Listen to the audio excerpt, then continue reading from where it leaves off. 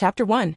The system looked down condescendingly at the girl, painfully pressing her forehead, and coldly judged, "You made a mistake."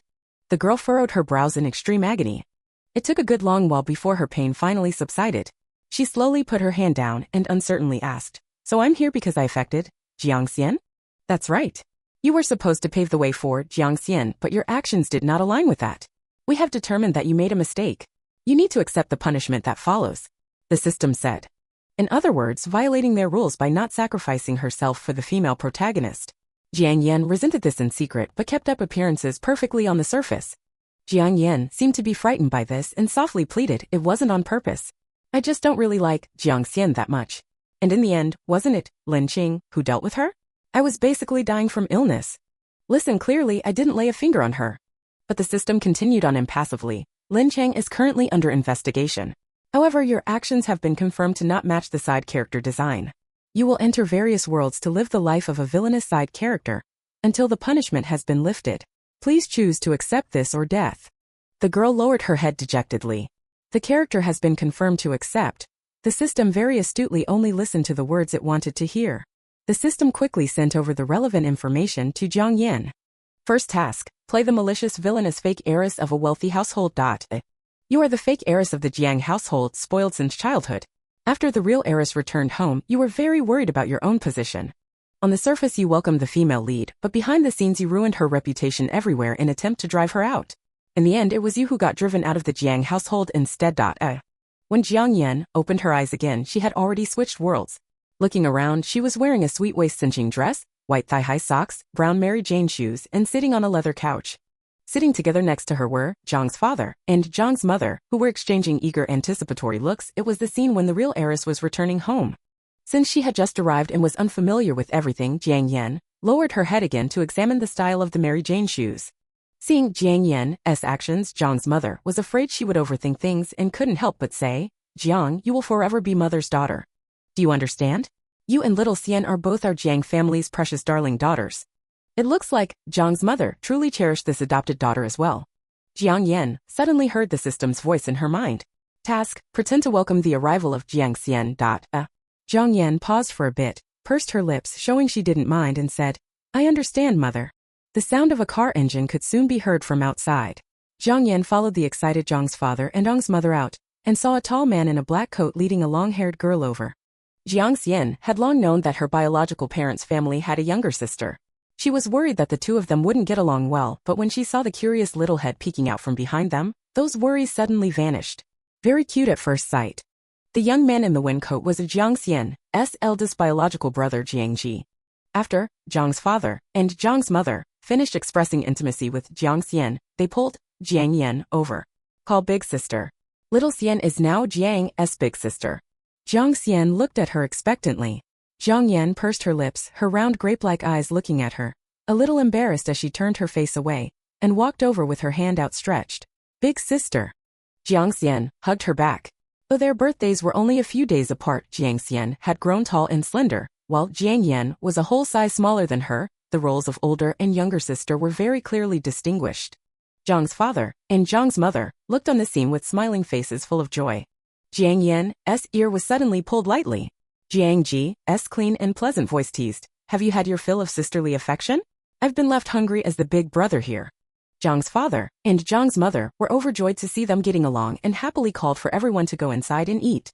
Jiang Ji lazily walked in the back and stole another look at the sharp white ears sticking out from the black hair. His fingers still itched to touch them. But he didn't dare tease the little girl too much. At the dining table, the utterly oblivious Jiang Yan was happily being doted on by everyone. She was originally Jiang father and Jiang mother's heart's treasure, the youngest one in the family, and looked so well-behaved, no wonder she was so adored by all. Even Jiang Xian, who shared some misunderstanding history with her, couldn't help but overflow with tenderness when she saw her. Jiang Yan sipped on a tender and flavorful salt and pepper chicken wing. She suddenly heard the system's emotionless voice in her mind. Task complete. Jiang Yan continued gnawing on the chicken bone as if nothing had happened. This was just the beginning. The system's task was for her to act through Jiang Yan's entire experience, up until the ending where she gets kicked out of the household. So this happy atmosphere was doomed to eventually shatter. Seeing her continuously gnawing on that one chicken bone, Jiangji put another wing in her bowl, frowning slightly. "Eating it so clean. Are you worried we can't afford to feed you?" This was meant as a joke, but also as a probe to test if she held any resentment over Jiang Yan returning home and affecting her position. Jiang Yan was startled, but not because of his words. Rather, it was due to the system issuing a new task: leave the dining table and ruin the harmony of this meal. As expected of a cold and heartless system, not an ounce of good is tolerated for a villainous side character. The previously joyful atmosphere froze due to Jiang Yan's silence as the Jiang family looked over with bewilderment and worry in their gazes. Jiang Yan kept her head lowered, pinching a chicken wing between two fingers. In a low voice, she muttered, "I'm full." Then she turned and left for her own room. Silence descended onto the dining room. After some time, Jiang's father scolded Jiang Ji, "If you can't speak properly, then don't speak," and upset Jiang's mood.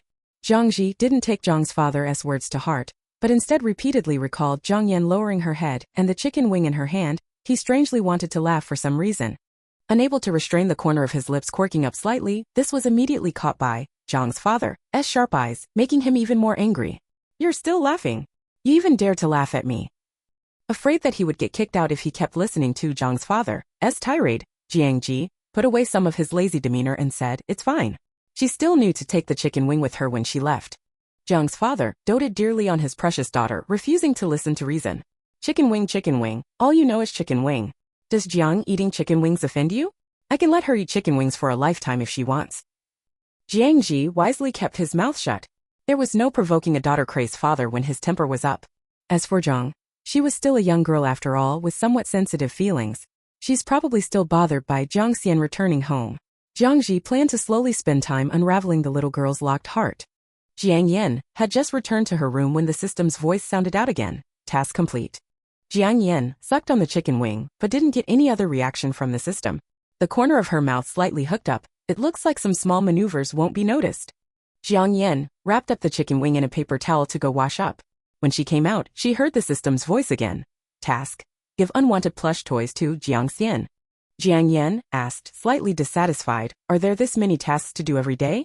Due to Jiang Yan's various behaviors so far, the system had classified her as a young girl posing little threat. Hearing this, it explained, "It depends on the task plot lines. More on some days, less on others, but no more than 3 tasks per day. This is the last one for today." Having obtained the answer she wanted, Jiang Yan let out a small sigh. She picked up the plush toys on the side of her bed. The original storyline went like this. The fake heiress reluctantly ate her meal and was provoked on her sore spot by Jiang's unintentional words, angrily leaving the table and ruining the harmony of the meal. At night, with malicious thoughts in her mind, the fake heiress took her own unwanted plush toys to gift the real heiress, using this chance to humiliate her. The real heiress was shocked, and upon seeing her real face, realized they could never be sisters. Jiang Yan hugged a large white teddy bear and randomly grabbed a little yellow duckling as well. The white teddy bear was a large 5 feet 3 inches plush toy. Hugging it obstructed Jiang Yan's view, the head of the teddy bear reaching higher than her own. Jiang Yan struggled to open the bedroom door and stumbled out. Jiang Xian soothed Jiang's father and Jiang's mother, and just as she walked upstairs, she saw the girl hugging a teddy bear even bigger than herself, trying hard to get out. Because the bear's arms were stretched out, wider than the door, she could only squeeze the bear out with great effort, head lowered. Finally out of the room, her little face was already flushed, her soft hair disheveled, and a silly strand of hair stuck up. Jiang Xian couldn't help laughing. Jiang Yan was surprised to see Jiang Xian and remembered her task, so she said, "Sister, this is my unwanted plush toy, given to you. This was Dad's birthday gift to me.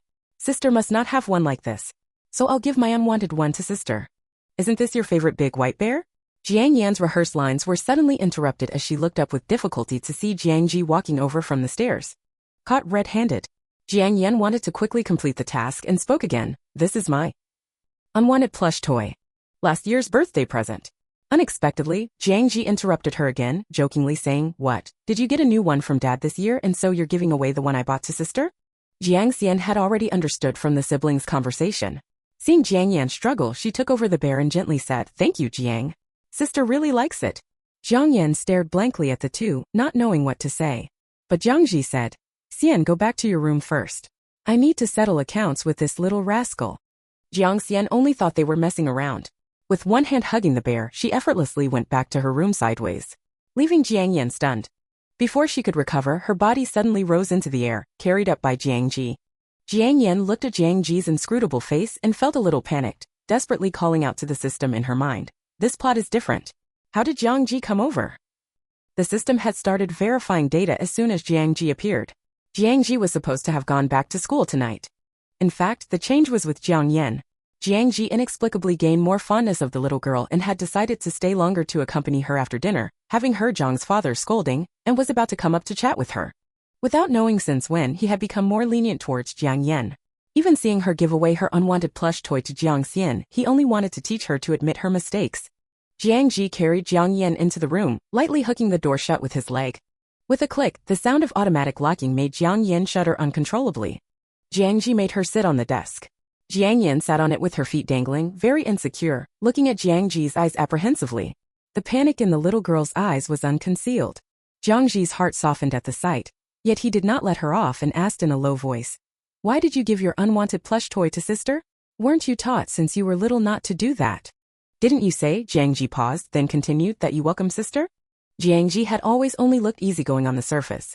As the Jiang family's eldest son, he had shouldered the responsibilities of the Jiang heir since he was a child and had seen too much, thus honing a facade. His tone was gentle in inquiry, but because of his dangerous aura, it still seemed aggressive. Ch2 The false daughter of a rich family. Chapter 2. How did they end up in this situation? The useless system checked and found that Jiang Xian had already returned to her room, but the task was not yet completed. Jiang Yan sat helplessly at the table enduring Jiang Ji's interrogation. The young girl was petite, easily restrained by him on the desk, looking terrified and unable to speak, appearing pitiful. Jiang Ji couldn't bear to see it anymore. He bent down and met her gaze, gently coaxing. "Don't you like it when your sister comes back?" Jiang Yan, thinking about her role as a malicious supporting character, reluctantly replied, Jiang Ji fell silent for a moment, not pressing further for the reason. Instead, he gently patted her head and said, "If you don't like it, it's fine, but don't tell your sister. She still likes you very much. You can come and play with your brother." Jiang Yan was stunned once again. Jiang Ji really was a good brother. "But I'm sorry. I am a malicious sister." While she was in a daze, Jiang Ji gently lifted her off the desk and placed her on the ground, taking away the rubber duck she held in her hand, and smiled, "Let me have this." Jiang Yan widened her eyes, staring at him. Jiang Ji enjoyed seeing her surprised expression, gently pinched her soft cheek, and walked away with the duck, despite the stark contrast between it and his refined and handsome appearance. Jiang Yan plopped onto the bed, feeling that Jiang Ji might have figured something out. That little duck had a special meaning. It was a limited edition character from an animated series pursued by the original owner. It was difficult to obtain. Originally, she planned to express her apology to Jiang Xian without the system's knowledge. Although Jiang Xian probably wouldn't know. Feeling frustrated, Jiang Yan climbed onto the bed to rest. Honestly, this task was forced upon her by the system. Although she had her own intentions, she couldn't bear this kind of situation. This brother of hers was just too perceptive and intelligent, but he was kind to her. Just as Jiang Yan was about to fall asleep, the system returned, its tone flatly stating, "The task is incomplete, but the main reason is not your fault, so there will be no punishment." Jiang Yan, speaking sleepily without any threat, asked, "What if the reason is my fault? What would the punishment be?" "You wouldn't want to know," the system replied. Jiang Yan didn't speak anymore, appearing as if she had fallen asleep. The next tasks were much easier, just picking on Jiang Xian in front of her and spreading rumors about the true heiress in front of her friends. For some reason, Jiang Xian didn't confront her. She even treated her with kindness. The relationship between the sisters wasn't as confrontational as in the original plot. At most, Jiang Yan was the one causing trouble unilaterally, while Jiang Xian remained understanding. The other variable was Jiang Ji. During this summer break, he didn't return to school for projects or visit the company, but instead enthusiastically immersed himself in studying things at home. This annoyed Jiang's father, who always criticized him for not focusing on his career. However, he didn't care, and he often secretly gave Jiang Yan small cakes. Matcha cheesecake was really delicious, with a rich milky flavor and a silky texture. Jiang Yan stared blankly while holding the cake spoon, feeling that things were different from the beginning. It's not true, as the system claims, that supporting characters will never be loved, trusted, or acknowledged. Jiang Yan could clearly feel the affection from her adoptive parents, Mr. and Mrs. Jiang, as well as the care from Jiang Ji and the tolerance from Jiang Xian. "What are you thinking about again? Your little brain is filled with so many worries that you're going to get wrinkles." Jiang Ji lightly tapped her forehead and sat on the nearby sofa, sipping his sweet coffee. "I won't tell you, Jiang Yan replied slowly and deliberately, covering her mouth. She accidentally burped because she had eaten too much cake. Jiang Yan froze, her mouth slightly agape. Jiang Ji had managed to suppress his laughter and was about to make her a cup of coffee. However, when he saw her expression, his laughter burst out on its own. Although he was only 3 years older than Jiang Yan due to being groomed by the family since childhood, he rarely showed his emotions and always remained calm and composed. It was rare for him to have such a drastic emotional fluctuation. Jiang Yan covered her mouth, trying to kill him with her gaze. Most of the tasks for this vacation were already completed. The focus was on the start of university. Jiang Yan was admitted to University A, the best university in the city, just like Jiang Ji and Jiang Xian. However, Jiang Ji was already in his 4th year and rarely stayed on campus anymore. Although Jiang Xian was the same age as Jiang Yan, she had been a good student since childhood and had skipped a grade, so she was already in her 2nd year. Jiang Yan was forever the true little sister. On the day when the freshmen started school, Mr. and Mrs. Jiang personally went to see them off, while Jiang Ji and Jiang Xian arrived at the school earlier as their academic year started ahead of the freshmen. The start of the freshman year was always the liveliest time. Apart from the volunteers arranged by the university at the school gate, there were also many male students who came to enjoy the excitement after class, hoping to get the WeChat contacts of some good-looking female freshmen. In the scorching summer, the irritation of not being able to see the beautiful female freshmen was unavoidable. Song Shiyu, wearing a white t-shirt specially made for the club's recruitment, sat under the shade of a tree chewing on an iced lolly, but it was still unbearably hot. A girl with wavy brown hair came over and asked for directions in a sweet voice. "Senior, how do I get to building 12? Song Shiyu lazily responded, "Senior? I don't know either." The girl, realizing that she had been recognized, was not shy and smiled. "Song classmate, can I add you on WeChat?" Song Shiyu, exhausted from the sun, lazily handed her a promotional flyer and sincerely said, "You're very welcome to join the new media department." Anyone could tell that this was a polite way of refusal. The girl was not discouraged and waved her hand generously. "Well then, goodbye, Song Shiyu." The small scheme of using this opportunity to advertise ended in failure. Song Shiyu yawned, tossing the flyer back onto the table. His roommate, who had come over to escape from laziness, happened to see it and exclaimed enviously, "She's the campus belle. You actually didn't add her. I would do anything to get the WeChat of someone I couldn't even get when I was exhausted from moving luggage. If you want to add her, go and ask for it. No one's stopping you," Song Shiyu said, reaching out to grab his water. "Yeah, I guess so. You already have Jiang Xian as your senior," the roommate sighed. "Don't talk nonsense," Song Shiyu casually warned, not taking it to heart, and lazily closed his eyes, like a magnificent fur-coated cat. Jiang Yan had been living a comfortable life lately, feeling as though the system was preparing for something big. And true enough, as soon as she arrived at the school gate, the system started acting up. Mission: make Song Shiyu fall in love at first sight with Jiang Yan. Jiang Yan leaned on her suitcase, almost hitting her own chin in surprise. Falling in love at first sight is also a mission? How am I supposed to do that? The system explained briefly. First, have a chance encounter, then get close to him. But she needed to find him for a chance encounter. Jiang Yan began to sigh again. Her parents, Mr. and Mrs. Jiang, were already accustomed to their daughter's mind being filled with all sorts of strange things. The sun was shining brightly, so Jiang Yan crouched down and hid behind her suitcase, revealing only the smoky purple fisherman hat. Song Shiyu woke up from his sleep, lifted his eyelids, and suddenly saw a purple little mushroom. He blinked and opened his eyes again, realizing it was a hat. Jiang Yan played with the shadows of her fingers while checking the plot information she had just received. The supporting female character falls in love at first sight with Song Shiyu and starts pursuing him shortly after school begins. However, she is quickly rejected. The supporting female character becomes angry and resentful. She hears that Song Shiyu likes Jiang Xian and becomes even more furious at the female lead, vowing to teach her a lesson. Lost in thought, Jiang Yan was suddenly tapped on the head. Even without looking up, she knew it was Jiang Ji. Jiang Yan raised her head and saw Jiang Xian, smiling as she talked to Mr. and Mrs. Jiang. Jiang Yan pulled on Jiang Ji's trousers and stood up, her legs feeling numb. "Can you still walk?" Jiang Ji asked, looking at her expression. Jiang Yan felt like crying but had no tears. She struggled to take a step and immediately gave up. "I can't walk anymore." Jiang Ji was still going to carry her suitcase. He looked around, picked her up, and took her to a shaded pavilion under a tree. He patted the sleeping Song Shiyu and said, "Lao Yu, look after my sister. I'll come get her later." Jiang Yan sat on a chair, grimacing, while Jiang Ji patted her head and instructed, "I'll have your dorm room prepared, and then we'll go eat." Mr. and Mrs. Jiang were worried and wanted to tidy up her dorm room. Jiang Xian followed them. Jiang Yan was left alone in the unfamiliar pavilion with a sleeping boy.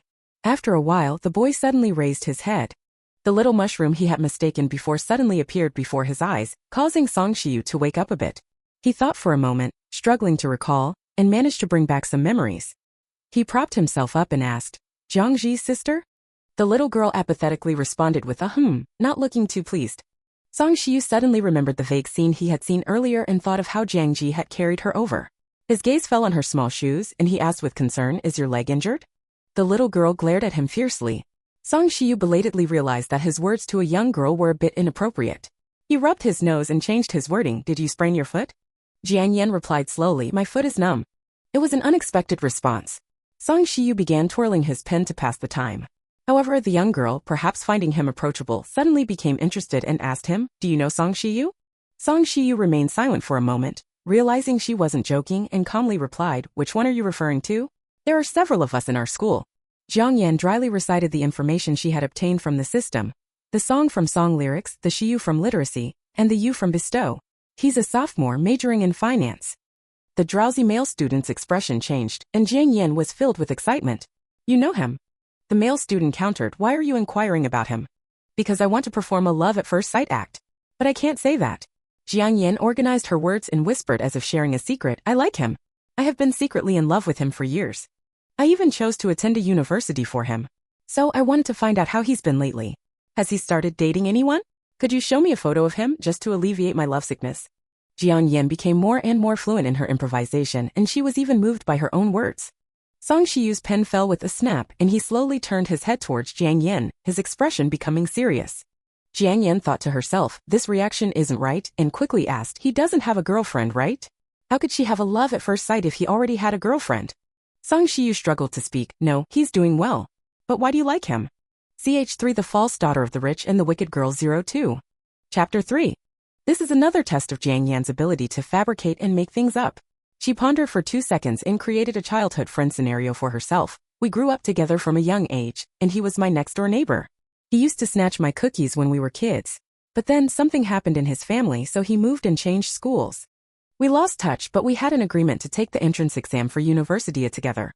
I found out that he is now in his 2nd year, majoring in finance." "So, do you really not know him?" Jiang Yan paused, suddenly becoming cautious. "You're not lying to me, are you?" Song Shiyu really wanted to say, "Little sister, it's you who's lying to me." He was certain that he was the only Song Shiyu in the finance major at University A, and he never stole her cookies, moved, or changed schools. So here comes the question. How should this matter be resolved? This was the first time Song Shiyu, at his age, attempted to lie and deceive someone. He looked at the young girl with her black, round grape-like eyes and soft cheeks, took a deep breath, and primarily because Jiang Ji was present, he couldn't lose face. Song Shiyu slowly spoke. "I know him. The person you mentioned, he took a leave of absence this semester, and hasn't been attending classes." "Really?" Jiang Yan interrupted with skepticism. "Are you sure you're not mistaken? Maybe we're not talking about the same person." Since the system had assigned the task, it meant that this person should be at the school. If he wasn't there, the following storyline wouldn't progress. Indeed, it wasn't the same person, little sister. Song Shiyu felt a bit powerless. "Oh, sister, you have no idea what you're talking about." He paused for 2 seconds and decided to struggle a bit more. "It's the same person. He injured himself playing basketball the day before yesterday and broke a bone. He's currently in the hospital and unable to come to class, so he took a leave of absence. It's normal that you didn't know about it since it happened the day before yesterday." "Really?" Jiang Yan half believed and half doubted. In that case, this task couldn't be completed for now.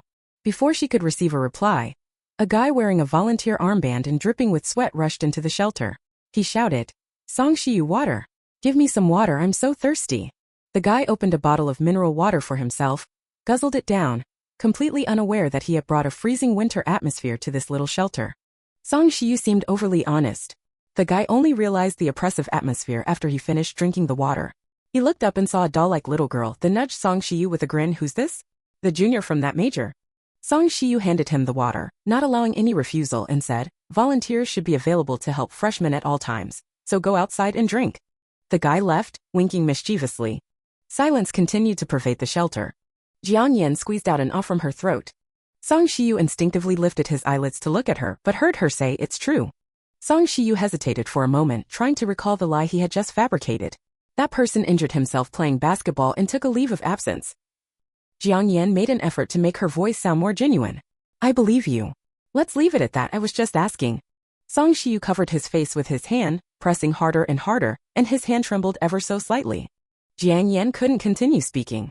She searched for a crack on the ground, wishing to disappear into it forever. Fortunately, at that moment, Jiang Ji's voice came through. "Jiang, is your leg better?" Jiang Yan silently got off the chair and ran over to him. Jiang Ji greeted Song Shiyu. "Lao Yu, let's go." Song Shiyu watched the two siblings walk out side by side and faintly heard Jiang Yan angrily ask Jiang Ji, "Why do you call him Lao Yu?" Song Shiyu let go, no longer concealing his smile as it spread across his lips. Jiang Ji felt innocent. Our department chair is also surnamed Song, and they started calling him Lao Yu first. "What's wrong with you? Why are you so agitated?" Who made you put me there? Jiang Yan was embarrassed and unable to express herself, so she could only make trouble with Jiang Ji. And that's my fault too? Jiang Ji casually ruffled her hair. Who was hiding behind the luggage, causing their leg to go numb? The two bickered as they joined Zhang's father, Zhang's mother, and Jiang Xian. Zhang's mother looked at the squabbling siblings and patted Jiang Xian's hand. As a couple, they could see the relationship between the three children. Jiang Yan was spoiled by both of them, and she had a somewhat temperamental personality. Ultimately, her concern for Jiang Xian was the underlying reason. But they had indulged her. Jiang Ji had always been mature beyond his years, becoming stable and composed by his early teens. They were aware of his seemingly gentle exterior but cold and detached interior.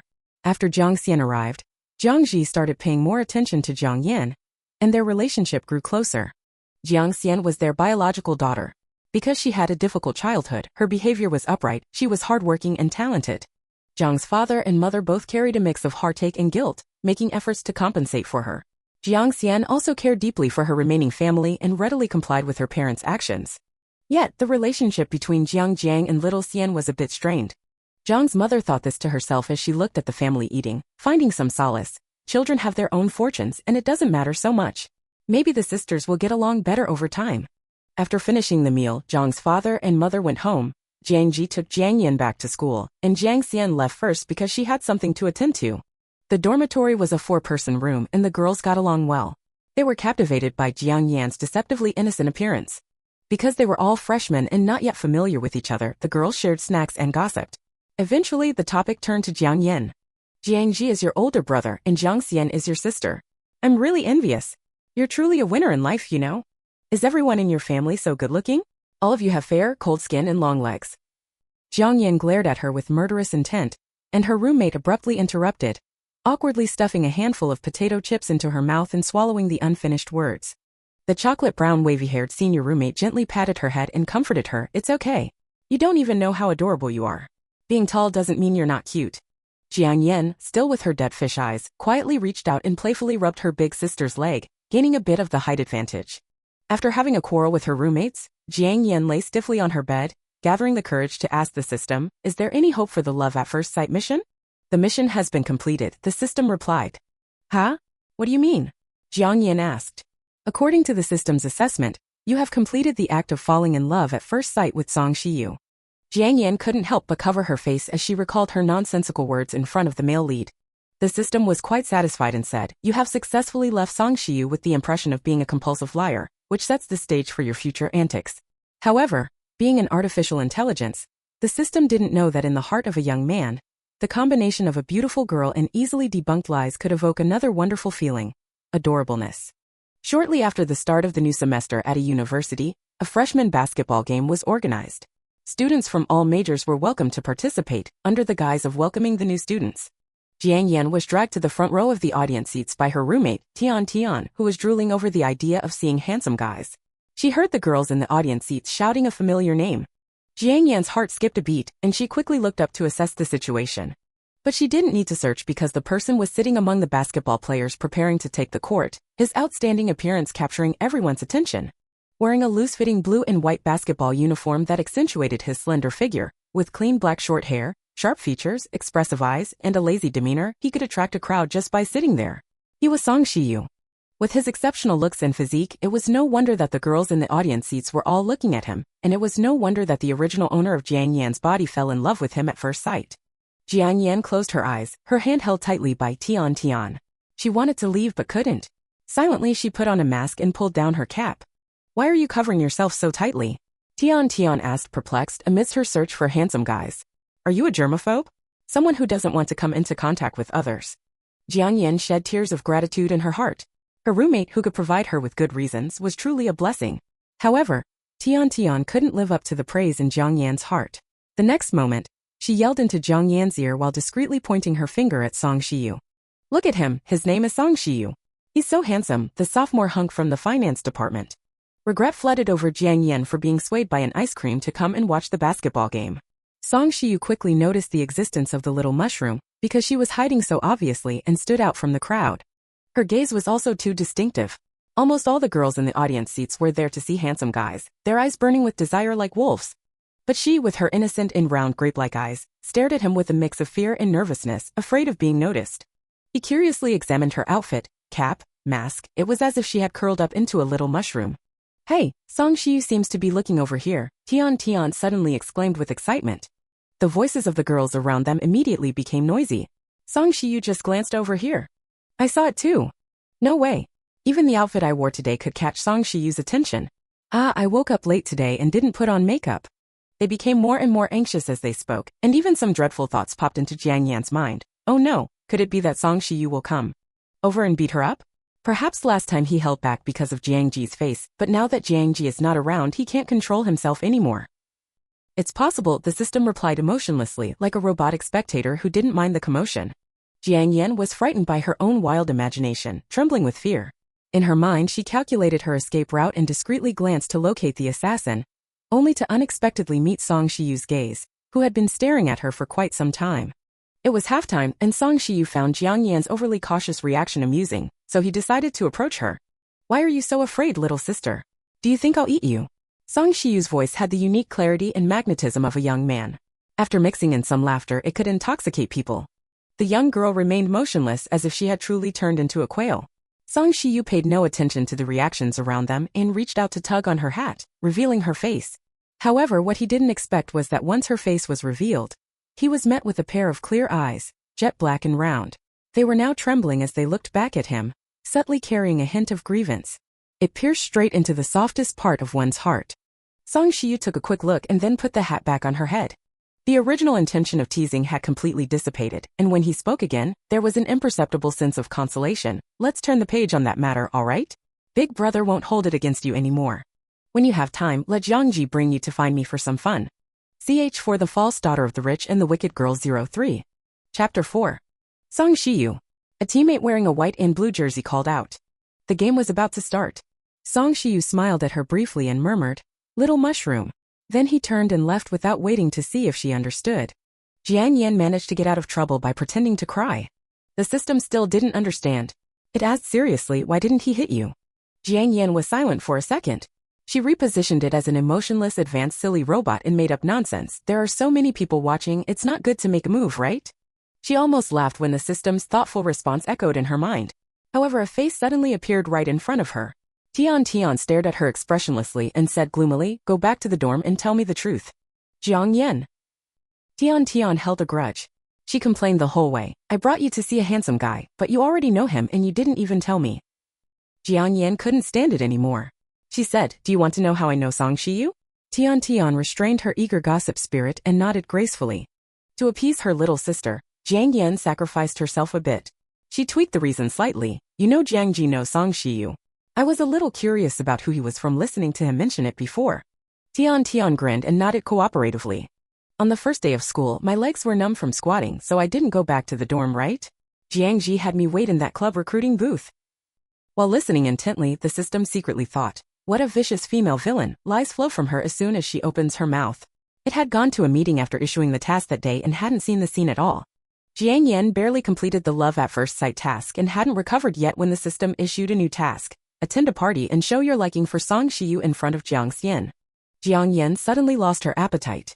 She had just put down her chopsticks when Jiang Ji called. He asked, "We organized an activity. Come play with us tonight. There's good food to eat." What else could Jiang Yan say? She had no choice but to nod and say she would go. Tian across from her blinked at her. "Senior Jiang Ji, huh? He's my brother. What are you thinking?" Jiang Yan stuffed a pork and corn dumpling into her mouth. But that didn't stop her from talking. "You're not related by blood, though." Jiang Ji was still on the phone. Hearing the snippet of conversation, he chuckled and teased. "Now you know I'm your brother. Usually you don't even call me brother." "Brother, give me 10 million, Jiang Yan said without blinking. Jiang Ji thought about it for 2 seconds then laughed again. "I don't have 10 million, but I can give you a free stay-at-home good brother." "Then forget it," Jiang Yan sighed mournfully. "Anything free must not be good. I'm always buying you good food, comforting you when you're upset, coaxing you when you're angry. Am I not good enough to you?" Jiang Ji was shocked for 100 years. Jiang Yan mercilessly poked holes in his ulterior motive. "Isn't it worth it to have a little sister you can rub every day?" Jiang Ji suddenly coughed. Just then someone called him, so he took the opportunity to hang up. "I'll come pick you up tonight. Wait for me." Indeed, the precocious Jiang Ji seemed to have not had a good childhood. He had been repressed for too long and developed some Lolita complex attributes. After Jiang Yan turned 18, her height still hovered around 1.6 meters. This was especially prominent. Whenever he saw her, he wanted to pinch her fair and tender cheeks and pat her head, and he also wanted to hug her and play with her enough. But Jiang Ji had always thought he was restrained enough. He didn't expect her to see through him. He knew this little vixen was sly and cunning. After hanging up the phone, Jiang Ji waved at the person who called him to indicate he was busy and didn't go over. Instead, he stood in place, stroking his chin and pondering how to rub her without being discovered. Please, who could resist a seemingly soft little girl at home? The system still didn't understand. It asked Jiang Yan in confusion, is Jiang Ji taking advantage of you? Jiang Yan nodded sadly. The system got the ideal answer and even seemed a little happy, I see. So all his previous kindness to you was just to take advantage of you. This conforms to the fate of a vicious female villain. So easy to fool.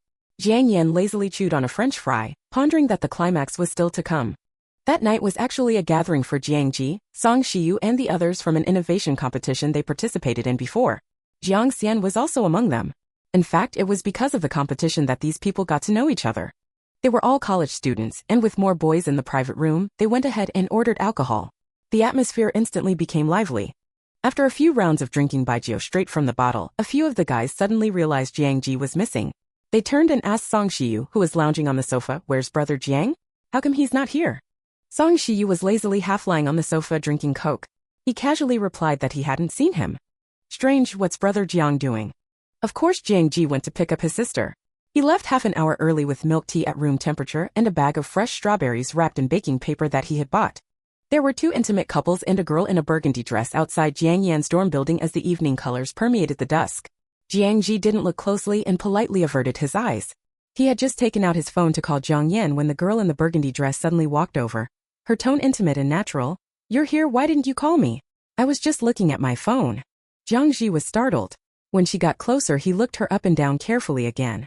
Jiang Yan had already taken the strawberries from him and hadn't heard him speak yet. When she looked up and saw his strange expression, she immediately seized on his weakness. Her eyebrows rose and she looked like a naughty little fox. What's wrong? Don't recognize me? Today you still wanted me to call you brother, but you can't even recognize what I look like. Only then did Jiang Ji come back to his senses. He also handed her the milk tea and pressed his forehead. No, you suddenly dressed up so beautifully, I'm a little unaccustomed. Jiang Yan took a sip of milk tea. The mellow floral oolong milk tea with extra cream and crispy boba was refreshing, with a soft and delicate milk tea flavor and a rich creamy aroma, her favorite. Okay then. Jiang Yan forgave him. She had already eaten 3 strawberries, but Jiang Ji still didn't speak. Jiang Yan felt something was wrong. She looked up and asked him, what's with you? It's just some makeup and a dress change. Why are you reacting so much? Jiang Ji shook his head profoundly. Kids don't understand. It was the feeling of the little girl suddenly turning into a young woman. In fact, Jiang Yan had long ceased to be a little girl, but he had always overlooked this change. Until tonight, when his little girl wore a red dress, with picturesque eyebrows and eyes, graceful posture and charm. In the hazy night she was still dazzlingly pretty, making people feel inappropriate for looking at her more. She had grown into a graceful little rosebud, waiting to bloom, alluring and tempting, making it impossible for people to ignore her captivating youth and outstanding looks any longer. There was a large group of guys in the private room who had taken over and were happily playing and carousing. The door suddenly opened, but because there wasn't much noise, it didn't attract much attention. It was one of the guys. Thinking it was a server bringing drinks, he turned to take it. But he suddenly saw a beauty and stared straight with wide eyes. Clear, round eyes like grapes, chubby melon seed face, and bright red dress that made her extra fair complexion stand out, revealing a section of slender white legs, clearly asking for people's attention. Good-looking enough for a random photo to become an internet hit. Following his line of sight curiously, his companions couldn't control themselves and habitually let out a swear word, thus triggering a chain reaction where everyone looked over. Jiang Xian frowned slightly when she saw who it was and noticed the undisguised looks from the older boys. Song Shiyu had just glanced over casually, but he paused in surprise, sitting up straighter and waving to Jiang Ji. Sister is here, don't just stand in the doorway. Go inside and find Jiang Xian and the others. Don't let them scare her. With an unchanged expression, Jiang Ji led Jiang Yan in, warningly looking around the room. For the first time in his life he felt so regretful he almost wanted to turn around and leave with her. As soon as he opened the door he regretted it. The way the others were blatantly ogling Jiang Yan made him extremely uncomfortable, like someone was eyeing up a treasured pet he'd raised for a long time, one that now faced the danger of being snatched away. Especially when Jiang Yan looked to him questioningly with innocent, guileless eyes, like a little white rabbit without any wariness. It made Jiang Ji even consider the idea of keeping the little girl locked away in the villa forever. Warned by Jiang Ji's dangerous look and Song Shiyu's suggestive words, the boys hastily withdrew their stares, covering it up by joking around, "Hey Jiang bro, this is your sister? Not cool to hide away such a good-looking sister, Jiang bro. Your sister's gotta be the prettiest flower with looks like those. Go play with the ladies, that side's all girls. Jiang Ji murmured to Jiang Yan, his tone like he was coaxing a child. Jiang Yan whispered back her complaint just as softly. You said you'd take me out to have fun. But still she went over there hugging her strawberries and milk tea. The few girls gathered there looked at her curiously. For some reason, whether it was mindful of prying eyes or something else, Jiang Xian called out Jiang for Jiang Yan to come sit next to her on the sofa. Jiang Yan found it a bit odd, but with no alerts from the system she was too lazy to make trouble. She just went along and sat down. Jiang Xian, this is your sister? One of the girls asked curiously. So Jiang Xian gave a simple introduction. My little sister, Jiang Yan. She's a college freshman this year. The girls had likely been chatting before Jiang Yan arrived, but now Jiang Xian ignored them and kept talking to Jiang Yan instead. But the two had never been very close. Most of what Jiang Xian said was just asking questions, if Jiang Yan was used to college yet, if she was getting along with her classmates, really seeming like a caring big sister concerned for her sibling. Shouldn't she hate me? Jiang Yan asked the system doubtfully. After all, Jiang Yan had done far too many annoying things over the vacation. Pretending to be close in front of their parents while being cold and nasty otherwise, all sorts of verbal attacks and childish temper tantrums. She clearly walked the whole path of a vicious female supporting character's tasks. The system was just as confused but still steadfastly tried to find a reason. There's so many people here. She probably doesn't want to damage your family image. What it didn't see was the dimpled smile Jiang Yan gave out and the little finger she secretly hooked with Jiang Xian's. Jiang Xian blinked in surprise, feeling soft and melty inside. She knew her stubborn little sister was sneakily acting cute again. In her heart, Jiang Yan was simply a sincere, adorable little girl. One with some temper and willfulness, but not often. She'd say all kinds of mean things about disliking you to express her unhappiness, but would also secretly give you little rubber ducks and cupcakes later, conveying her apologies indirectly. Moreover, she could also see the regret and distress in the little girl after each bout of anger. Jiang Yan's previous living environment wasn't as good as the Jiang family's. She'd endured a lot of hardship, so the rushed words she occasionally spat out really meant nothing. Jiang Xian had never taken them to heart. On the contrary, she actually really liked Jiang Yan's candid honesty. Dislikes and unhappiness were stated outright, clear and unambiguous, also making it easy to resolve problems. The only annoyance was that Jiang Yan seemed to harbor some resentment, rarely growing close to her. Although Jiang Xian wanted to spend more time with her sister, she didn't know how to take the initiative. With Jiang Yan off to college too, their meetings grew even fewer. And this was precisely the little gesture Jiang Yan made behind the system's back. Jiang Yan had never planned to live out the life of a vicious female lead according to the system's tasks. What vicious female lead? That was just the designated character settings. On what basis could they arrogantly control other people's fates? When Jiang Ji said he brought Jiang Yan out to eat delicious things, that was no lie. This restaurant offered buffet-style ordering, with all kinds of staple foods, desserts, signature dishes, fruits and snacks available. The wood-ear coconut milk soup was soft, sweet and fragrant, the mango cheesecake dense and sweet, the shrimp dumplings perfectly plump and tasty, the coin-wrapped eggs hot, spicy and flavorsome, the cola cookies crispy and Moorish, and the parboiled beef slices and shrimp just so delicious. Seeing that Jiang Yan was fully focused on her food, Jiang Xian went back to chatting with the other girls who were dieting and not eating much. Jiang Yan had been happily focused on her meal when she suddenly heard Song Shiyu being mentioned. The other girls sighed knowingly in unison, exchanging meaningful looks directed at Jiang Xian. This was the plot point. The female supporting character finds out by chance that Song Shiyu likes Jiang Xian and flies into a jealous rage. The system eerily reminded her, you haven't expressed any good feelings toward Song Shiyu yet. Hearing this, Jiang Yan observed Jiang Xian for a while. She didn't seem to have any special reaction to the topic. Jiang Yan said to the system, are Jiang Xian and Song Shiyu really a thing or not? The plot wasn't clear about it either. If it's true, it doesn't seem appropriate. But the system didn't consider any of that. It just said, you don't need to worry about those things. Just complete the task by whatever method. Jiang Yan knew it was just a robot that followed programs, so she didn't argue and simply asked Jiang Xian directly, is it true? You and Song Shiyu. Somewhat concerned, her expression inevitably seemed a little apprehensive, which made Jiang Xian misunderstand. Glancing at Song Shiyu boneless as a noodle on the sofa, Jiang Xian felt that Jiang Yan had been deceived by that playboy's looks. But subconsciously, standing in the position of a parent, she privately felt that Jiang Yan was a tender little white cabbage. How could she be ruined by a pig? So Jiang Xian skirted around the topic vaguely, not wanting Jiang Yan to get close with those boys. That made things difficult. Jiang Yan's face fell. But Jiang Xian's gaze only deepened, confirming her guesses even more firmly. Ch5 The false daughter of the rich and the wicked girl 04. Chapter 5. Jiang Yan actually likes Song Shiyu? How can this be? Jiang Yan is still so young and has been well protected by her family. She doesn't understand anything, she must have been deceived by him. This is not acceptable. Jiang Yan, like an anxious mother, is extremely worried when she learns that her daughter has fallen for a bad boy. Despite the fact that Song Shiyu is an influential figure in various aspects. Most of the people in the private room are strangers to Jiang Yan, and she is too lazy to join in the fun. She quietly enjoys her meal and plays Plants vs. Zombies on her phone, lying on the sofa. She is particularly afraid of seeing those few bold green words on the black screen when she loses. The zombies ruthlessly invaded your house. But she has been stuck on the final level for several days now, and this time is no exception. As she anxiously waits for the chili pepper to recharge, a balloon zombie flies across the screen from above. Eerie and terrifying background music starts playing, and Jiang Yan covers her eyes, waiting for the final scene to end. Suddenly, someone approaches from behind, as if they have seen her screen. Laughter escapes from their throat, saying can't pass it. Jiang Yan peeks through her fingers and sees Song Shiyu standing behind the sofa. Shall I play for you? Song Shiyu says with a probing tone. Jiang Yan hesitates, thinking about her mother and her mission. But in the end, she hands him the phone and asks innocently, can you clear the level? Of course he can. Song Shiyu raises an eyebrow and chuckles lightly. For me, it's a piece of cake. The little girl looks at him with admiration, clapping her hands together sincerely and earnestly saying, thank you. You're welcome, it's nothing to me.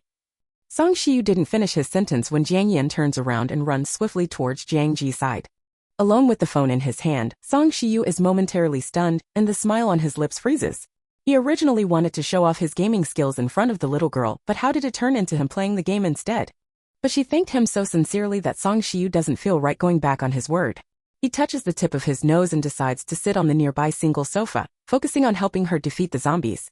However, as his slender fingers touch the back of the phone with the strawberry bunny case, he can't help but feel a bit strange, as if he's touching something intimate to a little girl.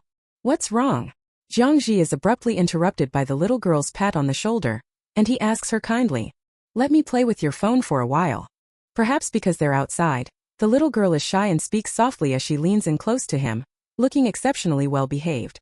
Jiang Ji glances over at the girl's side but doesn't notice anything unusual. He casually takes out his phone and hands it to her, then continues discussing the competition with a bespectacled, polite-looking boy. This boy, who usually doesn't talk much, is nicknamed Manghulu Gourd because of his reserved nature, and he has even been jokingly called a man of few words. However, today he is particularly sociable, repeatedly calling Jiang Ji brother Jiang. Jiang Ji hadn't really interacted with him much and they weren't close, so he didn't think much of it. It wasn't until Jiang Yan came over and said a few words that the guy's face turned red and he stuttered, revealing his true intentions. Brother Jiang, do you have any requirements for your brother-in-law? Jiang Ji. He incredulously turned to look at Jiang Yan, who was sitting on the couch playing games, her small face puffed up as if she hadn't cleared a level yet. Her fair fingertips poked and prodded the screen vigorously. Even if she grew up, she would still be his little sister in his eyes. Are you out of your mind? Almost being mistaken for a possessive brother-in-law, Jiang Ji's expression turned cold as he retorted angrily, how old is she? The guy hadn't expected Jiang Ji to react so strongly and was startled. He sneakily glanced at Jiang Yan and his heart pounded wildly in his chest. He tried to explain, isn't she a freshman? That's still not acceptable. Jiang Ji's face remained cold as he uttered these words. He didn't want to stay a second longer and quickly walked up to Jiang Yan, ready to take her away.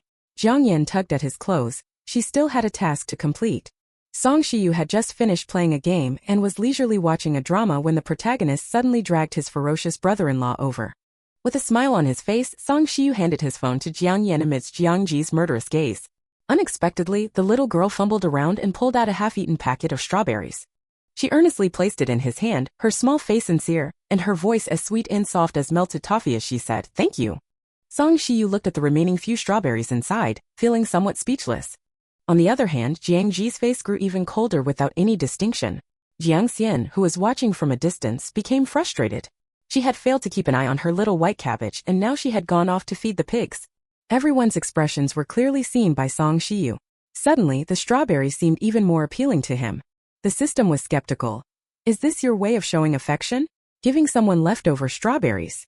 Jiang Yan was prepared and calmly replied, if you don't believe me, look at Jiang Xian's expression. The system took a look and indeed, Jiang Xian's face looked unpleasant. Although it didn't understand why, it vaguely received the result of completing the task. Jiang Ji escorted Jiang Yan to the dormitory entrance and turned back to the private room. He warned everyone inside, my sister is still young.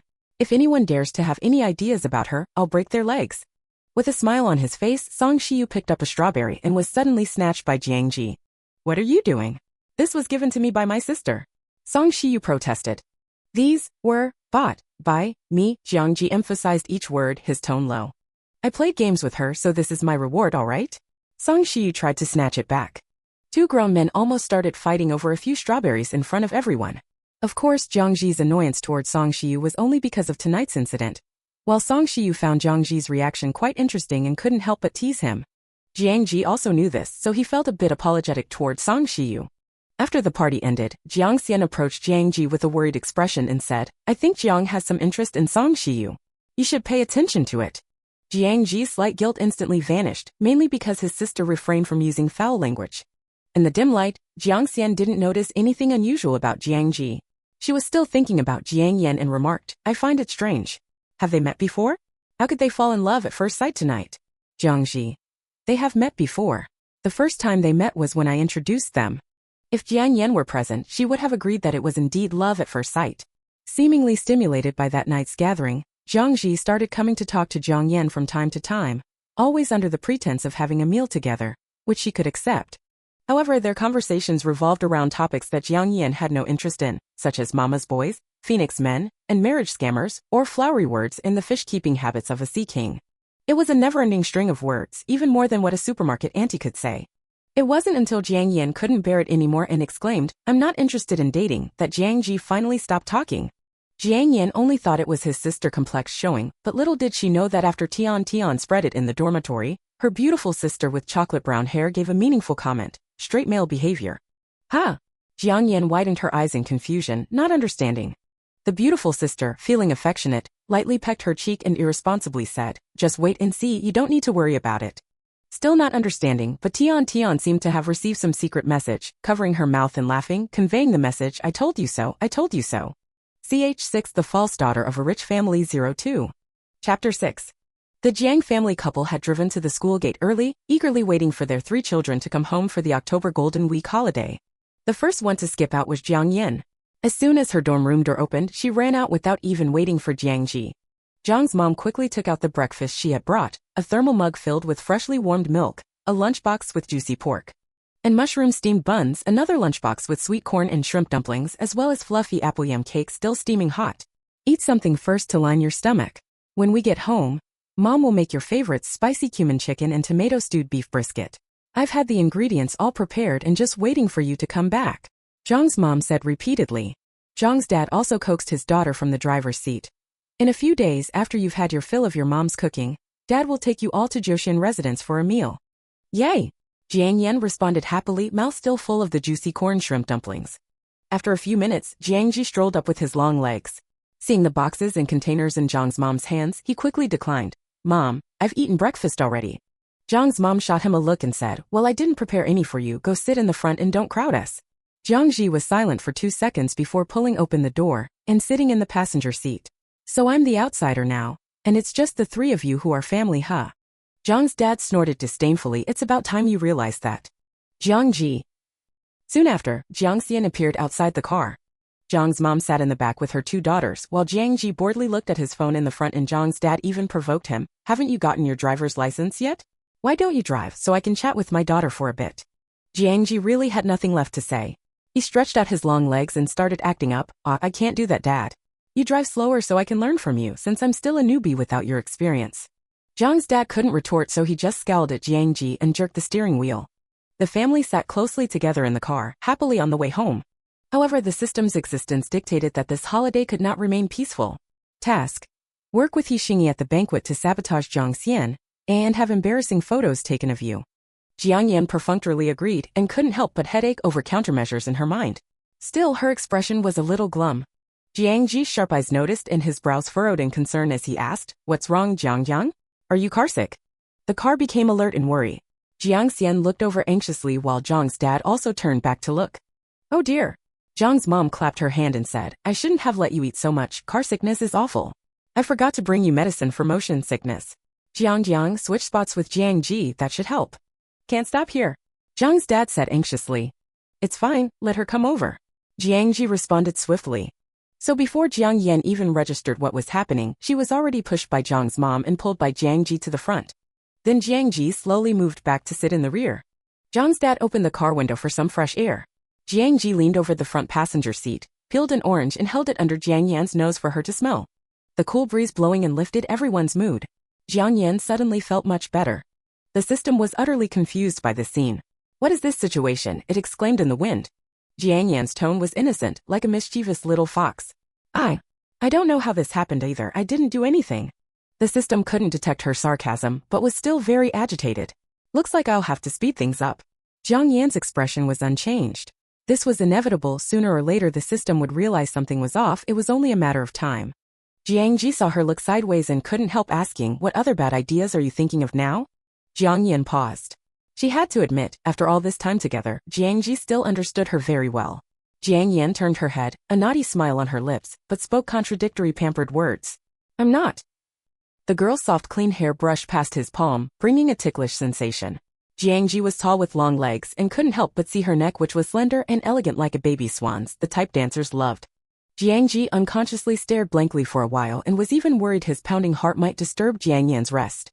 A lifelong bachelor in his 20s, Jiang Ji had always looked down on things like relationships. Yet now he was suddenly enlightened, and in a rather pathetic way, afraid Jiang's dad would see and beat him to death in the car if he wasn't careful. Meanwhile, the heartless girl leaned comfortably against the seat, sighing contentedly as she found a nice position and closed her eyes. When they arrived and got out of the car, Jiang Ji staggered after Jiang Yan as if in a daze, even following her into the bedroom. Jiang Yan didn't understand him, and the hack system was even more confused, only able to suspect sinister intentions. "Did he find out that you bullied Jiang Xian?" Jiang Yan didn't believe that one bit. Putting aside whether that could be considered bullying, even if it was as the system imagined, Jiang Ji would probably ask her to admit her mistake, then guide her to apologize and make amends, not stare at her silently like he was stumped by some cosmic riddle. "What's wrong with you?" The little girl looked up, eyes filled with puzzlement and confusion. Jiang Ji's throat went dry. Looking into her eyes, his Adam's apple bobbed uncontrollably. Then he suddenly fled in panic. Jiang Yan didn't know what was going on in his mind. While communicating with the system just now, she suddenly realized Jiang Ji was actually a great brother. Habitually heartless Jiang Yan dredged up some conscience and took the initiative to care for her good brother. Unexpectedly, Jiang Ji avoided her like the plague. He rarely even left his room, having meals brought up to eat alone. This left Jiang's mom, who didn't know what was going on, to question if he had done something wrong and didn't dare face anyone. Indeed, he had done something wrong, Jiang Ji thought. Jiang Yan tried but got no results, so she gave up. What took up most of her energy was the upcoming banquet. Jiang Xian's birthday banquet. The Jiang family had not yet formally announced having accepted their biological daughter back, so they planned to take this chance to invite everyone and cement the news. However, Jiang Yan as the fake heiress would surely sabotage things and act out the role of the vicious Villainous. Ch7 The false daughter of a rich family 03. Chapter 7. The original storyline of the novel goes like this. Faking her identity as the wealthy young lady, Jiang Yan learns that the Jiang family is planning a grand birthday banquet for the real heiress. Afraid of being exposed and ridiculed, she teams up with her dubious friends, including Hixingyi, to devise a plan. Their goal is to trip up the real heiress and publicly release embarrassing photos of her. Little did they know their plan is unexpectedly captured by a kind-hearted person who plays it on a loop during the banquet. Jiang Yan's ugly face is exposed in front of everyone, and coupled with her previous actions, it has already strained the relationship between her and the Jiang couple. They no longer see her as their daughter and kick her out of the house. In the plot, Hixingyi and the others have already contacted Jiang Yan and are defaming Jiang Xian as if they are on Jiang Yan's side. Unfortunately, Jiang Yan's true nature has already transformed into Jiang Yan. She has inherently cold and indifferent demeanor and even feels a bit of admiration for the outstanding Jiang Xian. She ignores the news from Hixingyi. The system, never taking human emotions into consideration, expresses satisfaction, saying, "Now there won't be any problem. They won't tolerate a malicious supporting female character like you in the house. You will soon be driven out." Jiang Yan sighs, her lively eyes blinking, looking sad and disappointed. "What should I do then?" The system coldly warns her, "Don't attempt to act against the character settings. You can only be a malicious supporting female character." Jiang Yan shrinks back and whispers, "I know." She seems to be troubled by her fate, covering her face with a blanket, concealing both her sadness and her smile. The system silently watches her, unable to understand what is causing her distress. Fate exists, so why can't she just follow its course? Why does she have other thoughts? Ultimately, it's because the system can't comprehend emotions or engage in independent thinking.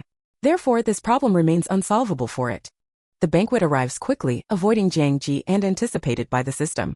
The villa has been lavishly decorated with exquisite splendor, shimmering chandeliers, servants bustling about, luxurious and soft carpets underfoot, and a stream of guests entering with invitations, people usually seen only in newspapers and magazines, indicating the influential status of the Jiang family in their circle. Early in the morning, Jiang Yan is dragged out of bed by Jiang mother to get ready. Jiang Yan, wanting to stay in bed, pouts and says, "It's my sister's birthday banquet, not mine." Jiang mother says, "Both of you are daughters of our Jiang family. Get up quickly. Xiaoxian is waiting for you to go down together." Drowsily, Jiang Yan opens her eyes and sees Jiang Xian wearing an exquisite formal dress. Her usually simple hair is now elegantly styled, revealing a full forehead. A gemstone necklace adorns her neck, exuding an air of grace. Jiang Yan is stunned at the sight, her eyes fixed as she says, "Sister, you look so beautiful." Jiang Xian breaks into a smile, shattering her composed and distant demeanor. "Hurry up," she says. She even says, "Hurry up." And so Jiang Yan is coaxed into getting up, her mind filled with thoughts of her beautiful sister. Jiang mother watches them laughing and says, "I never expected you to be such a little pervert." The makeup artist and stylist had already taken their places as requested. Because Jiang Yan had a petite and sweet appearance, they gave her a braided hairstyle and dressed her in a sky blue evening gown. When she came out after changing her clothes, even Jiang's mother couldn't help but exclaim in admiration. It suited her so well. With her black hair, black eyes, fair complexion, and delicate and lovely face, coupled with the princess braid and the color of the sky blue dress, she looked incredibly beautiful, and there was a hint of mystery about her. The stylist also couldn't help but praise her. Jiang Ji had already gone downstairs early to accompany his father for socializing. Dressed in an exquisite white suit that showcased his excellent physique, coupled with his handsome appearance and prestigious status, he effortlessly attracted the attention of the crowd. However, Jiang Ji was already accustomed to such scenes and didn't pay much attention to it. Occasionally his mind wandered, thinking about why the young girl hadn't come down yet. Finally, on the dot, the host who had been invited announced the appearance of Miss Jiang from the Jiang family. When Jiang Xian walked down the stairs holding Jiang Yan's hand, it undoubtedly caused a moment of silence, followed by a clamor of astonishment. One of Jiang's father's business partners praised, "You have two wonderful daughters. With such grace, they will definitely achieve great things." What he didn't explicitly mention was that having such a stunning appearance that could capture everyone's attention was already extraordinary. Jiang's father modestly responded, but his face was filled with proud smiles. Meanwhile, Jiang Ji suddenly became clumsy and awkward, not even knowing how to properly toast. That scene just now was like a celestial being descending to earth. After all, today's spotlight belonged to Jiang Xian. After completing the opening ceremony, Jiang Yan quietly retreated to a corner to enjoy some snacks. These snacks were specially prepared by the chefs brought in from the restaurant. There were small bowls of almond tofu, fragrant and tempting pudding tarts, chewy cranberry mochi, crispy and fluffy cream puffs, and soft and creamy Swiss rolls, as well as various fruits and beverages. Jiang Yan took a small plate and picked a plate of delicious treats like she was at a buffet, then found a sofa to sit down. However, today was destined not to be a peaceful day. Jiang Yan hadn't even started eating when Xingyi approached her angrily and demanded, "Jiang Yan, why didn't you reply to my messages?"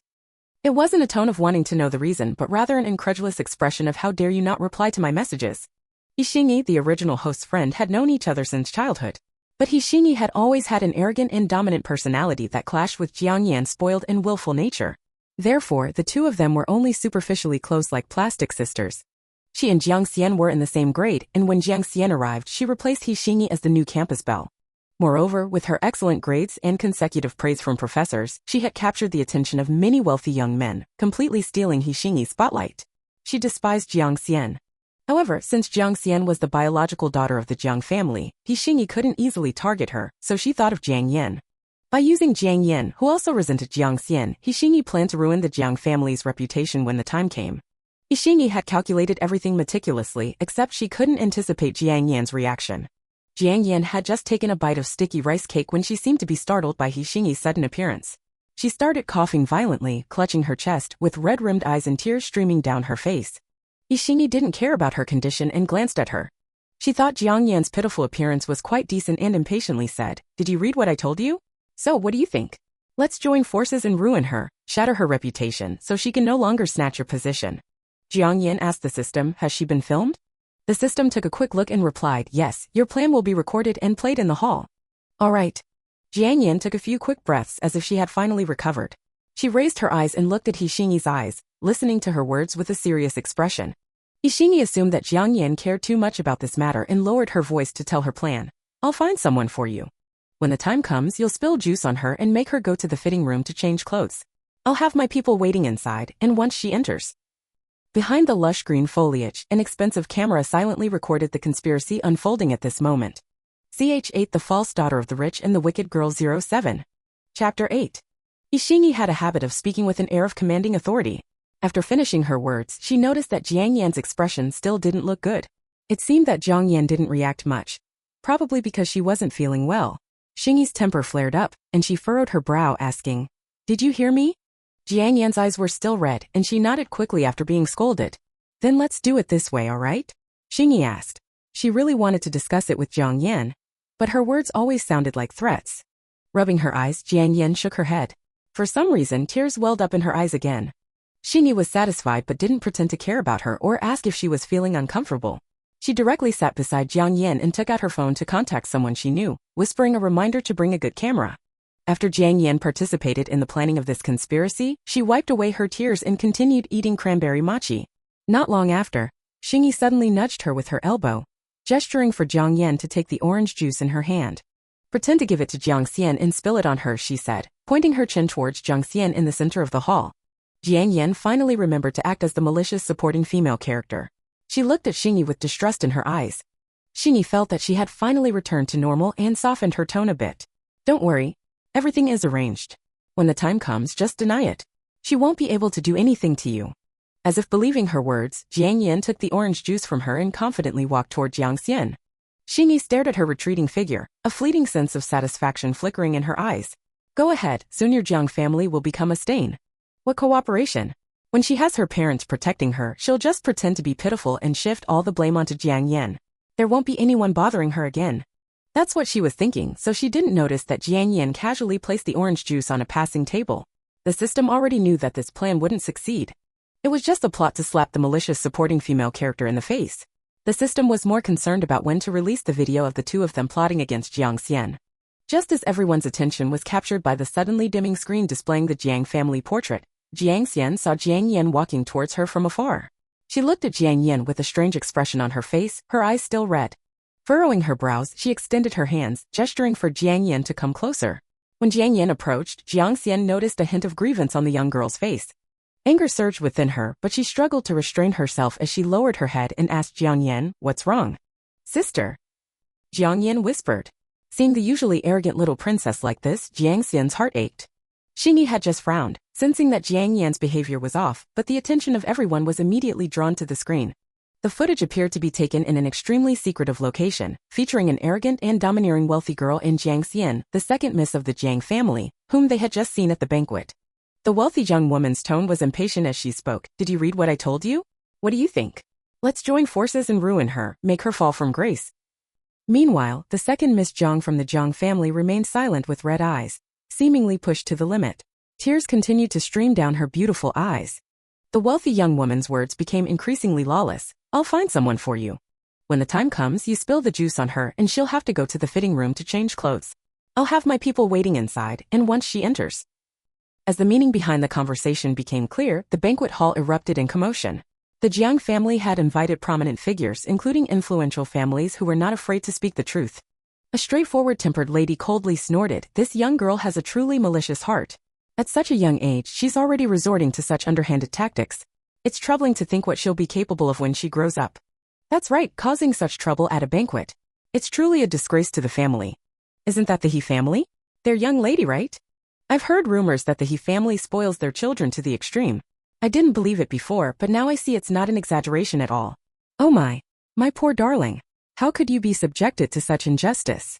Zhang's mother looked at the video where Jiang Yan dared not utter a word, and she couldn't help but despise the He family's young lady. Her precious child, who they couldn't even scold at home, had been bullied to the point of tears. She felt immense pain and instinctively pulled Jiang Yan into her embrace. Zhang's father grew furious and angrily berated the head of the He family. "He Ziyu, how dare you bully my daughter? Your family better be prepared." Jiang Xian's fingertips dug into the palm of her hand. "Ishingi, how dare she torment her sister?" Suddenly, her frustration subsided, replaced by remorse. It was all because of her that Ishingi targeted Jiang Yan. Most infuriated of all was Jiang Ji. With Zhang's mother holding Jiang Yan, he squatted directly in front of her, his tone fierce and cold. "Is this how you allow yourself to be bullied? What happened to your abilities at home? How can you let others bully you outside?" Jiang's mother, fearing his anger, stepped back with Jiang Yan in tow. Unexpectedly, this action only provoked Jiang Ji. Tears suddenly welled up in his eyes, which were usually gentle and caring, as he persisted in his questioning. Did she hit you? Did she lay a hand on you? Are you hurt? Jiang's mother's attention was immediately captured by this, and she didn't even have time to attend to her son's tears as she wanted to lift Jiang Yan's dress and check. Jiang Ji stopped her and lifted Jiang Yan into his arms, saying to Jiang's mother, I'll take her downstairs to have a look. Mom and Dad, you take care of things here. Call a doctor if there are injuries. Jiang's mother wiped away the tears from the corner of her eyes and began to clean up the aftermath, determined to severely deal with that girl. Since the release of the video, Xingyi's face had turned pale. She tried to console herself, thinking that she hadn't succeeded, so they couldn't do anything to her. After all, her father was there, and he would surely protect her. However, the criticisms from everyone came crashing down like waves. Hidden behind the sofa, she faintly sensed that something was amiss. Why did they all think it was solely her fault? Clearly, Jiang Yan was also involved. However, before she could react, Jiang's father had already sent people to capture several strong men who were hidden in the dressing room. They were thrown into the hall along with the camera and sedatives. Witnessing this scene, everyone was filled with fear and astonishment. Jiang's father, without giving anyone face, immediately called the police. Ch9 The false daughter of a rich family 04. Chapter 9. The most confusing thing about this was the system. It couldn't understand at all why Jiang Yan had suddenly become the victim when everything had seemed normal. The system's programming nearly crashed as it gloomily went to find its superiors to resolve the problem. The next most confused person was Jiang Yan herself. She had only wanted to pretend to be pitiful to get out of the task. She hadn't expected the Jiang family to react so strongly. Especially Jiang Ji. He seemed to think she had been bullied and was insistently trying to lift up her skirt. It seems I overdid it. Or rather, I underestimated how important I am in the Jiang family's eyes. Did they really not hit you? Jiang Ji held up her arm, looking back and forth for any sign of injury. No. Feeling guilty, Jiang Yan was extremely patient with Jiang Ji. Still worried, Jiang Ji bent down and gently lifted her up onto the windowsill. The tailored white shirt had obvious wrinkles from when he had almost lifted her skirt and she had struggled. Jiang Yan didn't know what to say, so she just put her arm over his shoulder and let him examine her. Jiang Ji carefully lifted up her calves, inspecting them thoroughly before setting her back down, not having found any injuries. However, Jiang Yan's overly well-behaved attitude made him realize something was off. Jiang Ji's eyebrows jumped up and he slowly regained his senses, staring into Jiang Yan's talkative eyes. Feeling uneasy under his gaze, Jiang Yan couldn't help turning her head away. She felt Jiang Ji was too perceptive. The more Jiang Ji thought about it, the more he felt something was wrong. Suddenly, he let out a hey and went to lock the bedroom door. The click cut off Jiang Yan's escape. Jiang Ji walked in front of the helpless Jiang Yan and propped her against the wall. He threw himself down on a chair, casually leaning his forehead on one hand, with a half-smile, half-not smile as he asked, did brother look good crying? He had looked good, beautifully heartbreaking, his handsome and refreshing face covered in painful tears. It was a gorgeous scene. But Jiang Yan knew he had seen through her lies and that there would be consequences, so she didn't dare make a sound. Seeing her silently lower her head without responding, Jiang Ji almost laughed from frustration. He calmly folded his cuffs before continuing, I never knew our little Jiang was so good at pretending to be pitiful. What's wrong, Jiang? Why aren't you talking? His tone grew more and more demanding. Jiang Yan knew that if she let him continue, he would take advantage of the situation. Suddenly looking up at him, her eyes still red from her earlier tears, she complained with a sob caught in her throat, I didn't ask you to cry. Perhaps she really was aggrieved. She continued earnestly. How was I supposed to know you would cry? I didn't know you all would react like this. I just wanted to get back at Xingyi. She's so annoying. Jiang Ji was stunned for a second. Seeing the little girl on the verge of tears actually gave him a malicious sense of gratification, mixed with heartache and satisfaction. The two feelings collided, yet his reason remained calmly frightening. He reached out and gently pulled the little girl to his side, gently patting her back as he breezily said, brother knows Jiang is pretending to cry again, but brother forgives her. Jiang Yan immediately stopped making noise when she realized he had seen through her act. She looked at Jiang Ji in disbelief before hurriedly forcing herself to continue crying. Jiang Ji did not bother keeping up pretenses. He let out a muffled laugh before pointing out Jiang is taking advantage of brother's fondness for her. She was using his affection as bait, enticing him to pity and indulge her again and again, even knowing it was a trap. Yet he still couldn't control the overflowing love he felt for her. Even knowing she had ruthlessness behind that innocent face, doing extremely sly things, he still had to test that fondness. Of course Jiang Yan thought it was just a big brother's affection for his little sister. Jiang Ji was not discouraged. Reassuming the role of big brother, he gently lectured her, in the future if something like this happens, tell me right away. Or dad, mom, or Jiang Xian. Anyone is fine. You'll always be part of the Jiang family. We will always take your side, understand? You don't need to overthink things. When you're outside, just act like you do at home. Don't let others take you for a pushover. Got it? Not if you understand. Jiang Yan hurriedly nodded, her dark round eyes completely sincere as if she was afraid of his lecture. But Jiang Ji was unaffected as he continued what exactly happened. Fortunately the system wasn't here right now, or else its muddled mind might realize something was off. How could Jiang Yan willingly play the villainous? Jiang's father and mother were so nice, Jiang Ji was so nice, Jiang Xian was so pretty, He Xingyi was so annoying. When He Xingyi had messaged her, she had pretended not to see it, that had already changed things. Later when they plotted against Jiang Xian, she used choking on food as an excuse to make herself seem pitiful so He Xingyi wouldn't suspect her. Also in the video she was passive the entire time, only nodding when He Xingyi impatiently ordered her to agree. He Xingyi was accustomed to arrogance. But here the situation was already different. Jiang Yan was now the victim. Of course Jiang Ji could see she was pretending to cry, but what He Xingyi had done was indisputable. She had angered the Jiang family. She thought I didn't like Jiang Xian and made me join her plot against sister. Jiang Yan briefly explained what happened. Jiang Ji added, but you didn't want her to get away with it easily. So you pretended to go along with her plan so you could tell our parents, right? He suddenly stopped, looking suspiciously at Jiang Yan. Did you actually plan to tell our parents? Jiang Yan had to claim she did. She reacted swiftly, complaining resentfully, I did. I was trying to find you earlier but you kept ignoring me. Jiang Ji had been avoiding her so he couldn't explain that. He cleared his throat and continued, you went to Jiang Xian but before you could explain, the video was already playing in the lobby.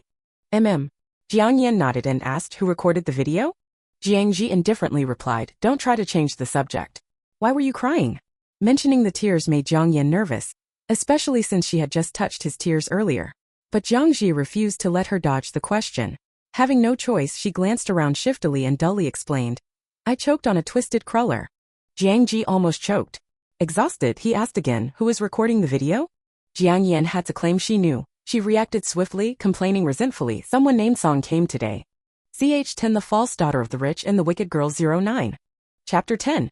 Jiang Yan was puzzled when she heard the surname Song. There were too many people surnamed Song in her circle that she couldn't remember who it was for a moment. But she met Song Shiyu at dinner. At that time, she went downstairs with gifts she hadn't had time to give out yet to look for Jiang Xian. In a daze, she saw someone sitting on the sofa, slim in figure, wearing an oversized white t-shirt, hunched over with no bones, head lowered looking at his phone.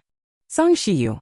Song Shiyu unconsciously narrowed his eyes for a moment, looked up at her, and lazily said, hello, little sister. We meet again. Jiang Yan was wearing a snow-white loungewear, making her look soft and clean. Her round eyes were incredulous. It was you who filmed the video?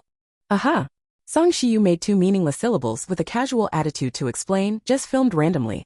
I originally wanted to take a picture of you looking like a little fairy. As a result, he accidentally witnessed the scene and simply filmed it. Then he found the backstage and uploaded the video.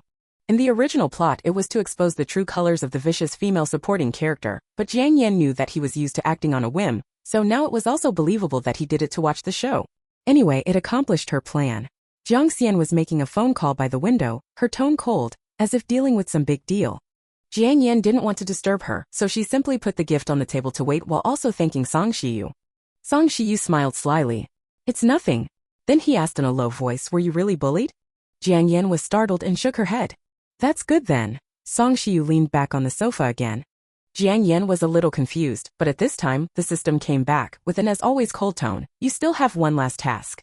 To get kicked out of the house. No, how could they kick me out like this? Jiang Yan pretended to be dissatisfied and asked. This is your task, the system said simply. Then did you find out why? How the Jiang family reacted to this? Jiang Yan asked caringly. The system said it detected anomalies in the world's characters. Just do the task. Jiang Yan fell into thought, lowering her eyes. It seemed that the system hadn't found out about her little tricks. But for the last task, she still had to rack her brains. With how nice the Jiang family was treating her, how could they possibly kick her out? While Jiang Yan was frowning in thought, her mouth was suddenly stuffed with a sweet, thin-skinned Santa Rosa plum. It was Jiang Ji. He seemed to have unilaterally made up with her again and didn't avoid her anymore. On Jiang Xian's birthday dinner the next day, the Jiang family ate merrily to celebrate Jiang Xian's birthday. Jiang's mom cooked longevity noodles with her own hands and Jiang Yan also gave out her gift. It was a vintage-style Bluetooth record player, only palm-sized, exquisite, and the CD could turn by itself. When choosing a birthday gift, it had caught her eye at first glance. The only outsider was Song Shiyu. Although the Jiang family asked him to stay because of appreciation for that video, Jiang Yan felt that it was most likely due to Jiang Xian's actions. Maybe Song Shiyu was the male lead. The task had no deadline, but there was a cold and ruthless system urging her every day. She felt Jiang Ji became stranger. For example, on the second day after Jiang Xian's birthday, Jiang Yan received an identical Bluetooth record player from Jiang Ji, really the same as what she gave to Jiang Xian. "Why did you give me this?" she asked. Jiang Ji casually answered, "Didn't you like it?" She felt it would become weird to keep asking, so she stopped the loss in time, making her eyes curve charmingly. "Thank you, brother," she said sweetly. Jiang Ji felt that he hadn't expressed himself clearly enough. So after returning to school, Jiang Yan started receiving Jiang Ji's feeding attempts in various ways every day. On Monday there was a hot, chewy, spicy pig's trotter. On Tuesday a flaky cream puff that shed crumbs.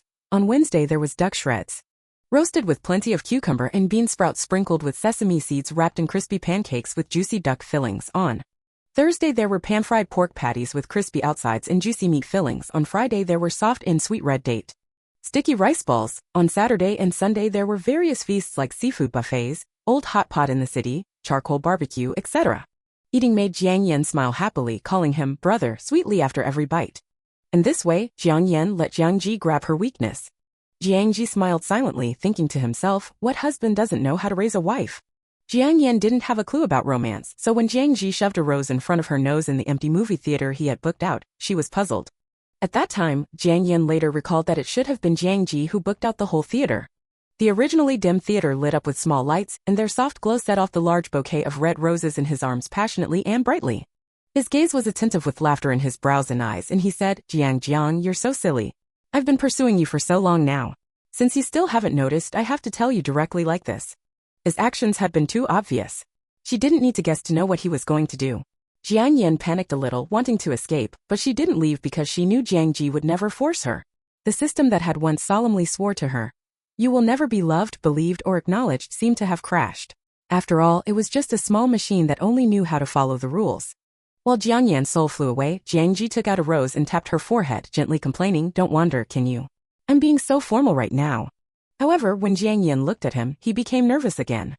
His heart seemed sick, about to jump out. When he spoke again, he had already lost clear logic. So much so that when he thought back afterwards about what he had said, he couldn't recall anything. He said, "I know you don't understand. You're just a little girl.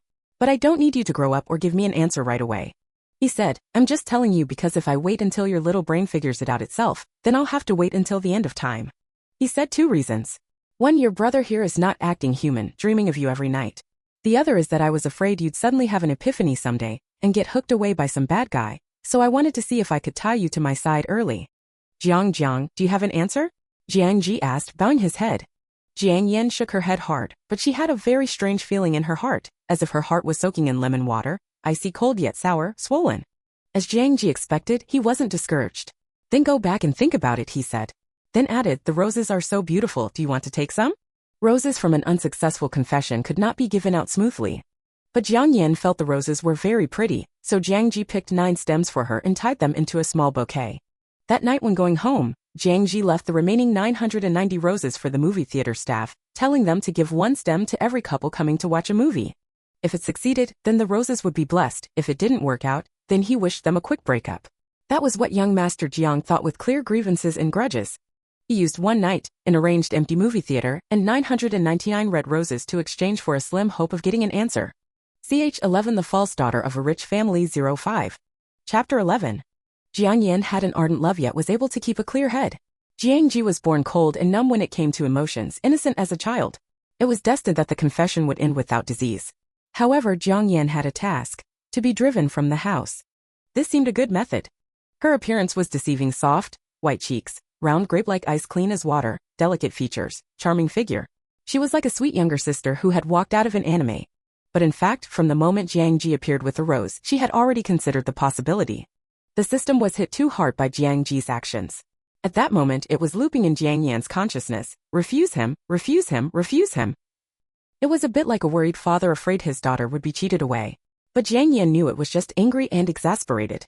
Jiang Yan lay on the soft princess bed in her bedroom, lazily playing with her pink piggy bank, reasoning with the system, "But if I agree to him I can complete the task." What? When it came to questions that require thinking rather than deduction, the system would freeze up. "If I'm with Jiang Ji, his family will definitely be angry. If they get angry, won't they drive me out?" Jiang Yan coaxed like soothing a child, patiently explaining. Anything related to the task, the system found hard to refuse. It was quiet for a while, then inexplicably said something human. You're taking advantage of Jiang Ji's feelings for you. What Jiang Yan liked most was the system's lack of human understanding. What she hated most was the same. Or rather, the system had poked her sore spot. Forget it then, Jiang Yan said calmly, full of malice in her eyes. I agree it's not very good. The system panicked. No. You only have 3 months left at most. Finish the task quickly, or you'll face punishment. Jiang Yan covered her eyes with her slender forearm, suddenly too lazy to act, perfunctorily saying, Oh, all right then. The next morning she sent Jiang Ji a message with 2 words, yes. Jiang Ji, who hadn't slept all night, thought his eyes were deceiving him. After confirming many times, the corners of his mouth rose to the heavens. His roommate joked, What happened, brother Jiang? Good news. I have a wife now. Jiang Ji couldn't help but laugh. No way, for real? Damn. You're taken now. When did this happen? Jiang Ji was in a good mood and didn't want to haggle with them. He left the chaos behind, rushing out to buy food and flowers, preparing to see his wife. He didn't care why she had agreed. She had agreed, and that meant she couldn't go back on it. But after calling Jiang Yan, he silently returned the fresh bouquet of roses. You're home? Jiang Ji casually asked. Mom and Dad are here too? Jiang Ji had to switch to a low-key bouquet of white spider lilies, but still reluctantly, asking the florist to tuck a red rose inside. In some straight men's eyes, red roses were the most obvious expression of love. Jiang Yan didn't have class yesterday. After watching a movie, she went back to school to grab something, then went straight home. She definitely should have told Jiang Ji, but yesterday's sudden confession had disturbed both their thoughts, so she forgot. You brat, you know to come back. Jiang Ji's mother laughed and scolded, then suspiciously asked, What are you holding? Flowers for my sister. Jiang Ji said without hiding anything. His family knew he and his sister were close. Bringing her flowers was normal. After a while, Jiang Ji's mother suddenly remembered the meaning behind white spider lilies, unwavering love, just for you, and laughed, shaking her head, all grown up and still doesn't know how to buy flowers. Jiang Yan was still lounging in bed. Swift footsteps suddenly sounded from the stairs, then her door was pulled open. Jiang Ji held a bouquet, smiling. Girlfriend, good morning. Jiang Yan groggily looked at him from the bed. He tactlessly closed the door, set the flowers on the table, crouched by the bed watching her half asleep, utterly adorable. It's boyfriend perspective today, Jiang Ji said, laughing. Since the two were already exceptionally close, after starting a relationship there was surprisingly little change. Jiang Ji didn't make a move. Jiang Yan, usually so wooden, became anxious instead. Especially when Jiang Ji urged her to come clean with his parents soon. Jiang Yan wanted a thunderous rage that would drive them out. Of course she couldn't confess. So the eternally unchanged Jiang Yan took initiative for once. When Jiang Ji's mother came upstairs with fruit, Jiang Yan stood in front of him, expressionlessly saying, I'm going to kiss you. She pretended to be calm, but her eyes were extremely flustered. Sweetness poured into Jiang Ji's heart. But fearful of scaring her away, he bent down and closed his eyes, waiting. What came wasn't the girl's touch, but Jiang Ji's mother's ominous voice, Jiang Ji. Jiang Ji opened his eyes wide. His mother's bony claw greeted his face. His mother usually valued self-cultivation most, yet suddenly whipped out formidable martial arts. Jiang Ji had confidence reasoning with his mother, but seeing his girl seemingly frightened, he acquiesced and let himself be driven from the Jiang family home. Bewildered, Jiang Yan from start to finish hadn't been yelled at. Why not berate me? Why not drive me out? Jiang Ji's mother turned back to look at her. Her fury had already dissipated. Gently she said, My girl, that brat doesn't understand. I know it was him being poorly taught that led you astray. I've driven him out, so don't be scared. Jiang Yan thought, I'm not scared at all. Jiang Ji's mother unilaterally decided it was his fault and indignantly told Jiang Yan's father, eliciting one team member who also scolded Jiang Ji. Unable to return home, Jiang Ji could only live in his dorm. He resentfully hadn't gotten to kiss her. Because she hadn't been driven out, Jiang Yan's task hadn't gone as planned. She was equally dejected. Lying in bed, Jiang Ji planned for the future. After break I'll sneak you out. Let's go on vacation to my family's island. My dad bought it. It'd be a waste not to use it. There's a coconut grove there. You can eat specially flavored coconuts and fresh seafood. You'll definitely like it. We can ride a boat at sea and swim. The last orange glow faded from the horizon. The protagonist hugged a coconut in one hand and held his girl, afraid of the dark, walking back. Light shone brightly in the distance. It made the single boys in the dorms envious. Jiang Yan had quietly listened lying in bed. Suddenly she had an idea and asked, When's break? Jiang Ji said, Soon, less than a month left. Still enough time. On a university's break day, Jiang Yan packed a small suitcase and secretly left, only to be caught red-handed by Jiang Ji's mother at the front door. But Jiang Ji's car was already parked and he effortlessly took Jiang Yan's suitcase, saying to his mother, Don't worry, I'll take good care of your daughter-in-law. Jiang Ji's mother incensed, if you're leaving, then don't come back. Initially hearing this, Jiang Yan instinctively turned back. Suddenly the system's voice appeared in her mind. Task complete. Jiang Ji thought she was afraid and pulled her along, saying, don't worry. How could mom truly be angry with you? She'll definitely call you in less than 2 days. I understand my mother perfectly clearly. Trust me. I trust you. Jiang Ji successfully eloped with his little sister, even if it was right under their old mother's nose. At least in that moment, Jiang Ji felt he had attained happiness. His beloved girl was in his embrace. But perhaps it had all gone too smoothly, so much so that he had a strange sense of foreboding, a dangerous, parting, unpleasant, fearful feeling. He instinctively touched Jiang Yan's forehead, wanting to find some sense of reality. But no one could have expected that disaster would strike in that moment. Ch12 The Hype of the Wealth of Internet Celebrity Vicious Girl Match 01. Chapter 12. Detected completion of all tasks. About to exit the world, a familiar emotionless voice sounded. Jiang Yan felt the world suddenly quiet down, coming to a halt. All objects became fixed in place, losing their colors and shapes. It was as if life was slowly fading away. In reality, just as she had suspected, everything was fake. All the people were merely NPCs designed to help her complete her tasks. But she didn't feel relieved. She had the constant feeling that Jiang Ji's embrace was too scorching, to the point where she had an illusion of still being held. Jiang Yan stood there in a daze and was transported to the second world. Your task. Play the role of a malicious supporting character in a viral internet celebrity romance. You are an ordinary small internet celebrity who, in order to gain fans and attention, enters into a fake relationship with a big shot on the platform. You want to generate traffic and attention by hyping up your relationship, but you are unaware that the big shot is only toying with you and has no interest in such things. Once he's had enough, he will break up with you. Many fans will turn against you, causing you to lose your popularity. Every day you'll be anxious while helplessly watching your best friend, who is inferior to you in every aspect, become a big star in the entertainment industry. The system emphasized all characters in this world are within normal parameters. Implicitly, it meant that the situation from last time, where both the female lead and the male supporting character pursued a malicious supporting character, would not occur. As Jiang Yan regained her consciousness, she found herself facing the camera for a live stream. She had never done a live stream before and didn't know how, but she remained calm and expressionless as she ran her fingers through her hair. During the short time she had been in this world, the original owner's body hadn't moved at all. The comments section was filled with questions. What happened to Yan Yan? Was Yan Yan just sleeping? Take care of yourself, beautiful. Even when my wife is sleeping, she looks so beautiful. Jiang Yan stared at the screen for a few minutes, barely grasping the fact that the plot hadn't started yet. She didn't have the mood to fake a smile and casually replied, I haven't been feeling well lately, didn't get enough sleep. The comment section exploded. Jiang Yan used to be extremely friendly toward her fans, always speaking to them in a gentle and considerate manner. She almost always accommodated their requests, although it was certainly a strategy to retain fans according to the system's evaluation. This sudden change was like the gentle and beautiful woman from before suddenly becoming aloof, like a scumbag who didn't care as long as she retained them. However, some fans fell for this act. Sis, your aloofness is hitting me right in the heart. Oh my god, that's exactly the feeling. I love you so much, even if you don't love me. Jiang Yan stared blankly at the screen, feeling a bit dumbfounded by the nonsensical chatter. She took out a makeup mirror and examined her appearance in this world. Unlike the previous world where she was young and innocent, in this world she had a height of 1.7 meters with long and slim legs. In the mirror she had an obvious heavy makeup look. She had large, elongated fox-like eyes, a slender nose, rosy thin lips, a somewhat cold and elegant appearance, and her brows and eyes were somewhat similar to her original self. Having grown accustomed to the appearance of the river's eaves, Jiang Yan fell in love at first sight with this type of beauty. She looked at herself in the mirror, sometimes cold and indifferent, sometimes smiling, until 2 dimples appeared on her face. I guarantee this woman has forgotten about us.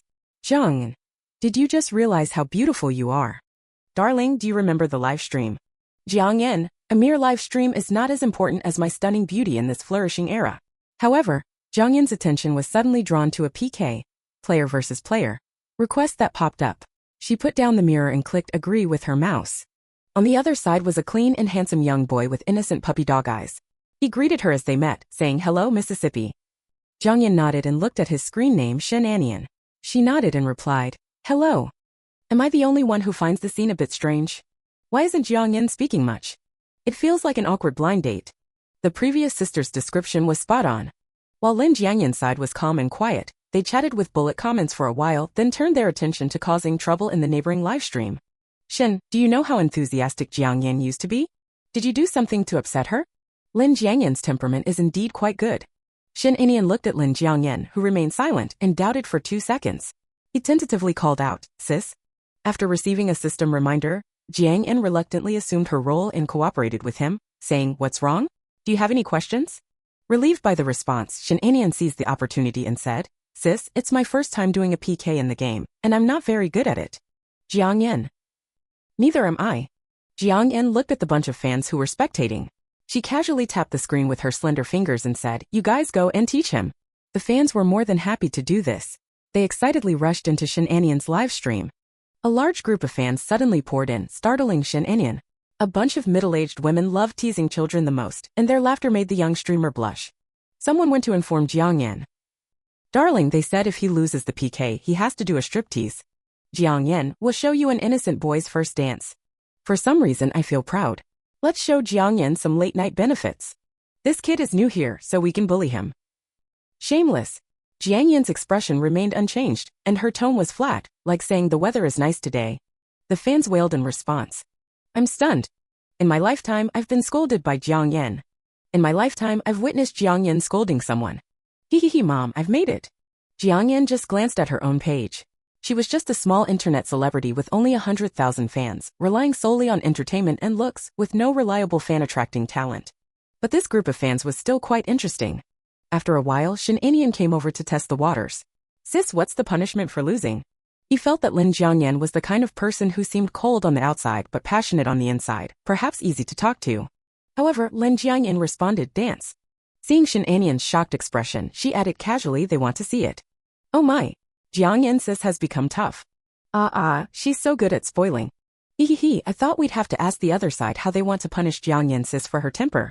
Wasn't it always like that before?" Both sides muted their mics and Shin Inian struggled for over 10 minutes. However, he was still somewhat inexperienced compared to Lin Jiangyan, who had a certain foundation. The PK quickly ended and Shin Inian stuttered, "Sis, what dance are we doing?" Ignoring the screen filled with "Please strip," she thought for a moment and suddenly became interested. "Invincible cutie. Can you do this?" "Huh." Shin Anian was confused. It didn't sound right at all. "I don't know, sis." Cute little puppy being all clingy online. Does anyone know what dance Invincible Cutie is? Is it a new version of Little Wildcat? Oh my, it can't be the Invincible Cutie I know, can it? ch13 The Hype of the Rich Internet Celebrity Vicious Girl Couple 02. Chapter 13. Search it on your phone, and you can learn and dance at the same time. Jiang Yan was always persistent when it came to things she wanted, and now she was surprisingly serious. Shin Inian had no choice but to take a phone, feeling at a loss, and search for videos of an unbeatable cuties dance. As soon as he saw the pile of children on the cover, he knew something was off. He reluctantly clicked into the video, and the childish and cheerful music burst out of the phone. Naughty dark cloud riding on my head. Naughty stars staring all night. Naughty time machine running so fast. Crying nose naughty. Shin Anian was dumbfounded, while the fans were overjoyed. "Oh my god, I'm dead, I'm laughing to death. Children's songs, children's dance, Jiang Yan, are you serious? I declare the award for the best punisher goes to Lin Jiang Yan. I'm genuinely curious, how did Jiang Yan manage not to laugh? I can't hold it in, I'm laughing myself to death." Jiang Yan focused her gaze on the helpless Shin Inian, making his face even redder. The fans chimed in, "So, Lin's sister is into this." Jiang Yan was still watching the screen when suddenly the door behind her opened, and a lively girl wearing a pink bunny apron walked in. Her voice was naturally sweet. Yan, the late-night snack is ready. Secret sauce for the dumplings, pork and corn filling, no green onions for you. Hey, are we live? Halfway through, Lu Shushu realized something was amiss and wanted to leave. No worries. Jiang Yan didn't mind and pressed the camera, hiding her face. What are you doing? Lu Shushu curiously asked when she saw the boy dancing on the screen. Is he a preschool teacher? Teaching dance. Jiang Yan made a sound of agreement and nodded. Both sides of the fans burst into laughter. Little preschool teacher Shin Inian. Laughed until I vomited. Never expected that Shin has this hidden identity. Shin Inian stopped dancing, and before ending the stream, he remembered to say hello. But he didn't call her sister anymore, his tone was stiff, saying, "I'm done dancing, I'm signing off." Jiang Yan sensed a hint of frustration in his voice. A small boy with a delicate appearance and quite a temper. Jiang Yan just closed the PK. She didn't see it, but the fans saw it clearly and their ears turned as red as paint. Shin Inian left, and they shifted their attention to Lu Shushu. Who's this little sister? She sounds like a sweet girl. The dumplings look really delicious. They were indeed delicious. Jiang Yan took a bite. Thin and tender skin, sweet corn filling, savory meat, and a sauce made from soy sauce, vinegar, oyster sauce, and sesame drizzled on top, enhancing the flavor. Her hidden foodie nature erupted, and Jiang Yan gave Lu Shushu a thumbs up. Lu Shushu stood by, smiling. I want to eat too. Wife looks so beautiful while eating. So who is she? Why do you live together? Suddenly panic. My wife always claims she doesn't have a boyfriend, but she probably has a girlfriend, right? As they continued to add more drama to their speculation, Jiang Yan put down her chopsticks and reached out to hold Lu Shushu's hand, explaining, my best friend, college classmate, and roommate. Are you satisfied now? However, fans are fickle, and after she explained, they started acting all fragile and whining. She scolded us again. All this fuss over a woman. A woman who made her a bowl of dumplings. They are so adorable, Lu Shushu laughed. Jiang Yan snorted and commented, overly dramatic. Her fans felt hurt once again and turned to communicate with Lu Shushu. Sweet little sister next to you, is our sister Yan in a bad mood today? Yeah, why is she so aggressive in her speech? She's even become aloof. She used to be so gentle and spoke softly to us. Gentle? Lu Shushu widened her eyes in surprise and was pulled by Jiang Yan's hand, but she couldn't help but say, does Yan Yan have that quality? Hasn't she always been aloof? She has the worst temper among us in the dormitory. She's practically a demon queen. Because she's the dorm leader, our dorm is always clean. When she used to participate in debate competitions, her aura could overwhelm others. As Lu Shushu spoke more excitedly, the fans also got hyped. Was the previous Jiang Yan just a figment of my imagination? Could it be that she wanted to portray a gentle image but couldn't keep up with it today? It's so hilarious, sisters. A woman who always strives for success. I can already imagine the glory of Jiang Yan's university days. Jiang Yan didn't interrupt, as her original personality was an accident, but it explained her change in demeanor today.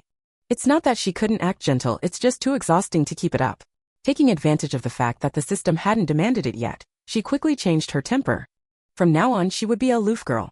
Jiang Yan sat at the computer and played with Lu Shushu's hand. She had a petite frame and naturally fair skin, but her hands were covered in calluses. Lu Shushu had previously mentioned that she had been cooking since she was a child. When the live broadcast reached the end, Jiang Yan mechanically let go of Lu Shushu's hand and faced the screen, saying, alright, that's it for today's live stream. See you all tomorrow. A few barrage messages pleaded desperately, Yan Yan, can you keep it on for a little longer? Sister Yan, just 10 more minutes of chatting, only 10 minutes. A clear-minded person said, you all forgot, she's no longer the old Lin Jiangyan. Now she's Lin Jiangyan, the aloof one. Some observant fans saw her letting go of Lu Shushu's hand and sincerely commented, how can her temperament deteriorate along with her character? She's so trashy, using and discarding people. After ending the live stream, Jiang Yan turned her chair towards Lu Shushu and asked, how was it? Lu Shushu and Jiang Yan had just graduated from college. Finding a job was already difficult for their majors. Jiang Yan had switched careers early on and became a live streaming anchor, relying on her youthful appearance to make a living. Lu Shushu, on the other hand, had reservations about live streaming and was currently working as a temporary employee with a low salary. When she wasn't working, she would go to various job fairs to look for employment opportunities. However, as expected, this time was also fruitless. Jiang Yan lazily advised her, why don't you become a food anchor? You cook well and you're beautiful. I can even help you. Lu Shushu quickly shook her head and said, no, that's not for me. I can't do it well. It's not suitable for me. I'll continue looking for other jobs. Jiang Yan had already done her best with 1 or 2 words of persuasion, so she stopped and quietly ate her dumplings. In the evening, the system chimed in. Today, you didn't strictly follow the character setting of the malicious supporting female role. Facing the system, Jiang Yan once again became the weak and pitiful one, saying, I think it's okay if the malicious supporting female role has a worse temper. It will make more people dislike her. The system found it reasonable and only said it won't be allowed next time. The 2 girls in the rented room entered their dreams with their respective worries. Little did Jiang Yan know that the live stream she did that night ignited a tremendous wave of popularity. Ch14 The hype of the wealth of internet celebrity vicious girl matched 03. Chapter 14. First, there were videos spontaneously edited and mocked by Lin Jiangyan's fans. Let's talk about how I like this host's gentle persona, but she couldn't maintain it over a small incident. The fans contrasted Jiang Yan's before and after reactions. Before PK encounters, hello, I'm Lin Jiangyan, you can call me Jiang Yan. Now, nods hello quietly. Before encountering newbies who didn't know, it's okay, just do it casually, it's fine if you don't know. Now coldly speaks, you guys teach him. Before encountering fans bullying newcomers, that's not good, don't do that. Now, shameless. Before, punishments for losing PK, either squat 10 times, drink 3 cups of water, or eat a piece of dry bread. Nice. Irresistibly cute. Before encountering whining PK opponents, really don't know? Then do something you know. Now, look it up on your phone. The contrast was too stark, triggering a wave of comments from passersby. Is this really the same person? How interesting this host is. Wow, I like her current style. There was also a marketing account that clipped the video of her looking in the mirror, titled, "What a Beautiful Woman Thinks When Looking in the Mirror." The scene started with a line of text. I always feel I'm not beautiful enough. With this premise, watching the woman scrutinize her looks, she seemed unsatisfied. She stared directly into her own eyes, examining every feature, making a cold expression, then forcing a smile. Finally, when Jiang Yan truly smiled, her red lips curved, her eyes sparkling, with the caption, "Just kidding, of course I'm the most beautiful." The marketing account also deliberately enlarged a fan's complaint. I'm sure this woman has forgotten us. Doubling the humorous effect. Jiang Yan woke up to find she had gained over 10,000 fans, feeling very surprised. The original host had signed a contract with the platform to stream for a fixed duration each month. With nothing to do in the morning, Jiang Yan casually started a stream, just to pass the time. Fans enthusiastically came in and teased the beautiful host as usual. "Good morning, my dear. Woof woof, your husband is here." However, before they could finish their antics, the stream's picture became clear, showing a sharp kitchen knife continuously chopping, accompanied by the thump, thump, thump sound of cutting vegetables. The comments suspiciously paused for a moment before resuming as if nothing had happened. "You scared me. I thought Jiang Yan was about to kill someone and get rid of the body." Sob, me too. "Watching this so early in the morning, is that okay? Wife?" "Watching my sweet pie cooking yesterday," Jiang Yan explained. Lu Shushu looked a bit embarrassed, but her handling of the ingredients was still deft. Green cabbage leaves were torn into chunks, white tofu was diced, 2 fragrant eggs were fried, and with added water, simmered into a small pot of creamy 3 fresh soup. Chicken legs were cut into chunks and deep fried, with red chilies, Sichuan peppercorns, scallions and ginger sautéed until fragrant, then the chicken chunks were tossed in, making a vibrant red and deliciously spicy diced chicken dish. 1 dish and 1 soup, along with 2 sauce pork buns bought yesterday, made up the breakfast for 2. Jiang Yan casually placed the streaming phone angled towards her, and began eating. The fans howled in hunger. "No way, you're just going to eat now without telling us what it tastes like? Looks so delicious, making my milk bread seem bland. Sweet pie, quickly become a food streamer instead, or else I'll get angry and beg you on my knees." Is Jiang Yan becoming a mukbang streamer? Jiang Yan glanced at the screen and told Lu Shushu, "They're telling you to become a food streamer." "Oh, I don't think I can do that. Jiang Yan, I have to go to work later." "Okay." Jiang Yan lowered her head to eat. But the fans had turned into disgruntled wives, each making snide remarks. "You're so indulgent with her. That was the only thing about sweet pie that you noticed. You're not harsh with her at all, you even persuaded her." Finally, the conclusion. "You've changed, woman." Jiang Yan glanced at them, then moved her gaze back to her food, dismissively saying, "I'll chat with you guys after I finish eating." Fans. Today she would have to spend a long time streaming because early in the morning she had received a system quest. Express affection for Fu Yan and make a romantic proposal. By chance during a joint stream, Jiang Yan crossed paths with Fu Yan, a mega influencer with tens of millions of fans on the platform. Eager for fame, she immediately seized the opportunity to ingratiate herself with Fu Yan and began pursuing him. Fu Yan, curious about her motives, nonchalantly agreed. A confession destined for success. Quite interesting. Lu Shushu went to work. Jiang Yan saw her off, then idly streamed due to boredom. "Babe, your eyes have already betrayed you. During work hours, please focus on your work, my dear darling." The previous world was still summer, but in this world, winter had already arrived. Jiang Yan wore a blue-gray wave pattern knitted sweater, with her black hair loose, looking languid yet elegant. The outside sunshine was nice and the room heating was warm enough to make one want to sleep. She slightly squinted her eyes, one arm propped on the table supporting her, watching the fans' comments. "My babe really suits the beauty streamer path. Aloof pure desire beauty? Wife cuddle me." Jiang Yan casually chatted with them, "Don't call me wife." Why? "Because I don't want to see a beauty streamer's partner every day." "I'll be quiet. Turns out I've lost that privilege." "Born beautiful, I'm very sorry." Jiang Yan. "Born a lecher, wife, I'm also very sorry." "The one in front, don't walk away, your pants fell off." The person who had indirectly conversed with Jiang Yan earlier actually seriously replied, "If we really ended up together, then I would never look at anyone else from then on." Before Jiang Yan could say anything, the fans had already ganged up on him. "Dream on. Wake up already. Try taking my wife from me in your next life." This topic was dropped, but it sparked another interest among the fans. Requesting Jiang Yan's ideal type. 360-degree Tomas rotation, kowtowing and begging.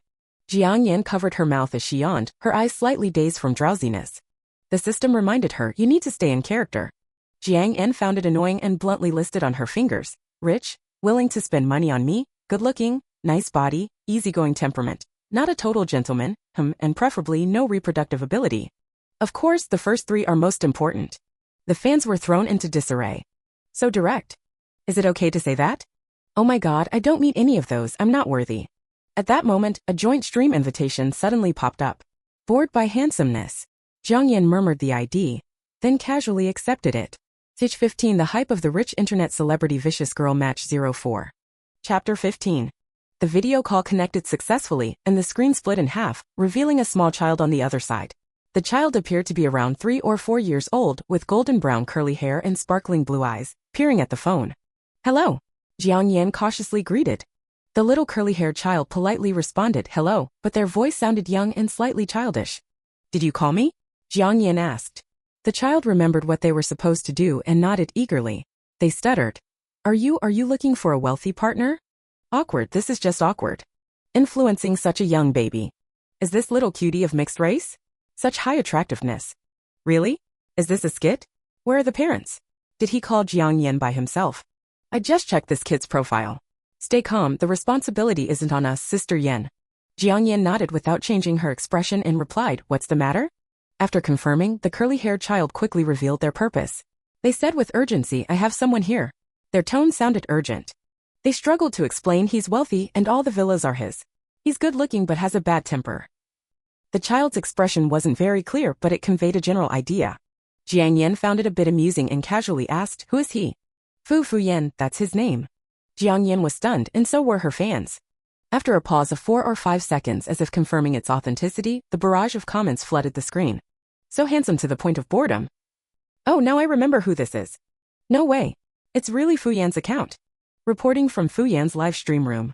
The Great Demon King went to have a meal, now it's little Fu himself looking for a sister-in-law. I'm dying of laughter. Jiang Yan didn't react, but suddenly a lazy and deep voice came from the other side. It was magnetic and incredibly captivating, sounding both charming and sexy. That voice said, what good deeds are you up to, Fuqi? Immediately after, a face appeared on the screen, exuding an air of nobility. There were distinct angular eyebrows, a pair of seemingly smiling peach blossom eyes, a tall nose bridge, and thin, alluring lips with a touch of aggressiveness. After understanding the situation on the phone, he slightly curled his lips and nonchalantly said, Beauty, sorry about the mischief of the little one. Humph, you can't find a wife. Fuqi cursed him, annoyed. Fu Yan easily suppressed him and continued the conversation with Jiang Yan. Shall I send you 2 castles? Castles were the most expensive gifts on the platform, priced at 3,344 yuan each. Sending 2 would cost almost 10,000 yuan. However, it was evident that Fu Yan didn't take it seriously. The system reminded again your mission and character. Okay, let the show begin. Jiang Yan didn't react at first and looked at him lazily, saying, I'm not in need of gifts. Fu Yan found it intriguing to encounter someone who wanted to negotiate with him. So he smiled and went along with her question. Then what do you want? I need a boyfriend. Jiang Yan straightforwardly hit the mark.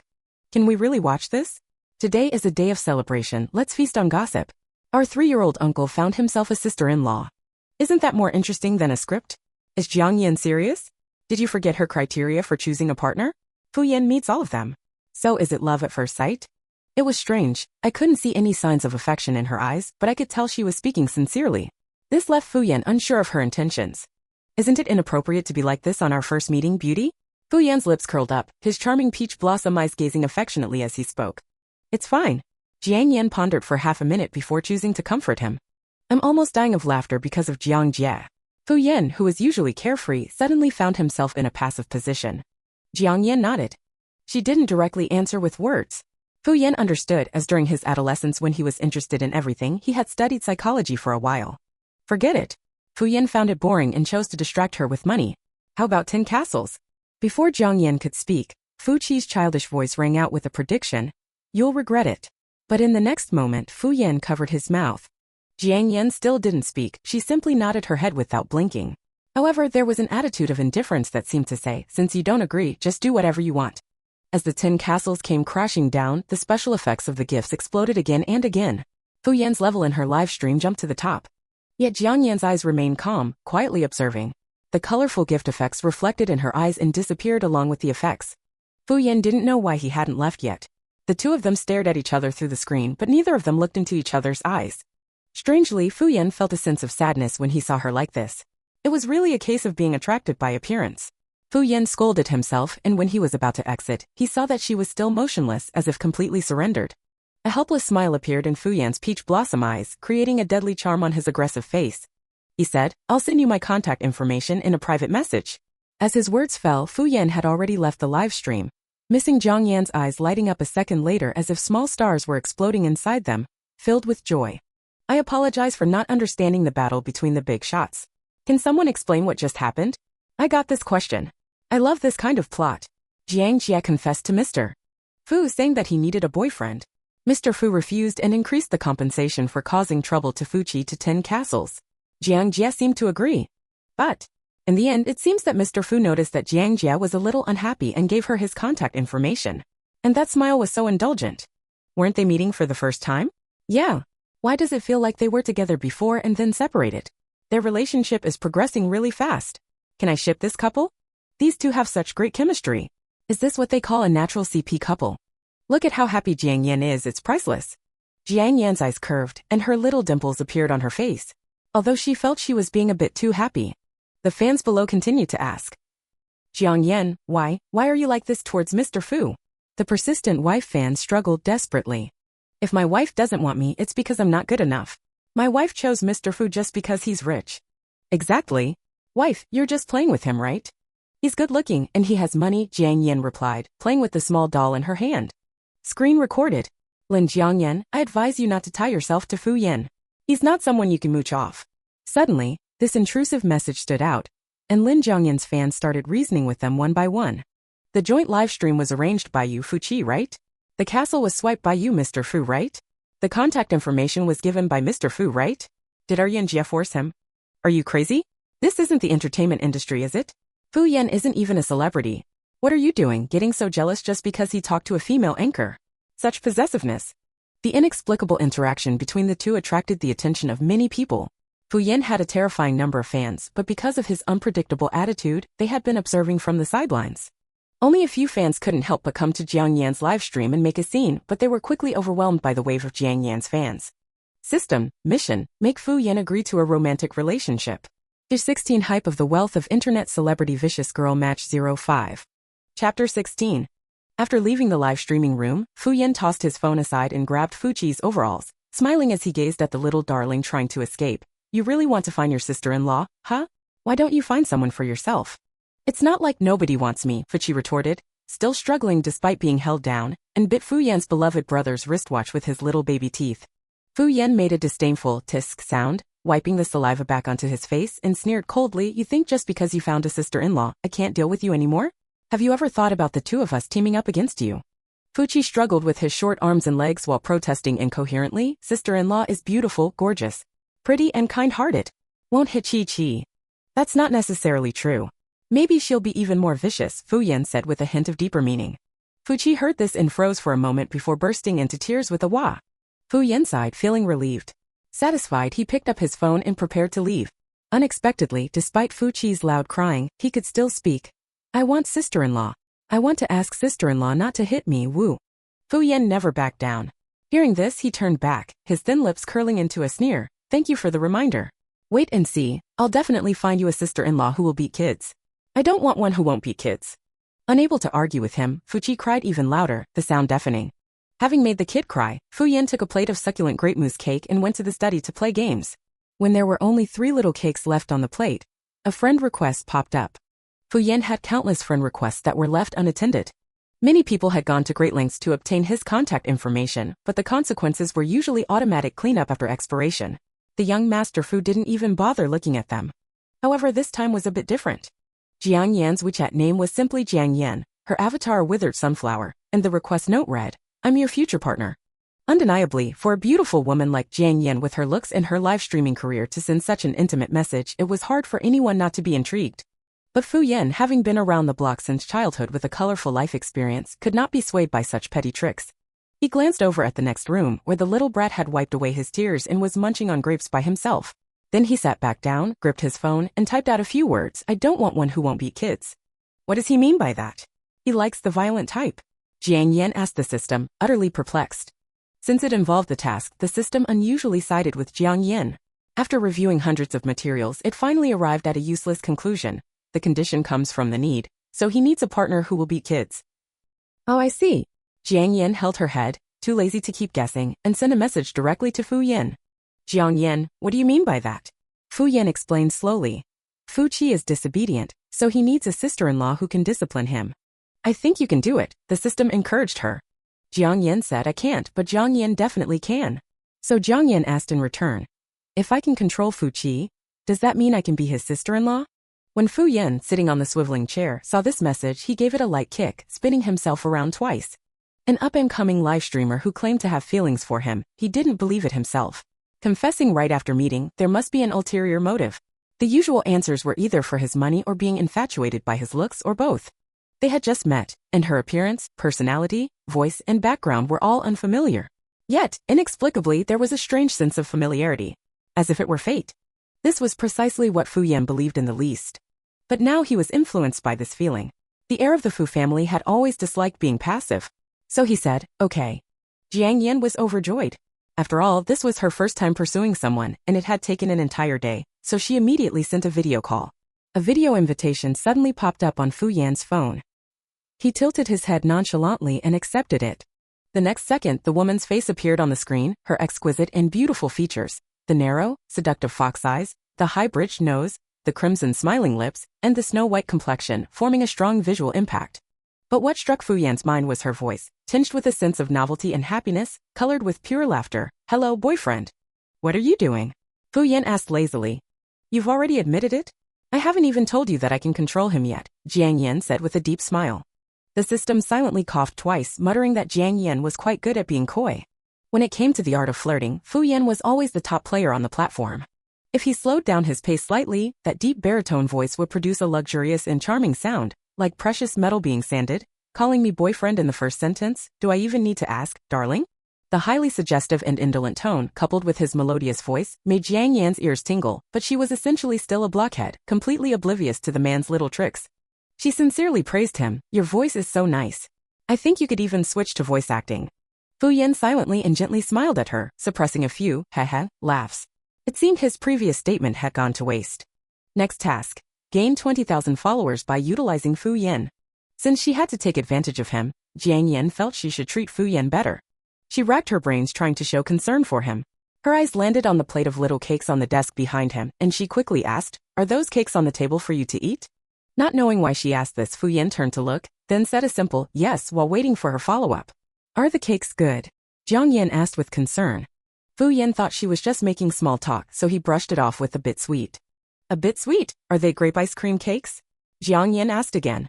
Realizing what Jiang Yan was trying to do, the system fell silent for 2 seconds before correcting her. You should be concerned about Fu Yan, not the cake. Jiang Yan said, oh, and told Fu Yan. I just wanted to know if the topping was grape or blueberry. It's a bit far away so I can't tell. Fu Yan understood what she meant, reached out his arm and brought the cake closer to the camera, thoughtfully asking, can you see it clearly now?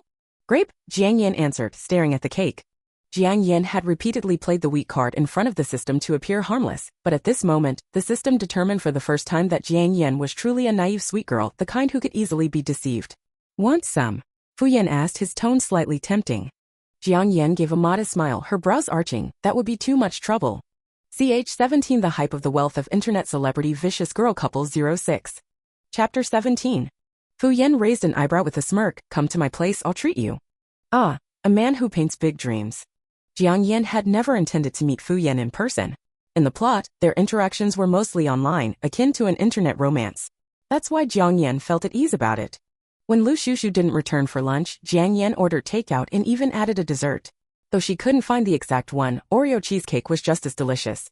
Jiang Yan reluctantly saved half for Lu Shushu and put it in the small fridge in their rented apartment.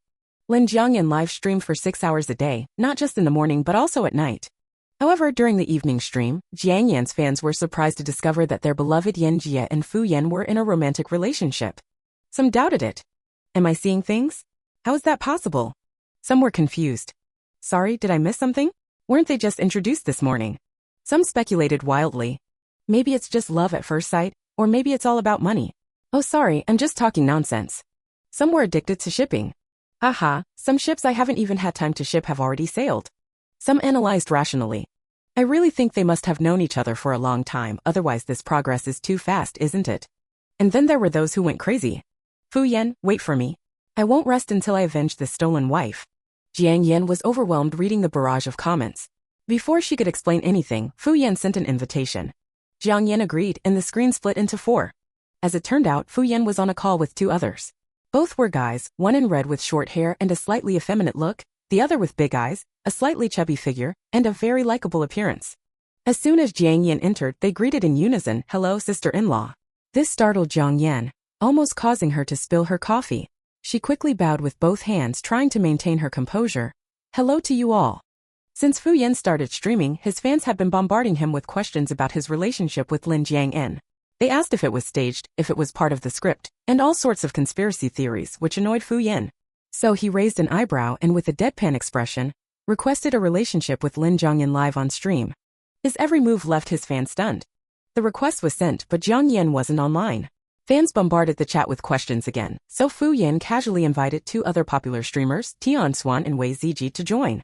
However, these 2 were even more annoying than the fans, constantly calling her sister-in-law. Just as the platform notified that Lin Jiang Yan was online, Fu Yan moved his fingers and brought his freshly minted girlfriend into the stream to deal with the situation. Jiang Yan. Sister-in-law, are you 2 really together? Tian Swan asked, full of gossip. Wei Ziji, with his gloomy appearance, spoke with a northeastern accent. Isn't that obvious? Ha ha, sister-in-law, you 2 are really moving fast. We only heard the rumors this morning. Tian Swan wanted to dig deeper into the gossip. Ahem. Wei Ziji cleared his throat, looking at Fu Yan's expression. Tian Swan chuckled, shifting the topic. Sister-in-law, why don't you join us? Jiang Yan glanced at them, her enticing fox eyes raising with curiosity. Join in what? She asked. After a brief discussion with Wei Ziji, Tian Swan considered that Jiang Yan had fewer fans and didn't want to bully her. How about a game PK, sister-in-law? Tian Swan proposed. Jiang Yan nodded. Among platform anchors, there was another way to compete besides live streaming battles, game PK.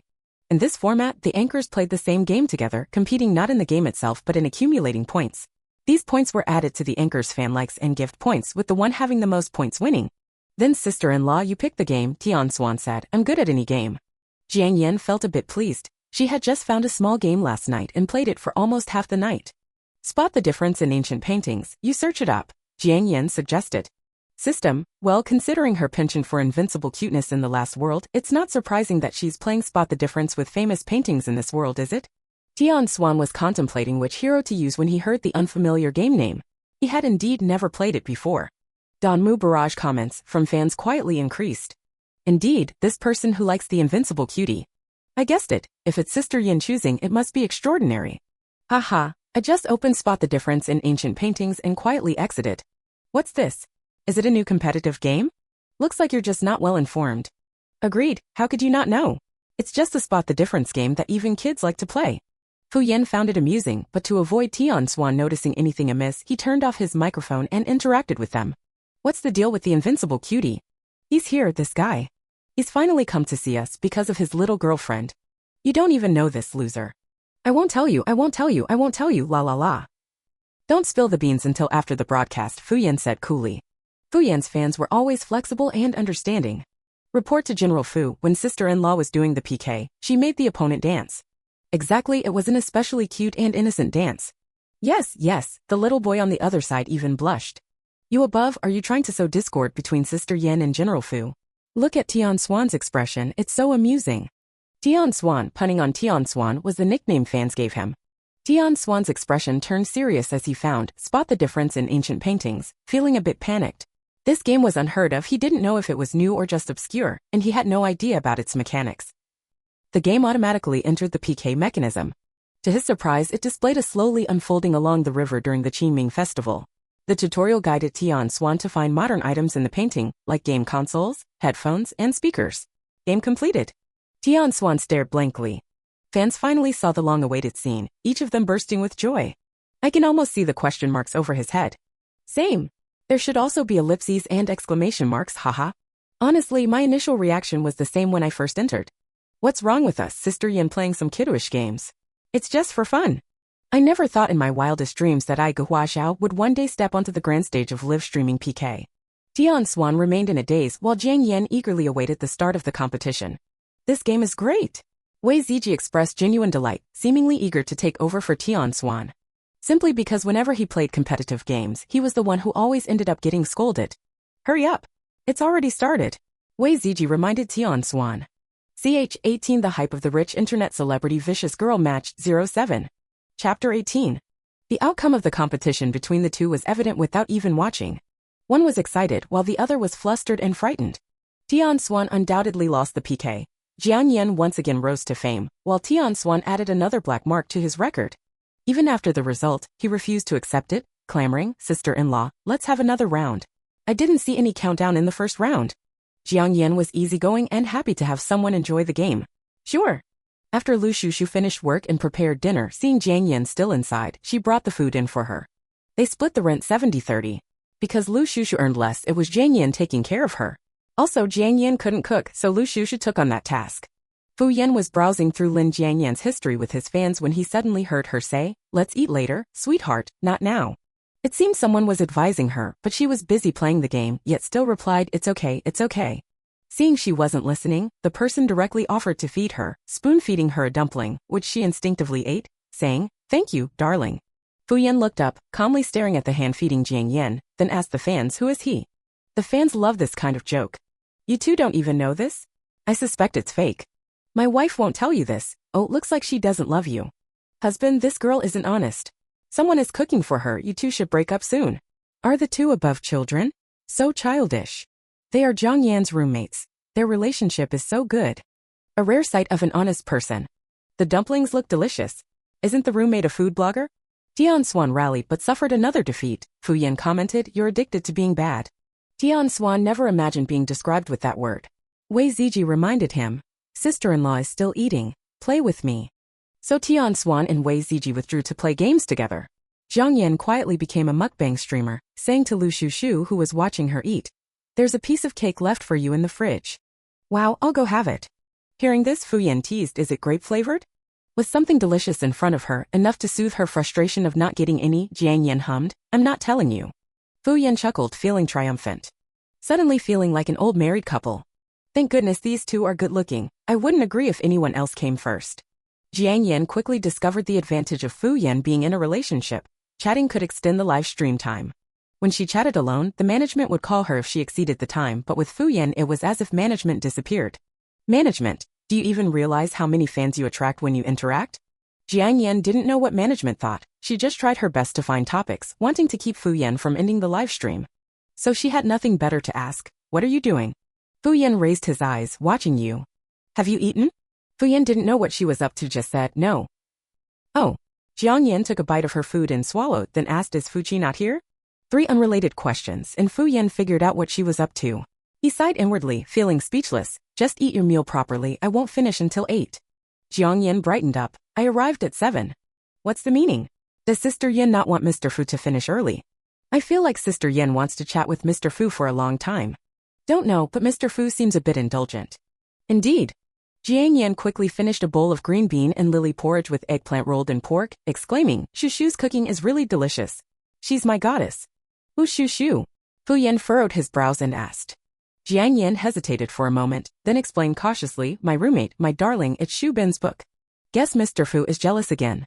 I didn't expect him to seem like a playboy, but he's bothered by this little jealousy." Fu Yan couldn't understand why he cared about such a trivial matter. He felt a little annoyed, but the next moment he asked again, "How many darlings do you have?" Jiang Yan was silent for a moment, cautiously replied, 2. One is you, one is her. Fu Yan glimpsed at the barrage, saying he was jealous, feeling irritated, but couldn't help asking, "Am I important or is she important?" Jiang Yan. You. Haha, I feel like Sister Yan doesn't want to answer. What kind of old vinegar is Mr. Fu? How can he compare? Just a little trick of young lovers. The barrage became more and more outrageous, so Fu Yan just let loose and flirted recklessly. "I don't believe it." He doesn't believe it. Hurry up and prove it to him. This man is so charming when he's willful. I want to cry. Why aren't you living together? Clearly, you should be kissing each other by now. It's driving me crazy. The person above, your bitter tea spilled. Jiang Yan didn't understand this question. It was the system that taught her. In the bewitching fox eyes, there was only one person, with red lips lightly parted, speaking softly and slowly, with a lingering tone, as if reproaching him for his wild thoughts. "Darling, I'm going to have a nosebleed. The person is already crazy, don't seek help." Lin Jiang Yan is so good at this. Don't know why, but it feels like the Sea King and the Sea Queen are competing to see who's better at flirting. Looks like Mr. Fu can't handle it anymore. It's Mr. Fu's turn, it's Mr. Fu's turn. Fu Yan looked at her steadily for a moment, his Adam's apple visibly bobbing, took a sip of water to cover it up, and asked, "Where is she from? You don't know this? Seriously, is Mr. Fu not up to par? Are they really just online dating?" Jiang Yan's smile froze for a moment, casually avoiding the question. "Why do you ask this?" Fu Yan narrowed his eyes slightly, afraid of arousing more of her vigilance, just smiled and said, "I feel like you have a little bit of a southern accent." Jiang Yan, a true northerner without much of an accent, perhaps her own doing, waved her hand uncertainly, saying, "I'm from the north, maybe picked up a bit of a southern accent during my previous visits." Fu Yan's contemplative expression always made Jiang Yan uneasy. As soon as the time was up, she signed off to find Lu Shushu. Any updates today? But Jiang Yan already knew, according to the plot, Lu Shushu's shining moments were yet to come on set. Sure enough, Lu Shushu replied, "None." Unable to bear seeing her disappointed, Jiang Yan insisted, "Tomorrow, I'll shoot a video for you. Create an account." Lu Shushu feared inconveniencing others, but Jiang Yan's attitude left no room for refusal. She hesitated before asking an unrelated question, "Can you wake up tomorrow?" Jiang Yan chuckled in exasperation, "Just wait for me. You'll see if I can wake up or not." However, before going to sleep that night, Jiang Yan earnestly requested the system, "Remember to wake me up, my dear." Calling her dear again, the system refrained from mocking her, simply asking, "There's no task to shoot a video for the female lead. Why are you doing this?" Unconcerned, Jiang Yan replied, "Aren't I the malicious supporting character? I'm preventing her from finding the right job.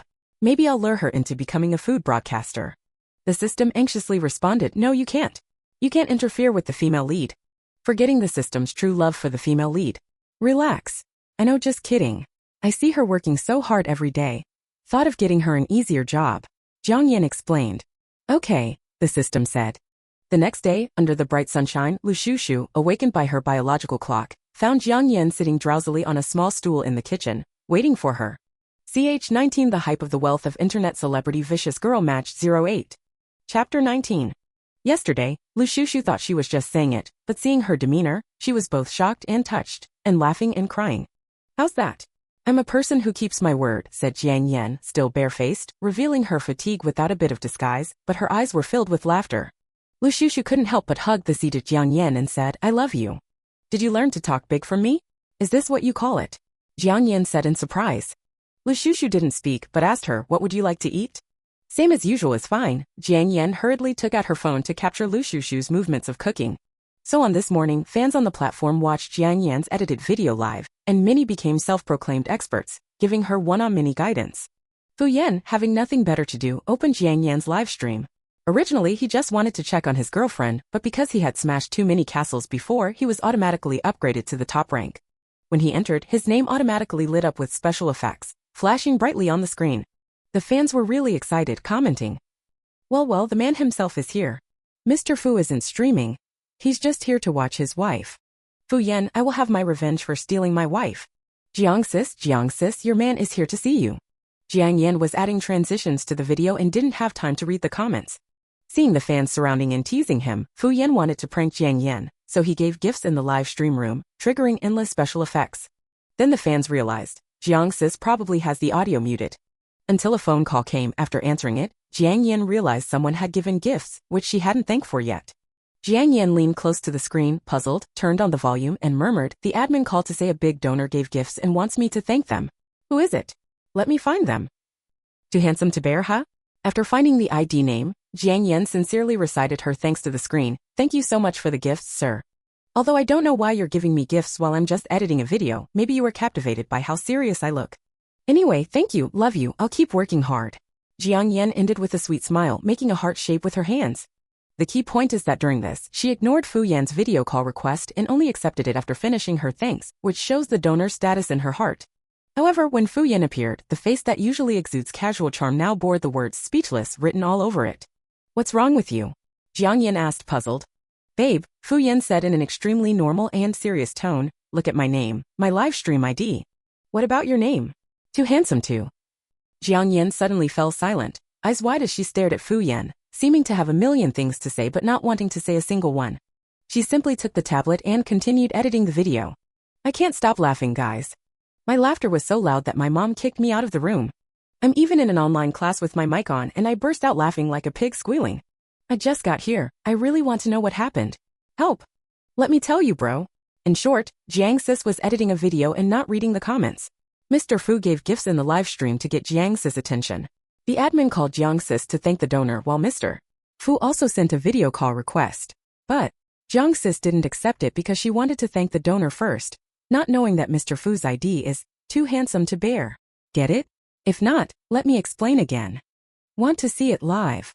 To add, now Jiang Sis is too embarrassed to read the comments while Mr. Fu is happily staring at her. At first, Fu Yan was annoyed, but after seeing Jiang Yan's reaction, he felt satisfied instead.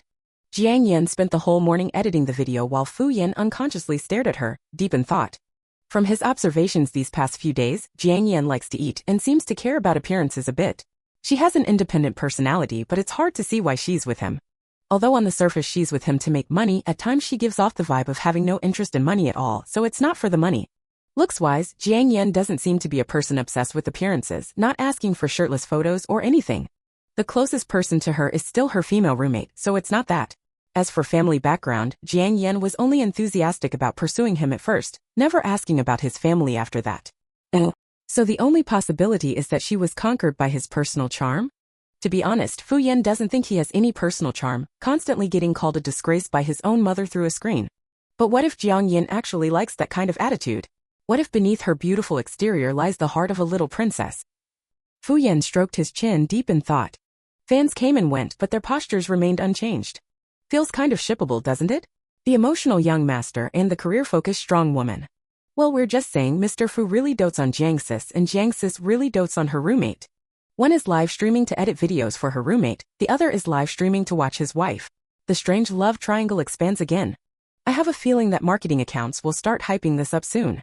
Yes, that's right. I've already seen a lot of videos about Jiang Sis and Mr. Fu. I was laughing so hard. You can search for the beautiful streamer embarrassment compilation. Jiang Sis' previous interactions with Mr. Fu have already been included. Due to the explosive popularity of Jiang Yan and Fu Yan's interactions, they've already been targeted by marketing accounts. But the upside is that Jiang Yan's task of gaining followers by leveraging Fu Yan was completed long ago, and her current fan count has more than doubled. Basically, they were all attracted by the couple's interactions and stayed for Jiang Yan's personality and appearance. Jiang Yan didn't finish editing the video in the morning, so she didn't end the live stream. She simply ordered takeout and kept editing. When it was time to go get the food delivery, Jiang Yan's fans suddenly became anxious and flooded the comments warning her to be careful. This was because a recent news story about a lone young woman being attacked had become a hot topic. There are only Jiang Sis and her roommate, two girls living in the rental apartment. Thinking about it, it's really dangerous. What if someone saw them and got the wrong idea, wanting to take advantage of them? It's giving me chills just thinking about it. Jiang Sis, you go get it, but wear a mask and hat. We'll time you. If you're not back in 10 minutes, we'll call for help. Mr. Fu is useless here. Jiang Yan was both amused and touched by their frank concern. While putting on her clothes, she reassured them, it's fine, no need to worry. There are people outside, it's broad daylight. Besides, I'm an adult, I'm smart. I even have my phone with me, no need to worry about me getting kidnapped. I'm heading out now. It was only after hearing what she said that Fu Yan looked at the comments and became uncontrollably anxious. CH20 The Hype of the Wealth of Internet Celebrity Vicious Girl with 09. Chapter 20. In Jiang Yan's eyes, Fu Yan gave off the impression of being outwardly aggressive, but inwardly a pure beauty. Oh, and now he was her boyfriend. He couldn't let her be in danger. Fu Yan immediately started tracking Jiang Yan's location. It was actually very easy to find, as Jiang Yan had previously revealed her general location to her fans during a live stream, and live streaming platforms would have specific information. Fortunately, they were just overly worried, as Jiang Yan soon returned with delicious braised chestnuts and sausage rice. If he hadn't come back soon, I would have been scared to death. I had already entered the first 3 digits, ready to dial out at any time. Today's marketing account has a new topic. Shocking, thousands of fans worried for the safety of a certain streamer who went out for takeout. Why do weird things always happen to Sister Jiang? The large orange-yellow chestnut kernels with a sweet and soft texture, the white and red salty and fragrant cured sausage slices, the tender and crisp mushroom slices, the carrot cubes and green onion rings for color, accompanied by the sauce-colored grains of rice, it was absolutely delicious. Have you had your meal, my precious babies? Jiang Yan asked her fans while noticing that Fu Yan was still live streaming. She turned to him. Fu Yan? Why haven't you gone to eat yet? I want to eat from your bowl, Fu Yan said gloomily, having been ignored all morning and just realizing he was starving. As soon as he spoke, Jiang Yan suddenly remembered the reason why she hadn't communicated with him, and her face froze. The fan's concern had initially distracted her attention, causing her to forget about this issue, but now she recalled it again. As an adult, one must learn to find a way out for oneself. Jiang Yan reluctantly took a bite of rice and said dryly, "My bowl has braised chestnuts in sausage rice. Shall I order some takeout for you?" Jiang Yan originally thought Fu Yan would refuse, since the process was quite troublesome. But Fu Yan, his expression unchanged, simply said, "Sure," and swiftly sent his address and other information to Jiang Yan. Jiang Yan tried to probe the system. "Have you noticed that the world's characters seem a bit off again? You mean Fu Yan's proactive behavior? From my analysis, he's only testing you to see if you'll change your attitude because of his address," the system reasoned. Jiang Yan felt it made a lot of sense because the address was from a well-known villa district. "It's possible that they can't deliver that far. Let me try," she told him. Fu Yan patiently indicated that he was in no hurry. Jiang Yan called and asked, and coincidentally, that location was at the furthest delivery distance, but they could still deliver there. Jiang Yan suddenly realized how close she was to Fu Yan. But since she had made the call on camera, she could only keep a straight face and tell Fu Yan that it would be there shortly. Fu Yan raised an eyebrow, sounding surprised. "They can actually deliver that far? Darling, are we quite close to each other?" Jiang Yan didn't want him to know, so she said with difficulty, "Not really, your place is already the furthest distance they can deliver to." When the takeout arrived, Fu Yan brought it back and smiled warmly at Jiang Yan. "This is the first time I've had takeout ordered by my girlfriend." Jiang Yan disposed of the trash and said slowly, "Eat slowly, I'll work on the video first. I always have a vague feeling that Mr. Fu is the clingy one, you know." "I agree, he's like a deep and devoted puppy dog. Don't you all remember Mr. Fu's arrogant past? Wow, that feels like such a long time ago and now I kind of miss it. Speaking of which, Mr. Fu has only known Jiang Yan for a few days. Do you really think they'll end up together?" "Sorry, but they're already together, you blind sister. Jiang Yan isn't even worthy. All her fans only came because of Mr. Fu, right?" The fans in the live stream suddenly started quarreling. But it was because Fu Yan's fans had held back for too long and could no longer contain themselves, with one wrong comment triggering their pent-up frustrations from the past few days. These people were only a small portion of Fu Yan's fans, but since Fu Yan had a large fan base, this small number seemed like a huge crowd. And what they were arguing about was nothing more than Jiang Yan's status in Fu Yan's heart, as well as Jiang Yan's own capabilities. Jiang Yan herself didn't care much about such things, as she had determined that events in the task world were false, and completing various tasks was merely to placate the system and prove her own speculation. So even when she saw those negative comments, she simply ignored them. But this was different for Fu Yan. Unlike ordinary live streamers, his live streams were just a way to pass the time for fun, and those fans who fawned over him because of his status and appearance had no value. But Jiang Yan had something he wanted to investigate, not to mention her current status as his girlfriend. So Fu Yan casually glanced at the comments and directly called out the head moderator in Jiang Yan's live stream, "Manage it, ban anyone who can't speak properly." The head moderator, having received orders from the platform's precious golden master, swiftly banned the offenders, while also notifying other colleagues to watch out for comments involving Lu Shushu. These moderators had to follow the wind direction. Their management approach had to be flexible, neither too strict nor too lax. Jiang Yan glanced at their actions, not too invested, and held a giveaway to express her thanks. Fu Yan, with his legs crossed, really liked her calm and composed demeanor, and responded with equal indifference, "Consider it repayment for your takeout." Before ending her live stream, Jiang Yan finally finished editing the video. She uploaded it to the account Lu Shushu had applied for. However, fearing a repeat of the earlier incident with people causing trouble in the comments, Jiang Yan didn't announce the account to her fans. Of course, she could only hide it for so long. Because Jiang Yan had also live streamed from the kitchen, her fans would eventually notice the discrepancy and dig out the account. Jiang Yan's daily routine was chatting, editing videos, or eating during live streams. She was simply unwilling to properly live stream. Surprisingly, Lu Shushu, who was originally meant to be serendipitously discovered and cast in a future role, received an invitation because of this food blogger's account. That evening, Lu Shushu excitedly and shyly told Jiang Yan about her childhood dream of appearing on television. Jiang Yan had initially been worried that she might refuse, as Lu Shushu had seemed a bit reserved when Jiang Yan filmed her earlier. Lu Shushu smiled brightly and said, "That's because we're such good friends. But when there's no one I know around, I won't be afraid at all." Very good, she had the aura of a female lead. Next, Lu Shushu would shine and excel on set, and go through the plot of meeting, knowing, recognizing, and falling in love with her childhood sweetheart, the famous actor. Meanwhile, Jiang Yan's only remaining task was, propose the idea of publicity stunt to Fu Yan. At the time, Jiang Yan was quite puzzled and asked the system, "Is that it? There's no task about being dumped by Fu Yan or being criticized by the entire internet." CH21 The Hype of the Wealth of Internet Celebrity Vicious Girl 010. Chapter 21. The system explained, after investigation, those two tasks belonged to predetermined outcomes achieved automatically. You don't need to do them, so they were cancelled. Jiang Yan held a skeptical attitude. After all, in the previous world, the final task that got her expelled from home was forced upon her. However, if she didn't need to do it, that was for the best. If the outcome couldn't be achieved, it was the system's responsibility, not hers. Originally, Jiang Yan had to live stream for over 6 hours every day.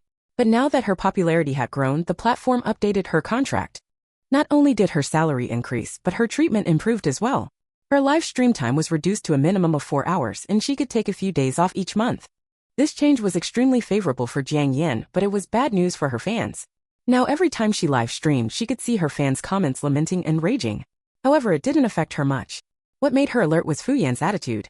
She didn't know when it started, but by the time Jiang Yan noticed, Fu Yan had already made up his mind. Even when Jiang Yan subtly mentioned that they were not truly a couple, Fu Yan calmly continued his pursuit. His courtship methods were not flamboyant, only bearing the uniqueness of a young master, with an attitude that could even be described as considerate, to the extent that Jiang Yan didn't know how to respond. In the eyes of others, they had already been together, and their behavior was seen as displays of affection. As a result, the belief that their relationship was going well grew stronger and stronger. So this task was the highlight. She had to design a shocking plan that would make Fu Yan want to break up after hearing it. After struggling for several days, Jiang Yan finally came up with a plan with full confidence and made a video call to Fu Yan. After all, to ask for something, she needed to show an attitude, so she unconsciously opened her mouth and called out, "Babe." Fu Yan seemed to have just taken a shower, holding a towel and drying his short hair. When he looked at Jiang Yan, he couldn't help but smile. "What's going on? Your mouth is so sweet today." "I want to tell you something." Jiang Yan set the stage, already prepared for him to be cold. "Go ahead, quite formal," Fu Yan commented in a low voice. "I want you to collude with me in creating some hype." Even though she had prepared for a long time, it was still difficult to say it out loud. Jiang Yan instinctively avoided looking into Fu Yan's eyes. Fu Yan seemed stunned for a moment, but then as if he had restrained himself, he calmly asked, "Why do you want to create hype?"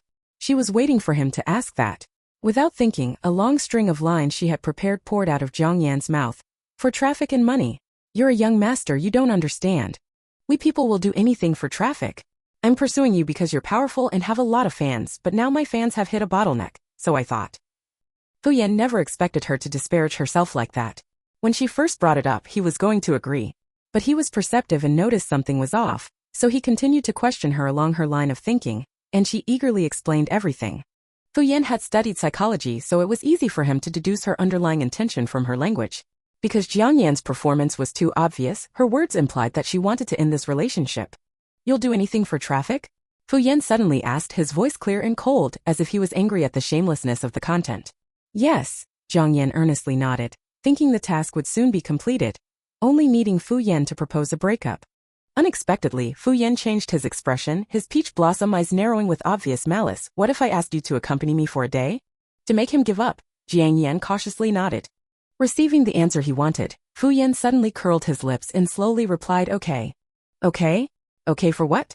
"Okay to create hype." While Jiang Yan called out to the system in her mind, Fu Yan had already asked intimidatingly, "How do you want to create hype? Tell me."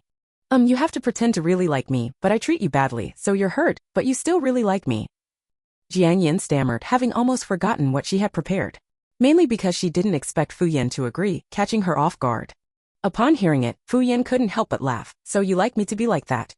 In any case, due to Fu Yan's contrary decision, they had to start creating hype. As for the system, it went to check again and again. Jiang Yan could only stubbornly go along with it. So in the following days, fans on the live streaming platform witnessed a show. First, the wealthy young master Fu Yan spared no expense for Jiang Yan, relentlessly showering her with gifts during her PK battles, using his immense wealth to send her to the top of the gift leaderboard for live streamers. Then, Jiang Yan's attitude towards Fu Yan was indifferent, as if she didn't truly like him. Meanwhile, Fu Yan inadvertently revealed during his live stream that his efforts were never rewarded, and Jiang Yan didn't love him. But Fu Yan still connected with Jiang Yan every day, constantly calling her wife and babe, and persistently showered her with gifts. Fans sympathized with this wealthy young master who couldn't buy love with money until later. They slowly realized that their unshakable daily routine, Fu constantly lamenting, showering gifts, and Jiang coldly brushing him off and being indifferent, seemed off. Some raised objections. "Why do I feel like they're creating hype? Alas, it's just a lover's trick. Why do you believe it?" "I knew it, they've just changed how they show affection." With this hype, Jiang Yan's fanbase doubled again, and almost everyone online knew the story of that live streaming couple.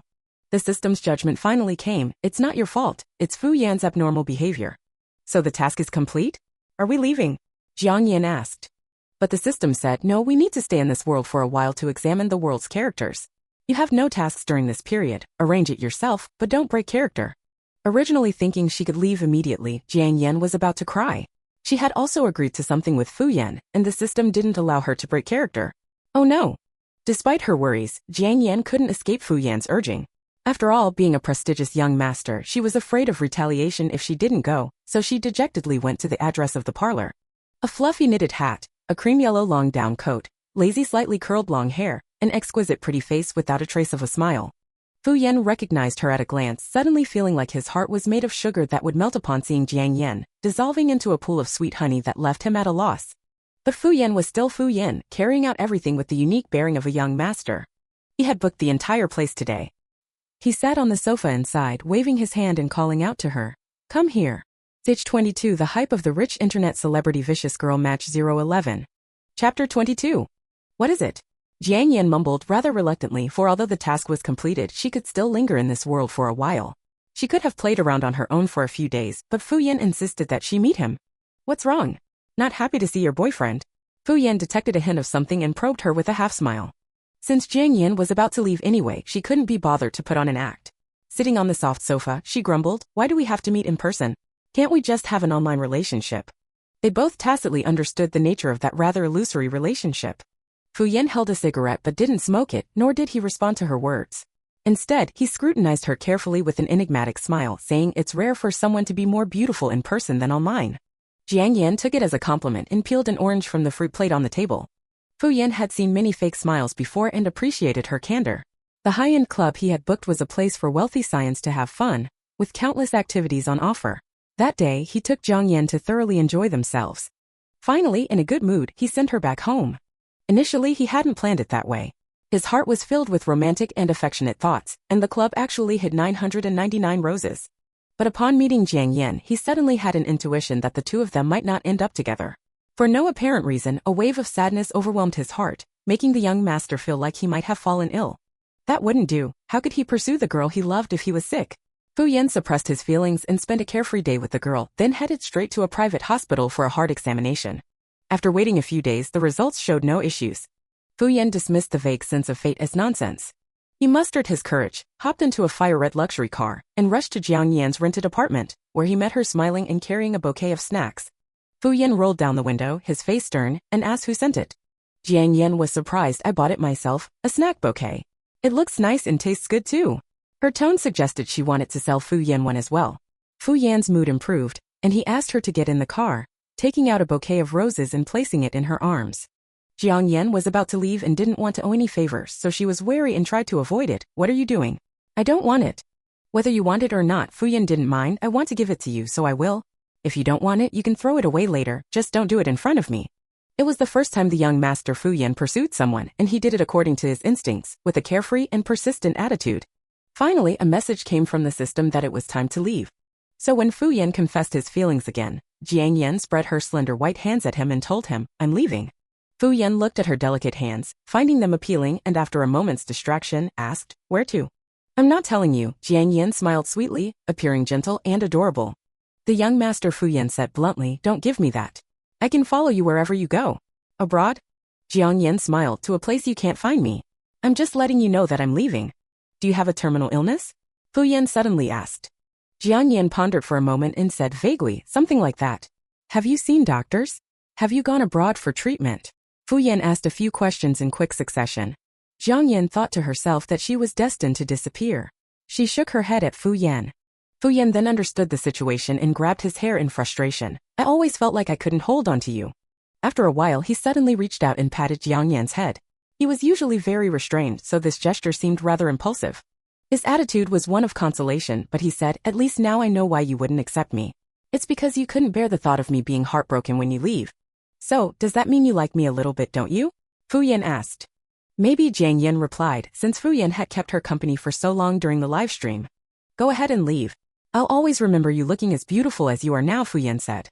He meant that for the rest of his life, he would always remember this girl incredibly beautiful who made his heart flutter the first time he saw her.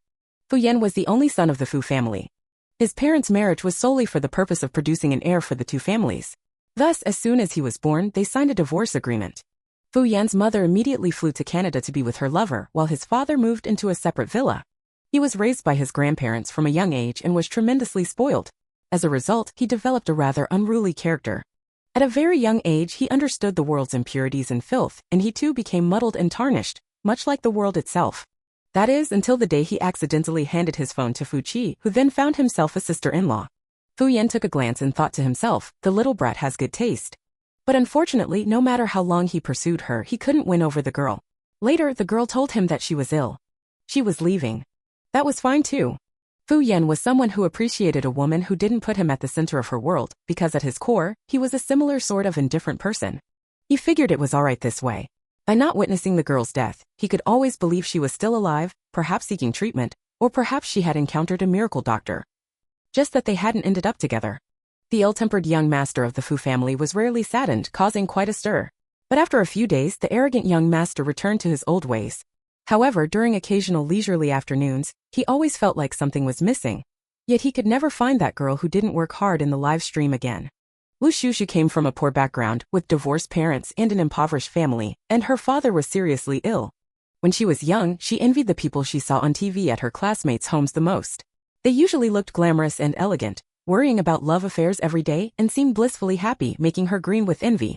Later, after gaining knowledge, she realized that those were just performances. But becoming a person on TV remained her obsession. However, she never had the means to pursue her dream. She worked hard and achieved average results, getting into high school, college, and eventually falling into the trap of job hunting. Fortunately, she had a roommate who was just like the people on TV, named Jiang Yan. Jiang Yan was incredibly beautiful and treated her exceptionally well. She often wondered how there could be such a wonderful girl. Later, she realized that Jiang Yan was her savior during that period of her life. Luckily, she encountered a turning point in her life and was given the opportunity to act. After that, their contact became less frequent. Eventually, she achieved great success, becoming a celebrated actress and winning many awards. But every time she held an award and thought about her acceptance speech, she would remember Jiang Yan, the girl who seemed like a dream. Ch23 The Spoiled Little Princess, The Wicked Girl. Chapter 23. On the way through the transmission, the system issued a reminder, due to internal adjustments, I will not appear in this world. You need to complete the task on your own. Jiang Yan felt that the system's tone was somewhat urgent, as if it had encountered a thorny problem. She silently pondered for a moment, then opened her eyes again, finding herself amidst a group of children with radish-like hairstyles. The task and plot also came along. Task: help the male lead overcome the darkness and reach a positive conclusion. This time, the plot revolved around the male lead. The male lead, Gu Yuming, was born into a wealthy family but experienced hardships. First, his mother passed away early and he suffered bullying from his stepmother. Later, the Gu family went bankrupt, and Gu's father fled abroad with his new wife and young son, abandoning Gu Yuming. These tragic experiences caused Gu Yuming to become dark and twisted at a young age. Jiang Yan's task was to help the male lead overcome this before he met the female lead. Is this the task of an evil second female lead? Isn't this doing a good deed? Jiang Yan raised doubts, but the system had already left. This was in the backyard of a villa. Looking at the group of children playing in the distance, Jiang Yan looked down at herself, and sure enough, she had small arms and legs, appearing to be around 4 or 5 years old. The original host should have been the same age as those children, but Jiang Yan was spoiled and willful, disliking interacting with others, so no one played with her. Jiang Yan scanned around and did not find the male lead among the lively group of children. Turning her head, she saw a young boy standing in front of a flower bed, with handsome features but a cold and fierce expression, already showing signs of darkness at such a young age. Wanting to get a closer look at the male lead, Jiang Yan slowly took a few steps towards him. However, Gu Yuming abruptly looked up, his eyes glaring at her like a wounded wolf cub, and growled fiercely, "Who told you to come over here?" Jiang Yan was still a little girl in this body, unable to control her instinctive reaction, and trembled. Seeing his fierce expression, she took 2 steps back. Unexpectedly, a group of people who appeared to be servants surrounded her, their expressions full of concern. "Young miss, were you scared? Are you feeling unwell? Young miss, shall we stop playing and go home? There are many toys at home, dolls, Legos, and cars. The nanny has also made delicious pudding and cheese sticks. Shall we go home?" She had almost forgotten that she was playing the role of a spoiled little princess who was adored and pampered. Just like that, Jiang Yan was carried back home in a daze. As she left, it seemed like Gu Yuming glanced at her. Shortly after, the current madam of the Gu family came out, scolding Gu Yuming without even understanding what had happened, and ordered him to continue standing as punishment. Jiang Yan then realized the nature of this plot. At this time, the stepmother had been in the Gu family for a year. The children had gone to the Gu family as guests, and that stepmother found an excuse to drag Gu Yuming out and punish him by making him stand in front of everyone. Gu Yuming had already developed a defensive mindset by this point. But there was no time to think about all this. Jiang Yan was carefully carried back by the servants, her feet not touching the ground, to another villa. They gently changed her clothes, washed her hands without her realizing, all while coaxing her. "Young miss is so amazing. The young miss loves being clean, doesn't she?" Jiang Yan slowly realized how spoiled and pampered the original host was. These servants were all carefully selected by Yu's father and Yu's mother, either with extensive nanny experience, parenting experts, or professional caregivers. Of course, their salaries were satisfactory. The original host's parents rarely appeared, as they were dedicated to their careers and had no time to accompany their 5-year-old daughter. So they went to great lengths to provide her with the best. With her parents' indulgence and the servants' careful coddling, it was no wonder she developed a spoiled and willful temperament over time. In the following days, Jiang Yan intentionally or unintentionally approached Gu Yuming several times. Usually, as soon as Gu's father's car left, Gu Yuming would be chased outside. The servants of the Gu family naturally understood the current situation, knowing that the stepmother was now in charge, and pretended not to see him. The once arrogant and domineering young master had now become an unwelcome existence. However, he disliked everyone even more, feeling hatred towards everyone because everyone treated him this way. So when Gu Yuming saw Jiang Yan again, he was slightly surprised, as she had been scared away by him that day. Jiang Yan did not speak, only silently observing him for a moment, appearing to be scared of him. The Yu family servants recognized the young master of the Gu family and hurriedly carried her away. After a few repetitions, the butler mentioned this to Yu's father in his report. That day, after finishing a nutritious and delicious breakfast prepared by the nutritionist under the care of a beautiful nanny, Jiang Yan suddenly heard the angry scolding of a woman coming from next door. Next door was the Gu family. Jiang Yan walked out with small steps and saw the stepmother wielding a feather duster, fiercely lashing it at Gu Yuming while cursing. Sharply, "At such a young age, you don't know how to behave properly. Your paws are truly shameless, daring to touch anything." Although she had only recently married into the family, she treated everything here as her own possessions. No matter how dark Gu Yuming became at that moment, Jiang Yan disliked this stepmother who beat him. Fortunately, as soon as Jiang Yan came out, a group of servants followed her. The stepmother of the Gu family glanced at them, aware of the Yu family's status, and fearing that someone might take note of her actions, she gripped the feather duster and went back into the villa. Jiang Yan walked up to the railing of the villa and stared at Gu Yuming, observing how severe his injuries were. The Yu family servants started persuading her to go back, but this time Jiang Yan did not listen. No matter how much the stepmother abused Gu Yuming, she did not dare inflict any visible injuries in plain sight. Before she could take a closer look, Gu Yuming bristled and turned his head, growling fiercely, "What are you looking at?" But no matter how fierce he appeared, he was still a small boy less than a meter tall. In Jiang Yan's mind, she saw him as a bad-tempered child. The little princess, accustomed to being treated with utmost care and pampering, stretched out her soft, white fingers and said to the servant beside her, "Medicine." The servant was surprised for a second, thinking that the young miss was kind and compassionate despite her young age, and obediently went to the Yu family to fetch some medicine from the private doctor. The medicine was specifically for treating external injuries in children. Gu Yuming stared at the group of people. The little princess, who seemed to have been scared by him earlier, still did not approach but took the medicine and placed it on the ground inside the railing. Then she slowly turned to be carried away by the group. Only after they were out of sight did Gu Yuming move, his expression inscrutable as he picked up the medicine. However, when Jiang Yan returned home, she was greeted by a small white fluff ball. Ch24 The Spoiled Little Princess, The Wicked Couple 02. Chapter 24. The butler uncle carried a young boy in his arms who appeared to be slightly younger than Jiang Yan, with rosy lips and white teeth, and an exquisite appearance. He even blinked with a pair of almond-shaped eyes, looking utterly adorable, melting the heart of anyone who saw him. "Miss, the master has found a playmate for you. Do you want him?" the butler asked with a smile. Jiang Yan pretended not to understand, thinking to herself, could he have found a child? It's probably Yu's father's illegitimate son. Since the young miss did not respond, the butler put the little boy down and let him roam around. He planned to keep him for a few days and observe the young miss's reaction. But during the afternoon rest, the conversation between the butler and the cook dispelled her doubts. Jiang Yan hid behind a vase on the second floor, eavesdropping on the two of them. She heard the butler say, "He's indeed an unfortunate one. His parents were killed in an accident all at once. His family is overseas and they're all wolves in sheep's clothing. The master had originally planned to have him sent elsewhere to be raised, but suddenly he thought of the young miss and had me bring him back. Alas, it's truly not easy," sighed the cook. The butler said, "Let's see how it goes. See if the young miss wants to keep him." After learning the full story, Jiang Yan quietly turned around, only to bump into a fluffy head. She didn't know if Jichu had heard their conversation or not, and didn't know why he was so happy, his round eyes squinting into crescent moons, calling out in a sweet voice, "Sister." Jiang Yan, it's awkward to be caught eavesdropping by the subject of the conversation. Fortunately, he's still a child.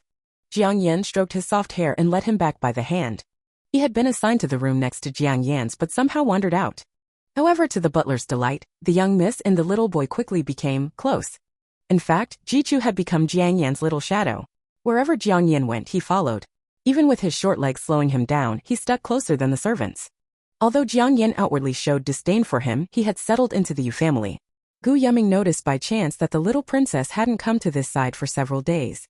He nonchalantly tossed a stone in his hand, shattering the glass window of the villa. With a crash sound, the woman's roar echoed from inside the room. Gu Yuming wisely ran away, evading the woman's pursuit with a feather duster for several rounds without being caught. But just as he was feeling triumphant, a stone tripped him. He spun around and fell to his knees, scraping his knees and drawing blood. Gu's stepmother didn't care about such trivialities. Furious, she dragged him back to the villa and pushed him violently to the ground, raining blows with the feather duster like a downpour. Gu Yuming, still a child physically, lacked the strength to run. He could only endure the beating while contemplating smashing her makeup mirror the next time. But as he glanced outside, he suddenly caught sight of that familiar figure, small and trembling, looking over with a frightened gaze as if startled. A sweet taste welled up in Gu Yuming's heart, like the flavor of fluffy rain droplets falling into his mouth. But immediately after, he tightened his lips resolutely, because behind that figure emerged a little white ball. Dressed neatly, his mouth wide open as if about to cry, clutching Jiang Yan's clothes. Gu Yuming's sweet taste vanished, replaced by a stifling feeling. He glared coldly at those two clean, good-looking children, feeling betrayed. She's not just nice to him. Seeing the numerous servants from the Yu family, Gu's stepmother didn't dare continue beating him. She angrily complained, saying Gu Yuming was obstinate and ignorant, his heart wicked from such a young age, trying to drive her to her death. A psychologist among the servants then engaged her in conversation, neither agreeing nor dismissing her, maintaining a balanced relationship between the employers. Jiang Yan had initially been stunned. Knowing about something and witnessing a child being beaten helplessly were two different matters. She wanted to check Gu Yuming's bruises but had only taken 2 steps when Gu Yuming snarled fiercely at her, "Get lost." Gu's stepmother immediately pointed at Gu Yuming and said, Look at him. See, this brat is so vicious, heartless, and soulless."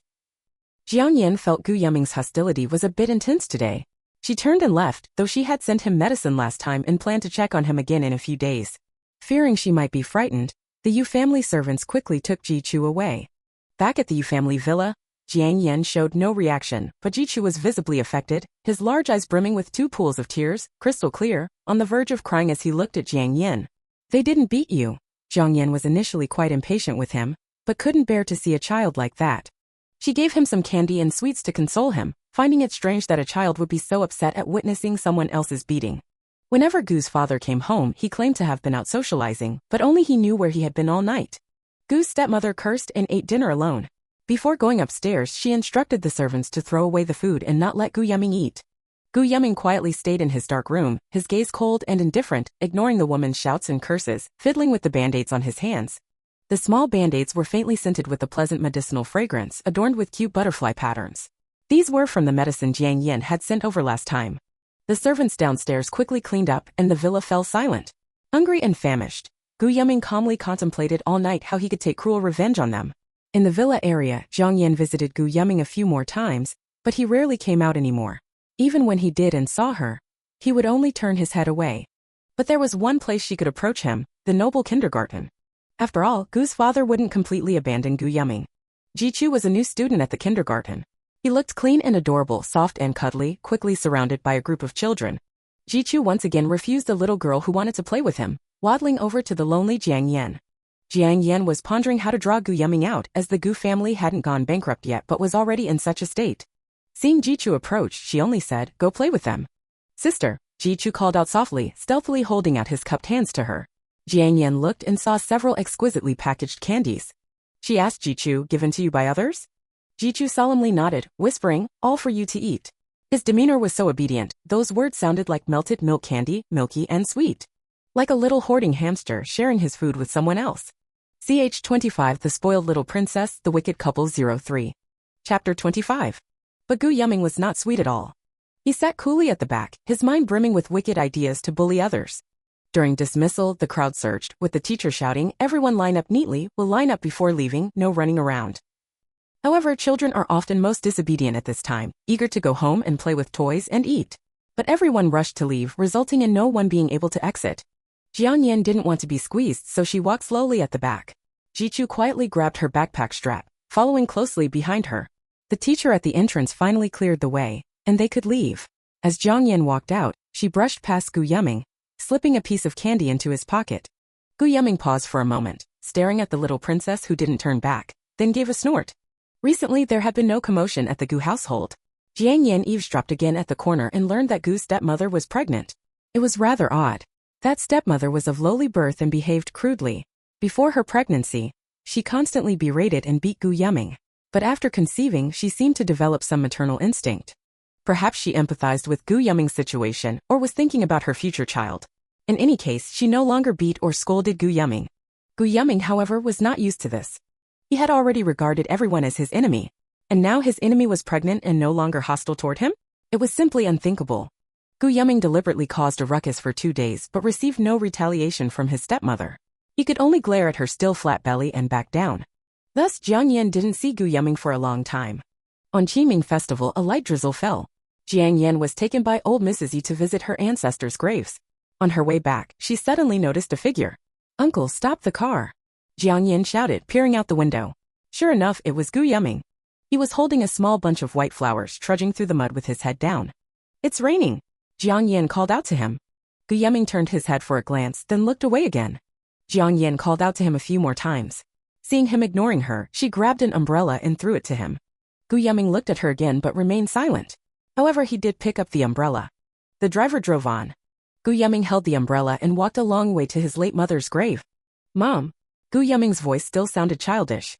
He placed the flowers in front of the tombstone and spoke softly, but his tone was firm and cold. "Do you know what they're celebrating at the villa? They're celebrating that she's having a son. But you can only stay here in the rain. Tell me, why did you marry him? Was it because of me? Promise me, don't give birth to me in the next life, okay?" It was indeed a chilly rainy day in early spring. The young boy's skin was as pale as paper, with lips red like a ghost's. After uttering those oppressive words, he gently kissed his mother's photo on the tombstone. He turned, picked up the umbrella, and slowly walked back. The rain continued to pour heavily, and the graceful, smiling woman in the photo seemed to be drenched in tears. Qiming Festival is always a gloomy occasion. Dressed in black for the grave sweeping and wearing tall boots due to the rain, Jiang Yan looked extremely cool. Jichu waited for her on the steps through the rain, his clear, moist eyes reflecting the water curtain.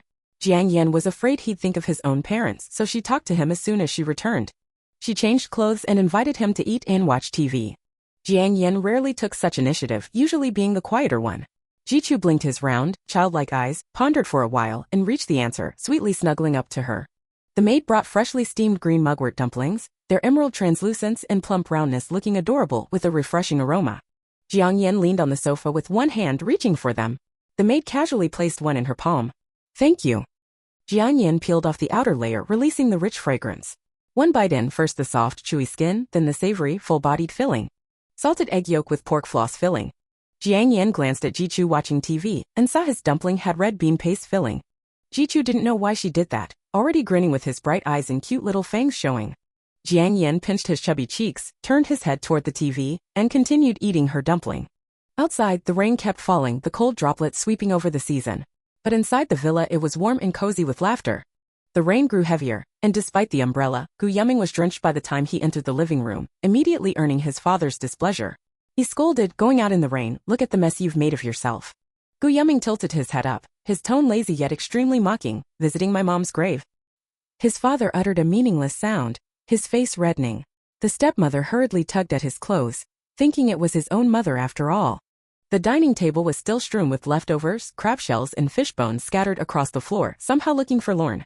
After Qiming Festival, when Jiang Yan saw Gu Yuming again, she noticed his attitude seemed better. He would accept things she gave him and no longer yell at her.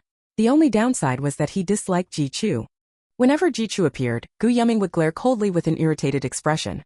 Jiang Yan became the filling between them, having to separate their squabbles during the day and console the crying, sulking Jichu when she got home. Jiang Yan found it troublesome, but also saw hope. The three of them grew up together, going through elementary and middle school. Gu Yuming still disliked Jichu, and Jichu had developed a temper too, always showing his displeasure towards him. But because of Jiang Yan's presence, they both took a step back. In front of them, Jiang Yan's temper wasn't exactly great either. Of course, not just in front of them. From kindergarten to middle school to high school, everyone knew this. Like the latest rumor, a boy from the sports class intentionally made a vulgar joke in front of their school beauty. The next second, her homework was flung out the window. Jiang Yan raised her clear, beautiful eyes, her tone indifferent. Want me to get you expelled? The boy's curse word stuck in his throat as he scurried down 5 floors to retrieve the homework. Yes, this ill-tempered female supporting character Jiang Yan was crowned the school beauty due to her looks. Of course, she knew this was to set the stage for the arrival of the main female lead. Another Qiming year after returning from the cemetery, Gu Yuming passed by Jiang Yan and Ji Chu's villa.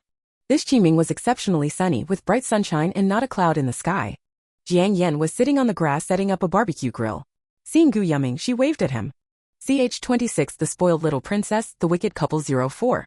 Chapter 26. Gu Yuming then entered the villa's fence. What are you doing? Gu Yuming spoke in his habitually arrogant tone. Barbecuing, Jiang Yan replied, already accustomed to this as she focused on mixing her secret seasoning blend. Gu Yuming squatted down and fiddled with the small cart of ingredients. The grill had been set up earlier by the servants, with a picnic blanket, cushions, and a round table, everything ready. The cart was neatly layered with various fresh vegetables, skewers of meat, seasonings, and washed and sliced fruits.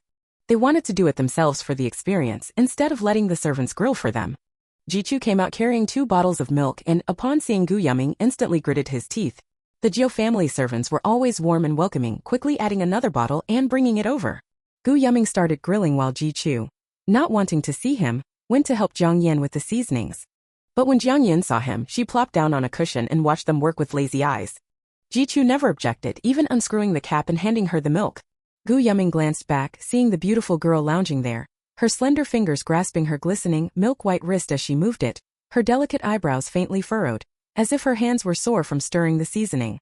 Pampered, unwilling to lift a finger like a princess, a few phrases popped into his mind. Chicken wings, ribs, beef, and pork belly. The high heat coaxed out the fats in tiny droplets, crisping the outer layer, while the prepared seasoning coated the meats evenly, releasing a rich aroma. Gu Yuming placed the grilled meats on a tray to the side, but Ji Chu shamelessly took 3/4 of them. Gu Yuming silently acknowledged that if it weren't for Jiang Yan's presence, Ji Chu wouldn't have left him any. Sis, what would you like? Ji Chu asked, holding the tray. Jiang Yan glanced over and took a rib. Grilled to perfection, it was slightly dry yet tender and flavorful, the salty cumin complementing the fruit jam glaze, utterly delicious. Gu Yuming, you could sell barbecue in the future. I'm sure many people would buy it. Jiang Yan sincerely praised him. Gu Yuming scoffed, rudely retorting, you think I'd sell barbecue in the future? Ji Chu immediately came to Jiang Yan's defense, not forgetting to insult him too. What's wrong with selling barbecue? It's a perfectly good job. Are you looking down on it? Gu Yuming turned to suggest Ji Chu should sell lunchboxes instead, but Jiang Yan cut him off. Enough, I simply said the barbecue is delicious. Why argue? Jiang Yan raised her hand to stop the bickering. After 2 rounds of grilling, Gu Yuming called a servant over to assist. He grabbed a skewer, tearing off and chewing the meat clean, swallowing it down with a few rough bites and a visible bob of his Adam's apple. Even his eating bore Gu Yuming's trademark intensity, a hint of desire born from his vigor. Jiang Yan, nibbling on a mushroom skewer, turned her gaze to Ji Chu. Ji Chu was intently devouring a beef skewer, his clean and refined appearance clashing with how his chewing muscles swiftly worked as he devoured the meat. They both ate in a rather daunting manner. Jiang Yan muttered to herself, prompting Gu Yuming to glance over. What are you looking at? Is that all you're eating? Ji Chu turned, his amber eyes urging. Sis, have some more. Look how thin you are. Jiang Yan waved them both off with her hands.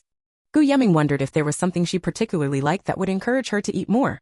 Ji Chu, having lived with her, knew this was simply her nature. She ate when she wanted, and no amount of persuasion could change that. Over time, he couldn't help but feel a tinge of resentment, imagining a day when he could get her to obediently finish her meals. The handsome young man remained silent, unable to fathom that the refined and obedient boy before Jiang Yan actually hoped to control her someday. The 3 finished eating, having nearly depleted the ingredients. Towards the end, a filthy child appeared outside the fence, drawn by the aroma. Seeing Gu Yuming inside, he raised his voice, I want some. Gu Yuming, bring me some. Jiang Yan and Ji Chu recognized him as Gu Xiang, Gu Yuming's stepmother's son, a universally disliked brat. Though Gu Yuming had been mischievous as a child, he had only caused trouble within their own villa. Gu Xiang, however, was a menace throughout the entire villa area, constantly pestering people and their pets, even plucking expensive ornamental flowers on occasion. Gu Yuming's stepmother was constantly apologizing and compensating the offended parties as the villa residents were not ordinary folk. Gu Yuming scoffed, regretting not disciplining the brat earlier. Ji Chu narrowed his eyes, frowning.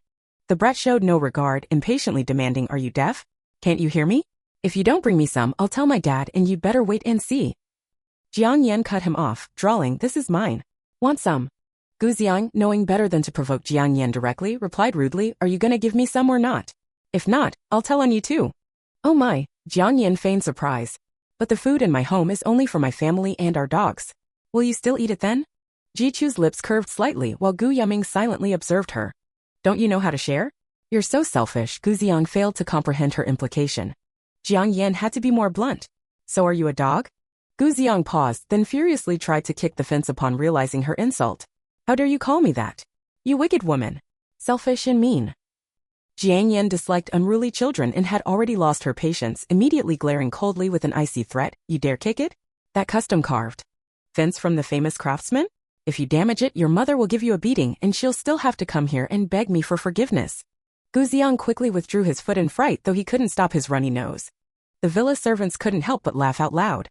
Gu Xiang's face flushed red as he cried and ran back home. Jiang Yan remained seated on the picnic cushion, still grasping the finished skewer, unmoving after scaring off the brat. Sis, your wit is impressive. Why are you usually so quiet? Jichu praised her. Jiang Yan maintained her composure, slowly adding, I didn't mean you too. You were in my home's territory just now. It was then that Gu Yuming left. Fish 27 The Spoiled Little Princess, The Wicked Couple 05. Chapter 27. Conveniently, the stepwife of Gu family had gone out to play mahjong today, and she hadn't returned when Gu Yuming came back. As a result, Gu Xiang suffered. Gu Yuming stood at the door of his room, his face gloomy and his gaze cold, but his tone was fierce. Get out here. Previously, no matter what Gu Xiang had said to Gu Yuming, he would be ignored, so Gu Xiang had never experienced his fierceness and was not afraid of him.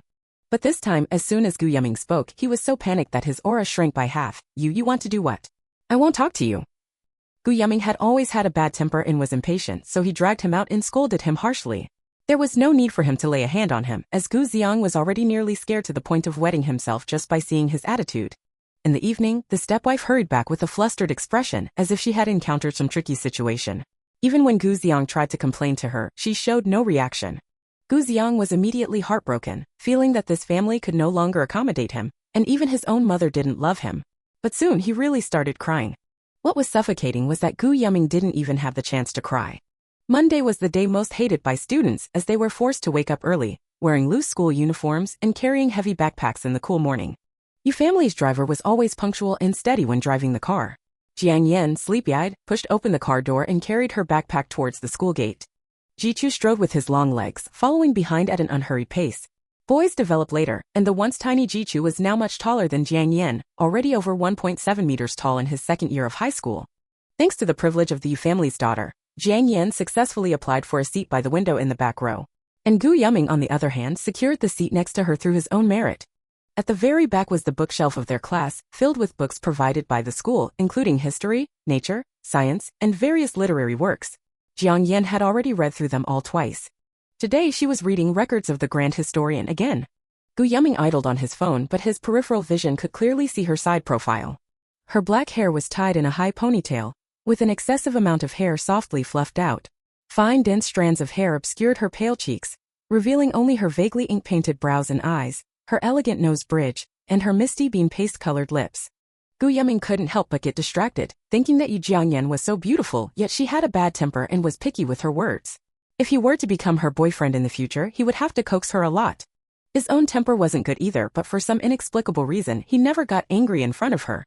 It was a nice day today, with a cool breeze merrily weaving through the green leaves, and the bright, radiant sunlight filtering through the window, faintly outlining the youthful and budding figures of the boys and girls. Suddenly, a news notification popped up on his phone, interrupting his daydream. Annoyed, he thought about uninstalling the app. However, when his gaze fell upon those words, he froze. It was the exaggerated and sarcastic style typical of the media. Shocking. The Gu family bankrupt, members fled abroad with embezzled funds. A dozen eerie words coldly summarized the dramatic downfall of a wealthy, prestigious family. Outside, the sunlight remained ardent, but the silhouette of the young man was flustered and scorching. Perhaps due to having read it twice, Jiang Yan gradually fell asleep on her desk as she read. When she woke up with a small red mark on her face from the book, it was already the long break. Jiang Yan was about to continue sleeping when she suddenly overheard some whispering from the boys in front. The Gu family went bankrupt? Is it true or not? Didn't you see Gu Yuming rushing out of class? It must be true. The news even has pictures of his dad. Jiang Yan's expression changed instantly. Ch28 The Spoiled Little Princess, The Wicked Couple 06. Chapter 28. The Gu family went bankrupt. Gu's father took his wife and children abroad, leaving only Gu Yumming behind, a plot that Jiang Yan was aware of. Having an evil second female lead help the male protagonist, Jiang Yan found it laughable from the start, especially since the system wasn't by her side. If it weren't for the stepmother being so cruel to little Gu Yumming, she wouldn't have done anything. But now she had watched over Gu Yumming as he grew up. She knew that beneath his hostile exterior was a wounded heart. It seemed that heart was about to heal. Jiang Yan wondered if Gu Yumming could accept this news. She didn't get an answer. By the time she rushed back, the Gu family's villa had been sealed with a notice. Inside the villa, it was spotlessly clean with not a single person in sight. It seemed that while Gu Yumming was at school, his family had already packed up their belongings, dismissed the servants, and fled with their valuables and jewelry, forgetting only Gu Yumming. "Sister, why are you in such a hurry to come back today?" Jichu asked knowingly, probing. "Something happened to Gu Yumming's family, and I wanted to see how he's doing, but he's not around," Jiang Yan explained casually, her gaze still fixed on the Gu family's direction. Jichu didn't say a word, secretly guessing if her usually calm eyes were now filled with concern and worry. That night, the lights at the Yu family's villa stayed on all night, with a servant guarding the entrance. On the balcony of the Gu family's sealed villa, a lone figure sat. His silhouette was solitary and gloomy, filled with resentment and rage, as if soaked in darkness. He had thought that this was as bad as it could get. On his way back, he had even contemplated getting a job to pay off their debts. But no, his own father, along with his stepmother and stepbrother, had already fled without a trace. He suddenly realized that he had never been welcomed, whether it was at birth or in existence. He suddenly resented his mother buried in the cemetery. "So, did you give birth to me just to abandon me?" The intense gloomy emotions took root within him, yet his eyes still held a glimmer of light, from the lamps of the Yu family's villa. The Yu family always turned off their lights promptly. But on this night, the villa remained brightly lit. Perhaps if he just walked over there, the servants would give him food and a place to stay. But Gu Yumming would never let anyone pity him. Until dawn broke and the day brightened, the lights at the Yu family's villa finally went out. After that day, it was as if Gu Yumming had vanished from the world. Jiang Yan knew that he had to walk out of this on his own, so she withdrew her unnecessary concern. During this period, Jichu was really annoying, forcing Jiang Yan to study math. Math was something that Jiang Yan couldn't write more than 2 problems before wanting to explode. She would throw down her pen, tilt her head back, and glare with her clear eyes, angrily saying, "I'm not doing it anymore." "No. Sister, your math is too poor, and it's always dragging down your score. If not for math holding you back, you'd be in the top 5, Jichu reasoned with her, unrelenting. "I don't care about grades." "I do, sister. You can't stop writing, hurry up." "Who are you to manage me? Do I need you to manage me?" Jiang Yan was really annoyed, and the harsh words slipped out of her mouth. Jichu froze, seeming hurt, his charming almond-shaped eyes also dimming. No longer arguing, he quietly said, "Sorry, I interfered too much." Afraid she had touched a sore spot. Without parents, living under someone else's roof. Jiang Yan fell silent for a moment, then raised her beautiful eyes and said, "I'll do it. Don't say anything else, I'll do it." Jichu let out a nasal, sound. As he turned away, 2 sharp little fangs peeked out. He knew his sister was soft on the inside, not on the outside. Parents had never been his wound. Born into a cold-blooded family, his parents were just one branch, turning into cold-blooded creatures themselves early on to fit in. Although he was only 5 years old when he came to the Yu family. But by then he had almost experienced all the evils of this world, including his parents' car accident, which had been deliberately planned by others. That was his luckiest moment because, being so small and strapped in a safety seat, he was unharmed. Then he met Yu's father and his people sent him to the Yu family's villa. Speaking of which, that was the first time in his life he had seen so many smiles, with the butler and servants all smiling warmly at that little princess-like girl. So he immediately wanted to stay there. In fact, he got his wish. Jichu took sweet milk and a plate of sliced fruit from the maid. Seeing Jiang Yan frowning, looking pitiful and cute as she wrote the problems impatiently. Of course, he wouldn't say such things out loud. In his sister's eyes, he was a good brother, pure and fond of studying. In fact, he was just afraid that when classes were divided, the 2 of them wouldn't be together. Because even if he chose the science class, there would still be some gap in their grades. If worst came to worst, he could intentionally get a few problems wrong during the class division exam. Jichu thought worriedly. The name Gu Yumming reappeared only after the classes had been divided. Ch29 The Spoiled Little Princess, The Wicked Girl 07. Chapter 29. Back then, Gu Yumming was in the last science class, naturally not with Jiang Yan and Jichu.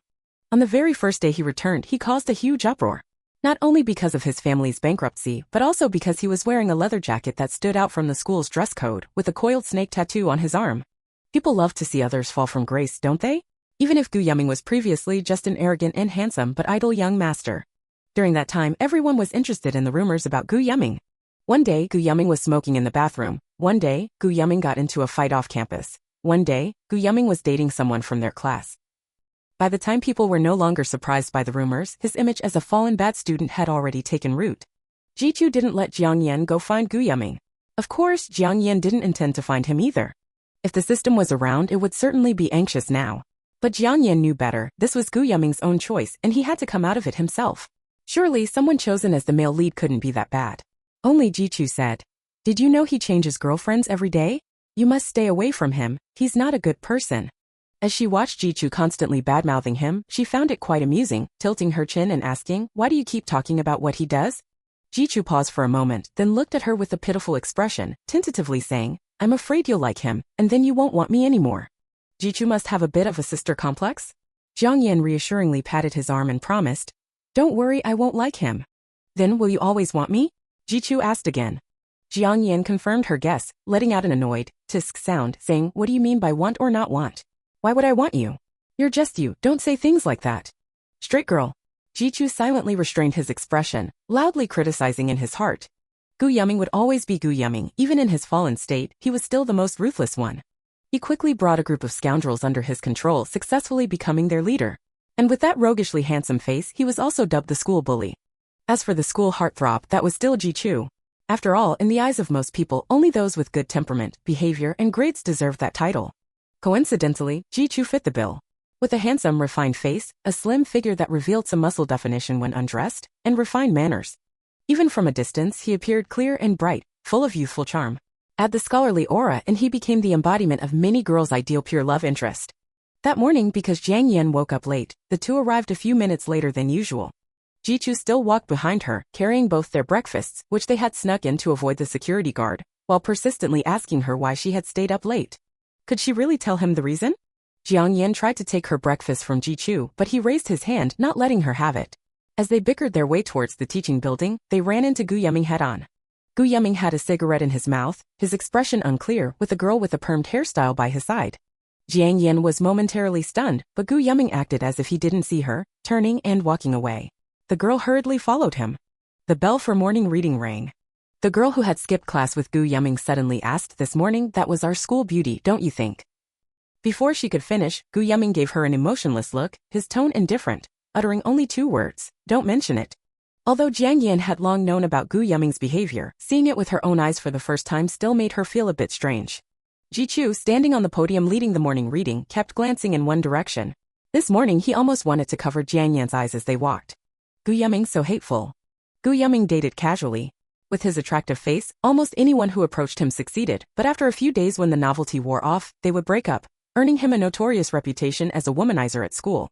During the break, as they finished their morning exercises and dispersed back to the classroom, someone suddenly bumped into Jiang Yan. Jiang Yan looked over and saw a blonde-haired boy repeatedly apologizing, but with ill intentions in his green bean-like eyes. Jiang Yan turned and walked away, too lazy to give him a second look, since he wouldn't dare try anything with her. But Jiang Yan had miscalculated one thing. This guy was a new transfer student from out of town, using his wealth to get into the worst science class. Initially restrained after latching onto Gu Yuming's clique, he reverted to his true arrogant, conceited, and foolish nature. The reason he provoked Jiang Yan was that he didn't know the great name of the Yu family. So, as Jiang Yan was taking a breath of fresh air in the hallway, the blonde guy blocked her path. The blonde guy grinned strangely, his eyes seeping with malice, and said in an ominous tone, "School beauty, what a coincidence." "What is it?" Jiang Yan was a bit surprised that he would approach her. Her expression was interpreted as fear by the blonde guy, increasing his malice as he deliberately lowered his voice and moved closer to her. "The school beauty may be pretty, but her social intelligence is lacking, not knowing how to give people face. Today, Big Brother is here to teach you." Ch30 The Spoiled Little Princess, The Wicked Girl, 08. Chapter 30. It was clear he was looking for trouble. Jiang Yan asked, "Do you know who I am?" That yellow-haired man had obviously gotten the wrong idea, grinning and playing along. "You're the school's acknowledged beauty. If you stick with me, that'll definitely give you some clout." As he spoke, his lecherous hands reached out towards Jiang Yan. Jiang Yan avoided him with a cold expression, shouting to the director who had just come out of the stairs, "Teacher, he's trying to bully me." Their director was over 50 years old, his hair graying, and he despised such behavior more than anything else in his life. Upon hearing this, he took 2 big steps forward, his gaze sharp and extremely stern. No need to describe the scene, especially since the yellow-haired man was still unbelievably questioning Jiang Yan. You dare tell the teacher on me? This is a school. The director immediately grabbed him by the collar, telling Jiang Yan, you're from class 2 in the liberal arts department, right?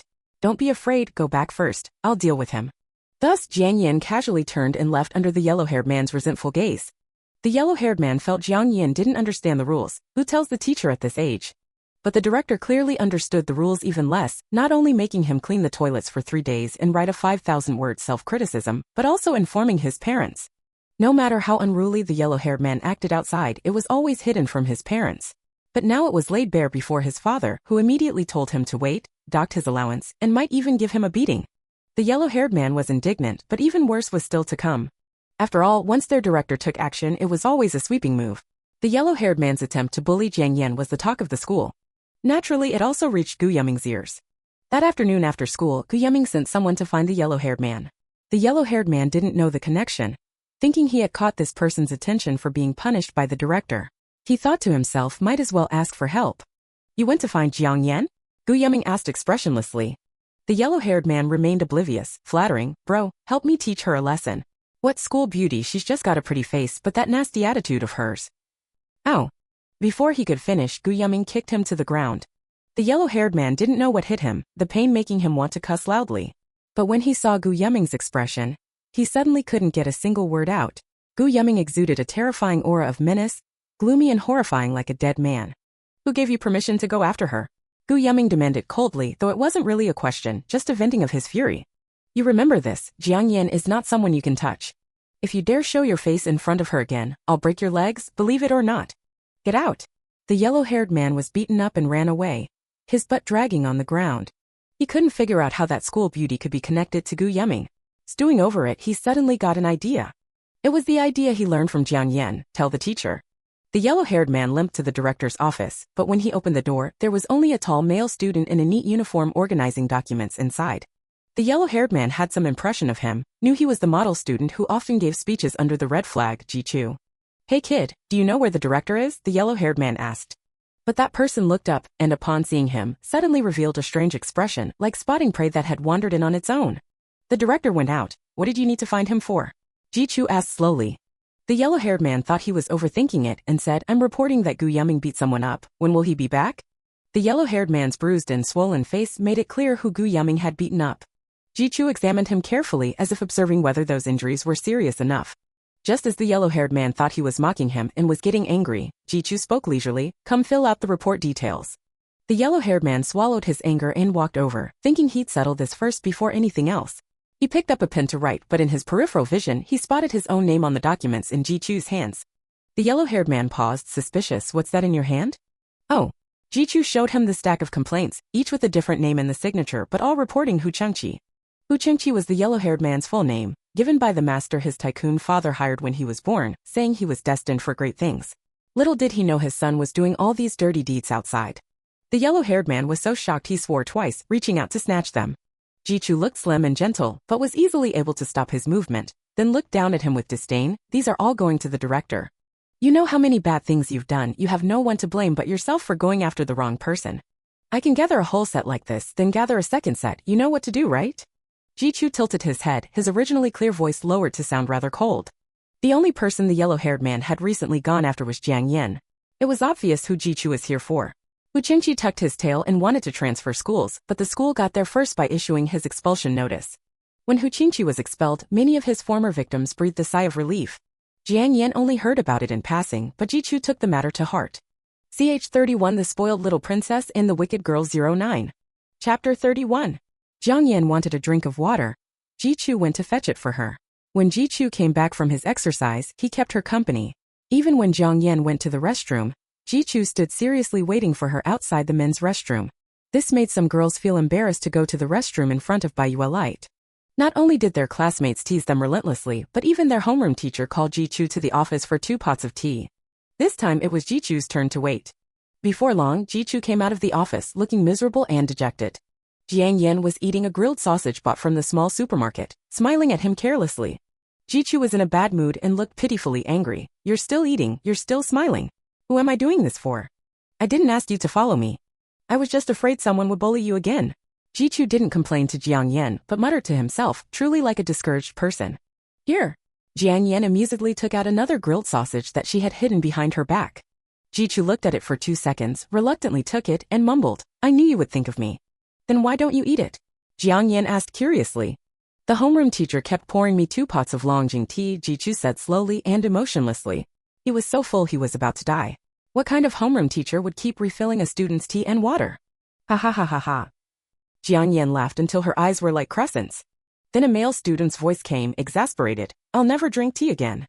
The girl's laughter spilled out again. But soon, Jiang Yan couldn't laugh anymore. Jichu tidied up her desk himself, arranged her stationery, and brought fruit and drinks. After closing the study room door, he sat across from her and stared at her while she studied math. This time it was because the college entrance exam was approaching, and Jichu wanted to attend the same university as Jiang Yan. Jiang Yan couldn't bear this torturous situation, and she weakly tried to negotiate with Jichu. It's okay if we don't go to the same university, right? Jiang Yan knew how to show weakness, but Jichu was even better at it. The young man lowered his eyes, and his fluffy short hair looked gloomy. Sis, you just don't want me anymore, do you? How could that be? Jiang Yan's excuses disappeared under Jichu's gaze, so she could only pick up her pen with great resentment. Even during the noon break at school, Jichu had to switch seats with someone else so he could sit next to Jiang Yan and tutor her one-on-one. Jiang Yan didn't want to study, but math wasn't something she could learn just by wanting to. Otherwise, she wouldn't have only scored in the 30s. The summer sun was dazzlingly bright, blocked out by the gray curtains. The classroom was dimly lit, and to avoid disturbing others' rest, Jichu lectured in an extremely soft voice. After one round, there was a point Jiang Yan didn't understand, and Jichu helped her solve it. When he lectured the second round, she couldn't keep up again, so Jichu wrote down every step in formula. The top student in their class, sitting in front of Jiang Yan, found Jichu's actions perplexing. Did he really not get bored of explaining it so many times? Before he could ask, Jiang Yan, who had listened to the third round, swiftly wrote out the process and said she understood. Jichu immediately snapped his fingers, happily praising her, little genius. The top student couldn't help but laugh. There was no need to ask anymore, they were clearly enjoying it. As the college entrance exam drew nearer, Gu Yuming's rate of growth was inversely proportional to the rapidly shrinking time. There was no sudden remorse or dramatic change of heart. What happened was that he passed by their class and saw the sticky note Jiang Yan had written on one wall, Chuanqing University. Suddenly, Gu Yuming felt that if he continued down this path, the distance between him and Jiang Yan would become truly insurmountable. Gu Yuming's experience of hitting rock bottom and then finding his way back became a legend at school, but in reality this was his last gamble. And he eventually got his wish but failed to repay it. On the day of the college entrance exam, Jichu was the first to walk out of the exam hall. At the school gate, he bought a beautiful bouquet of fresh flowers and smiled as he waited for Jiang Yan to come out. The young man was tall and lean with a clean figure. Although slender, the protruding veins on his wrists showed his strength. His romantic gesture of buying flowers and waiting attracted many eyes. An auntie asked curiously, handsome boy, who are you buying flowers for? Your girlfriend. Jichu smiled, not yet. Ah. The auntie sighed, silently wondering what kind of girl could not be won over by such a good young man. She stood there, wanting to see what the girl looked like when she came out. Gu Yuming also came out, muttering that he would never be able to do those crazy English questions in this lifetime. But he had written the other subjects quite well, so whether he could go to the same school as Jiang Yan was up to fate now. He stood silently behind a tree, wanting to catch a glimpse of Jiang Yan when she came out. But the flowers, the gazes, the anticipation, none of it could summon the girl. Ch 32 The Spoiled Little Princess, The Wicked Couple 010. Chapter 32. While taking the English exam, Jiang Yan hurriedly finished her essay, but suddenly felt a wave of blankness, her vision went dark, and she felt drained of energy. She felt dizzy and slowly slid off her seat onto the floor, her shoes hitting the desk leg with a loud bang, finally catching the proctor's attention. As soon as the final bell rang, students flooded out of the exam hall. Jichu searched the crowd for Jiang Yan's figure, inexplicably feeling anxious. Until a classmate from the same exam room as Jiang Yan came panting to him, saying, Jiang Yan fainted and was taken to the ambulance. You should go find her. Useless flowers were discarded amidst the chaos, scattering all over the floor. After fainting, Jiang Yan regained consciousness. A familiar cold voice echoed in her mind, the system. Task completion detected. Then why don't you transfer me to the next world? Jiang Yan asked. Due to certain reasons, this world needs to maintain normal operations, so you need to disappear in a normal way, the system replied officially. So you want me to die from illness? Jiang Yan glared at the system accusingly, yet felt indifferent deep down, for this tactic seemed all too familiar. When Jiang Yan woke up, Jichu was staring at her in a daze. The liquid dripping into the back of her right hand felt uncomfortable, so Jiang Yan pushed him with her left, daydreaming. Looking at her lively expression, Ji-chu slowly smiled, gently explaining, I thought I was hallucinating. As if snapping out of a trance, Ji-chu stood up, seemingly at a loss for words and could only stare at her. It wasn't until Jiang Yan said she wanted water that he fumbled to mix a cup of warm water and brought it to her lips. I can drink it myself. I want to feed you, Ji-chu said resolutely. Although he didn't seem to show much emotion outwardly, Jiang Yan felt like he was about to cry. The system needed to transfer her to the next world quickly, so her condition was naturally quite severe. Her parents, who were often away, hurriedly flew back. It was, in fact, a preparation for their final farewell. But Ji-chu refused to believe it. Jiang Yan had just taken the college entrance exam and hadn't even gone to university yet. How could someone so young be dying? Tears the size of beans suddenly rolled down, and Ji-chu couldn't hold back anymore. In Jiang Yan's sight, he leaned over the hospital bed and cried. His muffled sobs were stifled as he buried his face, and tears quickly soaked a patch of the pristine white sheets.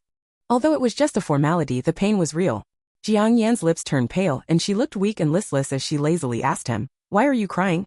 Ji-chu said, I'm crying because you're going to die. You're so pitiful and you're still so young. Jiang Yan watched him continue crying and said, Then I'll cry too. Why are you crying? Ji-chu looked up with teary eyes and a nasal voice. I'm crying because the person you like is about to die. Ji-chu immediately cried even harder as if he wanted to cry the hospital down. After who knows how long, Ji-chu finally vented his emotions. He composed himself, took 2 tissues to wipe Jiang Yan's hand, then wiped his own face dry. His clear almond-shaped amber eyes narrowed slightly, showing a hint of danger. So you knew all along that I liked you? It was too obvious, Jiang Yan said. Then why didn't you say anything? I always thought you were a die-hard straight girl. I almost thought you were stupid. We were still taking the college entrance exam. How could we date so young? The two, who had always pretended to be just friends, were arguing in the hospital room for the first time. Ji-chu paused, then suddenly said, It's not too late to start now. A sunset romance, Jiang Yan commented. Don't joke around, I'm serious. Ji-chu said, frowning because his intentions were not received properly. Ch 33 The Spoiled Little Princess, The Wicked Girl, 011. Chapter 33. Originally, Jiang Yan did not care about death, as she knew she would go to the next world. But Ji-chu surprisingly did not care either, which was actually an indifferent and unconcerned attitude. Jiang Yan was shocked by Ji-chu's shamelessness and scolded him with astonishment. Are you even human? I'm dying and you're thinking of kissing me. Take pity on me, Ji-chu said with bright eyes and clear enunciation. We're already dating, so why can't I kiss you? Wicked men are adept at feigning pitifulness, so he got his way again. Ji-chu leaned down, slowly pressing against the soft lips he had long dreamed of, staying still. The wind outside howled playfully, rustling the plain white curtains ever so slightly, as if all the past thrills were being answered in this moment. After a while, Ji-chu pulled back a little, savoring the feeling with an innocent expression, and observed Jiang Yan's reaction.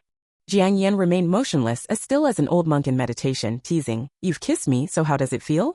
Comfortable, Ji-chu replied without changing his expression. Jiang Yan found it hilarious, thinking this person was truly innocent. It was just a peck. What's so comfortable about that? I want to kiss you again, Ji-chu said bluntly, then leaned in carefully for another kiss. This time it was for real. Jiang Yan tried her best to endure, truly afraid of being stimulated to death, for dying from a kiss would be too embarrassing. The girl's eyebrows furrowed tightly, her eyes glazed over, grasping for something to resist the strange sensation, but unable to use force with the 4 in her hand, she could only passively accept it. Jiang Yan, who had mocked him earlier, was now dazed, lying flat on the bed for a long time before coming to her senses. Ji-chu had already calmly prepared some warm water, ready to feed it to her. Seeing her pretend to be calm, he smiled and asked, Wasn't that really comfortable? Jiang Yan silently covered her face with the blanket. It seemed neither of them cared about death. Autumn was approaching imperceptibly, the leaves of the deciduous trees gradually turning yellow, and the girl in the sickbed was becoming more and more frail.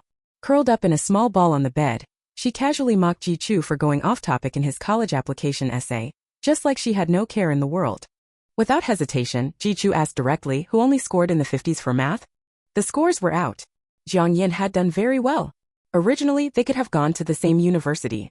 Ji-chu had put in a lot of effort for this result, but he could not have foreseen the unpredictability of life. In his world, this happened so suddenly passing out, suddenly falling ill, suddenly having to leave. It was as if all those times before were illusory, unreal. But what could he do, being black-hearted from birth? He said he wouldn't care whether Jiang Yan lived or died, he only liked her. Jiang Yan was frank, saying, Then I'm heartbroken. But Ji-chu knew that Jiang Yan also hoped he would do well. Jiang Yan repeatedly looked through the university application guide, helping him choose his major. Jiang Yan tired easily. After ticking the schools she thought were decent, she was already exhausted and slowly closed her eyes. Perhaps because she appeared too quiet. Jichu suddenly said, "If you're not here, no one will want me anymore." Jiang Yan heard it and mumbled in response, "Someone will, my parents should want you." But it wasn't the same. Jiang Yan was the sister he had to please as a child to survive, the female lead in all his fantasies about the future during puberty, his only family in this world. Yu's mother covered her nose, watching the two chat and laugh in the sick room, her eyes stinging terribly. She thought, why does my precious one have to leave so early when they're the same? Yu's father sat in the doctor's office, taking on the demeanor of negotiating with the fiercest businessman, logically demanding to know why they said his daughter was beyond saving. They were both people who did not accept no for an answer in business, dealing with profits every day.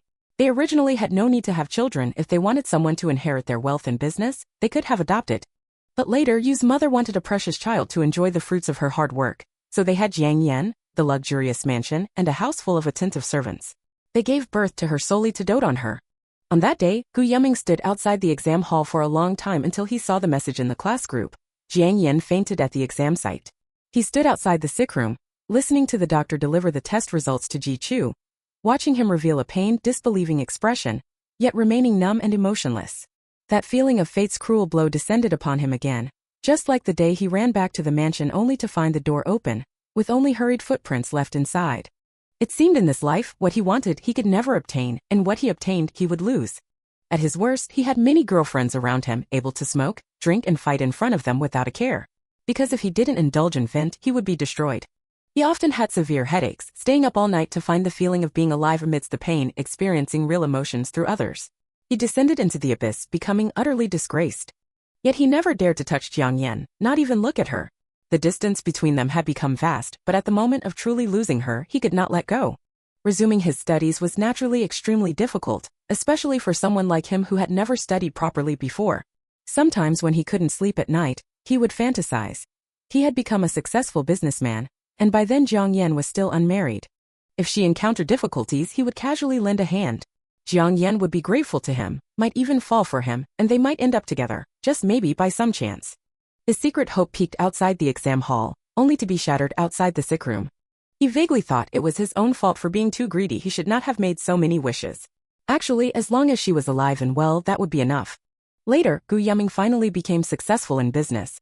The Gu family members who had gone abroad earlier came back to fawn over him, surrounded by a group of wealthy young ladies, sometimes accepting them, sometimes rejecting them, but always wandering through life. Jichu was different. Jichu briefly had the person he loved before Jiang Yan left, savoring that naive yet touching experience of affection for the rest of his life. Jichu, Yu family's adopted son who had achieved great academic success at a young age, would always boast about his girlfriend in class. He said they were childhood sweethearts. He called her sister. She had a bad temper but was very cute and pretty, only he could love her so much. He said she was really bad at math. Before the college entrance exam I forced her to do math problems, but she only scored in the 50s. Although her other subjects were better than mine, she chose my major for me. He said after the exam I confessed, but she had known all along. She just didn't say anything because she was afraid it would affect our scores. A student sighed from below. Does love like that really exist? I'm so afraid one of them will change their mind one day. No way, someone in the know said. His girlfriend has passed away. She was miss you. Ah. I see it was destined to end. CH 34 Poor Gold Diggers and Bitches 01. Chapter 34. In a quiet morning, Jiang Yan silently departed from the world. What will happen to this world? Jiang Yan asked. It will continue to operate until an issue is detected and it stops. The system seemed busy, answering her question and immediately adding, the difficulty of the next world task will increase and you'll need to solve it yourself. I'll appear after you complete the task. Oh. Before Jiang Yan had a chance to negotiate, she found herself in the next world. Task. Play the role of a poor, greedy, and evil female supporting character. Plot. You are a poor university student who sees money as everything, and you pursue the wealthy Shang Lu. You are hypocritical, greedy, and have no substance, so Shang Lu quickly becomes bored with you. After dumping you, he meets his true love, the female lead Meng Yiqing. But you believe the female lead stole Shang Lu from you, so you repeatedly try to hinder Shang Lu's pursuit plans and target the female lead. Eventually you incur everyone's resentment and lose everything you had gained. As soon as Jiang Yan opened her eyes, she realized where the increased task difficulty lay. The bedroom space was cramped and narrow, with nothing but the bed. Jiang Yan had never seen such a barren room before. She absent-mindedly took out her constantly buzzing phone covered in countless scuffs. Only the screen was still visible with just 3 or 4 cracks. It was clearly an old relic. Jiang Yan answered the call and a woman's anxious voice came through. Yan Yan, do you have any money left? Your father's hospital fees are due again and mom doesn't have enough. At the end, she was already choked up and sobbing uncontrollably. Shocked, Jiang Yan hurriedly opened her WeChat wallet, transferred the over 200 yuan there, along with what was in her Alipay and bank account, totaling 500 yuan. Okay, the woman had stopped crying, forcing out, Mom will send you some money when she gets her salary. There's nothing we can do about your dad's situation. Mom will go pay you study hard at school and do some part-time work during the holidays. Jiang Yan hung up in a daze. In the previous world, she lived in a villa with servants attending to her every need. Compared to that, this world was truly unkind to her.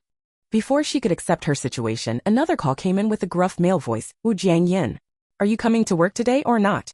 I'm coming. With her current circumstances, she had no other choice. We pay by the hour, you know. Come late, we'll pay you less. The call ended abruptly. Based on the plot, Wu's father worked at a construction site and had an accident a few days ago, being rushed to the hospital. This added to the already poor family's burden.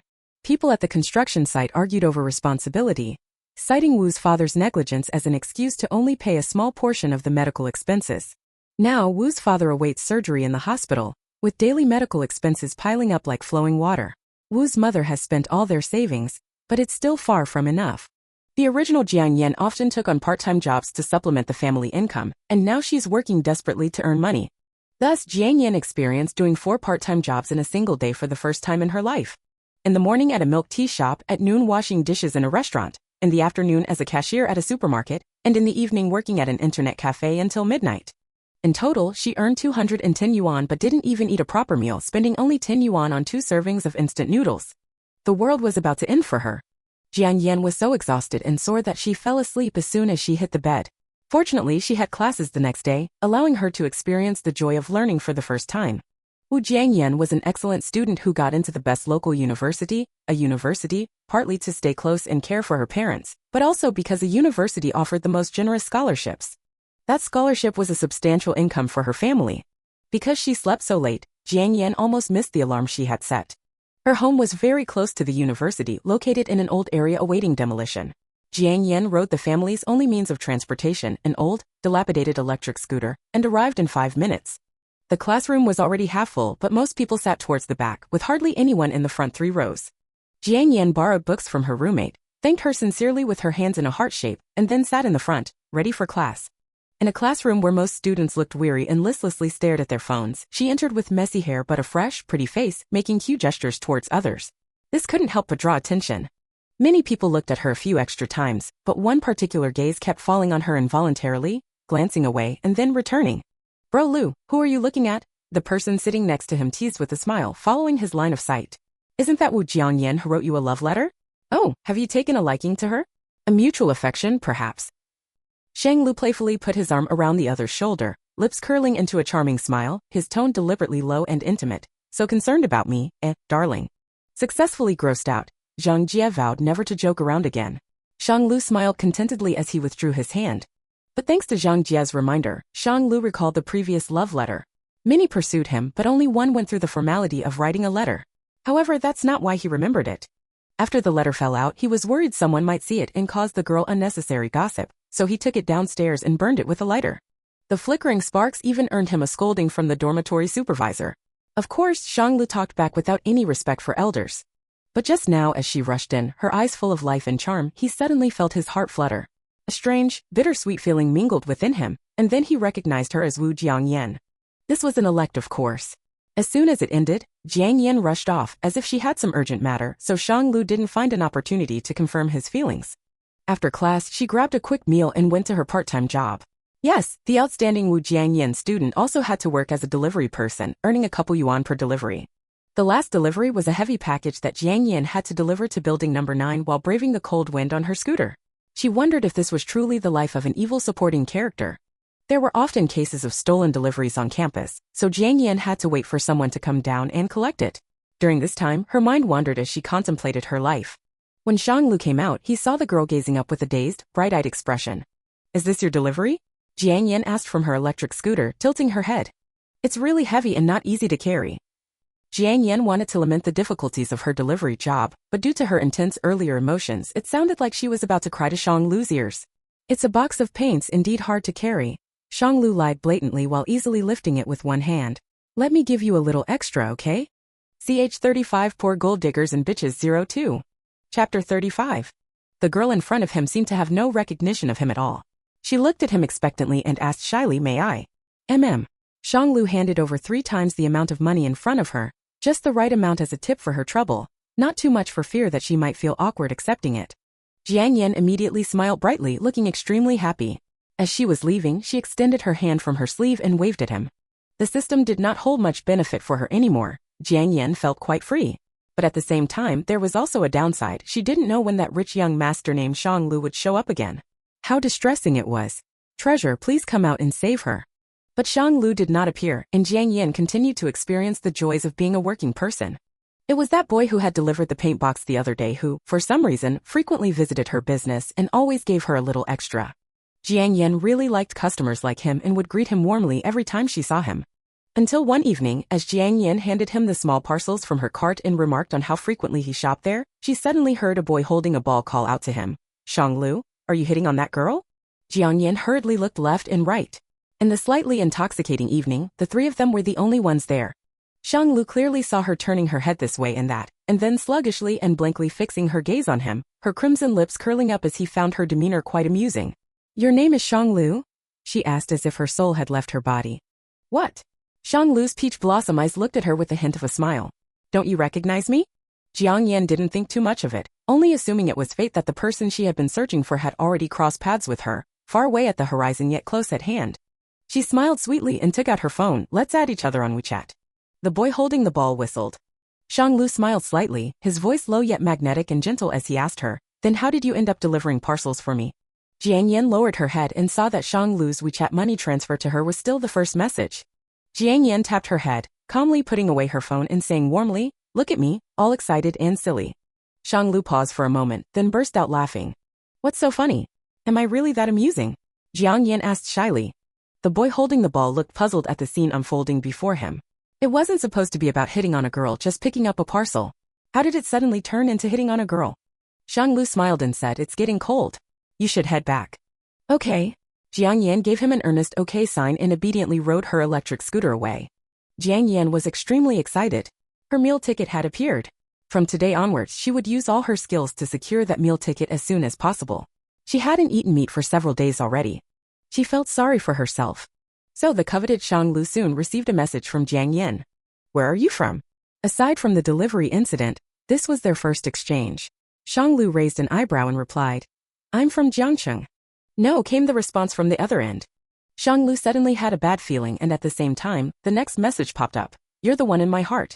"Xianglu, guess what my zodiac sign is?" she asked again. Xianglu patiently replied, "Aquarius." "Wrong." Xianglu waited for her next message. "I was made to order, just for you." Before she could continue harassing him, Xianglu got straight to the point and asked her, "Do you want to pursue me? Is it that obvious? Otherwise, who would randomly send such deadly cheesy pick-up lines?" Suddenly, her dazed appearance that afternoon flashed in his mind. She only became enthusiastic after learning he was Xianglu, and the previous love letter was also written for Xianglu. She had written a love letter without even knowing what he looked like and failed to recognize him after seeing him so many times. She was practically wearing her ulterior motives on her face. Xianglu typed leisurely, "I'm hard to pursue," wanting to know what it was that she wanted. Jiang Yan didn't know that her future meal ticket had already seen through her. She continued typing sincerely from her bed, "It doesn't matter. I'll always like you. Call me older brother a couple of times first." Jiang Yan's fingers froze mid-typing. Had she encountered an old lecher? "Too shy or don't know how? Do you need older brother to teach you?" The other end sent messages with great interest. "Can't even call me older brother and you want to hit on me?" Jiang Yan. She didn't expect her meal ticket to be like this.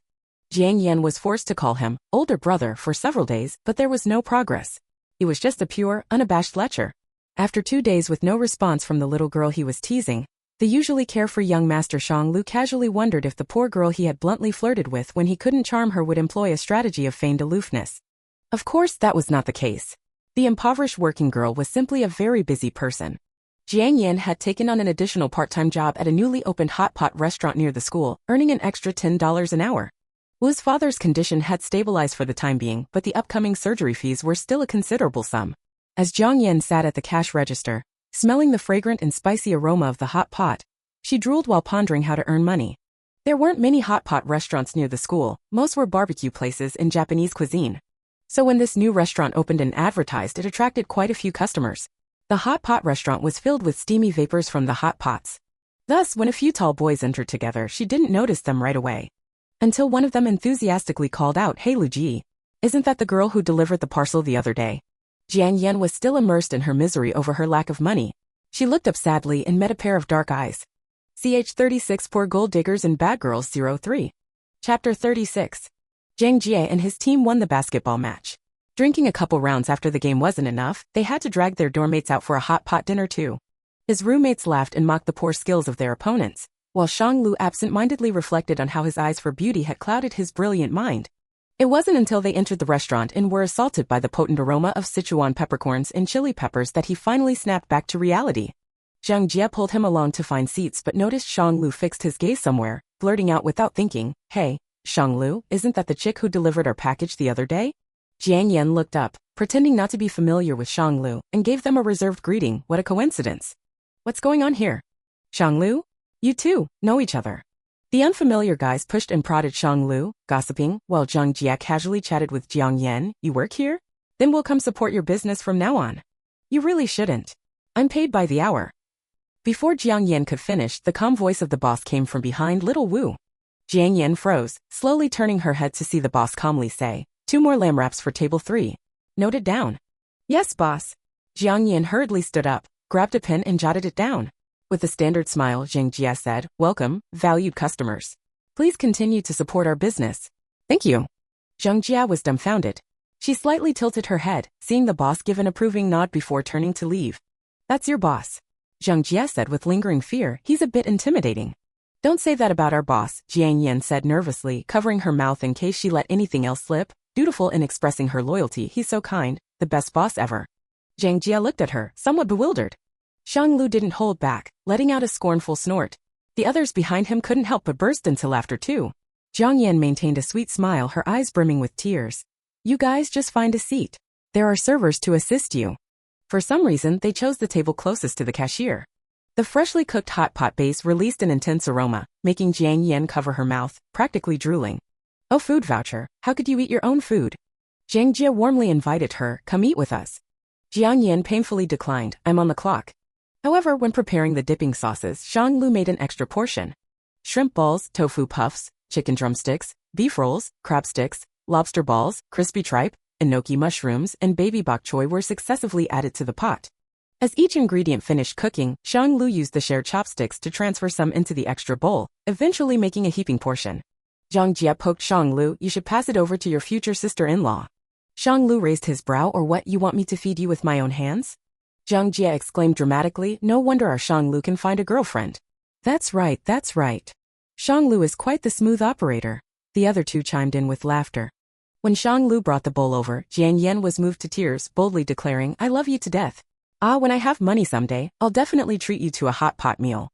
"Just a moment ago you said we weren't even acquainted. That's quite the turnaround," Shang Lu scoffed, leaning against the cashier counter and watching her stare unblinkingly at the bowl with big, adoring eyes. She was utterly adorable. With her meal voucher privilege, Jiang Yan didn't care about the awkward phone interactions anymore. Having only eaten a piece of dry bread that morning, she was already starving just from the aroma. She picked up her chopsticks and dug in. Jiang Yan was beautiful, with curled, upturned lashes, big eyes, a delicate nose bridge, plump cherry-colored lips, and milky white skin. She looked like an exquisite doll, the type that attracts many fans among men. Every time Shang Lu looked at her, he wanted to kiss her. Jiang Yan ate happily, bite by bite, making anyone who watched her feel hungry themselves. Suddenly, the boss's voice rang out, "Little Wu, no dating on the clock." Shang Lu paused, while Jiang Yan hurriedly turned around but didn't see the boss. She lowered her voice to explain, "Boss, I'm not dating. There's nothing between us." No one responded to her. With a bitter expression, Jiang Yan pushed Shang Lu, "You go back and eat your hot pot. I'll repay the favor another day." Shang Lu licked the back of his teeth, thinking, "Sure, just called me brother a couple days ago and now it's gone." Now that she mentioned repaying a favor, suddenly there's no relation. She's 37 Poor Gold Diggers and Bitches 04. Chapter 37. Jiang Yan sat restlessly, waiting for her shift to end, without a shred of happiness. Finally, as closing time approached, the boss brought out a plate of rice cakes from the kitchen, kindly asking her to have a bite, and inquired, "How's the hot pot?" Jiang Yan sniffled as she packed up the untouched rice cakes to take home, which could serve as her dinner. The boss probably wouldn't need her anymore. Woe is me, one less source of income. As Jiang Yan entered the school gates, she happened to run into Shang Lu, who had just returned with some drinks. What a coincidence. You've just come back too, Jiang Yan greeted him with a smile despite her poorly concealed dejection. Shang Lu noticed her expression, furrowing his brow slightly, and asked, "What's wrong?" Jiang Yan pouted, "I got caught eating again. 3 times in a single day." Though her plight seemed quite pitiful, Shang Lu found himself inexplicably amused, unable to resist reaching out and ruffling her hair. Jiang Yan reacted strongly, taking a step back and retorted, "We're not even together yet, and you're touching me." Shang Lu hesitated, nearly misunderstanding, "Don't say such things." Jiang Yan didn't comprehend, but as he withdrew his hand, she resumed walking with him, recalling her pursuit and feebly asking, "When will you accept me?" Shang Lu shot her a sidelong glance. "Have you taken any action? Didn't I tell you that I'd keep liking you?" Jiang Yan questioned, puzzled. "Is that your way of pursuing someone?" Shang Lu felt exasperated, seeing Jiang Yan's innocence, and advised her, "How about buying me breakfast every day? Can you manage that?" Jiang Yan immediately clutched her little purse, eyeing him warily. "For how long?" Shang Lu took a deep breath. "I'll give you the money. Just buy it." "Isn't that just a proxy purchase?" Jiang Yan mumbled, having gained some experience from her part-time job. "Don't you want to pursue me anymore?" Shang Lu asked nonchalantly. "Then please accept me soon, okay?" Jiang Yan pleaded, tugging at his clothes pitifully. The longing and anticipation in the girl's eyes could make one's heart skip a beat. Shang Lu mused, "Finally she speaks. We'll see how you perform." Finding a meal ticket was such a hassle. Jiang Yan sighed as she woke up early to buy food from the canteen. A red bean bun and an oatmeal milk porridge. Jiang Yan snuck a bite, leaving a smear of red bean paste on the corner of her lips when she handed the food to Shang Lu. The dark stain on her rosy lips was quite noticeable. "Greedy cat," Shang Lu remarked with a peculiar expression. Jiang Yan wondered if he noticed the missing bite, pretending not to hear as she skipped off to her classroom. She delivered breakfast for a week until that day during the public elective course. As Jiang Yan was about to enter the classroom, a male student who had been waiting outside suddenly stopped her, his tone anxious. "Classmate Wu Jiang Yan, may I have a word with you?" "Me?" Jiang Yan pointed at herself, surprised. "Yes." The boy seemed very nervous, his expression shy as he stumbled over his words. "It's like this, I've noticed you for a long time, and I—" Before the boy could finish, a hand reached out from behind Jiang Yan, loosely embracing her as a dispassionate voice interjected, "My apologies, she's already taken." "Ah, I am sorry." The boy, stunned at being caught confessing by the girl's boyfriend, fled in shock. Jiang Yan finally realized what had happened, looking up at Shang Lu delightedly, "You've accepted me." Shang Lu's expression remained indifferent as he didn't respond, only reaching for the custard bun in her hand. Jiang Yan, anxious for an answer, hid the food behind her back. "After class, I'll accept you," Shang Lu calmly reassured her. Because of those words, Jiang Yan sat next to him during class. His roommates joked and moved further back, but until the end of the lesson, the two remained motionless. Jiang Yan followed Shang Lu to the small wooded area beside the sports field, where it was quiet. "Will you accept me?" Jiang Yan asked tentatively, this time as a question. "I accept." Shang Lu kept his promise, gazing steadily at Jiang Yan with focus and clarity as he began. "But before that, I want to make something clear." Jiang Yan nodded, puzzled. Shang Lu seemed pensive, as if tallying an account, and slowly asked her, "Our first meeting was when I picked up a delivery?" Jiang Yan nodded.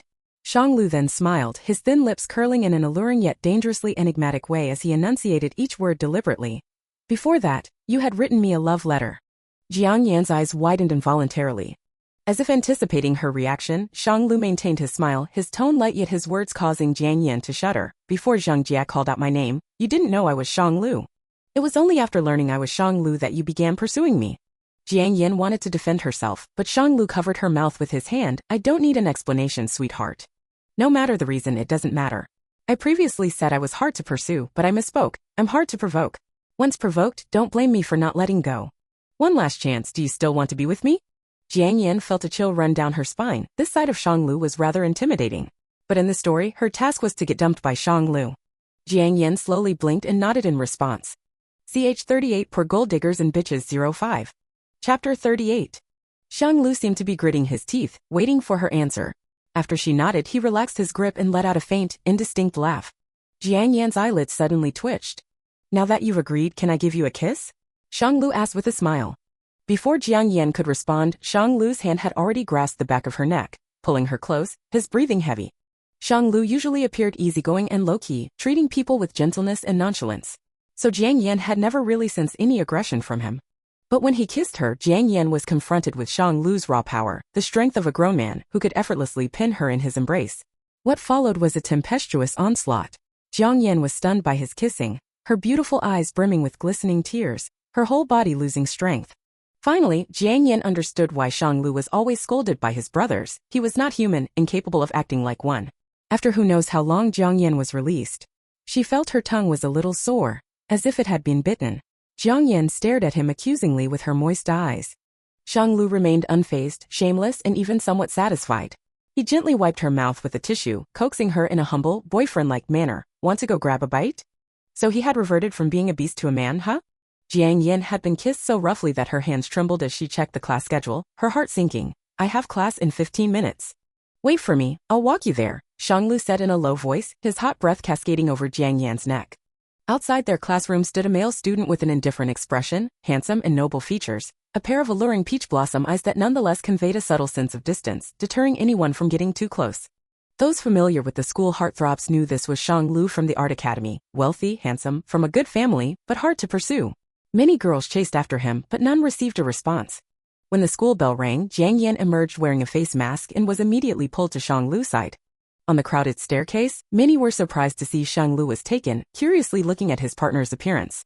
But all they could see were black eyes peeking through the tousled hair and a petite chin outline. She wore a mask. And just as they tried for a better look, the man by her side had already shot them a chilling, menacing glare.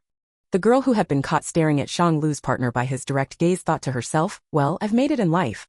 Jiang Yan wore the mask simply because her lips were too swollen from the intense kissing. She felt too embarrassed to show her face.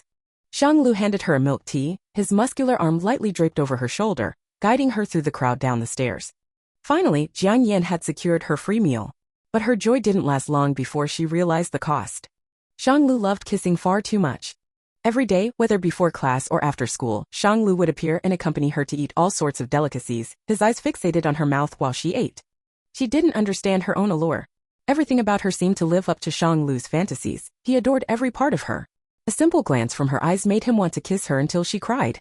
After being helplessly kissed again, leaving her lips red and swollen, an indignant Jiang Yan threatened him through her tears. If you keep kissing me like this, I won't brush my teeth anymore.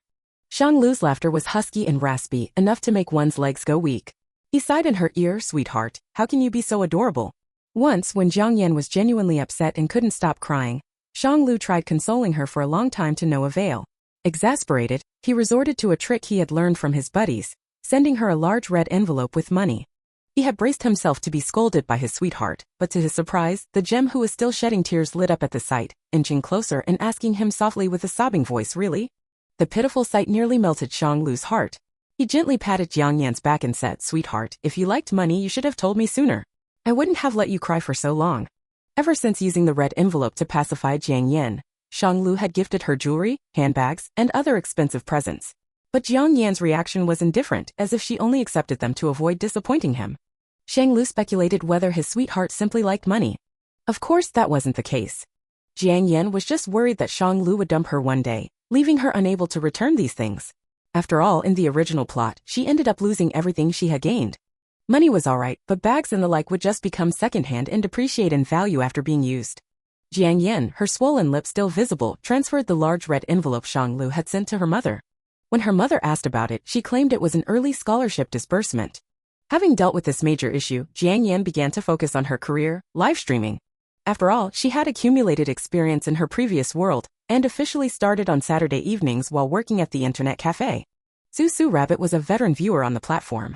Besides watching the few big streamers she followed, she spent her time looking for fresh faces.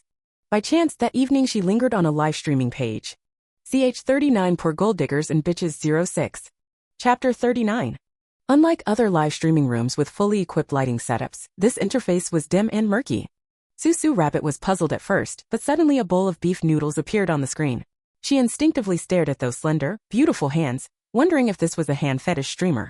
The next second, a pair of extremely gorgeous eyes appeared, with curled lashes, translucent irises, and upturned corners. Ah!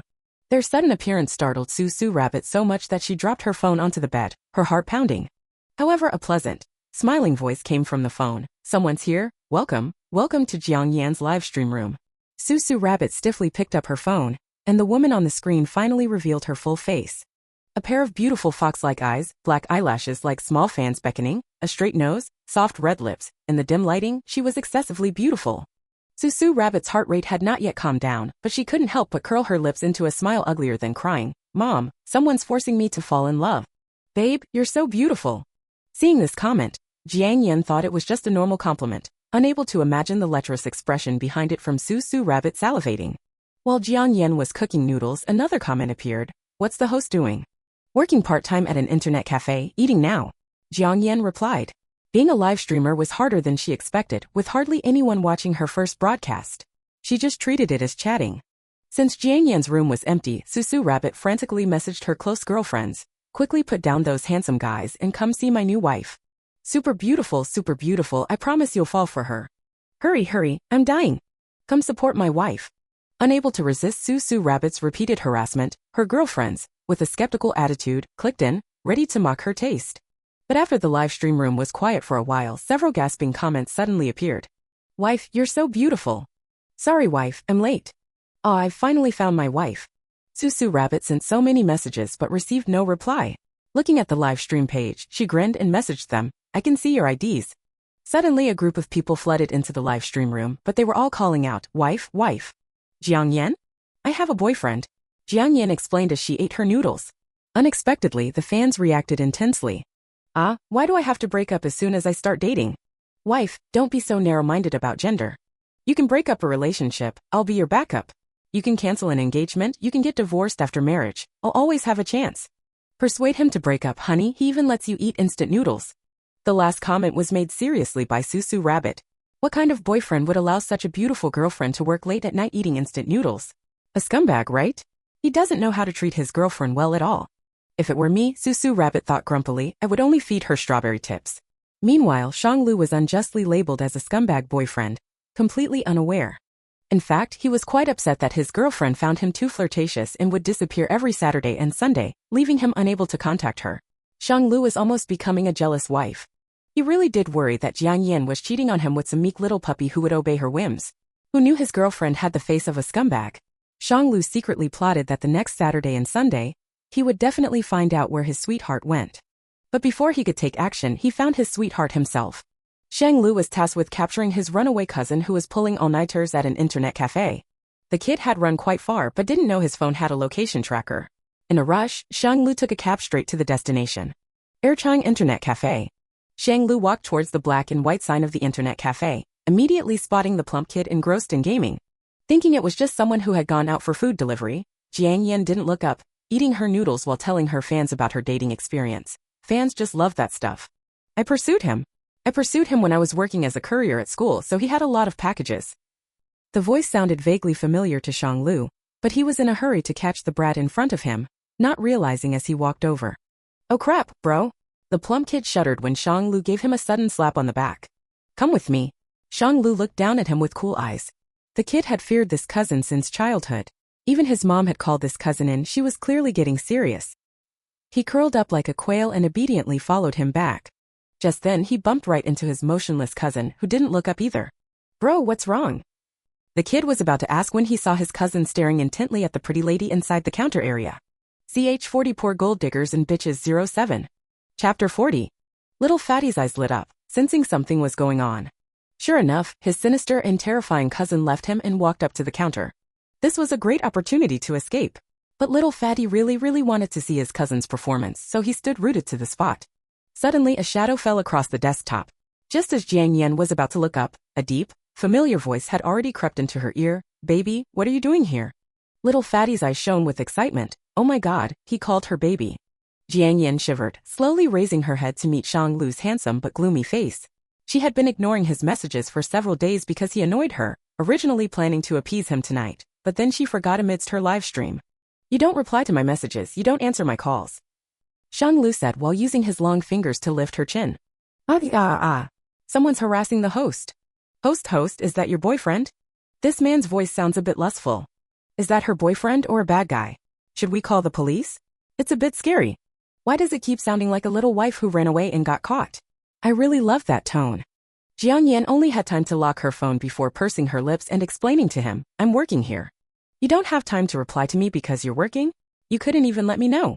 Shanglu leaned over the counter, his cold black eyes looking down at her oppressively, making Jiang Yan seem pitiful. Jiang Yan couldn't help but whine, why are you behaving like you caught me cheating?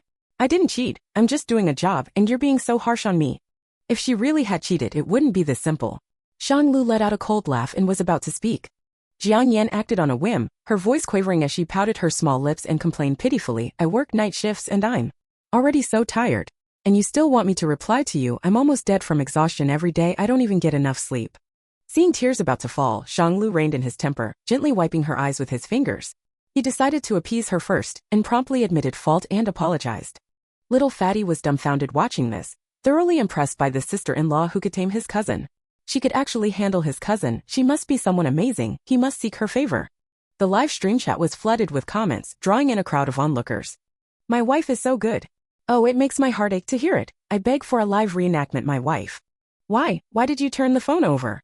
What can't I see? The host is really good at crying, just a few words and the man was appeased. This is actually a bit exciting. This dog food is really not for human consumption, it's a bit choking. Xianglu asked, are you going back to the school tonight? Jiang Yan shook her head softly, I get off work at midnight, the school gates will be closed, I'll go back tomorrow morning. Xianglu was silent for a moment, gesturing towards the little brat behind him. Alright, I'll go drop him off first then. Jiang Yan didn't understand what he meant by first, but to be obedient, she kept nodding. Xianglu called a car to drop Little Fatty off.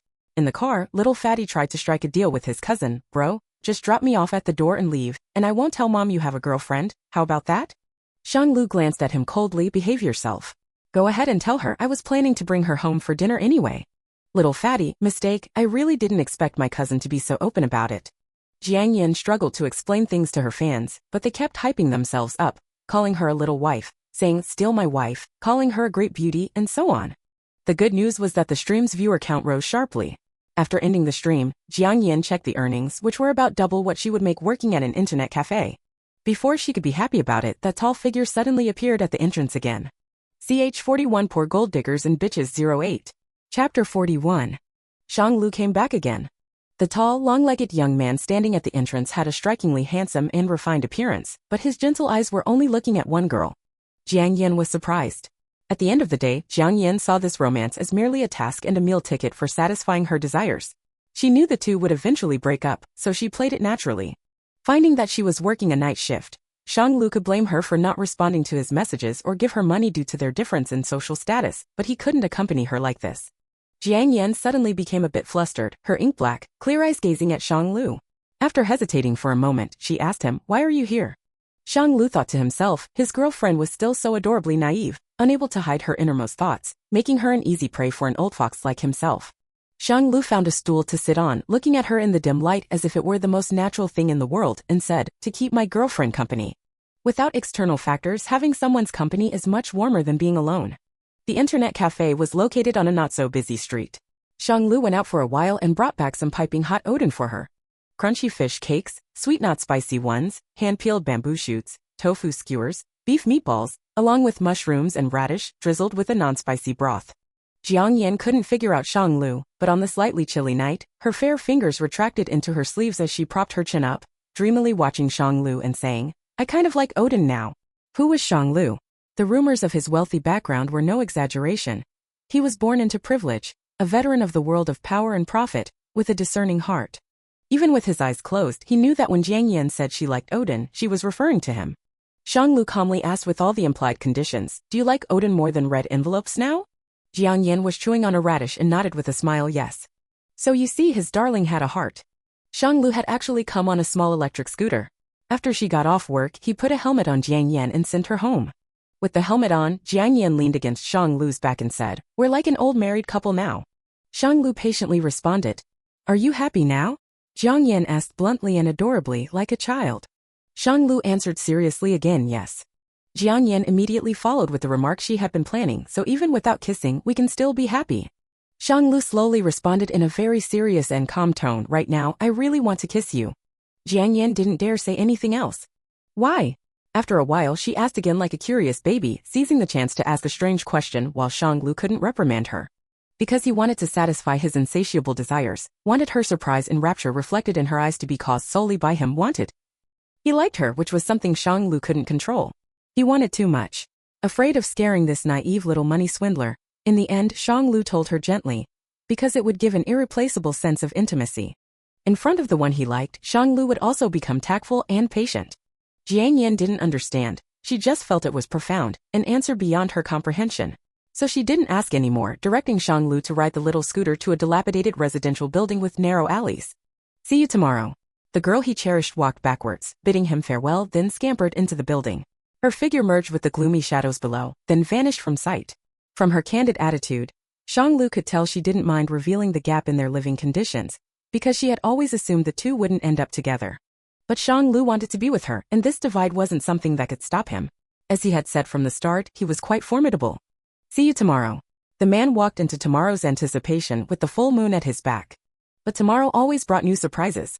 Xianglu patiently waited for his girlfriend to finish eating, only for his little girlfriend to mysteriously take him to a small pavilion in the woods to dine.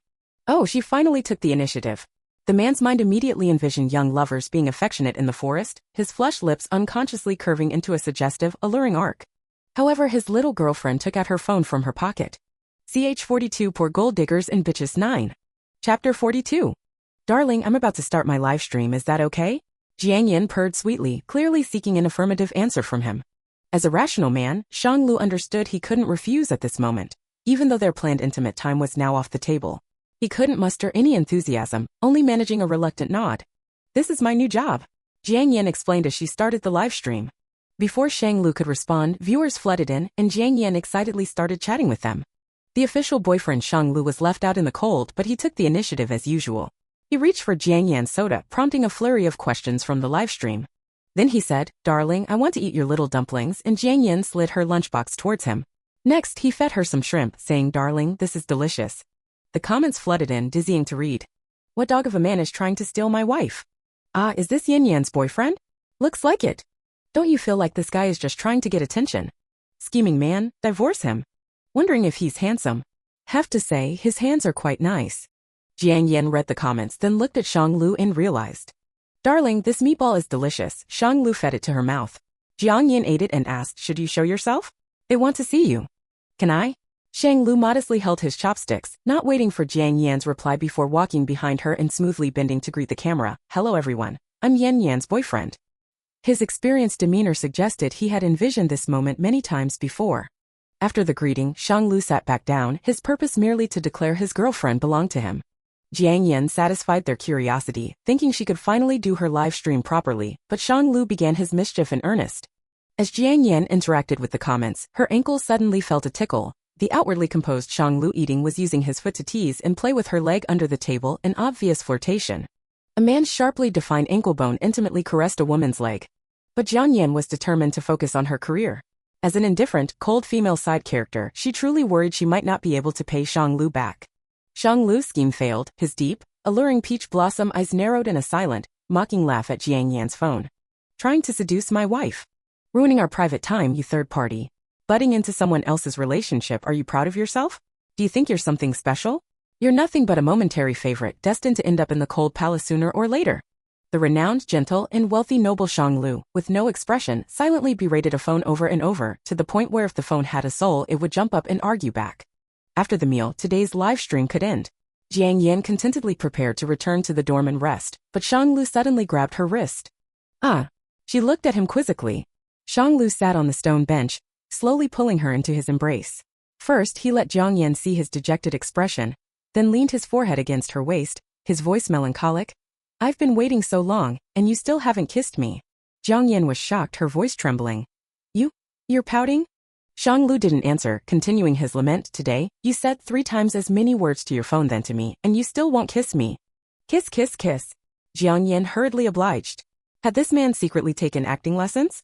Xianglu kept his head down, hiding a smug smile out of Jiang Yan's view. Playing the cute puppy was working just as expected. But even when acting cute, he couldn't restrain his intense, enveloping kisses. After the kiss, Jiang Yan had to cover her flushed, swollen lips, soothingly chiding him without anger. Okay, I kissed you. Xianglu's gaze, however, remained unrestrained, fixated on her lips peeking through her fingers, unsatisfied. His whining became languid and husky. Want more? Hearing that sent shivers down one's spine. Jiang Yan didn't dare provoke that intense, predatory look, quietly stepping back and reaching to pull him up. We can kiss more later, I already kissed you today. Get up, let's go back. Xianglu looked like a sad puppy denied a treat, dejected yet obedient as he stood. But as Jiang Yan turned away, a triumphant smile played on his lips once more. This was the advance through retreat strategy. Gentle, patient Xiang Lu methodically set sweet, tempting traps, aiming to lure his little girlfriend into spending their life together with sugary promises. In his vision, his little girlfriend would eventually take that fateful step forward, coming to his side. The profound, reserved noble willingly wished to share his life with this one girl, his alluring peach blossom eyes focused solely on her. What he didn't know was that Jiang Yan had her own plan to pay him back. Ch 43 Poor Gold Diggers and Bad Girls 010. Chapter 43. This world was Jiang Yan's final trial. She realistically followed the plot, working when she had to, being materialistic when necessary. If the fate of everyone in this world deviated again, she couldn't be blamed. Every person had their own thoughts and judgments. System, how could you force us to be bound by false personas willing to be others' puppets? Jiang Yan quickly gathered all the surgery fees and sent them to Wu's mom. She earned some from various part-time jobs, but most came from Xiang Lu's support. The good news was that her live streaming career was thriving, earning her money too. The girl immersed herself in her flourishing career, deliberately neglecting her boyfriend to pave the way for their eventual breakup. Xiang Lu was sensitive to her attitude. Almost as soon as she uttered no to rejecting a strawberry tart, he sensed something was off. Jiang Yan started playing the role of a greedy little devil, asking for money for kisses, going out, and even eating together. Normally, a relationship this expensive would make anyone see through the other person's true nature and question, scold, and break up immediately. But not Xiang Lu. He had thoroughly studied his precious one and willingly wanted to keep her. Even before kissing her, he slipped a black card into her hand, sealing her chattering little mouth. Jiang Yan, it was just absurd. Jiang Yan's act was no small feat. Xiang Lu's roommates all noticed something was off and earnestly advised him, believing Jiang Yan was only after his money. Xiang Lu sat on a chair on the balcony, leisurely turning his head, his captivating peach blossom eyes naturally upturned, his jet-black pupils clear and awake, as if he had been plotting for a long time. Supporting my own wife, what's there to trick or not trick? It's all hers anyway. Xiang Lu's calm tone instead startled his roommates. Indeed, how could a person like Xiang Lu, born into a prestigious family and trained in business tactics from a young age, fall for a girl's scheme? They couldn't help but worry about Jiang Yan, feeling she might end up devoured by Xiang Lu, leaving not a bone.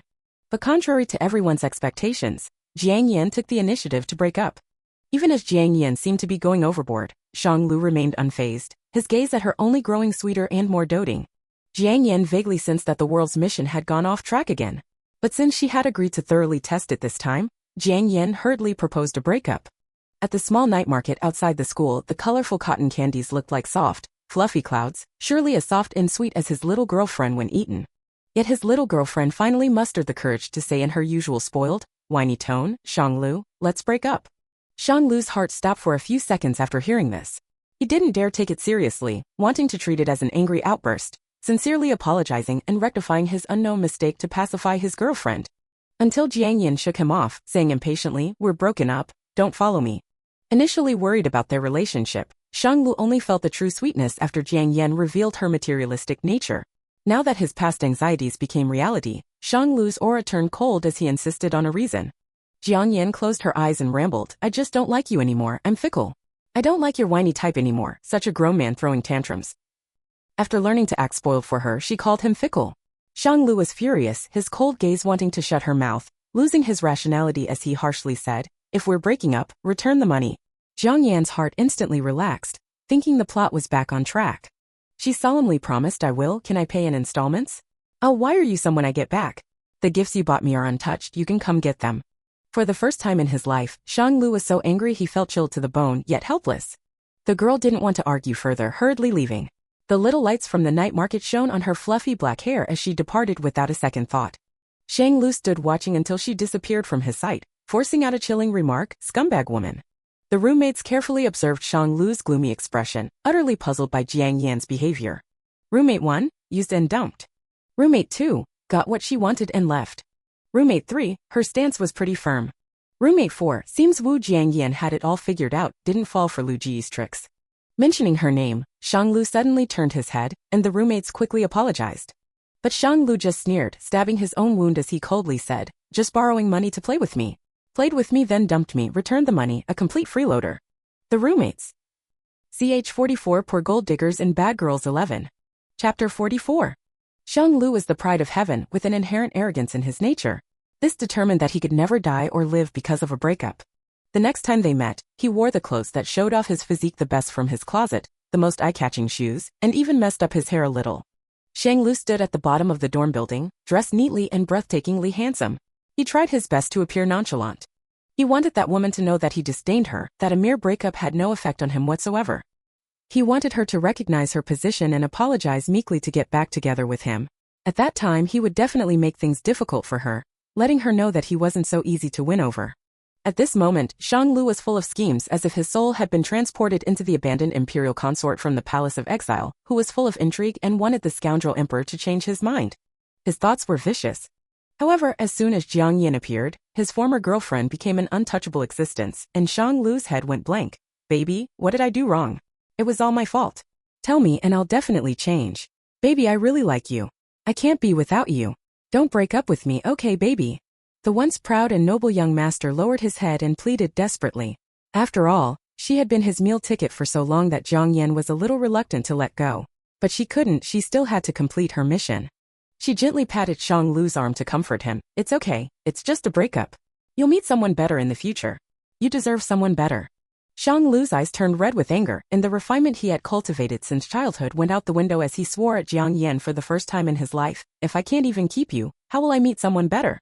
Jiang Yan. She thought he had a point. No wait, there was still the female lead. Jiang Yan said with certainty, you definitely will. You're so outstanding, rich, handsome, and well-educated since childhood. You'll definitely meet someone just as outstanding. Shang-Lu lowered his head, squatted in front of Jiang Yan, and buried his face in his expensive coat, silently leaving a wet spot. Like a pitiful, almost dead puppy, listening to his master say that the next family would treat him better before abandoning him. Suddenly he raised his head.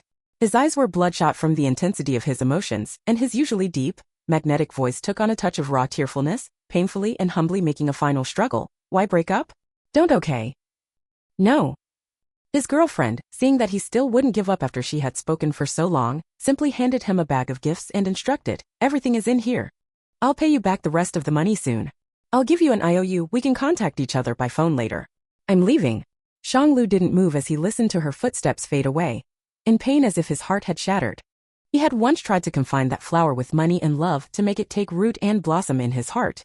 But now the flower had shattered his heart and then fled. It seemed he had lost his beloved flower forever. Jiang Yan's speculation was quite accurate as the female lead Meng Yuqing soon appeared by Shang-Lu's side. While Jiang Yan and Shang-Lu's breakup was expected by many, the fact that Shang-Lu was the one being dumped truly dropped a lot of jaws. Meng Yuqing's appearance was perfectly timed. An exchange student from a renowned British brand, she was beautiful, talented, and from an elite family. If she and Shang-Lu were together, they would be a perfect match. As for Shang-Lu, he was being groomed as the heir of the Shang family. The reason he was so helpless when dumped was that he lacked dating experience, and Jiang Yan's breakup was too sudden. Within a few days, he calmed down and treated the breakup as a hurdle in his life, working day and night to figure out how to solve this problem. After all, his future happiness was at stake. As for the breakup, PSH, the Shang family had never given up on anything. Shang-Lu would only lose his rationality when facing Jiang Yan. Apart from that, he was among the best when it came to scheming. Getting his ex-girlfriend back was currently out of the question. Shang-Lu acted quickly. Within a few days, rumors began circulating subtly around the college about him and Meng Yuqing being together. His roommates even deliberately hinted to Jiang Yan that Shang-Lu was dating someone new. Although they found it a bit strange for someone from the sculpture department to appear in their art management major, this news was quite good. Jiang Yan couldn't tell if she was disappointed or relieved. Wasn't this just the proper path? She was completely at ease. Every day, she attended classes and live-streamed as usual, and once she paid off her debt, her mission would be over. Since her live-streaming income now surpassed what she could earn from other part-time jobs combined, it had become her main job. On Saturday when she had no classes, she agreed to her fans' request to live-stream outdoors at a scenic spot near the school. CH 45 per Gold Diggers and Bad Girls 12. Chapter 45. Early in the morning, with no morning classes scheduled, most students were resting on campus and there weren't many people at the tourist spots yet. Jiang Yan came to play in one of the haunted houses. This was a reward for her fans who had crossed the 1 million subscriber mark, a collaborative effort from all her fans, so she couldn't miss out. The atmosphere at the entrance of the haunted house was already eerie, with an old hospital theme, dim red lighting, sinister and creepy music, and walls splattered with bloodstains. There were even 2 little girls crying after being scared. Jiang Yan bought a ticket, confirmed she could record, and pretended to be calm as she headed straight in. Wifey, don't be afraid, don't be afraid. But I'm different, I want to see my wifey cry. A beautiful woman dropping golden tears would surely be a sight to behold. Both fearful and anticipating. Wifey, my staying here hinges entirely on your lovely face.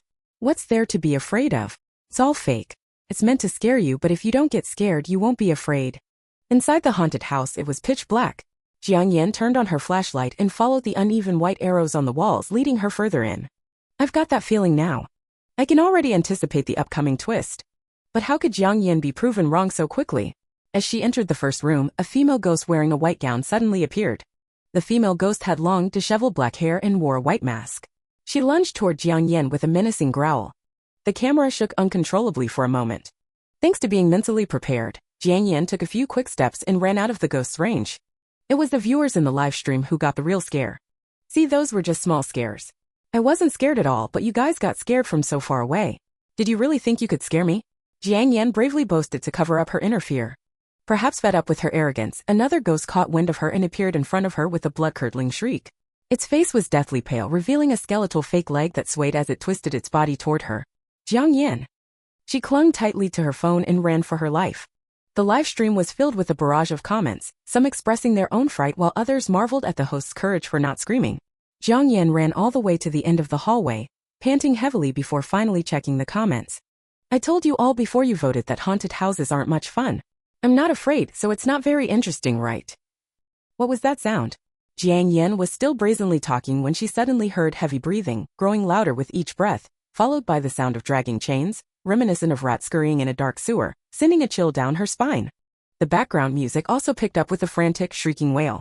Jiang Yan stood at the end of the hallway, with a locked hospital room to her left and a deep, cold staircase to her right. It was desolate, without a single footprint. An unseen chill seemed to blow through, making her bones shiver.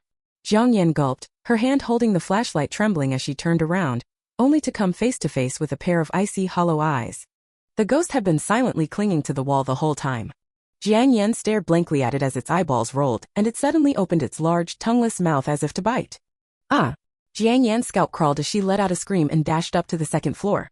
Only after no longer hearing the dragging chains did Jiang Yan stop, crouching down. Her mind was flooded with the harrowing image of the ghost, shattering her previous mental preparation. She didn't even have the presence of mind to read the comments, covering her mouth to avoid making any noise, only thinking of how to get out. Unfortunately for her, the haunted house staff were determined to give her the full experience. One moment it was a large doll with a hole in its stomach, the next a crazed killer with a chainsaw. Then there was an old woman with a gaping maw, ready to devour her, and a rigid, white-clad Sadako with long black hair. Jiang Yan's voice grew hoarse from screaming as she went up and down the stairs, hiding in rooms only to be scared out again. At one point she accidentally hit the flashlight switch, plunging everything into darkness. A ghost in a red dress reached out to grab her, and a demure voice said, "You can hide behind me." Unable to see anything, Jiang Yan treated them all as ghosts, running desperately without even daring to pick up her dropped phone. Shanglu picked up the phone, its screen still flooded with comments. Did Jiang Yan drop her phone? Why is the screen black? That ghost just now scared me to death. I was screaming right along with my wifey at home. But I wasn't scared by the ghosts, I was scared by the host's screams. You're all tough guys. Why is there no sound now? Shanglu turned the phone around, searching for a long time before finally finding Jiang Yan in a small corner. His movement startled the person inside. Jiang Yan was so scared that she'd lost all reason, even though she knew nothing would really happen. Still, she was afraid, her nerves frayed to the breaking point. She trembled as she spoke. Don't come any closer. If you keep scaring me, I'll hit you. I can hit hard. Seeing that she was genuinely terrified, Shanglu carefully turned on his own flashlight while holding her phone out to her. I'm not a ghost, Jiang Yan. Look at who I am. I'm Shanglu and I picked up your phone. Look, isn't this your phone? Jiang Yan blinked in the flashlight's beam, repeating dazedly, "You're Shanglu." However, at this moment, both Shanglu and the live stream viewers were entirely focused on her face. Her complexion was unnaturally pale, a sickly beauty rarely seen. Her curled lashes fluttered, her eyes glistening with the threat of tears. Yet her lips were a deep red, slightly wet as if she'd bitten them to avoid making noise, exuding a delicate fragility that begged to be shattered. The live stream was immediately inundated with lewd comments. Shanglu didn't dare dwell on it, his voice hoarse, "It's me." Jiang Yan seemed to have been too overwhelmed, bursting into tears. Wah wah wah, baby, why did you come so late? I was almost scared to death, they kept scaring me, wah wah. They only know how to scare me. The phone she had failed to notice fell to the ground once more. Shanglu asked stiffly, you called me baby? CH46 Poor Gold Diggers and Bitcha Girls 013. Chapter 46. Jiang Yan couldn't help but instinctively want to appear more intimate, choking out, honey, take me out of here. Woo woo. Shanglu's heart skipped a beat, unable to resist the lewd thought as he gently spoke, honey, I came to talk about breaking up with you. In the distance, it seemed like the sound of a dragging iron chain could be heard again. Jiang Yan was about to shed tears as she grabbed his sleeve. Quick, take me out of here. Woo-woo. Shang Lu was quite opportunistic. He grabbed his ex-girlfriend's hand instead, like a cunning old fox holding down a little rabbit's lifeline.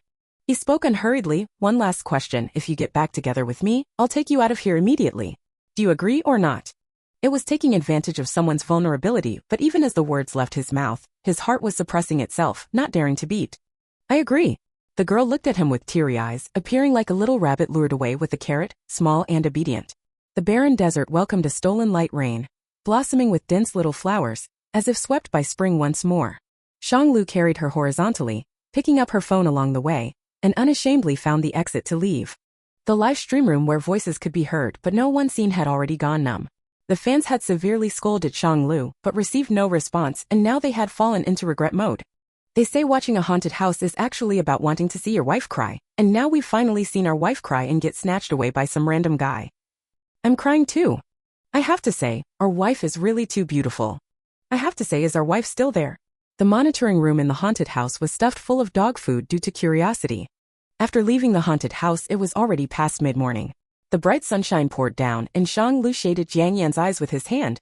She blinked as if returning to the human world. Outside was a normal, orderly life. There were chatting girlfriends holding hands to buy tickets, customers gathered around the ice cream cooler. A warm, gentle breeze blew through the dense tree leaves, rippling a wave of green. Jiang Yan regained her senses, leaning motionlessly against Shang Lu's chest. Feeling better? Shang Lu asked with a smile. I'm dead, bury me, she said. Now how could I do that? Wouldn't that make me a widower? Shang Lu reasoned. Honey, the live stream room just witnessed it all. Upon hearing this, Jiang Yan panicked. My phone. The live stream room still hasn't ended. But the fans in the live stream room were extremely uncooperative, pretending to be deaf. What? My wife broke up, is that it? I was captivated by my wife's beauty, I don't know anything. Right, our wife would never fall for some random guy. Sorry, I got too scared earlier and left, I didn't hear anything. Add me to the list. Add 1, 2, 3, 4, 5. However, their wife was only embarrassed and ashamed by her earlier wailing, unaware that the fans were acting for her sake. She had closed her eyes and exited the live stream. The fans in the live stream room, very speechless. Shang Lu looked at her little actions with tolerance, yet he was still bound by the illusory feeling, unable to bear this torture. He hesitantly spoke, you agreed to me, does that count? He knew he was a liar, an opportunistic thief. At the moment he asked, he tightly wrapped his heart in an invisible cloth, yet he was still afraid of the pain of being stabbed. Jiang Yan was quiet for a few seconds. For a moment, Shang Lu actually hoped those few seconds could become eternity, so he would never get an answer, and never lose anything. But eventually the beautiful girl with lively features said, go buy me an ice cream, and when you come back, I'll tell you the answer. The man kept turning back every few steps, his frequent glances seeming to anticipate the answer with a sadness and anguish akin to life or death separation. Before entering the haunted house, Jiang Yan had already transferred all her money to Shang Lu's account. Jiang Yan asked the system that had suddenly notified her of completing the task, how does this task end? Stop operation, the system replied. Jiang Yan didn't specify what kind of ice cream she wanted, so Shang Lu bought all kinds. Vanilla chocolate, velvet cocoa, cheese red tea, coconut milk, rose lychee, coffee strawberry. A huge bag full, hoping the sweetness would make the little girl sweeten up and give him a sweet deal too. Jiang Yan took a coconut milk one, but Shang Lu only fixated on her every move. Hey, why are you so afraid? The girl with a feisty temper couldn't stand to see him like this, reaching out to pat him as she spoke words as sweet as the most delicious summer ice cream, melting into one's heart. I agreed, didn't I? And so the flowers in the desert grew rampantly, welcoming a true spring. Shang Lu tightly held his girlfriend's hand, explaining seriously and earnestly, Meng Yiqing and I were both fake. She did approach me but I never agreed, but you kept ignoring me, so I thought I'd have her act with me. Everything you heard about was just my plan for them to spread rumors on purpose. Believe me. The warm breeze was dissolved by the icy coolness of the ice cream, and Shang Lu's girlfriend created a sweet ending for him. I agreed to you, remember that. If the world were to continue operating, Shang Lu would later reveal one flaw. He liked giving red envelopes and transferring money but disliked receiving money.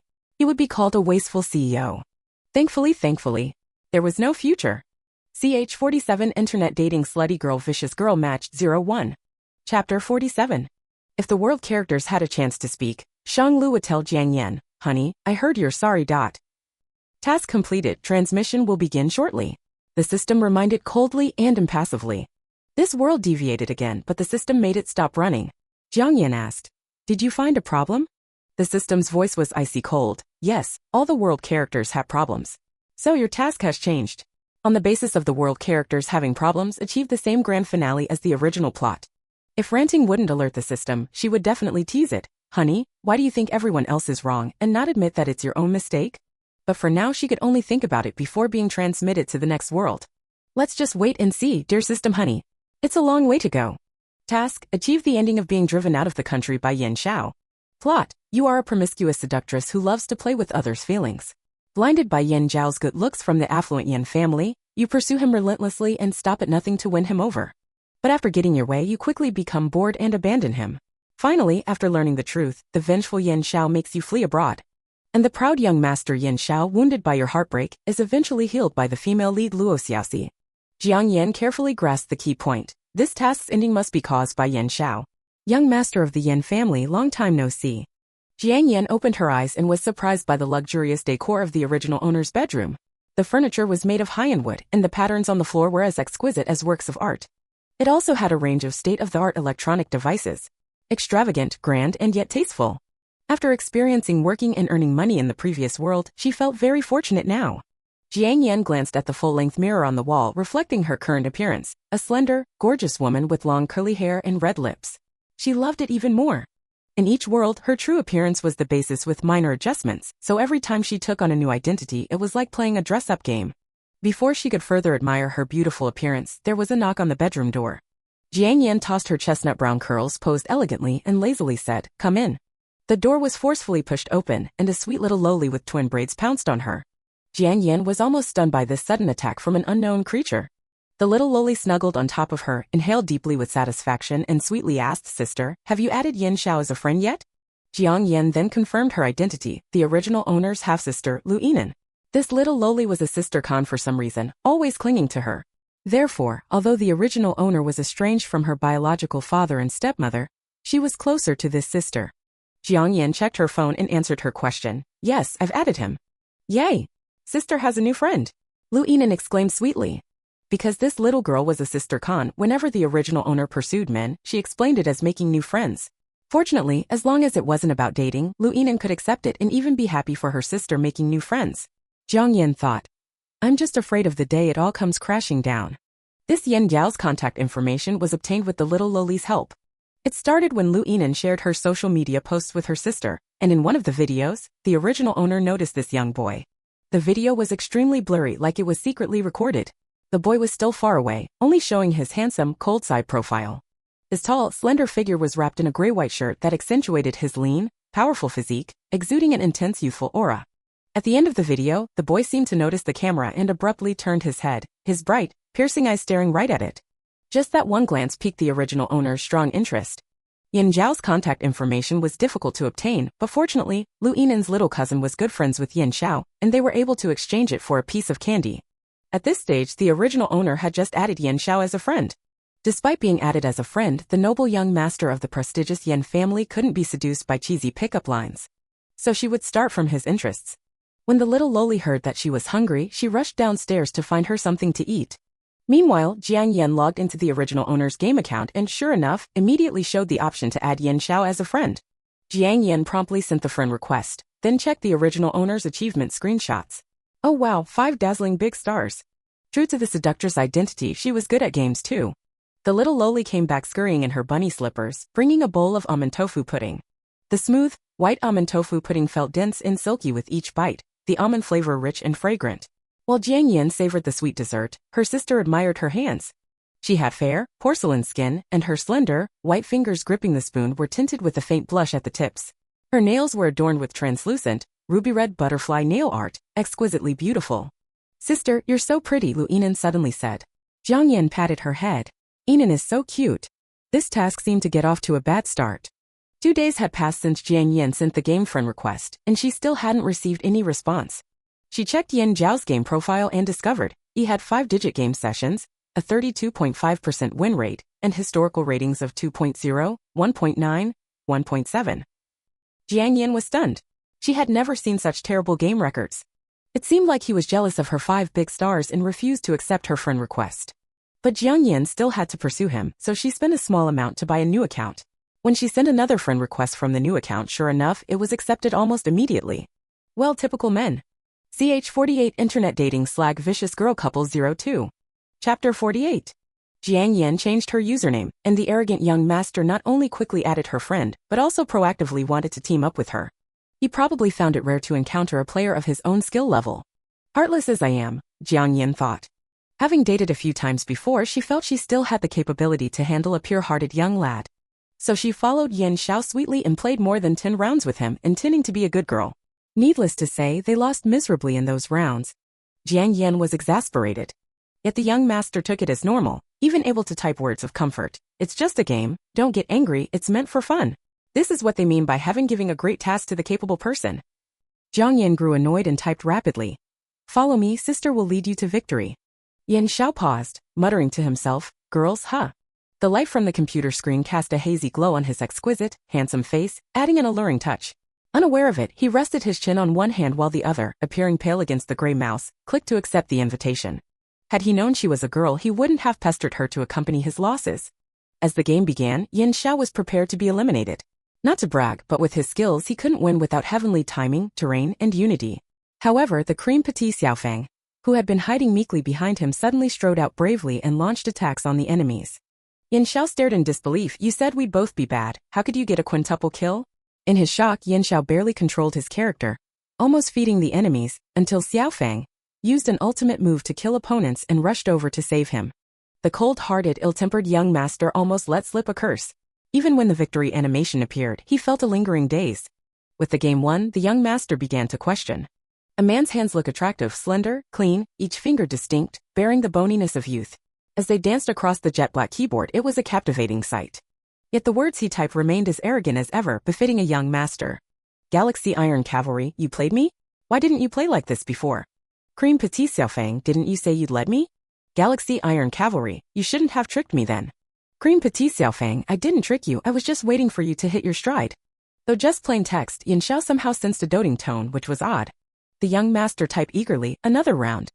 I was too surprised last time to enjoy it. It's so comfortable having a teammate carry me. Jiang Yan's previous round was just to reveal her skill. She came to flirt with the young lad, not to play games. Cream Petit Xiaofang, no, unless you call me sister. Galaxy Iron Cavalry, Xiaofang Xiaofang Xiaofang Xiaofang. Jiang Yan shuddered, poisoned by the name Xiaofang. Cream Petit Xiaofang, as everyone knows, Cream Petit Xiaofang is a pastry. Galaxy Iron Cavalry, oh, I thought your surname was Fang. I knew it. Jiang Yan swiftly bought a name change card, changing to, I am a great beauty. The young master jested with interest. Galaxy Iron Cavalry, little girl, little girl, little girl, little girl. I am a great beauty, still want to play? Yan Xiao immediately restrained himself, typing meekly, sister, sister, sister, sister. With Yan Zhao's status in position, he surely had many lining up to team with him.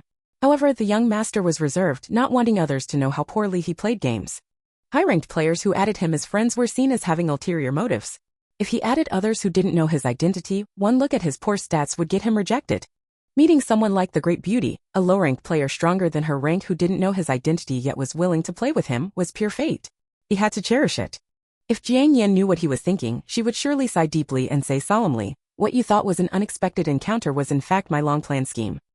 Ever since the young master was carried by Jiang Yan, he blatantly placed her in his inner circle. The frequency with which he pestered her to get online 7 or 8 times a day showed that the young master's energy was truly abundant. Every day it was sweet nothings like sister this and older sister that, giving off a little puppy vibe. Until Jiang Yan caught a cold from playing games with him late at night, and she slowly realized this wasn't developing into an online romance. He was clearly just using her as a gaming companion. She had just opened her phone when Yan Xiao had already sent her several messages. Jiang Yan grew angry, sending a voice message without looking, not playing anymore. You just dragged me into playing games, every day playing games, even in the middle of the night. Do you know I'm sick? You're just using me. Jiang Yan's natural voice tone was cold and elegant, with a pleasant timbre. Speaking in a slower cadence made it sound languid. Plus the added nasal sound from her cold made it even more husky and low. Yan Xiao knew his gaming tool was angry and sick, but he suddenly didn't know what to say because his mind went blank. His tool was a girl? And a husky, languid elder sister with an alluring voice? Although the Great Beauty had made him call her sister before, he had been in gaming circles for too long and encountered too many male imposters to believe her gender. Plus her behavior was strange, accompanying him in games without asking for anything in return, so the young master had doubts about her being female. Calling her sister was just to coax her online. But she really was an elder sister. CH49 Internet Dating Slut Vicious Girl Match 03. Chapter 49. From then on, the communication between the two always seemed to subtly connect to their real lives. This was a major breakthrough for Jiang Yan. If it were others, they would have been in a relationship long ago. But the young master was different. Despite Jiang Yan's countless allurements, the young master only made slight progress, entering a stage of ambiguity. That atmosphere of knowing yet not saying, with an unspoken understanding between them, lingered for a long time. Jiang Yan vaguely felt that this person might be deliberately stringing her along. No, it should be the young master who was being strung along. Until the winter break was about to end and they were about to return to school, Jiang Yan became anxious. Playing games all day, how could they fall in love? Once they went back to school with beauties and popular girls everywhere, wouldn't that directly send her, the older sister, into the stratosphere? Jiang Yan tested the water several times, but each time her advances were deflected. Losing patience, she sent a direct message, "Wannabe internet lovers, brother?" On the clean desk, a carton of milk was suddenly knocked over. The young man was caught off guard and hurriedly reached for tissues, but he didn't seem to care about wiping up the spill. He just stared at that line on the screen, his eyes and brows slightly tinged with a sense of helplessness. This helplessness on the young man's face was accompanied by a hint of indulgence and shyness. But the young master was, after all, the young master, his heart as clear as a mirror, discerning and perceptive. Soon, Jiang Yan received a reply in the young man's clear, melodious voice. "Okay, but sister has to send me some photos." This? Jiang Yan hesitated, mainly because she thought he might seek revenge after a breakup. Yan Xiao immediately seized on her weakness. "Sister isn't sending any? But then I don't know what sister looks like." Jiang Yan then thought that her task was to be subjected to his revenge anyway, so she might as well send a selfie. Unexpectedly, the young master didn't acknowledge it, instead going on at length. "Why did sister hesitate earlier? Did she go look for pictures online? Is this photo really of you, sister? Sister isn't a liar who specializes in tricking high school boys like me, is she?" Jiang Yan was fed up with his nonsensical ramblings and ended up starting a video call with him. It was in the evening, and the lady's smart lights had automatically adjusted to a night mode with soft lighting. Jiang Yan sat at her computer desk, her honey-brown curly hair cascading down, inviting one to reach out and touch it. Her alluring peach blossom eyes, with slightly upturned corners, gave an unintended glance that was heart-stoppingly beautiful. Yan Xiao was stunned. He had requested the video call to see her true appearance because the photo she sent made her look almost unrealistically beautiful. But the video revealed that she was even more gorgeous, arching her eyebrows in a seductive manner as she lazily asked, "Brother, have you seen enough?" Yan Xiao snapped out of his daze. After that, things progressed smoothly. Now that they were together, they could indulge themselves fully. When the young master invited Jiang Yan to play games, she would refuse if she wanted to, only playing with him occasionally when she felt like it. This change was too obvious, and Jiang Yan worried that he might not be able to handle her fickleness. But the young master seemed to sense something and fell silent for a while before obediently giving up on games. Games weren't as important as love, the noble young master thought to himself. But Jiang Yan would sometimes slip up too. One day, when Yan Xiao came home from school and finally had time for a voice call with her, Lu Yinan happened to return home as well. Little Lu Yinan, carrying a delicious apple millefeuille cake to feed her sister, stood by the door and listened for a while before knocking and coming in. Jiang Yan panicked when she thought about the little lowly setting, especially when Lu Yinan fiercely demanded, "Who is sister talking to?" Jiang Yan struggled to reply, "A friend." "Then why does he call you sister too?" The little lowly put down the cake and pounced on her, extremely distressed. Maybe it was just a couple's game? But Jiang Yan couldn't let her know that, so she gently coaxed her, "Because he's younger than me too, just like you, so he has to call me sister as well." It took a while to soothe the little girl's jealousy before she left. Jiang Yan heaved a sigh of relief, wondering, why doesn't her house have soundproofing? She heard everything. But when she looked down, the call was still ongoing and the Arabic numerals were ticking away second by second. The young master's clear voice came through, tinged with a hint of amusement. "Friend? Sister? Jiang Yan." CH50 Internet Dating Slutty Girl Vicious Girl Match 04. Chapter 50. Isn't this supposed to be the naive, innocent young master who gets used and betrayed? Why does it sound like there's a dangerous Yandra vibe? So cringeworthy. "My little sister, a child, let me comfort her," Jiang Yan, the betrayer, explained.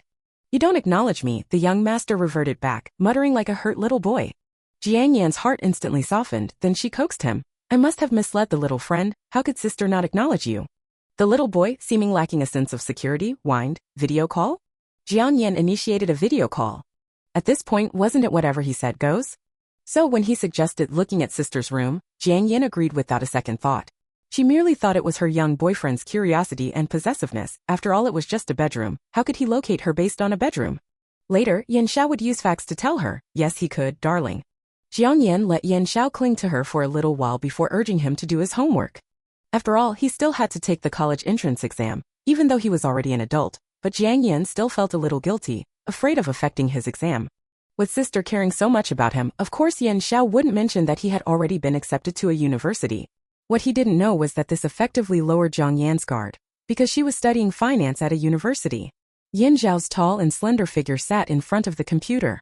The young master, who was born into a prestigious family and showered with affection, put away his arrogance and coldness in front of his little sister, acting as an obedient puppy, his voice sweet enough to rot teeth, sticky like honey. "Sister, will you accompany me while I write for a bit?" Jiang Yan was eating the cake sent over by the little Lolita. Hearing this, she glanced over and said, "Then I'll put my phone here." The young master cheerfully responded with an affirmative, his innocent tone deadly. Jiang Yan felt a little guilty hearing it. If she really dumps him later, the poor young master would be heartbroken. The simple digital alarm clock in the corner of the desk silently changed its numbers. Yan Xiao sat properly at the desk, occasionally glancing carelessly at sister's watery peach blossom eyes, then her cold, crimson crabapple lips. Then lowering his head, his slender fingers gripping an expensive custom fountain pen, writing and drawing on the manuscript paper. Those lines of formulas were derived from the angle, direction, and time of the shadows in Jiang Yan's room. He was applying geographic knowledge to calculate Jiang Yan's location. Eventually he could arrive at a rough target. The faint blue veins on the back of his hand, the vigorous and powerful writing on the paper, brimming with youthful passion. Passionate, unrestrained yet controlled. The elegant flying wild goose handwriting ultimately yielded an answer that satisfied Yan Xiao. Yan Xiao was secretly excited, even more delighted than when he received a competition championship award. "It turns out our distance is so close. Sister's birthday is coming up soon. I want to give sister a birthday gift," Yan Xiao suddenly said. Only then did Jiang Yan shift her attention from the TV, dismissively saying, "No need to buy anything if you really want to buy. Just get me a skincare set. For the gift, I've already selected it. I'll mail it to you. Can you give me your address, sister?" Yan Xiao asked seriously with the clear voice tone characteristic of a youth. Jiang Yan turned around completely, dealing with this tricky situation. She would eventually be revenged, but Jiang Yan still wanted to control the pace herself. She could guide the revenge step by step, but if she told him her address, oh, wouldn't that just be waiting for him to come looking for trouble? Jiang Yan responded that she would send it to him later. After hanging up, she gave Yan Xiao a fake address in a remote area. As for the gift, she could find someone to receive the mail on her behalf. The young man happily prepared the surprise, carefully wrapping his love, almost wanting to give himself entirely. But upon seeing that message, his expression changed.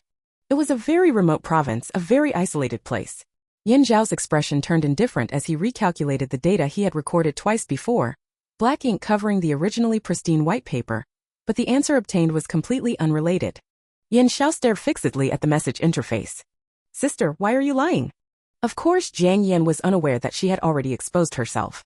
Although a university had started classes, she had no classes these few days, happily lying at home for several days. After her brother goes to college, she could probably break up with him, right? Jiang Yan, this little betrayer, soon got her comeuppance. The area experienced a nighttime temperature drop. The smart air conditioner raised the temperature for her, but she ended up kicking off her blanket, fortunately earning herself a cold. Yan Xiao was extremely worried, video calling her whenever he had time.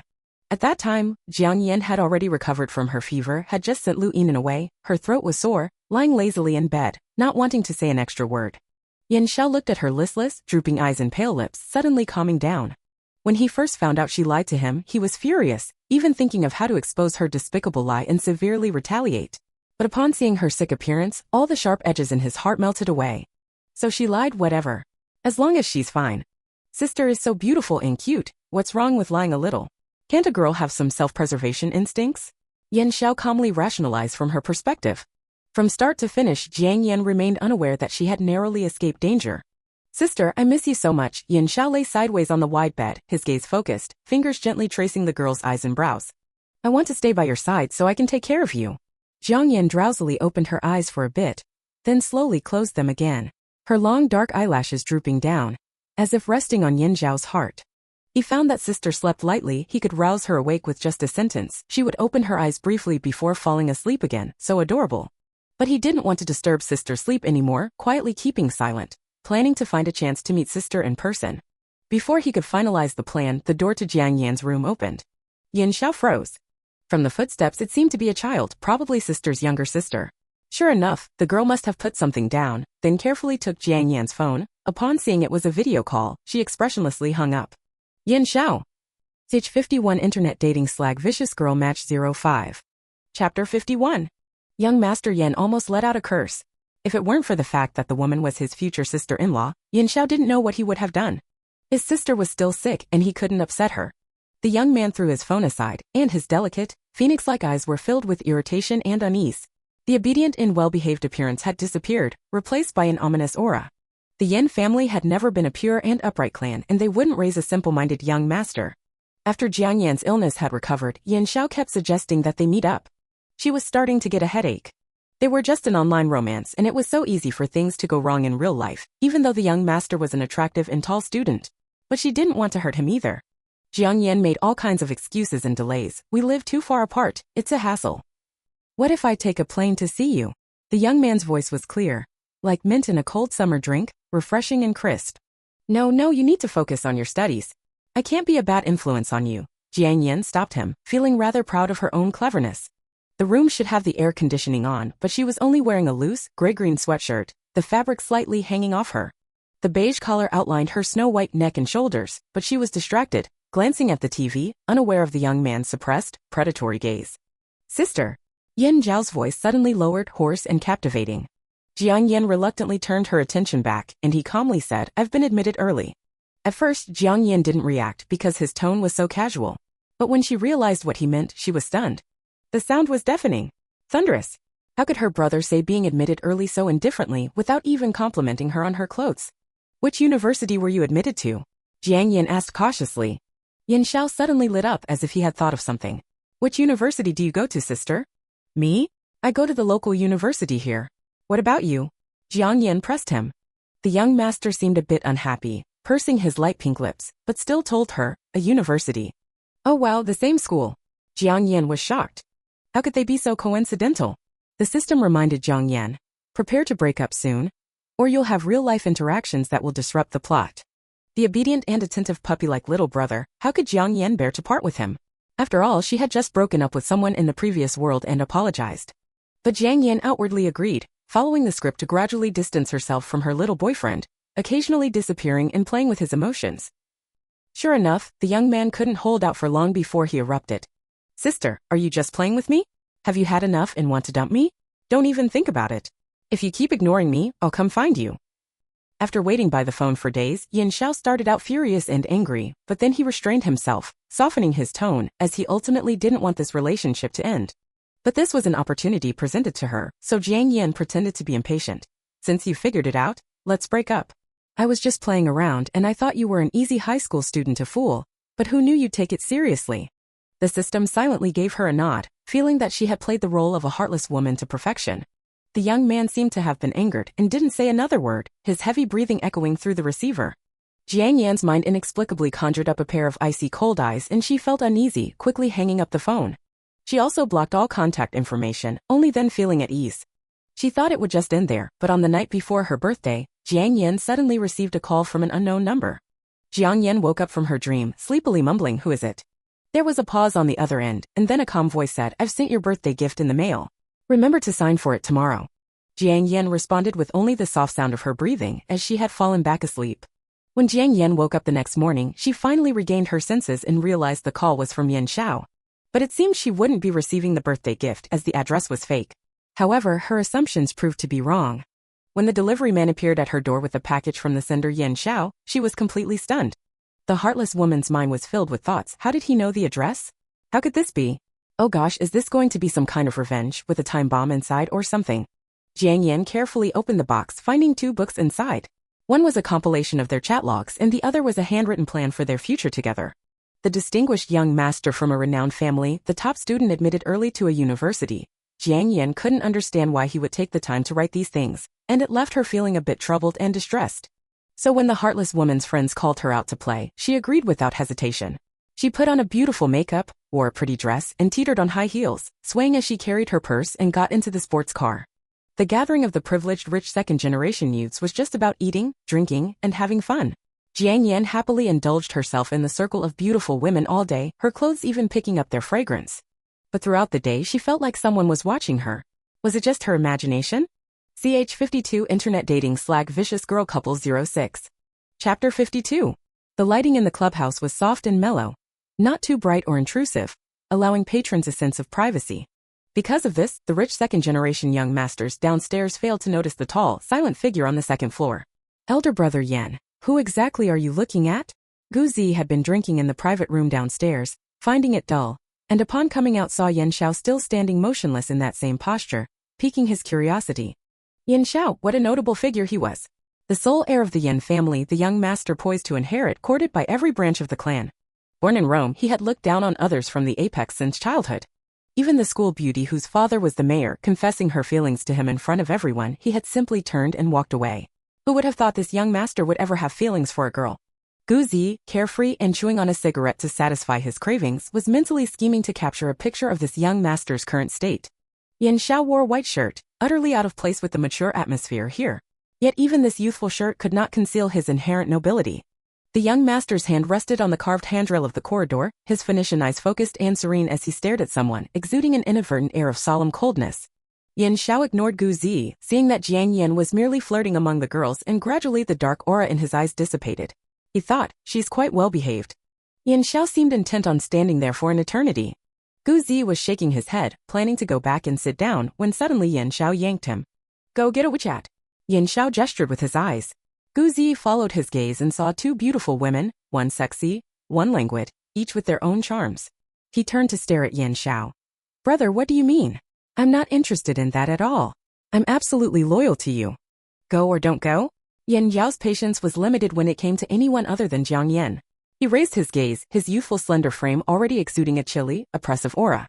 It was clear that continuing to refuse would result in a beating. Guzi wisely scurried off to run the errand. The girls were playing truth or dare, and Jiang Yan, unfortunate in her luck, kept losing, being penalized with 2 glasses of fruit wine. The wine was low in alcohol content, with a sour-sweet taste, not intoxicating, but after drinking too much she felt the need to use the restroom.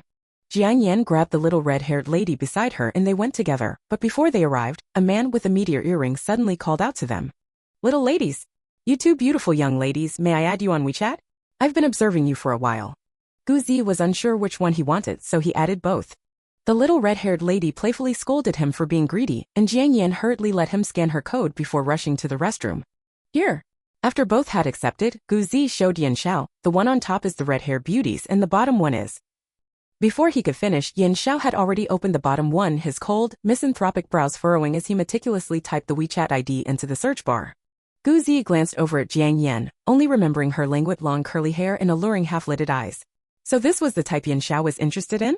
The WeChat Jiang Yan had previously added him on was clearly her secondary account. Yan Yao's cold expression did not change as he input the string of digits. However, before he could finish, the topmost contact displayed was exactly the same as the one Guzi had added.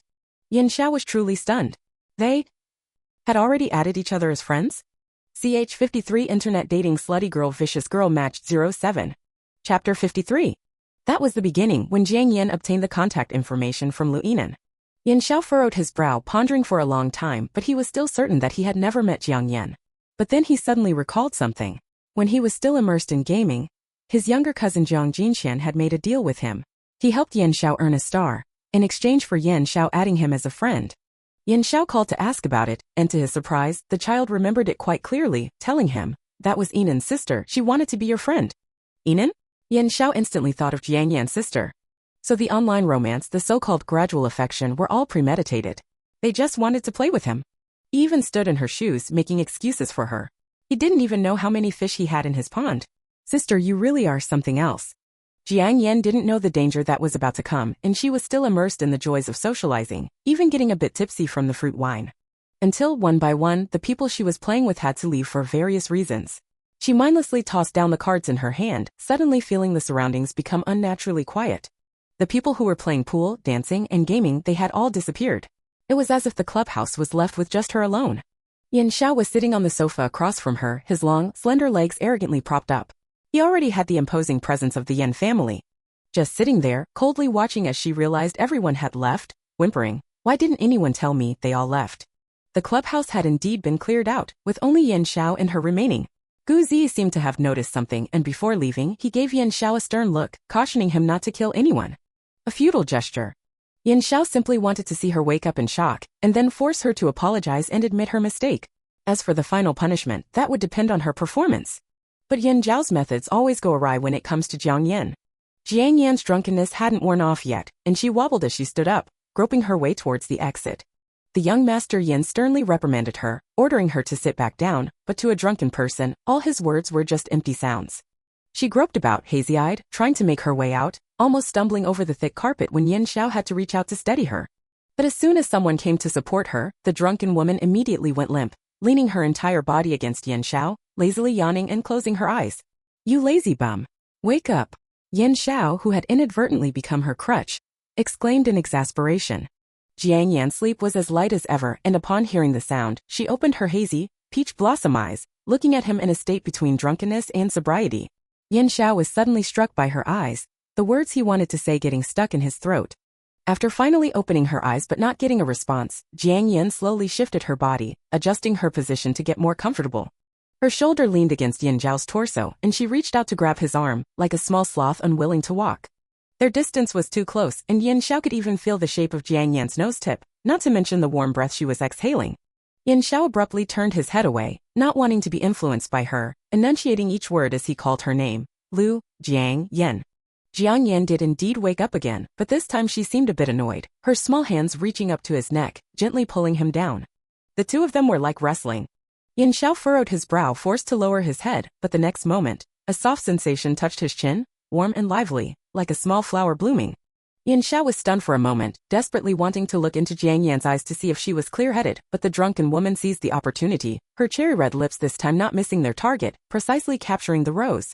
She nibbled on him like a small animal without any finesse, sticking out her tongue to taste the flavor, then contentedly closing her eyes. This action was too fast.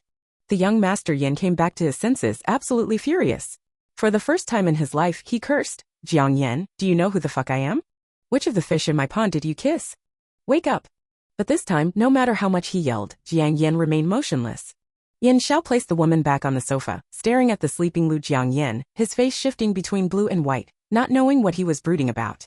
In the end, as if trying to cover it up, he fiercely wiped his lips and cursed, "You shameless woman." The young master Yan, who had originally come for revenge, ended up leaving in the end, his expression a bit off, gritting his teeth like a pitiful young girl who had been wronged. Jiang Yan had no idea that she had narrowly escaped a crisis in her drunken slumber because she had blacked out. Those few cups of fruit wine couldn't have knocked her out for so long. It was because she had secretly tasted the fiery liquor of the red-haired young lady. It was all because of the drunkenness that trouble was brewed.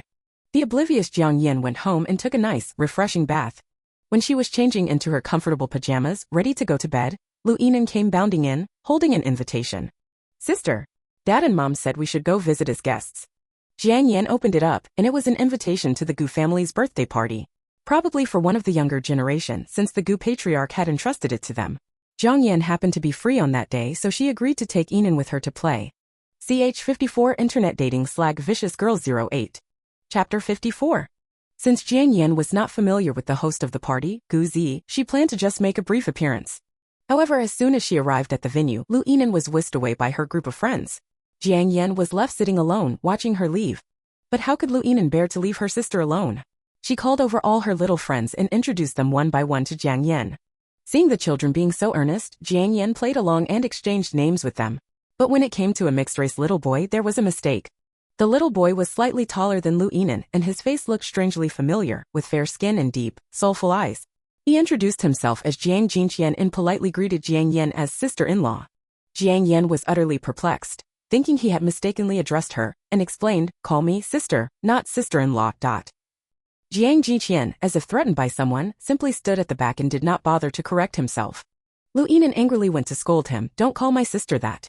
The other children followed her, and Jiang Yan heaved a sigh of relief, seeing that they were just playing around. She was about to head inside to see if there were any familiar faces when she was stopped by a tall man.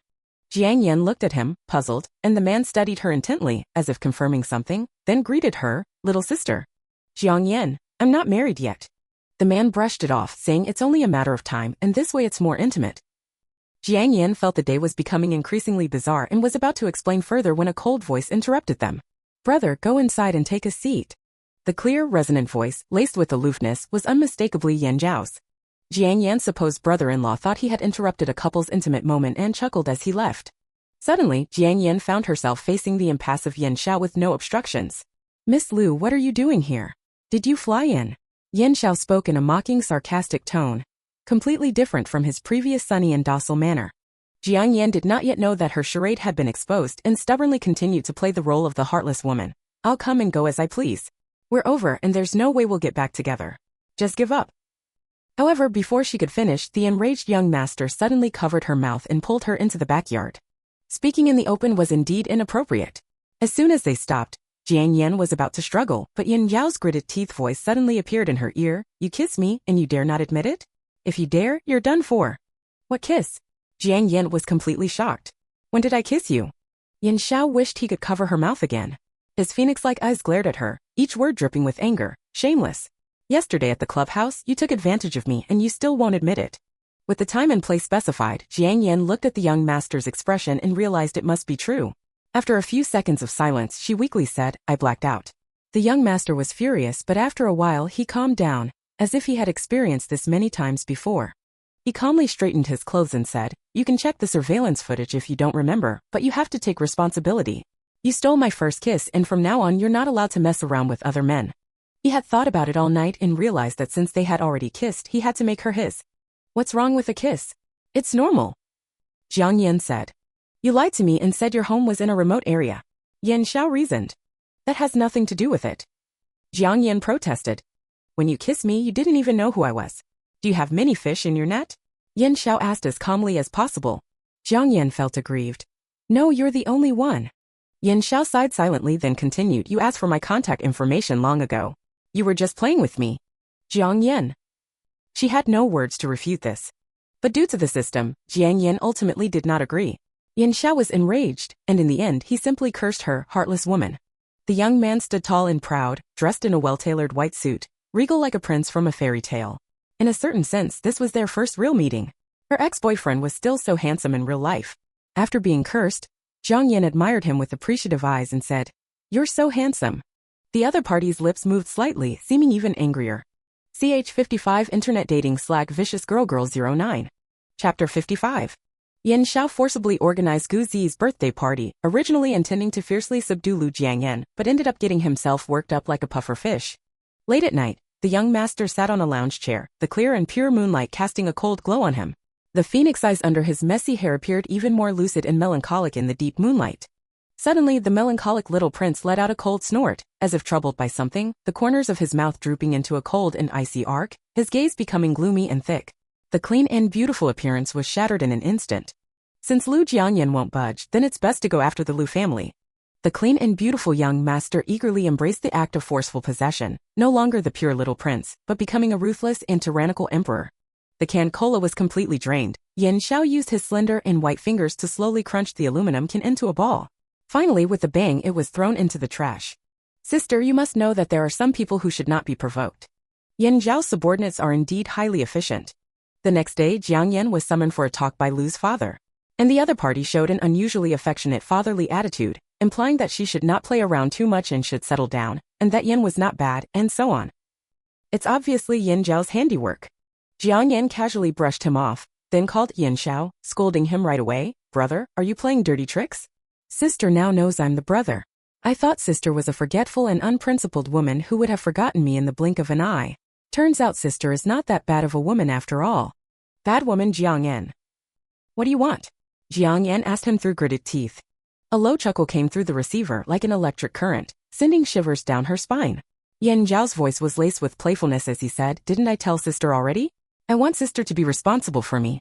Oh darling, you've used the wrong strategy. Sister is still waiting for you to kick me out of the country. How did you end up forcing a marriage proposal? Jiang Yan lamented inwardly, thinking that it couldn't be explained over the phone, so she simply said, When are you free? Let's meet and talk about it. This afternoon. Yan Xiao replied directly. To chat with the young master Yan, one had to make an appointment at a high-end clubhouse. Jiang Yan sighed as she put on a sexy little red dress, revealing her snow-white delicate shoulders, gracefully heading out, looking like she was about to do something naughty, almost getting stopped by Lu's father at home. Going to see Yan Xiao, Jiang Yan said simply, smoothly getting into the car. What are you going to do? The system asked. Seduce Yan Xiao, make him furious and think I'm a promiscuous woman so he can kick me out. Jiang Yan said casually. The system listened and nodded approvingly, commenting, That's a good method. Jiang Yan smiled coyly, her lips as red as hawthorn. The scene might get a bit erotic, remember not to look. The system will automatically exit when you two engage in intimate acts, the system explained.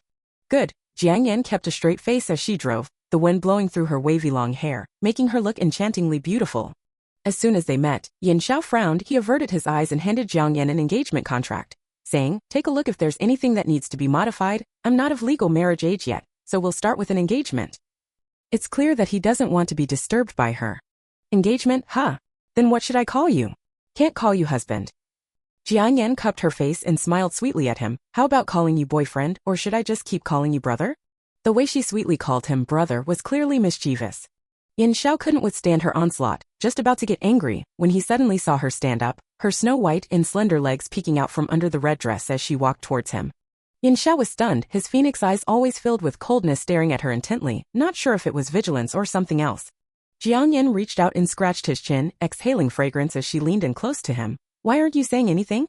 The boy's chin was starting to show its sharp angles, and it felt quite hard. Yin Xiao frowned, about to speak, when Jiang Yan placed her hand on his shoulder, leaning back to sit in front of him. Immediately, a sweet and delicious kiss landed on the still-shocked young man's cheek. Young Master Yan was stunned for a while, then exploded, Lu Jiang Yan, you shameless. His voice was muffled by the luscious lips as red as hawthorn, the handsome face flushed with indignation, the tail of his words even becoming soft and wet as if he had been bullied. You just know how to bully me. Outside the door were the waiting service staff, and through the floor-to-ceiling windows in front of the table, the cool wind rustled through the treetops, showering down a rain of fallen leaves.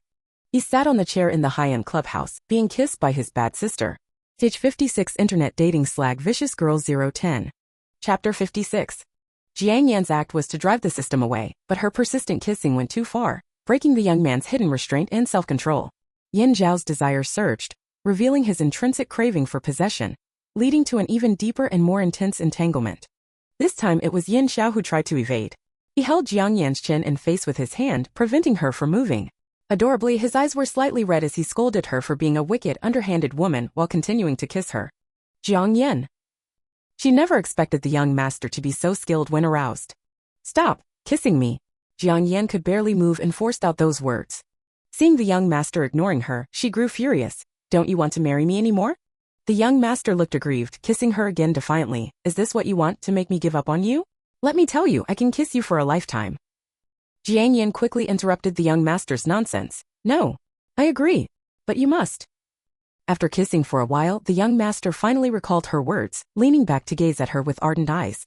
Jiang Yan found his gaze unbearable and leaned in to whisper in his ear, then asked, do you understand? Yin Xiao stared at her in confusion, glancing away and whispering, ticklish. He hadn't heard a word. Jiang Yan was exasperated but afraid the system would return, so she repeated herself in his ear. As soon as she finished, he pulled her into his embrace. Jiang Yan glared at him, about to erupt in anger. Yin Xiao repeated softly, break ties with the Lu family first, then send you abroad. He then asked impatiently, can I kiss you now? Of course not, now that he understood, what was the point of kissing? With a firm push, Jiang Yan broke free from his grasp, turned away, and sat back in her own seat, calmly adjusting her clothes. Since we've made it clear, I'll take my leave now. Yin Xiao noticed her caution and pursed his pale rose-colored lips in frustration, cleverly saying in a tender tone, Sister, didn't you forget to sign your name? After all, your word alone isn't proof enough. What if you deceive your brother again? Seeing no significant consequence, Jiang Yan signed her name on the agreement before unfolding it to read the contents. To her surprise, it emphasized one person's hidden desires in a roundabout way, forbidding intimacy with the opposite sex and concealing romantic experiences. Yin Xiao smirked triumphantly. Finally, the task could proceed smoothly. When Jiang Yan returned to the Lu family, she saw Lu's father hurriedly driving to the company. He had only been happy for a few days. By severing the improper connection between the Yan and Lu families, Lu's father's flattery became futile. Although he hoped his daughter would rise to prominence, he didn't blame Jiang Yan for this incident. Rumors claimed that the Lu family's young lady had offended the Yan family's young master, prompting him to terminate cooperation with the Lu family and forcibly send the young lady abroad. Of course, these were just surface appearances. When Jiang Yan left, Yin Xiao nearly sent himself abroad too. Lu's father even gave her a sum of money, telling her not to wrong herself. When the plane landed, Jiang Yan asked the system if the task was complete, and it responded, maintain this situation for 30 days to complete the task. Additionally, due to a human-centered policy adjustment, you will receive a vacation after each completed task. Upon completion, you can choose whether to take a break or not. Jiang Yan happily wandered abroad. Yin Xiao wanted to arrange accommodations for her, but she declined. She She joyfully stayed at a characteristic inn and, with the help of friendly locals, applied to a university. While waiting for the results, Jiang Yan joined a local fruit shop, eating the fruit platters the owner prepared for her while helping customers with their purchases. Photos sent back home prompted a sour comment from the young master Yan. Adept? Just like returning to a fish pond. Evidently, after going abroad, Jiang Yan opened up, quickly adapting to her new environment despite the unfamiliar language and conditions. She proved capable of living well on her own. Later, her university application was unexpectedly accepted. Jiang Yan just clapped her hands and went to university. Afterward, a certain young master insisted on studying abroad too, coincidentally spotting Jiang Yan receiving flowers from someone else and nearly getting into a fight. That's my boss, sorry. Jiang Yan dragged him back to her newly rented courtyard, explaining that her married boss with children was following his wife's instructions to share flowers with her. After much persuasion, she finally calmed the bristling young master Yan. But as soon as they opened the door, little Lu Yinan, who had arrived earlier, casually asked, "Sister, who's this friend of yours?" The young master erupted again, scolding Jiang Yan before turning on the little girl. "I'm your sister's boyfriend, don't lump me with those frogs." The girl innocently replied, "Sister has many boyfriends." The young master was so angry he couldn't eat. Yan Xiao first asked Jiang Yan for the 2 handwritten books she had given him, one containing their chat logs, the other her future plans. He said they could now do the things outlined in her plans. Recalling that long-awaited birthday gift delivered to her doorstep, Jiang Yan asked, "Did you know all along that I was deceiving you?" The young master toyed with the books, glancing at her. "From the moment you sent me a fake address. Sister, even if you're dense, don't send an address half a time zone away from reality, okay?" Later, during their shared vacation, they went to the nearby mountains to play. The mountains had a temple with several large Buddha statues. People came and went, each with their own wishes for marriage, wealth, children. Yan Xiao didn't spare them a glance but knelt before the Buddha of fulfilled desires, praying to be with his beloved for life. He wasn't worshipping Buddha, but his own desire. Leaving the smoky main hall, his sister rushed into his arms, clutching sugar-coated hawthorn candies that children love, unwilling to share with him. He snatched and ate the last one, even though it was sour, still wanting to laugh at her shocked wide eyes. The morning sun shone brilliantly without a cloud in the sky. "In this life, I can finally accompany you." As the only heir of the Yan family, Yin Yao's every step was planned by the elders. His gaming addiction was the space they allowed him. Little did they expect that this indulgence would lead to Jiang Yan. Thus, news of the Yan family's young master being manipulated by a woman became a constant topic at the Yan family dinner table. After all, Yin Xiao had been so exemplary that his first mistake was a major one. The Yan family elders found it all quite amusing and repeatedly wanted to meet Jiang Yan, curious about the enchantress who had ensnared their young scion. The Yan family excelled at instruction, but they left Yin Xiao and Jiang Yan's relationship unmanaged, waiting for the young couple to cool down themselves. Instead, they waited until Yin Xiao sent her abroad. Yin Xiao's aunt had even joked about chasing his wife to the crematorium. Sure enough, not long after, Yin Xiao sent himself abroad too. The Yan family elders sighed, remarking that youth followed the trends they couldn't keep up with. However, the twists and turns of the once immaculately well-behaved young master's pursuit of his wife became a cherished electronic, pickle, story passed down in the Yan family. Ch. 57 The Gold Snatcher's Evil Wife 01. Chapter 57. Jiang. Upon completion of the task, Jiang Yan thought she would be transported to the next world, but suddenly a chilling voice appeared in her ear. Jiang Yan shivered, tentatively asking, "Is it the system?" Yes. It was a male bass voice with a metallic quality, deep and resonant, but the tone was as gentle as water, sounding awkwardly out of place. "Are you going through voice changes?" Jiang Yan asked it bluntly. The system seemed to have developed some emotions, pausing awkwardly before explaining in the male bass voice, "I've been upgraded. The higher-ups wanted me to develop a more personable side to take good care of you. So it's just a more precise way to monitor her." Jiang Yan couldn't stand having this voice echoing in her mind, urging it, "The next task, hurry up, hurry up." Okay. Task, achieve the ending where Qing Shuhing dominates you. Plot, you are a cold-hearted and self-indulgent female overlord who accidentally takes a fancy to the pure and innocent male college student Qing Shuheng, who is working part-time due to his family's illness, and forcibly takes him as your own. The other party, constrained by his ailing mother, succumbs to your tyranny and becomes your pampered pet. But Qing Shuheng harbors resentment towards you, and through your own resources, he quickly grows and eventually surpasses you in front of everyone, becoming a sought-after new business tycoon. And you, unable to withstand his retaliation, can only watch helplessly as he walks towards his childhood sweetheart. The tedious and boring plot ends, and Jiang Yan opens her eyes, just as the car has arrived at the company's entrance. The long-waiting assistant comes forward to open the car door for her, and the security guard at the entrance cheerfully greets her, "Good morning, President." After entering, she takes the elevator reserved for the president. The president's office not only has good lighting and soundproofing, but also has a dedicated rest area and a water bar, and even the chair she sits on is an incredibly soft and comfortable leather office chair. Whenever she goes out, everyone she encounters bows respectfully and greets her. On the desk are stacks of proposals awaiting her signature. This is simply the life Jiang Yan has always dreamed of. The days of being a female overlord have finally returned. In just one morning, Jiang Yan has already decided that she won't hand over this vast empire to anyone else. While expertly reviewing and signing the documents, she is also pondering how to proceed with the next task. Well, she's done this kind of thing before. The president's assistant specially brings her freshly brewed coffee with a beautifully etched latte art of a tulip on the surface, and Jiang Yan takes a sip, savoring the rich aroma and thick texture. In the scorching summer, the fiery clouds blaze, sparkling like flowing gold. Cheng Shuhing rushes out of the hospital, pedaling a shared bicycle frantically to the construction site. The temporary workers at the site do physical labor, and by working the whole afternoon, he earns more than in the milk tea shop. Cheng Shuhing has been at the construction site for about half a month, and the old workers who wear hard hats ask you still like to bring up his college student status. It's ironic how the tables have turned, and he, a graduate from a prestigious university, is now scraping by like them. Cheng Shuhing is shameless, and he takes the opportunity to play the victim, even begging the others for a meal.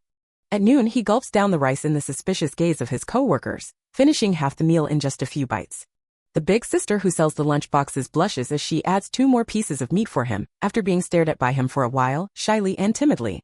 Unknown to her, he's already calculating how to get more meat, as the lunchbox business has a decent profit margin, and he's eyeing to steal her customers. Another afternoon, Cheng Shuheng, under the scorching sun, works hard to move the bricks. The sweat drips into his eyes and he raises his hand, using the clean back of his hand to wipe it. A small supervisor who keeps going back and forth quickly reminds him to fasten his safety helmet strap. Normally, in this loosely managed construction site, no one would care if he used the safety helmet as a fan. But today, a group of people in blue uniforms keep going back and forth, only because the big boss is coming to inspect. To be the big boss, just the thought of it is exhilarating.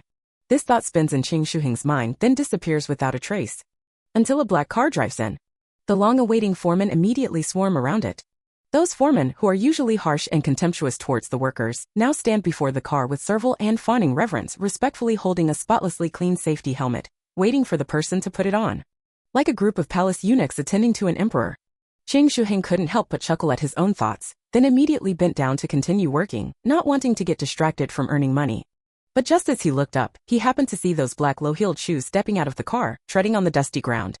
He inexplicably paused, straightening up to see a woman in black clothes, long hair, big eyes, red lips, with an aura of elegance that was completely at odds with the dirty and chaotic surroundings. Cheng Shuheng, who had good eyesight since childhood, could clearly see that the big boss took the helmet, and with her slender, unblemished white fingers, fastened the strap. Then in the adoring crowd she stepped forward in those shiny black leather shoes, inspecting the construction site. He couldn't help but stare at her, his gaze intense like a wolf's, startling the coworker next to him, who asked what was wrong. A bit dizzy from the heat, Cheng Shuheng responded perfunctorily, but it wasn't just dizziness. His eyes were burning, and his chest felt constricted, as if he could hardly breathe. Ever since he saw the big boss. Perhaps it's envy and jealousy, Cheng Shuheng hastily made up an excuse. After a while, the group left, cheerfully seeing the big boss off. Before getting into the car, she glanced back, her features clear and distinct, her lips red like sand. Just that one look, Cheng Shuheng's heart pounded. Maybe it was just intense envy. A sudden gust of hot wind blew through, penetrating his thin, sweat-soaked clothes. In the scorching summer heat, he shivered from head to toe. Jiang, at 6 o'clock direction, there's a brick mover. That's Cheng Shuheng, the system reminded Jiang Yan in its affected voice. Jiang Yan was wary. This is not a plot point in the story. The system went rogue without any standards. It doesn't matter if you do it in advance. Jiang Yan firmly declined, laughing.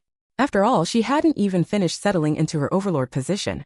Reality always proves that one cannot indulge in wishful thinking, as wishful thinking will bring retribution. Ch. 58 The Money Snatcher's Evil Wife 02. Chapter 58. That afternoon after getting off work, the foreman fired Cheng Shuheng. He puffed on his cigarette and didn't even look at Cheng, curtly dismissing him with a few words. The higher-ups don't trust temporary workers like us, so we can't sign a contract with you. You should find a job that requires a degree, buddy. Cheng Shuheng took the money, frustratedly ruffling his dark hair, and prepared to call around for other opportunities. However, as he lowered his head, his mind seemed to malfunction, automatically conjuring up the face of a woman. Long hair, small face, large eyes, ruby red lips, wearing shiny black leather shoes. Everything about her exuded an expensive aura. There was no need to say who he was thinking of. He found it amusing that the sister who sold lunchboxes had sent him so much meat, yet he hadn't given her a single thought. Chang Shuhing's new job was as a server at a bar. Aside from the occasional difficult customer and the poor reputation, the compensation was passable. Right on cue for the plot point, Jiang Yan arrived to ensnare the protagonist. In the original story, the male lead visited the bar to indulge himself and was instantly captivated by Chang Shuhing's scholarly and handsome appearance in the black and white uniform, immediately handing him her business card. However, Chang Shuhing had an inherent pride and considered this an insult, rejecting the offer with a displeased expression. Afterward, the male lead tried to offer the card twice more, but it wasn't until Chang's mother's illness worsened and she urgently needed surgery that Chang Shuhing was forced to accept. So to put it simply, this was originally just a wasted trip. Jiang Yan lazily lounged on the sofa, intently watching the stage performance, waiting for the male lead to appear and go through the motions. As Chang Shuhing returned from serving drinks, he found 2 pink banknotes scented with perfume on his tray, a small tip from a customer in a good mood. He was about to head back to the staff area when his gaze was drawn to a particular individual. She wore a thin red dress that exposed her snowy white skin, with long curled hair cascading down her back like Din seaweed. Her eyes were focused intently on the stage, yet her attire spoke of indulgence, the opposite of her gaze. He finally got a close look at her stunning features, beautiful, sharp, and full of an aggressive allure, an untouchable beauty. Just like the person herself, lofty and forbidden. Yet in the next moment, that person unexpectedly turned her gaze towards him. Jiang Yan felt someone watching her, and when she turned her head, she was surprised to find it was Chang Shuheng. What, could he tell that I was going to slip him my card tonight? Jiang Yan rare complained to the system, feeling a bit awkward doing this for the first time. Chang Shuheng noticed the person's gaze seemed to pause for a moment, before she actually reached out and gently beckoned him over with a curl of her finger. The hand she revealed glowed under the lights, her red polished fingertips scattering tiny glimmers of light, appearing utterly regal. Chang Shuheng obediently walked over, striving to treat her like any other customer as he inquired, "Madam, how may I assist you?" Why did he feel a sense of breathlessness when his buttons were properly fastened? As he approached, Jiang Yan realized that he was actually quite good-looking, with a broad forehead, deep eyes, a high-bridged nose, and sleek, sharp features. Coupled with his well-built physique accentuated by the uniform, it was no wonder the male lead had fallen for him. Chang Shuheng felt like Jiang Yan's gaze was about to scorch him. He dryly moistened his lips and forced out a soft, hoarse voice, "Is there a problem, madam?"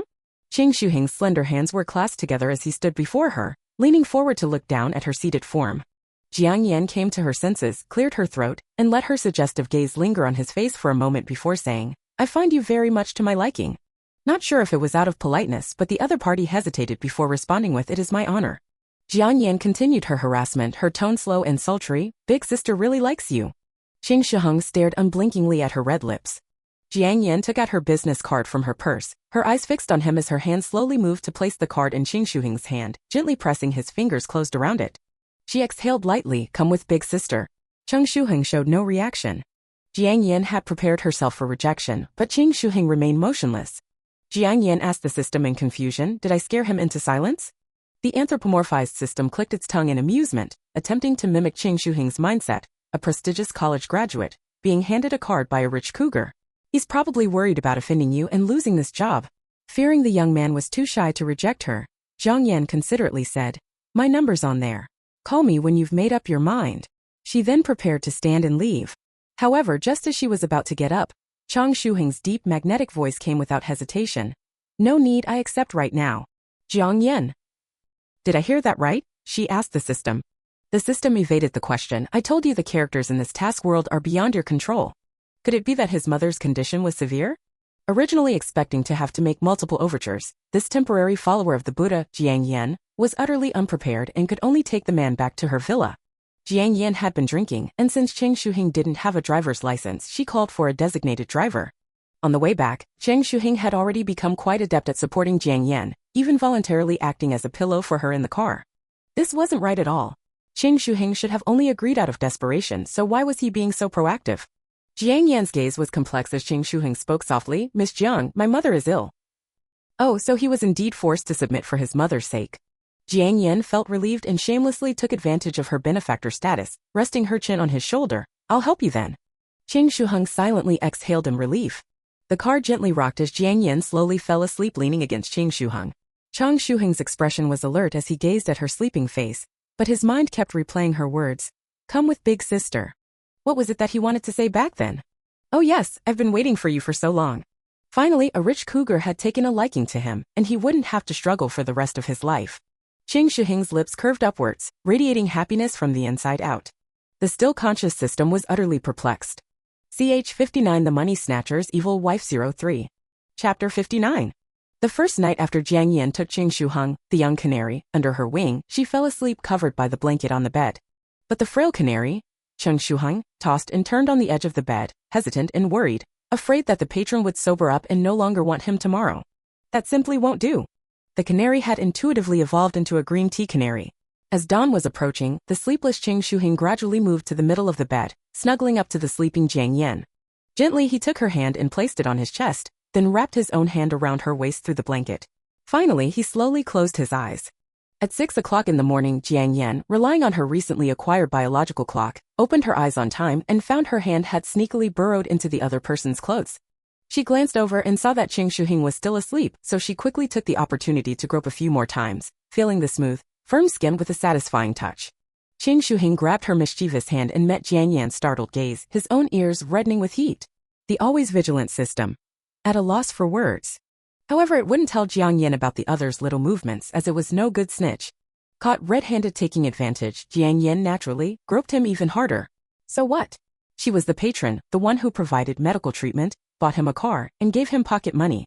Last night, Ching Shuheng had reflected deeply, feeling that he had acted a bit immodestly. Patrons should prefer the pure and innocent demeanor. The woman's delicate, boneless hands roamed over his body, and Ching Shuheng found it somewhat hard to bear, but he stubbornly kept his eyes half-closed. Biting a bit of lip flesh, his long fingers clutching the bedsheet, wearing an expression of coy resistance, waiting to be mercilessly ravished. However, the weight suddenly disappeared, and the satisfied patron got up to wash up. Ching Shuheng, it was I who was dirty. Last night was a night of drunkenness, but today Jiang Yan still got up on time to have breakfast and go to the company. That's the allure of money. Before leaving, she asked the seemingly a bit dazed Ching Shuheng, "Aren't you going to class today? Are you going to school or coming with me to the company?" The tall man spoke carefully. "Today is Saturday, I want to be with sis."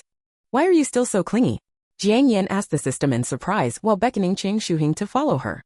"Just relax your guard, don't forget he's the one who'll ultimately be on top of you," the system babbled. Jiang Yan suddenly woke up. "I see. No way. I have to counterattack and let him think I've already been bewitched." At the company, Jiang Yan immediately arranged a leisurely and completely useless position for Ching Shuheng, the president's exclusive assistant. "You just stay in my office, water the plants and make some coffee. Sis will give you a separate salary," Jiang Yan said, gazing tenderly at Ching Shuheng, trying to flatter him to death. Ching Shuheng's deep eyes sparkled with gratitude, inwardly sneering, "Is this the treatment for lying down and relaxing? This is too comfortable." Company employees, she loves him so much. Jiang Yan dispatched her real assistant and arranged all the affairs of Ching Shuheng's mother in one morning, not only covering the future expenses, but also arranging for a good caregiver and medical resources.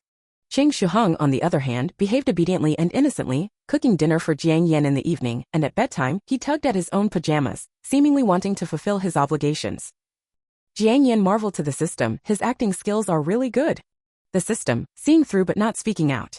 To reciprocate Ching Shuheng's performance, Jiang Yan personally accompanied him to and from school, with the driver doing the driving of course. At the school gate, Ching Shuheng got out of the car but suddenly retreated back, looking at Jiang Yan with innocent eyes. "Sis, I'll miss you." Just as Jiang Yan was about to respond, a short-haired girl suddenly rushed out and shouted, "Let go of Shuheng Ge." "Oh boy. Looks like there's going to be some excitement." Jiang Yan quickly leaned out the car window, and Ching Shuheng saw her movement, but before he could react, he heard Lin Anren, full of righteousness, say, "I know everything. You haven't been to work for 2 days and I went to the bar looking for you and they said you were taken away by a woman. Shuheng Ge, are you being forced by her?" Jiang Yan knew who this person was. Lin Anren, Ching Shuheng's childhood sweetheart. In the plot, Lin Anren discovers Ching Shuheng succumbing to Jiang Yan and is very indignant. The original owner was very dissatisfied with her actions and threatened to teach her a lesson. It was only through Ching Shuheng's repeated protection, using his own threats, that the original owner let her go. Jiang Yan's eyes lit up, waiting for Ching Shuheng to turn against her in order to protect his childhood sweetheart. However, in reality, Ching Shuheng's face changed drastically, and he retreated from Lin Anren, hurriedly explaining to Jiang Yan, "Sis, I don't know her at all." The plot development was a bit confusing, and Jiang Yan calmly oat in response. Lin Anren heard this and was grief-stricken. "Ge, have you really forgotten the feelings we had when we were young? When you were hungry, it was me who secretly brought you food." Ching Shuheng hurriedly explained, "She's just my childhood neighbor. I've never even talked to her." Her family had a small grocery store and she would often give me expired food, but I never took it. Jiang Yan chuckled and the swaying Lin Amren outside the car was about to collapse. Looking at Ching Shuheng again, he was practically swearing his innocence to the heavens. Ch60 The Money Snatcher's Evil Wife 04. Chapter 60. As a wealthy patron, Jiang Yan was magnanimous, saying, "Then explain the situation clearly to her, and don't do that again next time." Ching Shuheng repeatedly confirmed that she wouldn't be angry, only then did he obediently get out of the car, standing particularly consciously in front of the car as he spoke. "Don't give me things you can't sell at your home. I don't want them. I'm doing great living with elder sister now. I know you did it to save aunt because that wicked woman forced you." Lin Amren tried to defend him.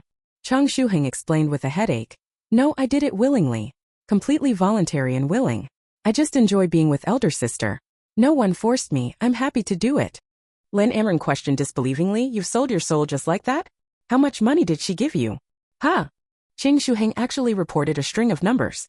Coming to save her wayward childhood friend, Lin Amren was tearful and heartbroken. After a while, she turned to Jiang Yan and said in a choked voice, "Elder sister, what do you think of me? I don't want to be so rigidly defined by gender. I think I have a bit of charm." The childhood friends instantly turned into foes, with Ching Shuheng confronting her like an enemy, blocking the car window with a flushed face. "Get lost." The root cause, Jiang Yan sat steadily in the car, musing that money indeed held charm. Jiang Yan pinched Ching Shuheng's waist, letting him create a gap, and praised Lin Amren with a smile. "Little sister has a sweet mouth." Lin Amren was quick on the uptake, immediately acting coy. "Elder sister, there's even sweeter. Do you want to hear it? Little sister wants to whisper it to you." Ching Shuheng looked from one to the other, finally gritting his teeth and saying, "Get lost," to Lin Amren. Then he turned, bent down to meet Jiang Yan's gaze and said pitifully, "Elder sister, keep me and not her, okay? Just me. I'll serve elder sister well." The over 6-foot-tall grown man drooped his eyebrows and eyes expectantly, really making it difficult for Jiang Yan to resist. She couldn't help but reach out and touch his stiff black hair, intending to say something to Lin Amren, but was swiftly blocked by Ching Shuheng. Ching Shuheng looked wronged. The little caged bird had quite the possessive streak. Jiang Yan could only give up and tell him, "Then I'll go to the company." Ching Shuheng gave an standing further away to watch the car leave. Lin Amren pounced on him furiously. "Ching Shuheng, you're cutting off my income." Ching Shuheng refused to back down. "Lin Amren, you dare snatch my meal ticket." The childhood friends who were supposed to understand each other in the story ended up brawling in broad daylight. From then on, the little green tea caged bird further upgraded to a white lotus caged bird, not only clingy but also obsessive. Specifically, he spoke and acted gently and attentively. Whenever Jiang Yan's gaze fell on someone else, he would pout and act spoiled. "Does elder sister dislike me again? Does elder sister think I'm too young and ignorant without money to buy elder sister a gold watch?" The pure college boy's acting was unmatched. Since he was about to intern, Jiang Yan took him directly into the company. In the story, this was the stage of Ching Shuheng's rapid growth. Jiang Yan dared not leave him unattended, arranging several people to watch over him. "Ching Shuheng, she really fell for that act, assigning so many people to help me. Employee, the president truly loves this one deeply. Jiang Yan, you must keep a close eye on him." With his new position, Chang Shuheng's workstation was moved from Jiang Yan's office to outside. Around him, everyone was working hard to hit their sales targets. Ching Shuheng sat in his office chair, crossing his legs prettily, thinking about what to do in the evening to please his patron.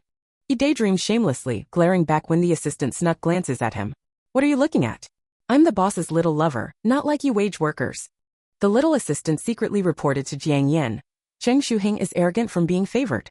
Ch61 The Gold Snatcher's Evil Wife 05. Chapter 61. On a rare day off, Jiang Yan ate the nutritious breakfast prepared by her younger lover while her heart wondered that she had never gifted anything to Cheng Shuheng. She decided to take him shopping for some new clothes. Cheng Shuheng, usually obedient, surprisingly argued with Jiang Yan at the mall. He wanted them to wear couple outfits, but Jiang Yan found the patterns of little cats eating little fish and little rabbits with carrots too childish and demeaning to her status. Cheng Shuheng claimed that if she refused to wear matching outfits, it meant she didn't love him or value him. Jiang Yan thought quarreling was beneath her dignity, so she sat there regally and coldly, refusing to wear the outfits or speak. She genuinely wondered why Cheng Shuheng had time to argue with her instead of secretly working on projects at the company. It was rare to see the man throwing a tantrum, especially when the woman held the upper hand and employed the cold violence tactic. The salespeople kept glancing at them, finding their strong woman pairing novel yet loving. Of course, later the general manager had to plead with them humbly before the salespeople realized the mall was actually their enterprise. To Cheng Shuheng, this was more than just an issue of couple outfits. The key point was why Jiang Yan didn't want to wear them with him. You don't love me anymore. Ching Shuhing sat across from Jiang Yan, his gaze desperate, his tone plaintive. Jiang Yan calmly looked at him without speaking. Ching Shuhing then fell into deeper despair. The general manager brought out 2 sets of clothes to smooth things over. Ms. Jiang, it was our side that made inappropriate arrangements, focusing on the cute and sweet elements without considering your needs. How about these 2 sets with a simpler design that can also meet this gentleman's requirements? Would you like to try them? Jiang Yan glanced at the black outfits and thought they were barely acceptable. She took the clothes and went to the fitting room. With the boss appeased, the general manager visibly relaxed and was about to persuade Ching Shuhing when she noticed the man, who had been teary-eyed and pitiful just moments ago, stood up nonchalantly and picked up the clothes. His steps were leisurely, his expression calm, with a satisfied smile on his lips, as if his scheme had finally succeeded. A devious man indeed. The general manager shook her head silently, knowing better than to meddle in their affairs. The couple outfits were loose and simple yet sporty, different from Jiang Yan's usual style. The fitting tops and pants subtly outlined her slender figure, and the athletic style made Jiang Yan appear less distant, more youthful and beautiful, like a cool college belle. Ching Shuhing's eyes lit up as he walked over in the matching outfit, tugging at her sleeve and meekly apologizing. Sister, you look good in this. Jiang Yan hadn't really been angry, just unwilling to indulge him. Hearing his words, she gracefully stepped down. Then let's buy them. See if you need anything else, just take it and put it on my personal account. Ching Shuheng smiled innocently and wholeheartedly. Thank you, sister. Jiang Yan thought the matter was settled, though she vaguely sensed the general manager's strange looks towards them. Until night fell. After washing up, Jiang Yan found Ching Shuheng's silence unsettling. Looking up, she saw him lying on the bed, staring at her intently. Jiang Yan paused, about to ask what was wrong, when she noticed his casual bedding revealing glimpses of his toned body and a distinct allure. You're not wearing clothes? Jiang Yan asked hesitantly. Unexpectedly, those words seemed to flip a switch. Ching Shuheng's gaze flickered as he bit his lip in seeming embarrassment, as if mustering courage before speaking. I want to serve you, sister. Serve? In what way? Before Jiang Yan could respond, Ching Shuheng explained, You've helped my mother with her medical bills, given me a job and money, even bought me clothes, but I can't give you anything. I want to give myself to you. You know I like you, yet you torment me like this? Not truly wanting to experience the physical pleasures a kept man could offer, Jiang Yan demurred. You're still young and in school. I don't want to touch you. I'm already of legal marriage age. I can get married if you want. Not wanting to fully understand his implication, Jiang Yan made a last-ditch effort, seeing his ardent gaze as she spoke sincerely. I'm not ready for that. You know how kind I've been to you. Seeing her younger lover about to protest, Jiang Yan, as the wealthy benefactor, forcefully ended the subject. Time for sleep. We'll discuss this another time.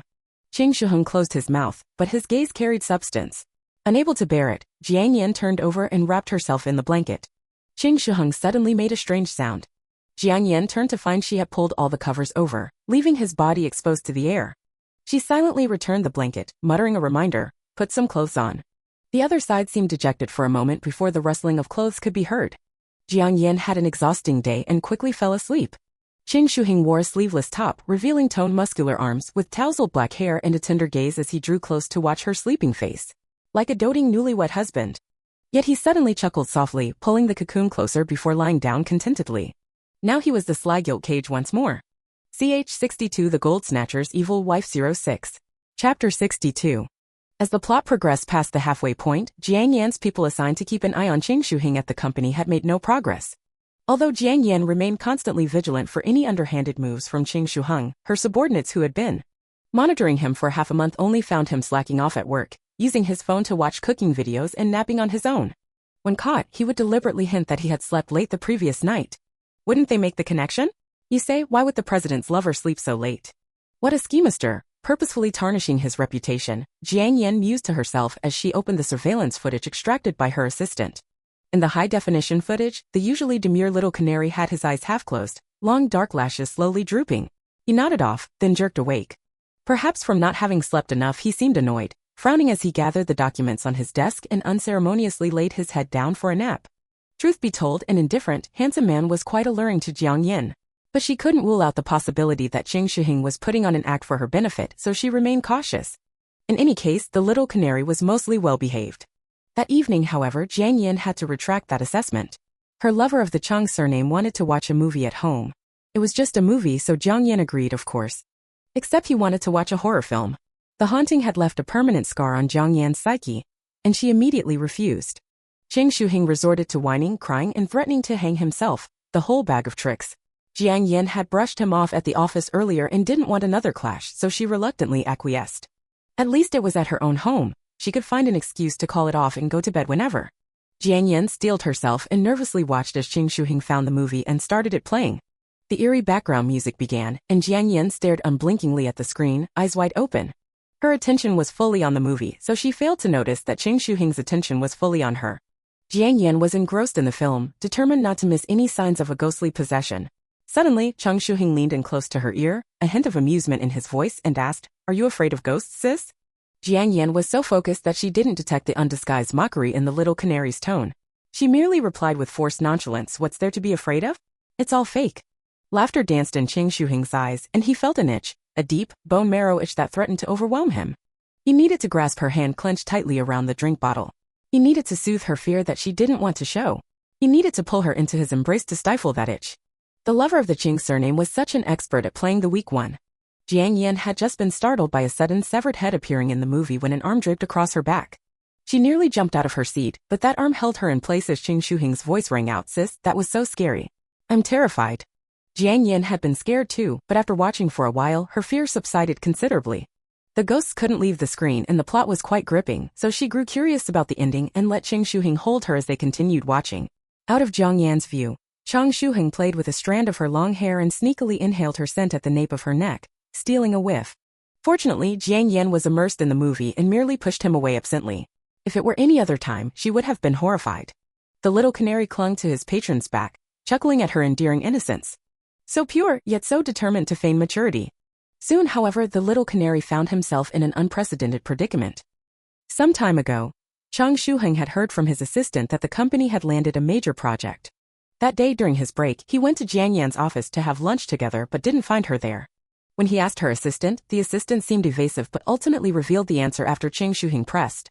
Jiang Yan was negotiating with the project lead from the other company at the Western restaurant across the street. Qing Shuheng, ever perceptive, sensed something amiss and went straight over. By chance he overheard a few words as he arrived. The bespectacled, well-dressed gentleman said meaningfully, "I've long admired President Jiang. This collaboration is not merely a business consideration, but an expression of my intentions." Thick foliage obscured most of the view, but Qing Shuheng could vaguely make out Jiang Yan's customary cold demeanor as she offered her thanks. The man seemed oblivious to social cues as he persisted in his flattery. "President Jiang is truly accomplished for her age, a heroine among women. To achieve such success at such a young age. Might I ask if President Jiang has considered settling down? Please allow me to put myself forward." Qing Shuheng lowered his eyelids, his long fingers toying with the green leaves of a potted plant. He heard the man continue, "Though I may not match President Jiang, I am considered a leader in our field. I truly believe we are a match made in heaven." The man seemed to think he was being witty and humorous. Qing Shuheng inwardly assessed him as someone with no sense of propriety, shamelessly aiming too high. Suddenly, he heard the man ask from inside, "What does President Jiang think?" Qing Shuheng strained his ears, eager to know her answer. If her answer displeased him, "Jiang Yan, you'd better watch out." His heart raced with a mixture of anticipation and dread. But amid the tension, he heard Jiang Yan say, "Qing Shuheng, come in. Let me introduce you to President Liu. Ch63 Usurping the Wealthy Master, the malicious female side character 07. Chapter 63. Qing Shuheng was almost stunned. He paused for a moment, then calmly stepped inside, the corners of his mouth unintentionally curling into a faint smile.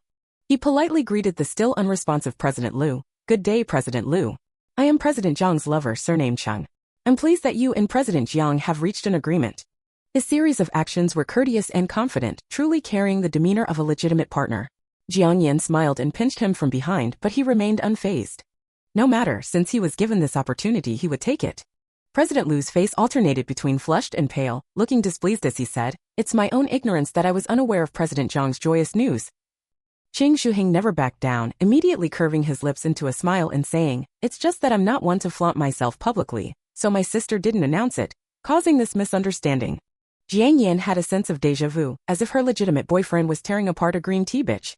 The contract had already been negotiated and such a small matter couldn't affect it. Jiang Yan introduced Qing Shuheng and politely bid farewell. Little did they expect, the matter wasn't over yet.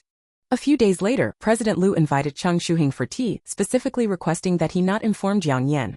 Qing Shuheng immediately understood what the other party intended to do. He had no plans to tell Jiang Yan anyway. At an old tea house, Qing Shuheng and Lu Xiao sat across from each other. Lu Xiao smiled falsely and opened, "Last time, I was really puzzled. President Jiang has such a good reputation, yet I had never heard about her being married. So I looked into it when I went back, brother cared to explain. With Jiang Yan absent, Cheng Shiheng dropped the act, his eyes filled with obvious disdain as he slowly and poignantly said, President Jiang has discerning taste, and out of so many, she only set her eyes on me. A match made in heaven. Lu Xiao was stung by his thick skin, his lips trembling as he forced himself to smooth things over. Brother, you come from a construction site background, eh? We have an old saying. The spirit is undaunted by poverty. I understand it's not easy for you, brother, but there's always been a concept of marrying one's equal, or put bluntly, matching the lid to the pot. Despite being subtly mocked for his background, Cheng Shuheng remained as calm as ever, leisurely sipping his tea. Although he wasn't certain why Jiang Yan chose him, he was sure it wasn't because of his family background. Jiang Yan, the CEO of a business empire, was never materialistic.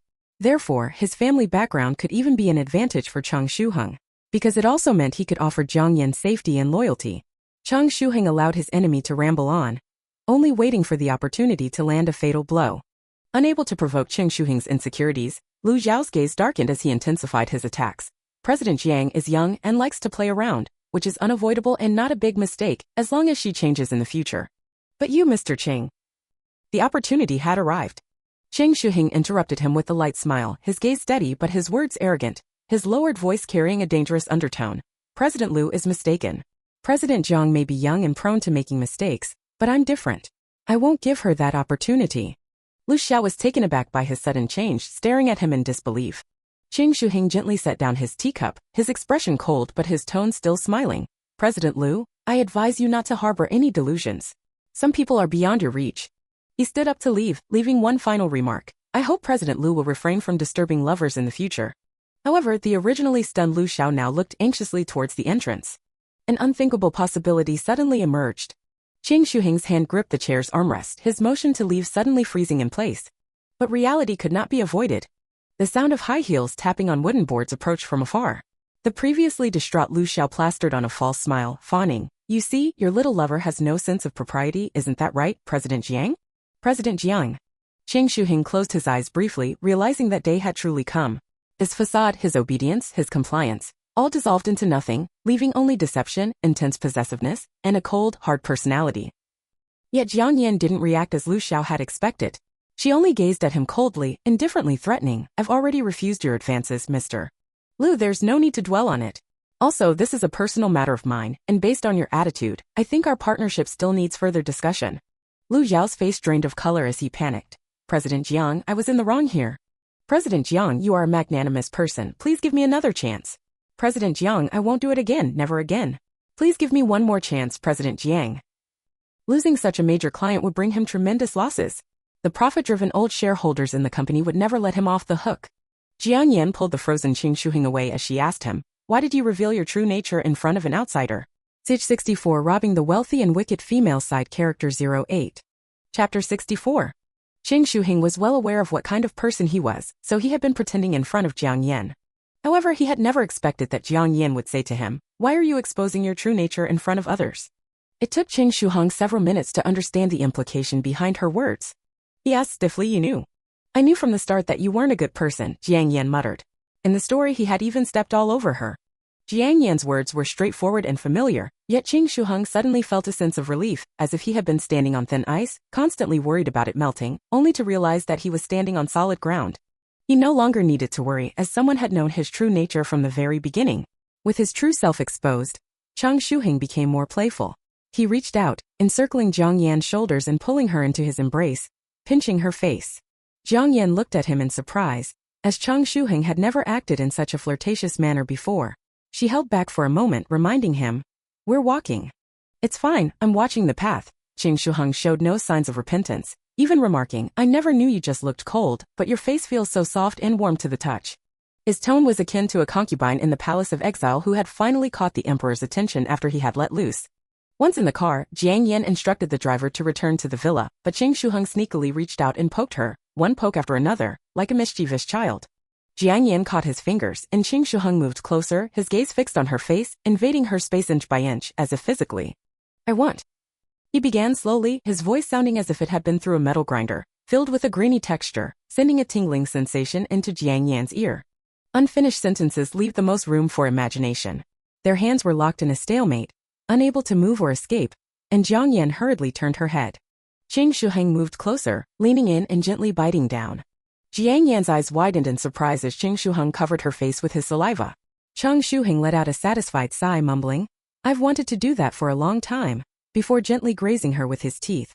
He had bitten the soft flesh of Jiang Yan's face. Jiang Yan wanted to hit him, but she was trapped by Chang Shuheng's long arms and legs, and the driver was right in front of them. Jiang Yan had no choice but to endure it. As soon as they arrived home, Chang Shuheng was immediately slapped on the back. She didn't slap his face, so she wasn't truly angry. There was a slight sting on his back, but Chang Shuheng actually smiled, a hint of mischief in his expression. "If I had known the consequence would be so light, I would have bitten you sooner." Jiang Yan was speechless. After that incident, Chang Shuheng constantly wanted to touch and tease her, to take small liberties. But he would often be hit back by Jiang Yan. They would frequently engage in a battle of wits and bravery for half a day, just because of a single kiss. At night, he didn't dare cause trouble as he might be kicked out of bed. He could only embrace her and lament. It's like having a treasure but only being able to look at it. Occasionally, Jiang Yan would take pity and initiate a kiss, and Chang Shuheng would blush and smile foolishly for a long time. One day Chang Shuheng told Jiang Yan, "My mother's surgery went well. Would you like to come with me to visit her?" Chang Shuheng had intended to secretly introduce Jiang Yan to his parents, but he didn't expect that Jiang Yan, being a seasoned CEO, would politely address his mother as sister upon entering the hospital room. Upon hearing this, Chang Shuheng immediately turned around and glared at her. "At the very least, you could call her auntie. By calling my mother sister, you're disrespecting her generation." Accustomed to dealing with business matters, Jiang Yan quickly responded, "Your auntie looks so young, I couldn't help but address her that way." Chang's mother covered her mouth and laughed. Chang's mother was well aware of the relationship between the two, as Chang Shuheng would always tell her about Jiang Yan whenever he visited. Moreover, she had a lovely personality, and as Jiang Yan was leaving, she secretly reminded Chang Shuheng, "You must take good care of the big boss." The plot progressed rapidly, leaving only the final conclusion. Jiang Yan, urged by the system, finally placed Chang Shuheng in a subsidiary company, allowing him to slowly climb the ranks. However, Chang Shuheng himself didn't seem interested. When Jiang Yan initially gave him the company, he was shocked and asked while hugging her, "Did you choose me to warm your bed or to work for you?" Jiang Yan was pleased with his attitude. No one should covet her empire.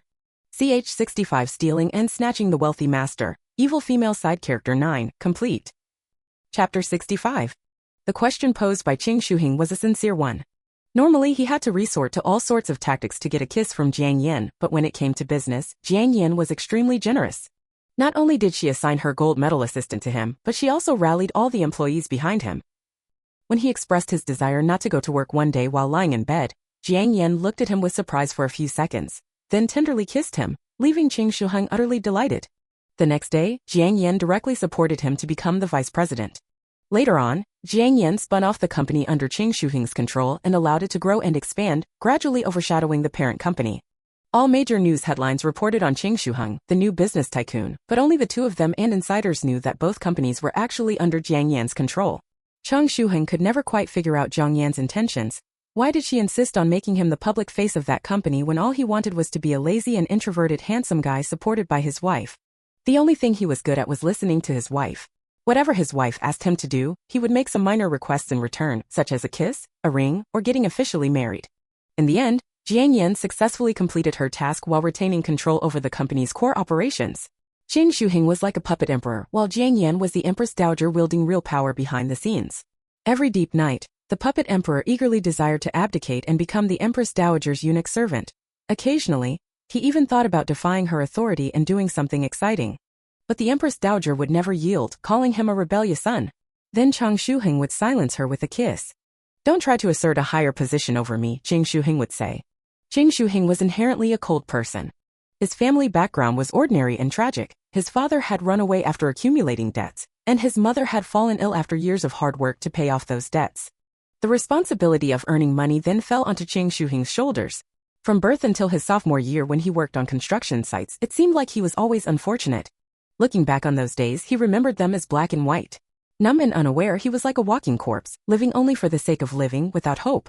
When Jiang Yan appeared, her intense allure stirred his most primal emotions. For a long time, he thought it was admiration, even envy. Later, he became uninterested in wealth, fame, and status within his reach, but he still harbored the initial feelings towards Jiang Yan, and that's when he realized it was love. His true self was savage, greedy, and cold-hearted. He tried hard to disguise himself as a simple and virtuous college student, but later discovered that Jiang Yan saw through it all. How amazing and fortunate that she knew and accepted him. In that moment, Jiang Shuheng felt loved. His mother loved him by instinct, bound by blood ties, so for a long time, he lived only for her. But Jiang Yan gave him the illusion of being loved, and even though it was an illusion, he was happy for a long time. Why was it an illusion? Because Jiang Shuheng later realized that Jiang Yan was also a cold person. Many times, even when she was clearly moved and indulged, she would refuse him. Jiang Shuheng didn't know what was in her heart, but he never forced her. He only wanted to warm her with his affection. Each rejection only made Jiang Shuheng love Jiang Yan more because her rejections were another form of love. She was loving him in her own way. Jiang Shuheng would sometimes say something cheesy. Two cold people together will warm each other up. Will they really warm each other up? At least Jiang Shuheng would try to thaw Jiang Yan. Jiang Yan chose to spend her life in that world while on vacation. When the last layer of ice broke, she said she didn't want children. Jiang Shuheng understood her meaning and was overjoyed, immediately scheduling a sterilization surgery for himself. Jiang Yan wasn't sure if she could ever return, so she didn't want a child with her bloodline to exist alone in that world. They grew old together, gradually stooping and requiring canes to walk. Later, they grew some fruits and vegetables in the backyard of their villa, not for any particular reason, but just as a hobby for Jiang Shuheng after he had grown tired of work. They also kept several clumsy, adorable cats. Eventually, Jiang Yan passed away first. Jiang Shuheng found life boring, spending his days looking at Jiang Yan's photos. The elderly cat would lie on Jiang Yan's photo, licking it and meowing incessantly as if trying to coax Jiang Yan out of the frame. During their first New Year's together, Jiang Shuheng wanted to wear matching couple outfits with Jiang Yan again. This time he didn't sulk but directly forced her to change clothes. As they drove to the hospital to pick up Chang's mother, they noticed that many pedestrians were wearing the same red outfits. Jiang Yan laughed uncontrollably, while Jiang Shuheng sulked alone, blaming others for their feudal superstitions and clashing outfits. Chang's mother and Jiang Shuheng enthusiastically made dumplings, while Jiang Yan, who couldn't cook, sat on the sofa watching TV to keep them company. The dumplings had various fillings, some containing clean coins. Jiang Shuheng secretly marked some and served Jiang Yan a bowl filled only with coin-stuffed dumplings, causing her to grit her teeth with each bite, furious enough to hit him. Jiang Shuheng easily restrained her, opening his mouth in a threat. "I'm eating the chive dumplings. If you hit me, I'll kiss you." Jiang Yan quickly retreated. Chang's mother laughed until her stomach hurt. On TV, people were counting down to the new year. At midnight, fireworks burst into a kaleidoscope of colors outside. They spent year after year like this. 266 Former National Sister-in-Law Vicious Female Supporting Role 01. Chapter 66. Task: Achieve the ending of exposing the true self. Plot: Due to your outstanding appearance and lovable personality, you were dubbed the National Sister, enjoying immense popularity. However, a more talented female lead, Hisuri, appeared and not only surpassed your fame, but also directly replaced your position in the show. Enraged, you pretended to be magnanimous and befriended her on the surface, but secretly created anonymous accounts to disparage Hisui online. Eventually, an accidental login to the wrong account exposed your true self, leading to widespread condemnation. Jiang Yan opened her eyes in a daze, finding herself made up with exquisite makeup, dressed in coordinated clothes, and seated in front of a dressing table. It seemed to be a makeup room. With no one else around, Jiang Yan stood up and scrutinized herself in the mirror. She had shrunk by about 20 centimeters, regaining a petite and adorable figure, and her eyes had reverted to their original grape shape. As she admired herself in the mirror, there was a knock at the door. A handsome young man with a lead gray hair color peeked his head in, his bright eyes calling out to her, "Yan Yan, it's almost time for the broadcast. Come out quickly." Jiang Yan responded with an "oh" and hurried out. It wasn't until the live broadcast began that she understood the current plot. This was an unpopular variety show that aimed for a warm, celebrity daily life vibe, deviating from current popular market tastes. The only celebrity guest was the original host, a minor star, so the other guests subtly flattered the original host. Later, the show, The Warm Human World, unexpectedly struck a chord with audience's softer side, causing the variety show to unexpectedly explode in popularity. The production team then invited the more popular female lead, Hisoi, directly diminishing the original host's presence and leading to the host's resentment towards the female lead. Currently, the variety show had just started and the original host was still being favored by the production team. At night, to enhance the show's entertainment value and realism, the production team contacted a bar but did not reserve it exclusively. They simply had the guests play games there. Jiang Yan hadn't been out for a long time and was attracted by the street food stalls outside the bar. An observant staff member from the production team ran over and bought her a pink cotton candy. "Thank you," Jiang Yan said excitedly as she accepted it. The staff member was also pleased, having successfully appeased the little darling guest with just a cotton candy, making it a worthwhile purchase. Jiang Yan fell a few steps behind, holding her cotton candy as she followed them. From afar, she saw that the other guests had already been seated. As Jiang Yan tried to approach, she was blocked by a tall, sexy, and cold-looking gorgeous woman. "Sister, can you let me through?" Jiang Yan asked cautiously, guarding her cotton candy. The gorgeous woman turned her head, revealing a 3D mask on her face. She slightly lowered her head, her voluminous, curly hair falling to her chest, its snow-white color dazzling Jiang Yan's eyes, causing her to look away in embarrassment. The gorgeous woman's mesmerizing eyes fixed on Jiang Yan for a few seconds, the lights flickering, creating an odd atmosphere. Jiang Yan looked up again, and the gorgeous woman stepped aside to let her pass. Jiang Yan trotted over to her seat. Since it was a filming session, their seating area was a semi-enclosed private room.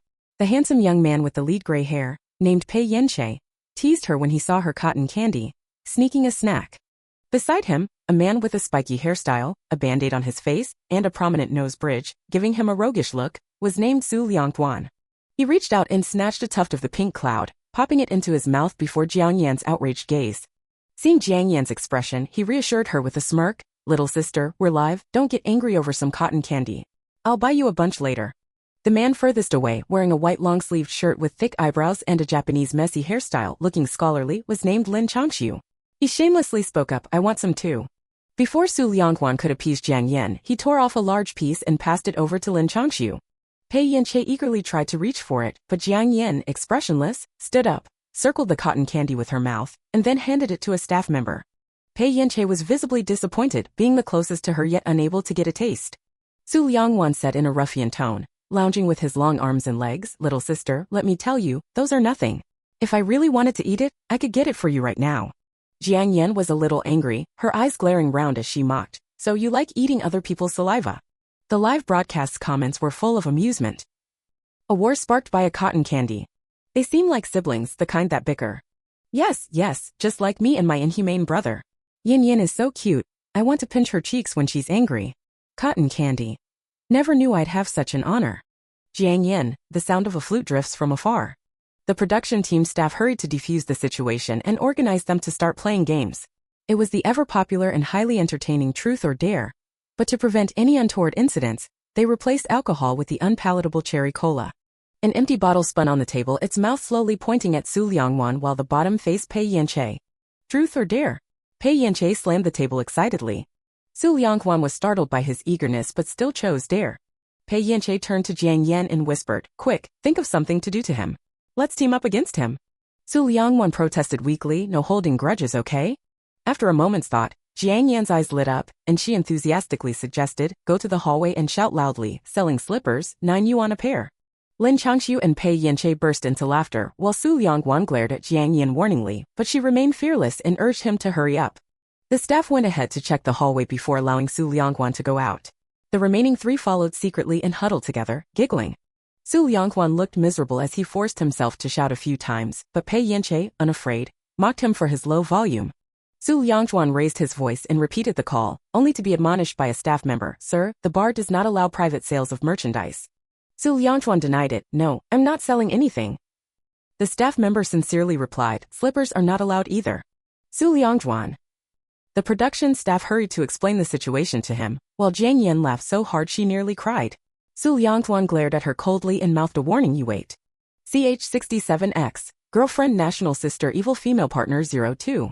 Chapter 67. But perhaps it was Su Liangtuan's water retrograde tonight. He drank 2 bottles of cherry cola one after another, said, "Here comes the little rascal," to Lin Changxiu 3 times and consecutively. Experience revealing his bank card password, smiling mysteriously at a trash can, and passionately kissing a wall for 20 seconds. When Su Liangtuan was about to argue with the bottle, its wobbling mouth pointed towards Jiang Yan. Su Liangtuan's previously accumulated anger dissipated instantly. He smiled viciously at Jiang Yan, looked around, and finally pointed at the extremely conspicuous beauty in the bar, saying, "Go and take her mask off."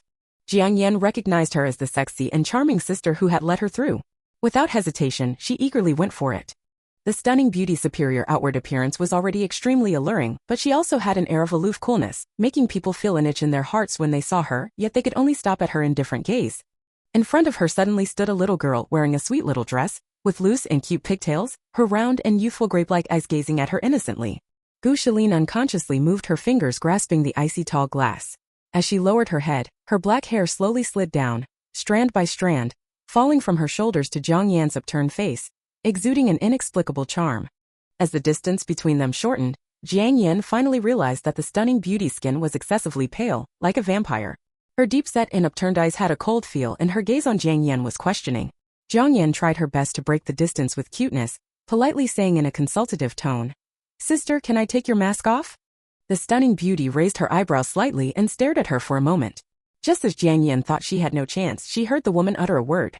"Take it off," in a slightly low voice with a lingering drawl at the end. Jiang Yan's eyes lit up as she reached out her small hands to unhook the string hidden by her long hair.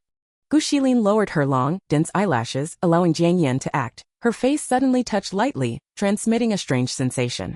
The little girl sheepishly curved her eyes and looked at her imploringly. The three people in the private room all peeked through the crack of the door with slightly strange expressions on their faces. Su Liangtuan said disappointedly, "Judging from her temperament, it doesn't seem good. How could she let her take it off so easily?" After staring for a while, Pei Yanche couldn't help but ask, "That beautiful woman is so tall, Jiang Yan only reaches her shoulders?" Lin Changshu stroked his smooth chin, feeling that there was something strange about that woman. As the white mask was gently removed, it revealed her straight nose bridge, crimson lips, and smooth yet sharp lines. Her beauty was not the voluptuous kind as imagined, but rather a cold, hard, and powerful beauty. Just as Jiang Yan was at a loss, she suddenly noticed an obvious protrusion on the stunning beauty's neck slowly rolling up and down. Jiang Yan was stunned. Gu Shilin calmly pinched her Adam's apple with her fingers and asked the dazed little girl, "Truth or dare?" Jiang Yan nodded dazedly. "Have you completed the task?" that voice asked again, and Jiang Yan now realized it was a male voice, rich and magnetic, with a metallic quality. Jiang Yan nodded like a little chick pecking at rice. The man then lowered his head towards her, his deep eyes gazing into hers, drawling lazily as if coaxing, "Put the mask back on for me." Jiang Yan seemed a little dazed as she obediently put the mask back on him, holding the 2 milk candies he gave her. Her dazed appearance clearly showed that she had received a significant shock. Su Liangquan asked with interest, "What does he look like?" "Don't tell me it's a back-facing beauty." Following the principle that if she suffered, they should all suffer together, Jiang Yan glanced at him and enunciated clearly, "A man." OSH*T. Su Liangtuan nearly slipped. Lin Changshu and Pei Yanche simultaneously looked outside in disbelief. The live stream chat room also erupted. "I'm shocked for a million years. Is this really not arranged by the production team? The drama is off the charts. It really scared our guests. The little sister hasn't recovered yet. I'm dying at the cocky guy's expression, the end of the world. Why do I have a strange association? Sisters, is it from next door? I thought of it too. Maybe probably a dream collaboration." That night, the warm human world climbed the hot search rankings in a bizarre way. CH68X, National Sister of the X, an evil female supporting role 03. Chapter 68. The entry, Gu Shilin in the warm human world in women's clothing, climbed to the top of the hot search rankings at an astonishing speed, followed by a bright red, explosive label. The production team of the warm human world took a while to figure out the origin of this incident. In the popular reality show, check-in celebrity reality show, Next Door, a certain Mr. Gu single-handedly isolated all his teammates, resulting in his team's lowest ranking, and he had to accept the punishment of wearing women's clothing. Gu Shilin in women's clothing was a major sensational topic. The director of check-in celebrity reality show promptly cut the live broadcast, intending to air it the next day to boost viewership. Little did they expect that Gu Shilin accidentally appeared on The Warm Human World, a relatively obscure show. The hot topic was suddenly hijacked by this lesser-known reality program. The next day, even when the check-in celebrity reality show team promptly released the recorded broadcast, they could not stop the audience from flocking to the other show to witness the spectacle. They excitedly commented, "Poor Su Liangwan, he lost so miserably. Su Liangwan thought he could finally be reborn, but it turned out to be another kind of death. He's so brave, letting his sister go and remove Gu the Great Devil's mask. Maybe we should call him the anti-hero, an anti-hero from start to finish. This show is quite interesting, the sister must be the team's pet." The warm human world also gained unexpected popularity due to this unintentional interlude. So the production team invited 2 higher-profile guests as well. When Jiang Yan heard about it, she knew the female lead Hisoyi was coming. At that time, the production team had just assigned them a task to catch fish for a celebratory meal to welcome the new guests. The show's regular filming location was a small villa with a small pond nearby. As for whether there were fish in it or not, they didn't need to worry. The production team had already stocked it with fish and shrimp for them to catch. The 4 of them were complete novices, relying solely on tools to catch the fish by force. As a result, their catch deviated from the production team's estimates. The new guests had already arrived, but the fishing squad hadn't returned yet, so the director improvised and sent them to look for the squad at the pond. This was how Jiang Yan first met the female lead. She was struggling to hold the plump fish that Lin Changshu had finally caught, with a smudge of mud on her face. As she turned her head absent-mindedly, the fish jumped up and hit her face. Jiang Yan. Compared to the female lead's impeccable makeup and styling, she looked utterly disheveled. She had lost from the very start, woe is her. The young girl stood motionless, her round, big, dark eyes making her look like she was about to cry. Hisoyi hurried over to check if she was hurt, asking with concern, "Did it hit your face? Does it hurt?" There was a faint sweet fragrance like watermelon on Hisoyi. Jiang Yan rubbed her soft cheek against Hisoyi's hand, pitifully crying that it hurt. The viewers in the live broadcast were melting and even Hisoyi's heart melted, quickly consoling her with gentle words. Suddenly, someone walked up behind Hisoyi, tall and slender. His good figure undisguised even in a long black windbreaker. He had alluring, slightly mischievous peach blossom eyes and ruby red lips, like a beautiful demon. He walked over, seemingly glancing at Jiang Yan with a hint of a smile, then picked up the squirming fish on the ground and casually tossed it into the basin before taking up a fishing rod. Jiang Yan's big eyes followed his movements, looking as cute as a handmade doll. Her face flushed slightly as she mumbled to herself, "This person looks familiar." Hisoyi laughed, "Whose mask did you remove yesterday? It even made the hot search rankings, have you forgotten?" "Oh." Jiang Yan suddenly remembered, "Pretty sister." "Call me brother." Gu Shilin, who was fishing, suddenly spoke up. The guests on set and the viewers in the live broadcast simultaneously burst into laughter. "Pretty sister," Jiang Yan muttered to herself. However, Hisoyi's eyes widened, and Jiang Yan turned to see the other three guests also staring in one direction with dazed expressions. Then she looked at Gu Shilin, who was skillfully baiting his hook, casting, hooking the fish, and reeling them in, almost like showing off. Within a few minutes he had caught several fish. Jiang Yan was also mesmerized. Finally, Pei Yanche called for a stop, saying they had enough to eat and any more would spoil before they could consume them all. The great achiever Gu Shilin nonchalantly put down his rod, filled a small water bottle with a tadpole, and handed it to Jiang Yan as a gift. Jiang Yan stared blankly at the ugly little tadpole, while Gu Shilin arched an eyebrow with a trace of playfulness. A gift from sister. CH69 former national sister and vicious female supporting role 04. Chapter 69. Oh my, blatantly teasing the little girl. Jiang Yan sweetly smiled, extremely polite. "Thank you, sister." Gu Shilin, the sister, reached out to pinch her cheeks, but Hisoyi cautiously pulled her away. Jiang Yan had the role of the pet of the group, but Hisoyi had more experience and achievements.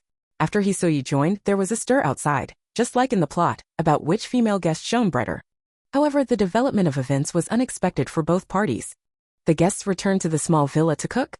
Hisoyi demonstrated her excellent culinary skills, while the others helped with washing, cutting, and fetching dishes.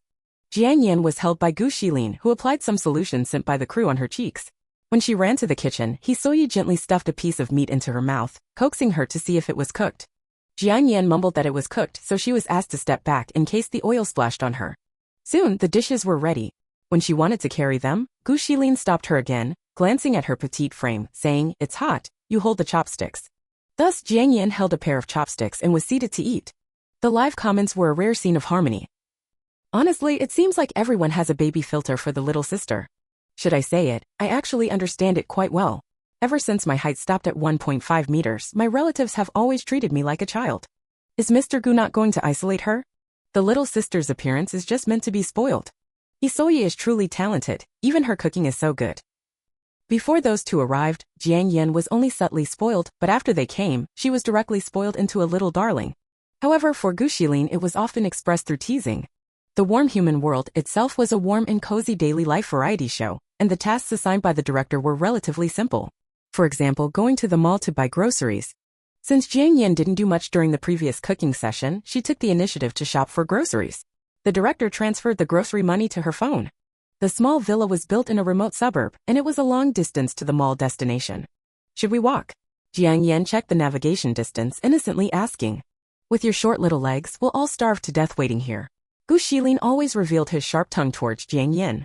Jiang Yan bared her small white teeth at him as if to bite. Gu Shilin paused, strategically turning his head away. Damn it. She was adorable again. However, the crew seemed to pretend not to notice and didn't give any hints. Jiang Yan stood in front of the bicycles in the yard, then frowned and stood in front of the electric bikes. Just when everyone thought she was hesitating which one to choose, she shyly turned around. I don't know how to ride either of them. Hisoyi couldn't help but laugh, about to ask the director if they could take a taxi, when Gu Shilin descended from above, driving a pink small electric car that steadily stopped in front of Jiang Yan. Honestly, his tall and large physique stuffed into a cute, petite, and pink car was an oddly hilarious sight. The other three male guests couldn't stop snickering.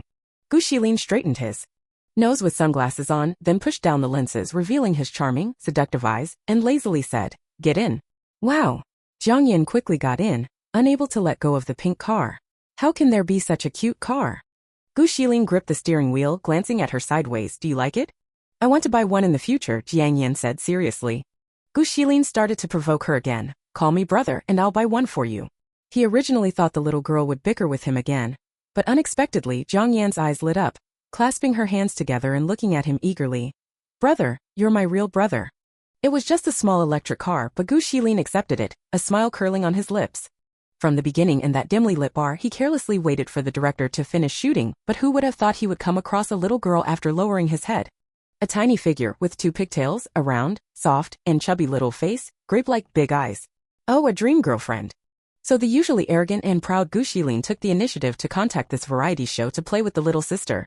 She was adorable in every way, just a bit of a bad temper, just like him. No wonder they were destined siblings. Gu Shilin thought aimlessly like this, unaware that Jiang Yan's task was not just to be a good sister. The mall. Jiang Yan took out the shopping list, smiling sweetly at Gu Shilin. "Brother, you pushed the little cart." She was even ordering him around. Gu Shilin snorted with a laugh, but considering she had just become his sister, he strode with his straight, long legs and grabbed a small cart. At the checkout, few people use facial recognition payment, but there was a long queue for manual payment. Jiang Yan scanned each item, then took off her mask to pay by face recognition, but an awkward scene occurred. She couldn't reach the scanning area, and even on her tiptoes, she could only expose half her face. Gu Shilin let out a muffled laugh, reached out and grabbed her collar, pulling her back a few steps until her whole face was exposed. After Jiang Yan paid, she glared at Gu Shilin. "We're both under 2 meters tall, what do you have to be proud of?" CH70X, National Sister of Ex-Boyfriend, Evil Female Supporting Role 05. Chapter 70. Gu Shilin was stunned for a moment, realizing that her recent action might have conveyed a mocking tone. He tugged at his collar and apologized sincerely. "I just find you adorable." Immediately after, he pondered the matter carefully and realized that the little girl was quite brave. When faced with this kind of situation, she retaliated with a clear and direct attitude. No wonder she was the sister he admired. She was indeed as formidable as her brother. The two of them rode a small electric car back home, while the guests left at the villa rushed out to fetch the dishes. After one trip back and forth, which made them sweat from the heat, Jiang Yan went to wash her hair. Just as she came out with her hair damp, Hisoyi's eyes lit up, eagerly wanting to blow-dry her hair. So Jiang Yan obediently sat on the edge of the sofa, while Hisoyi sat cross-legged on the sofa, plugged in the hairdryer, and contentedly blow-dried her hair. The other guys present found the two girls' intimacy endearing, but the true nature of their relationship was exposed by the wailing and howling in the live stream chat. "Woo, I also want to blow-dry my girlfriend's hair. Didn't they say equality for all? We're all human beings, so why can Hisoyi play with a real-life doll? Let me do it, or else I'll kneel down and beg you. In my lifetime, I only wish to experience the treatment that Hisoyi enjoys." I really think Hisoyi is also a fan of Jiang Yan. Look at her blissful little expression. I'm so envious of the child. The fans of Hisoyi, who originally wanted to make a big fuss and seize the title of Queen of Variety Shows, were dumbfounded. Even before Jiang Yan's fans said anything, the variety show fans had already started criticizing their idol. Just because their big sister could blow-dry Jiang Yan's hair? Wasn't that too absurd? Did Jiang Yan know some kind of soul-capturing technique? She made one variety show fan after another cry out, wanting to be her mother. Hisoyi's major fans were indignant. They watched the replay over and over again, trying to uncover the true face of this little green tea girl Jiang Yan, who only knew how to act cute and act spoiled. However, as they watched, more and more comments appeared on the screen admitting their admiration for Jiang Yan. "I've watched it 3 times and I'm going to drown in my girlfriend's smile. Whoa, how can she be so adorable? I really want to know what color burlap sack she likes. Does the production crew have no humanity? How could they let my baby use her hands to catch fish? Baby got hurt, come to mommy's arms, mommy has medicine here. The one before, deduct points. The abacus beads almost hit me in the face." However, the IDs of these people made others laugh and cry. Things like, "Hisoyi is the only beauty, hug my Soyi," a mouthful of sweet Soyi, he's servant under the skirt. The passers-by were all dazzled. Jiang Yan sat on the sofa with her white and soft-looking face, eating potato chips, while Hisoyi blow-dried her black, silky hair and combed it through, fully satisfied with the joy of taking care of her girlfriend. Originally, the atmosphere was harmonious, but the system had to come out and make mischief. In Jiang Yan's consciousness, it exaggeratedly said, "Your little cutie has appeared." Jiang Yan coldly and heartlessly said, "Goodbye." The system arrogantly snorted. "I'm here to remind you to do your task, don't get too complacent here." "I know, goodbye. Why have you been looking down on me ever since I upgraded? Tell me what I did wrong and I can change." The system asked sincerely, seeming very inquisitive. Your appearance, Jiang Yan said expressionlessly. The system sounded like it had been severely injured. Since it couldn't breathe itself, it played an audio clip of faint breathing, acting out the appearance of being in agony. Okay, then I'll leave. Then there was a creaking sound as if it had rolled away. Prompted by the system's reminder, Jiang Yan created a small anonymous account on her phone that night. But what should she criticize? Hisui had just blown her hair for her today. After pondering for a while, Jiang Yan had a bright idea. A few minutes later, a new Weibo post appeared out of nowhere. Hisoyi's hair-blowing technique is not professional at all. She's not a real all-rounder. It was normal for a newly opened account to have no followers. However, after a while, Jiang Yan suddenly received a reply. "A servant under the skirt. That's right, you should let me do it instead." Jiang Yan was dumbfounded. This person's avatar and ID clearly showed that they were a fan of Hisoi, so why would they agree with her, a small anti-fan? Could this be some kind of advanced sarcasm? Jiang Yan slowly sank into contemplation. CH71X, Girlfriend National Sister Evil Female Partner 06. Chapter 71.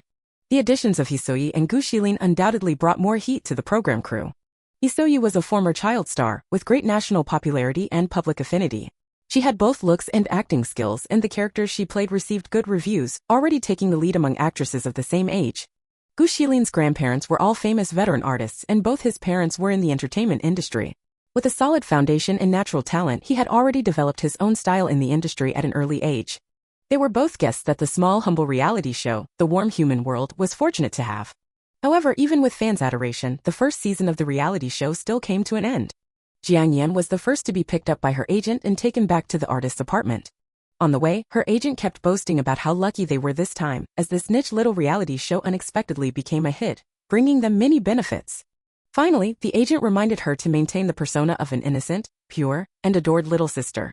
Indeed, the original host's performance on the reality show stemmed from the persona designed by the company. After lying in the apartment for 2 or 3 days, Jiang Yan was called by the original host's friend Zhang Jinru, also an artist under the same agent, to a private bar. A beautiful woman was singing a popular song on stage, with blue-purple lights swaying gently. This area had high privacy with a low chance of being photographed. The two found a secluded corner, and Zhang Jinru even asked Jiang Yan to sit further inside. When Gu Shilin came in, a girl happened to walk past him. It felt vaguely familiar, and he shook his head slightly as he had been haunted by those little sister vibes these days. Oh wait, he suddenly paused. That hair, that figure, that gait, wasn't that Jiang Yan? Zhang Jinru had been under a lot of pressure recently. She joined the entertainment industry to seek a livelihood, but it all depended on fate. She took sips of hard liquor, suddenly pointing at a graceful young man in front of them and introducing him clearly. Second young master of Tianhui 34 single. I'll go say hi, she said. Jiang Yan knew what she meant and responded with a casual watching her stagger over. Everyone had their own choices. Zhang Jinru's current development wasn't bad, but it couldn't satisfy her ambitions. In the distance, the man and woman were intimately flirting. Jiang Yan drank the last of her fruit juice, preparing to leave. Suddenly, a voice came from behind. Why don't you go too? The voice was cold and indifferent, yet vaguely familiar. Jiang Yan turned around to see Gu Shilin, who still looked like a languid beauty but with an unusually stern expression. He frowned with a slight chill at the corners of his lips, showing a clear fierce look. He must have just discovered her in this state and felt deceived by Jiang Yan's previous act. What's it to you? Jiang Yan calmly retorted. After all, it was just her persona-breaking character. It would happen sooner or later. At most, it would just make people dislike her. He couldn't actually do anything to her. Drop the act, Gu Shilin sneered, his tone mocking. He couldn't believe he had once thought she was a naive, innocent little flower, so adorable that he would dote on her as a little sister every day. Who knew she was a ruthless rose pursuing fame and fortune? Jiang Yan was too lazy to engage further and turned to leave. Perhaps because they had gotten used to bickering, Gu Shilin suddenly asked, "Aren't you afraid I'll expose you?" Jiang Yan didn't even stop walking. Do as you please. With the previous high popularity, the reality show, The Warm Human World, soon took advantage of the momentum and organized a second season. Jiang Yan and the other initial guests had signed contracts for multiple seasons, so they would naturally attend. However, against Jiang Yan's expectations, Gu Shilin also appeared on set for the second season, giving her a look that said, "I'll see how you're going to act this time." Gu Shilin could do whatever he wanted on the show, but Jiang Yan did have to consider him to some extent. When Jiang Yan and Pei Yanche came back from gathering firewood, Hisui was busy getting them fruit juices. Jiang Yan obediently said, "Thank you, sister." From afar on the sofa, Gu Shilin turned his head upon hearing this, with a mocking smile. "I squeezed the juice. What should the little sister say?" Jiang Yan gritted her teeth silently and emphasized, "Thank you, brother, too." Such incidents occurred from time to time, and even the live audience noticed something was off. CH72X. National Sister-in-Law and Vicious Female Partner 07. Chapter 72. What's up with the sister recently? Why aren't they bickering anymore? The sister has been so well-behaved lately it's really odd. Is it possible that Gu Shilin bullied my precious daughter? Gu Shilin, you're done for. How dare you bully my daughter? Have you all gone crazy? Gu Shilin even dares to confront me. But I think it's very likely. Sister He, watch my comments. You must keep a close eye on that Gu person. Don't let him bully my little swan. Gu Shilin's retaliation manifested in various ways. For instance, early in the morning, Jiang Yan had her black hair down, making her pale face look even whiter. Suddenly he felt like braiding her hair. Jiang Yan smiled and declined. How can a brother do such a girly thing? I can braid it myself, no need to trouble brother. Gu Shilin smiled enigmatically. Is the sister not aware of the brother's intentions to care for her? Perhaps he just wanted to play with her hair or make her embarrassed. The two beat around the bush for a while before Gu Shilin threatened to bring up his persona. And Jiang Yan eventually sat down on the sofa. The obedient sister, the doting brother. A perfect scene of sibling affection. Unexpectedly, Gu Shilin was quite adept, his slender white fingers with visible knuckles weaving through Jiang Yan's jet black hair, braiding two plaits. They looked a bit like the twin braids she had when they first met. Jiang Yan thought she had misjudged him, but for the whole day he kept reaching for her head. Sometimes he would pinch the little braids, other times he would simply ruffle her hair. Gu Shilin's brazen obliviousness had already angered Jiang Yan. Even when going down the stairs, she was thinking about how to get revenge. It was time to prepare dinner, and Jiang Yan had just come downstairs when a camera followed her. Lost in thought, she tried to move aside but accidentally missed a step. Ah! A scream rang out as Jiang Yan found herself in an awkward position on the floor. She had fallen straight down from the middle of the stairs. Caught too off guard, the cameraman was still dazed when Gu Shilin had already rushed over in a hurry. Did you fall anywhere? Are you hurt? Can you move? Gu Shilin was the first one by her side, but he was at a loss for what to do. Jiang Yan tried to get up herself, but her left foot sent shooting pains through her. My foot hurts. The fall had left her dazed. Gu Shilin hurriedly supported her, suddenly remembering that it's best not to walk after a sprained ankle. He directly carried her in a horizontal position and placed her on the sofa. This was an accident, but also an absolute highlight. The director had already contacted medical staff and instructed the cameraman to follow and film. The others rushed over upon hearing the noise, and after a series of questions, Su used her phone to look up. It's best not to move, apply an ice pack, director. Su Liangchuan quickly said, there are some in the fridge from the groceries, I'll go get them. Everything that could be done was done, and the doctor arrived with a medical kit. Upon seeing the situation, he praised them for their timely response. After examining her, he found it was just a severe ankle sprain with ligament damage. He prescribed some pills and ointment and instructed, don't move if possible, and it's best to keep your foot elevated while sleeping tonight. Don't apply the ointment until 24 hours later. Originally just a useless little sister, Jiang Yan was now even more pampered like a delicate pastry. Everyone told her to rest and not do anything, checking on her foot from time to time. Jiang Yan sat on the sofa and finished her dinner. Gu Shilin frowned, seeing that her foot had swollen up with bluish-purple bruising, looking quite alarming. Do you want me to carry you upstairs tonight? Gu Shilin joked. Having been injured, it seems she had gained a new layer of protection. Jiang Yan calmly asked, how should I beg you? Gu Shilin looked at her little foot for a while, feeling a bit guilty for teasing the patient. Finally, he scratched his head in frustration. Never mind. I was just being nice for once. And so, Gu Shilin became Jiang Yan's dedicated transportation. He carried her up and down the stairs every day. Not only that, his level of mischief also dropped dramatically. To what extent, you ask? Jiang Yan was sitting on the sofa watching TV and wanted to change the channel. She reached her 5 fingers towards Gu Shilin, who was playing games nearby, asking for the remote control. Gu Shilin stared at her fingers for a moment before shamelessly stretching out his hand to forcibly compare hand sizes, making a heart shape against her palm. CH73X. Girlfriend National Sister Evil Supporting Actress 08. Chapter 73. The camera was focused on Hisui, who was trimming a bouquet in the living room. But because Jiang Yan stumbled and fell, many viewers in the live stream unconsciously stared at her in the background, fearing that something else might happen. As a result, they witnessed that strange scene. 2 artists were born in the corner. Look at what those two are up to. Isn't there something off about it? This season, Gu Sifu's gaze at his sister has been off from the start, hasn't it? Ah, it feels like a young couple in love having a lover's tiff. Don't ship it, don't ship it. She's still a baby. A little heads up, Jiang Yan only looks young with a doll-like appearance, but she's actually 22 already and old enough to get married. Excuse me, does that mean I can call her wife? The director behind the scenes was thoroughly enjoying the comments, while the 2 individuals in question remained oblivious. Jiang Yan withdrew her hand wordlessly. assuming he was still indirectly retaliating against her. She hadn't deceived him for money or favors, so why was he being so petty? Gu Shilin did that gesture for no apparent reason and was disliked for it, but he felt a strange sensation in his heart, a hazy feeling like a green sprout breaking through the soil and poking its head out. He sprawled his long legs on the sofa, tilted toward Jiang Yan's direction, his deep, captivating gaze seemingly fixated on her. Yet, with his own hands he made various heart shapes as if telling Jiang Yan, if you won't play with me, I can do it myself. The scene was bizarrely comical. A few days later, the injury on Jiang Yan's foot had healed considerably. However, the program's arranged outdoor activities still didn't allow her to participate. Gu Shilin, perhaps dodging responsibilities, boldly offered to stay behind and be her wheelchair. So in the villa, only the two of them and the camera crew remained. Due to her foot injury, Jiang Yan had been eating her meals on the sofa in the living room these days. This time was no exception, except that Gu Shilin came and went, bringing her food. At one moment he'd fetch bowls and chopsticks, at another he'd look for a spoon or ladle soup, bustling about in a way that hinted at the semblance of a homely, good husband. Jiang Yan was cradling a large bowl, taking one mouthful after another of the soft, chewy white rice, savoring its deliciousness. At that moment, a staff member from the program pushed a small cart over. The cart contained gift boxes, plush toys, and bouquets of various colors. The staff member explained, these are gifts from fans sent to everyone, received by the program crew, and now being given to you all.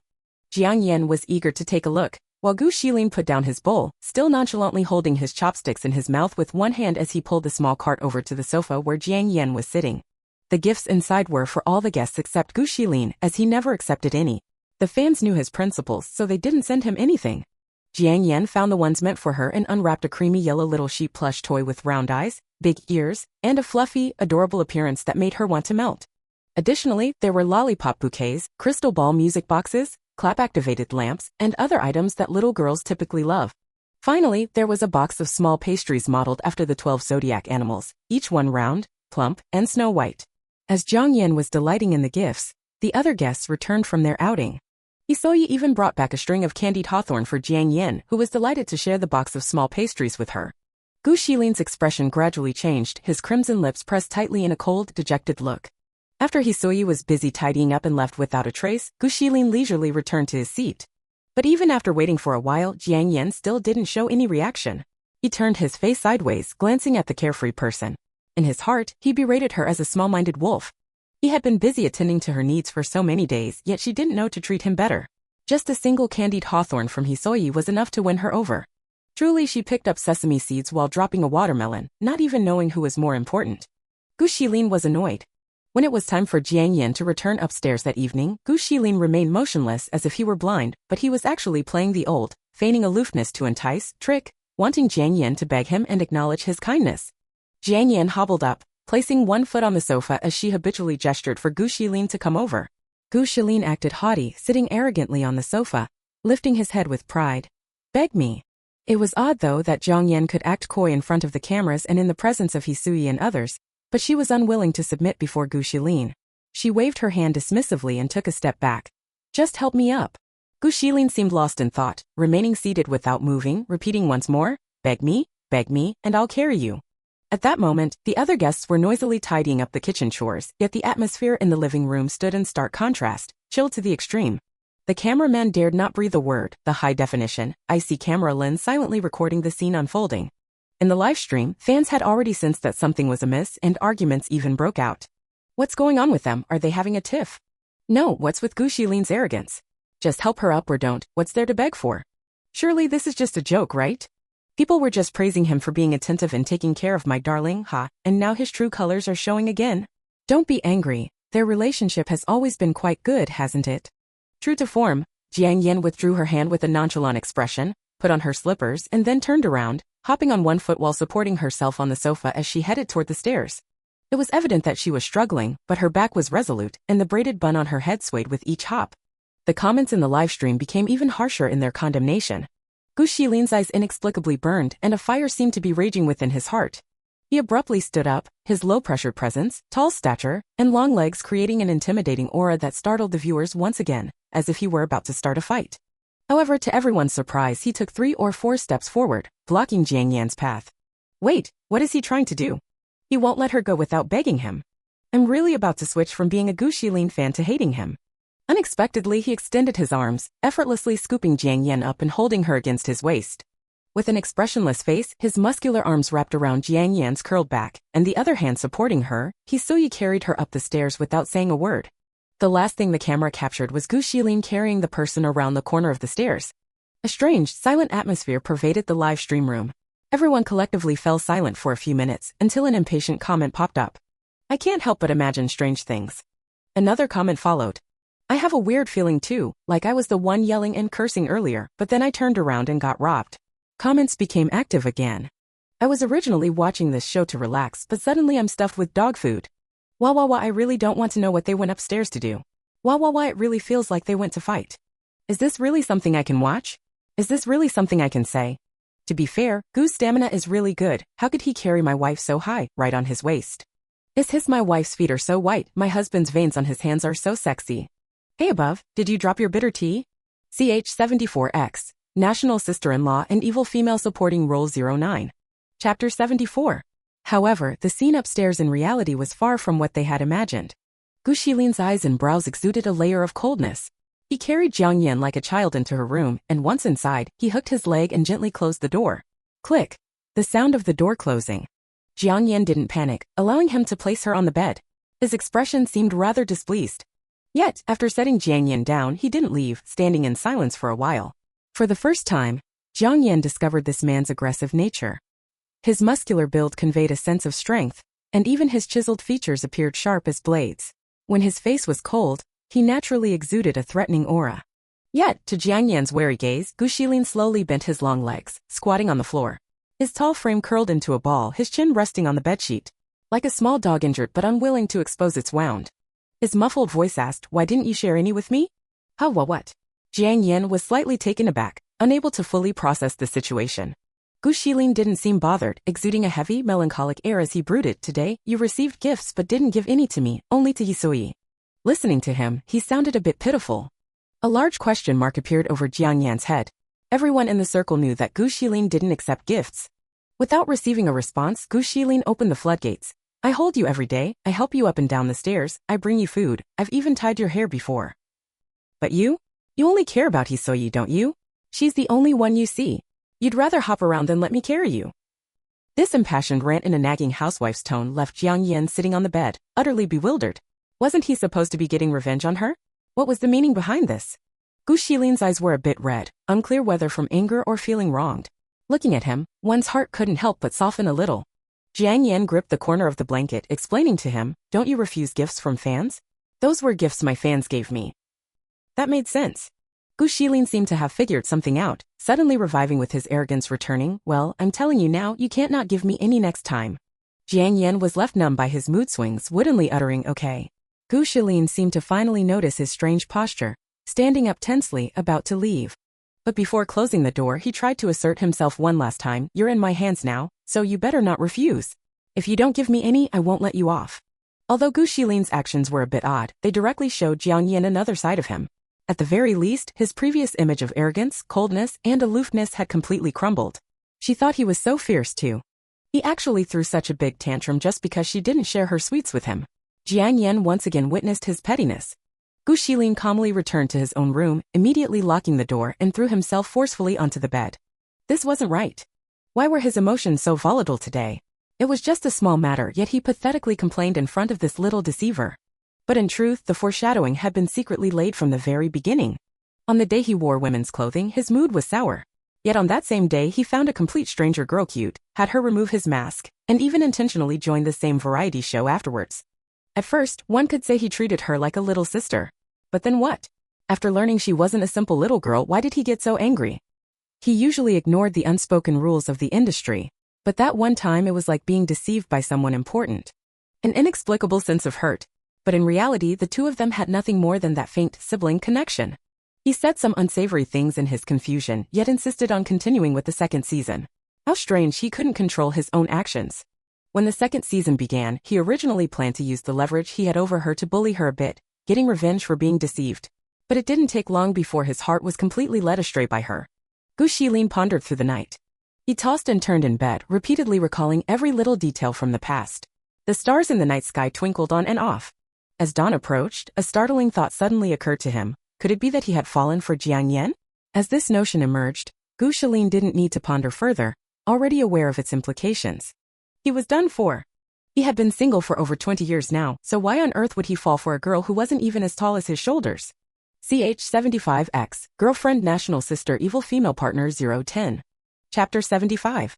So that morning, Gu Shilin behaved strangely as he carried Jiang Yan downstairs and got her food, before turning around and quietly returning to his own bedroom. This time when he carried Jiang Yan, he was very careful not to hold her like a child as he did yesterday, but instead used a gentleman's princess hold, his gaze wandering and his expression restrained, as if suppressing something. Jiang Yan was a little puzzled, but then thought, could it be because of my emotional outburst last night that he feels too embarrassed to face me? Gu Shilin did not know her thoughts. He stayed alone in his room all day, not eating, his mind in a daze. He had slowly come to realize that Jiang Yan was so smart, so lucid, and even had ambition, with a temper that was endearingly bad. Considering it over and over, falling into her hands seemed not a bad thing. With his arrogant and proud nature, he had never imagined himself liking someone, let alone what kind of person he would like. But for a proud man like Gu Shilin, the only certainty was that if he wanted to obtain something, he had to take the initiative and seize it. Just as he had figured this out, a crew member came knocking on his door, calling him down for an activity. This activity involved interacting with the live audience. All the guests gathered on the sofas in the living room. Jiang Yan and Hisui sat in the middle, with Su Liangchuan sitting beside Hisui, and Pei Yanche and Lin Changshu sitting beside Jiang Yan. Gu Shilin scanned the room, crossing his long legs as he sat in the small space in front of Pei Yanche. Hey, there's an empty seat opposite you. Since they were live, Pei Yanche only made a low-voiced comment, pushing Lin Changshu back a bit. The live comments joked about Gu Shilin isolating Su Liangwan, but Su Liangwan gave Jiang Yan a thoughtful look. The activity began with the first segment of answering fan questions. They used a random screenshot method for selection. Following the director's cue, the first question appeared, from a viewer named, Granting You a Lifetime of Longing, asking, why does Hisoyi dote on Jiang Yan so much? This easily brought to mind the fan wars when Hisoyi first joined the show. Someone asking such a question was likely a reporter lurking in the live chat, looking to stir up drama and hot topics. But the production team had considered such hot topic questions and didn't filter this one out.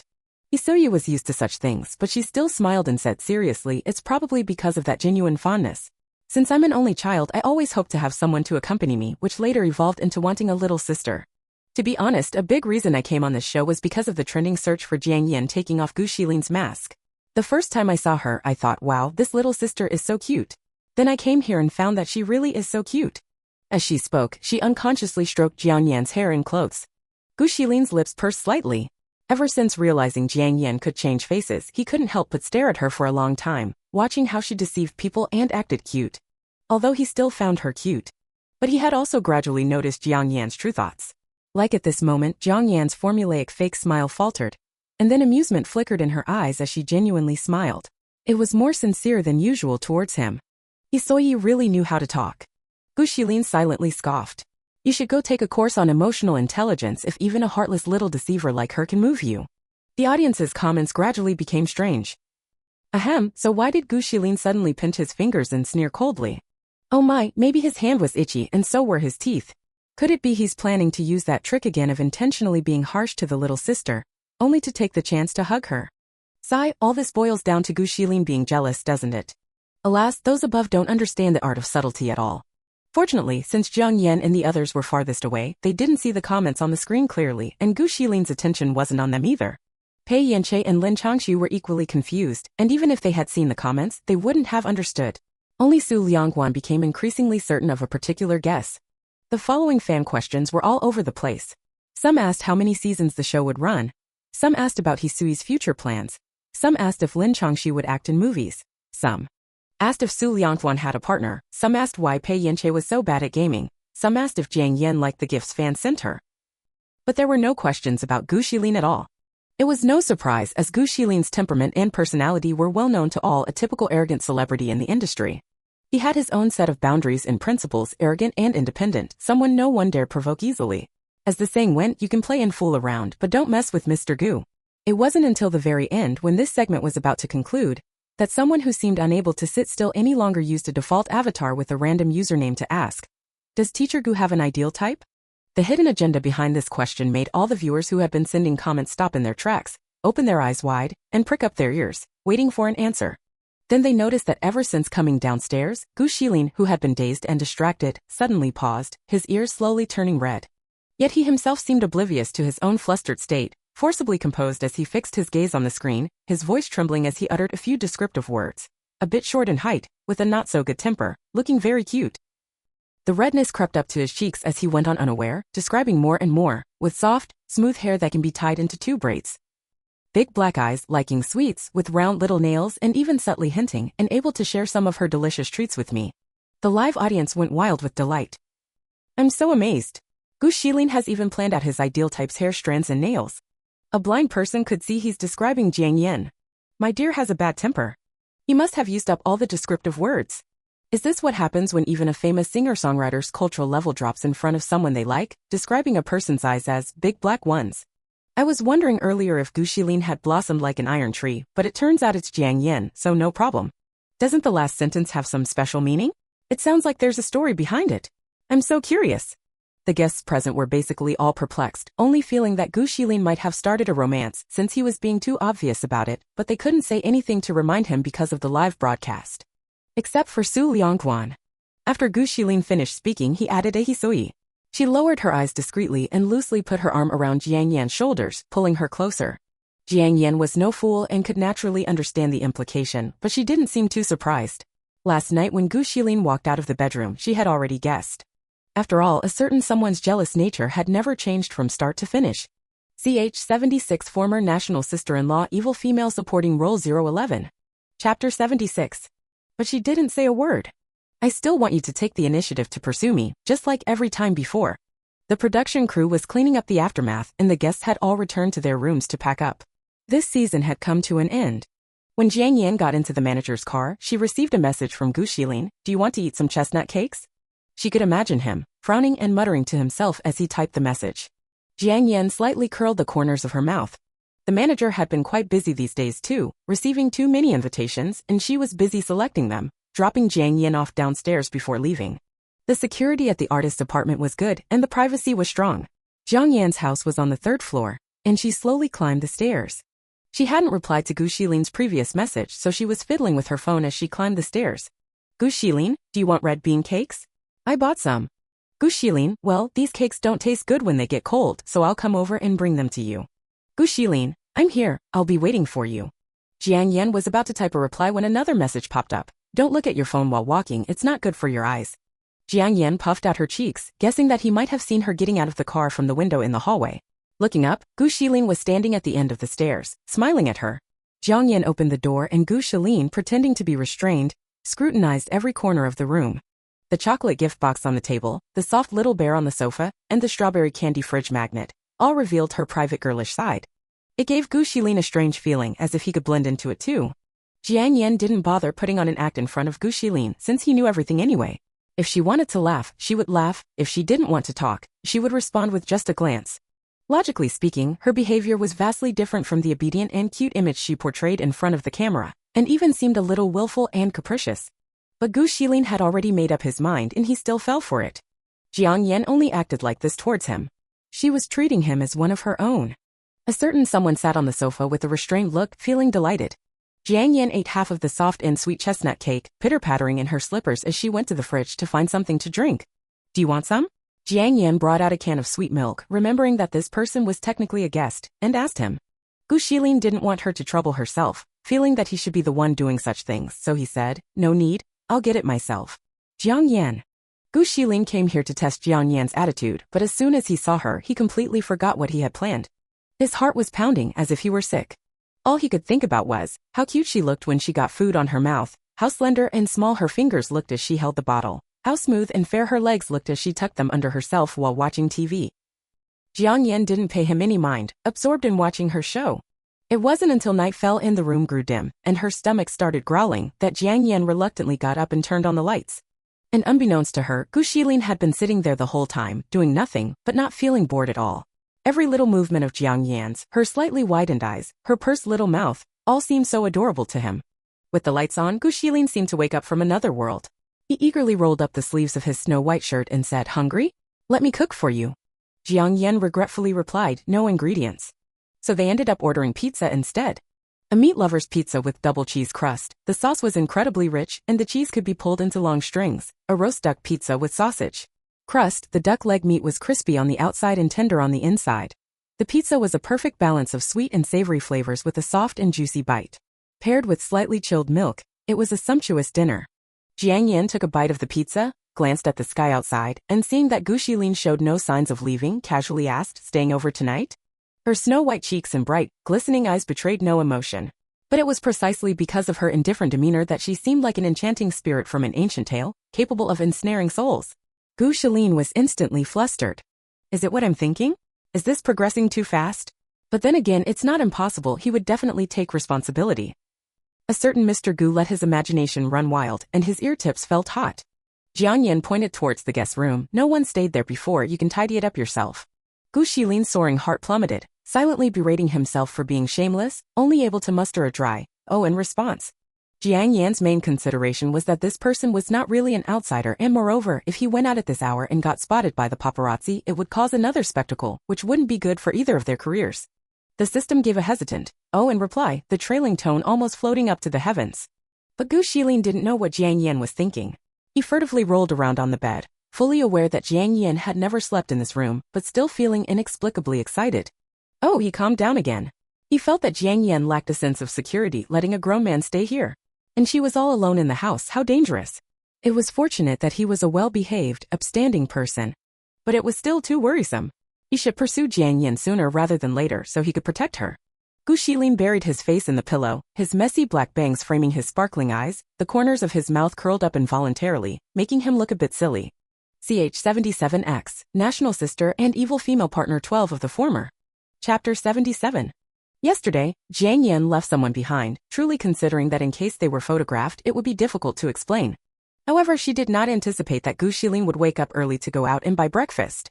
Steaming hot grain and soybean milk, translucent crystal shrimp dumplings, crispy golden brown potato shreds and fried buns, slightly sweet cheese and corn sandwiches, and rich aroma chicken and vegetable dumplings and seaweed soup. It seemed like the entire breakfast street was bought out. Gu Shilin kept glancing over at Jiang Yan, his small eyes yearning for praise.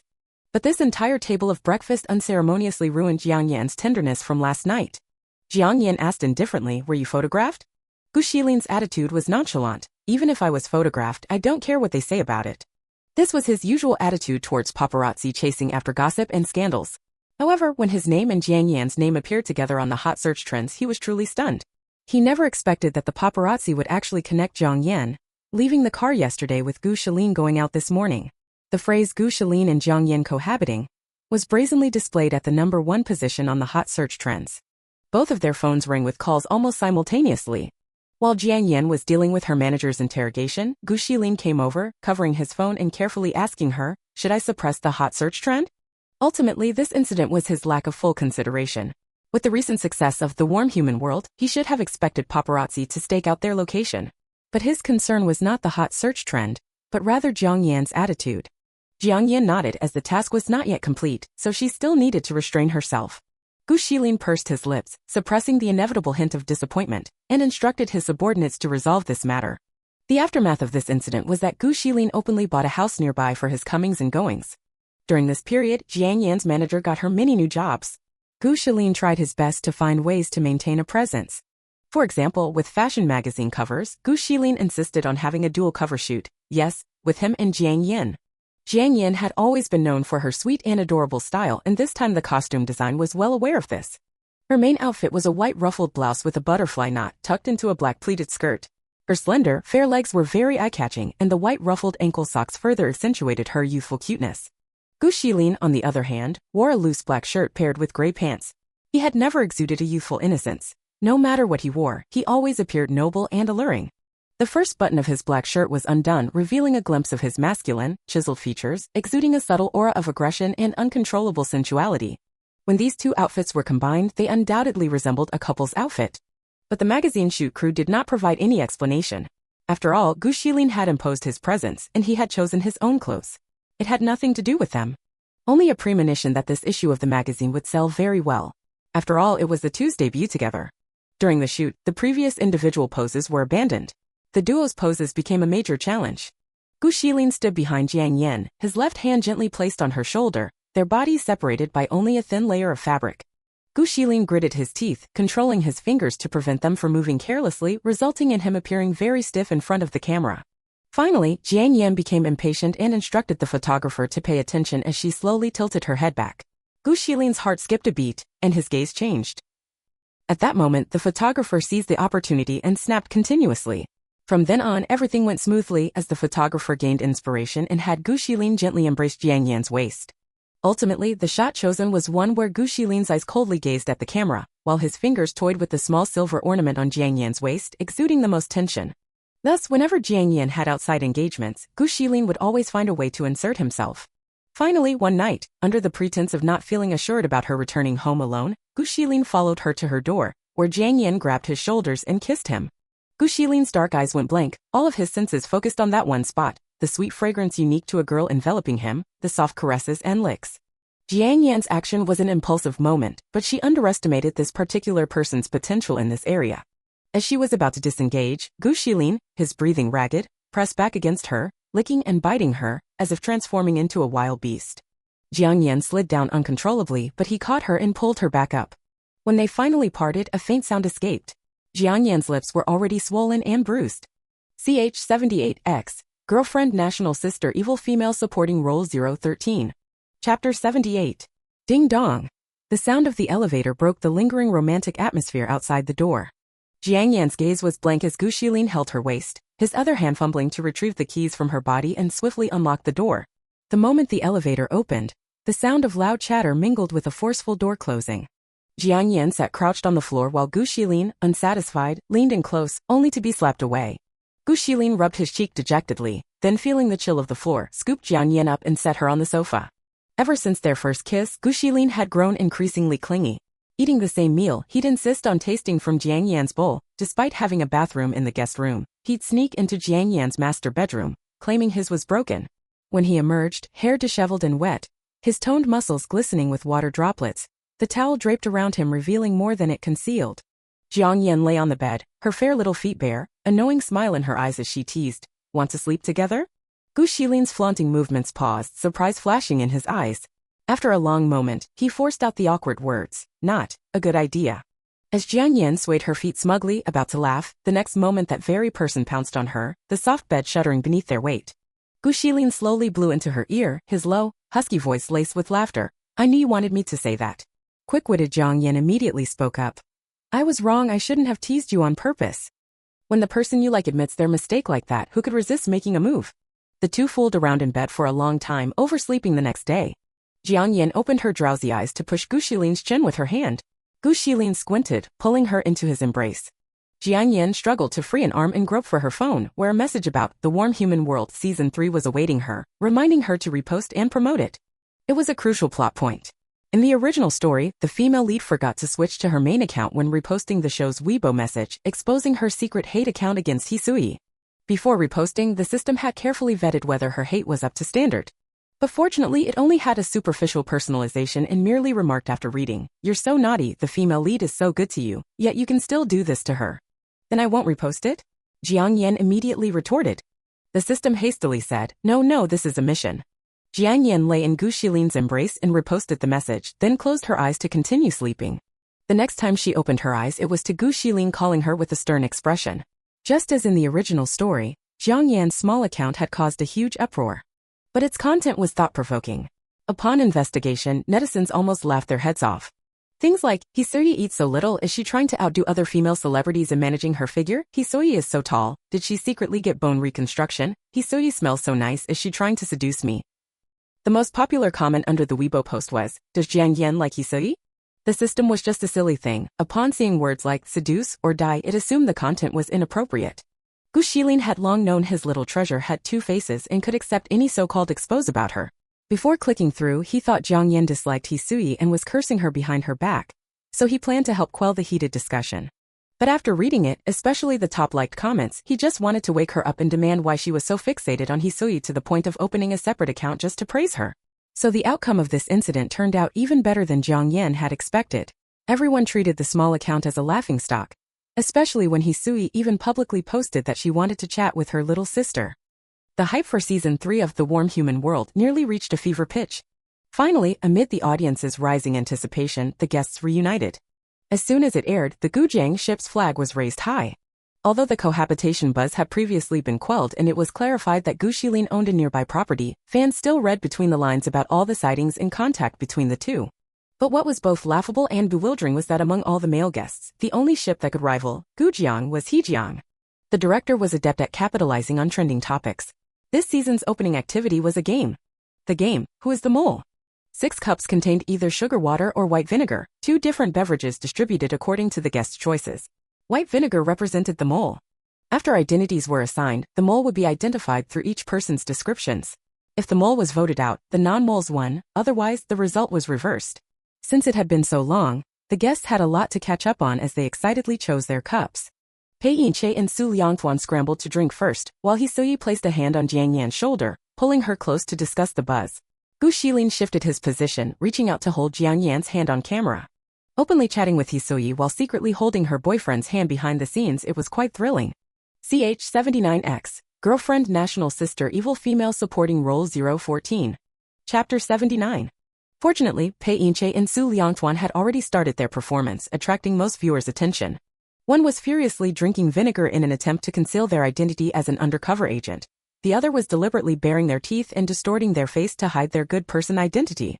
The guests came up one by one and chose a cup, drinking from it to clearly establish their identities. To enhance the show's effect, the director had thoughtfully informed the audience in advance about the identity represented by each type of cup. Thus, the audience was aware. During the first round of descriptions, the guests were in an exploratory stage and cautiously used only 1 or 2 words. At the voting stage, everyone was led by Su Liangwan to vote out the good person Lin Changxiu.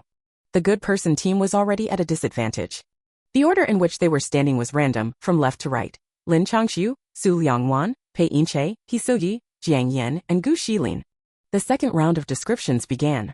With Lin Changxiu out of the game, Su Liangwan became the lead. At this point, Su Liangwan started describing what he had tasted. It has a taste, a very rich taste, and it's a bit sour. Hisoyi squeezed Jiang Yan's hand and secretly talked to her, pretending to angrily ask her about the meaning of her Weibo post. Jiang Yan hurriedly acted coquettishly and tried to appease her. Gu Xilin stood alone at the edge, trying to talk to Jiang Yan but being ignored repeatedly.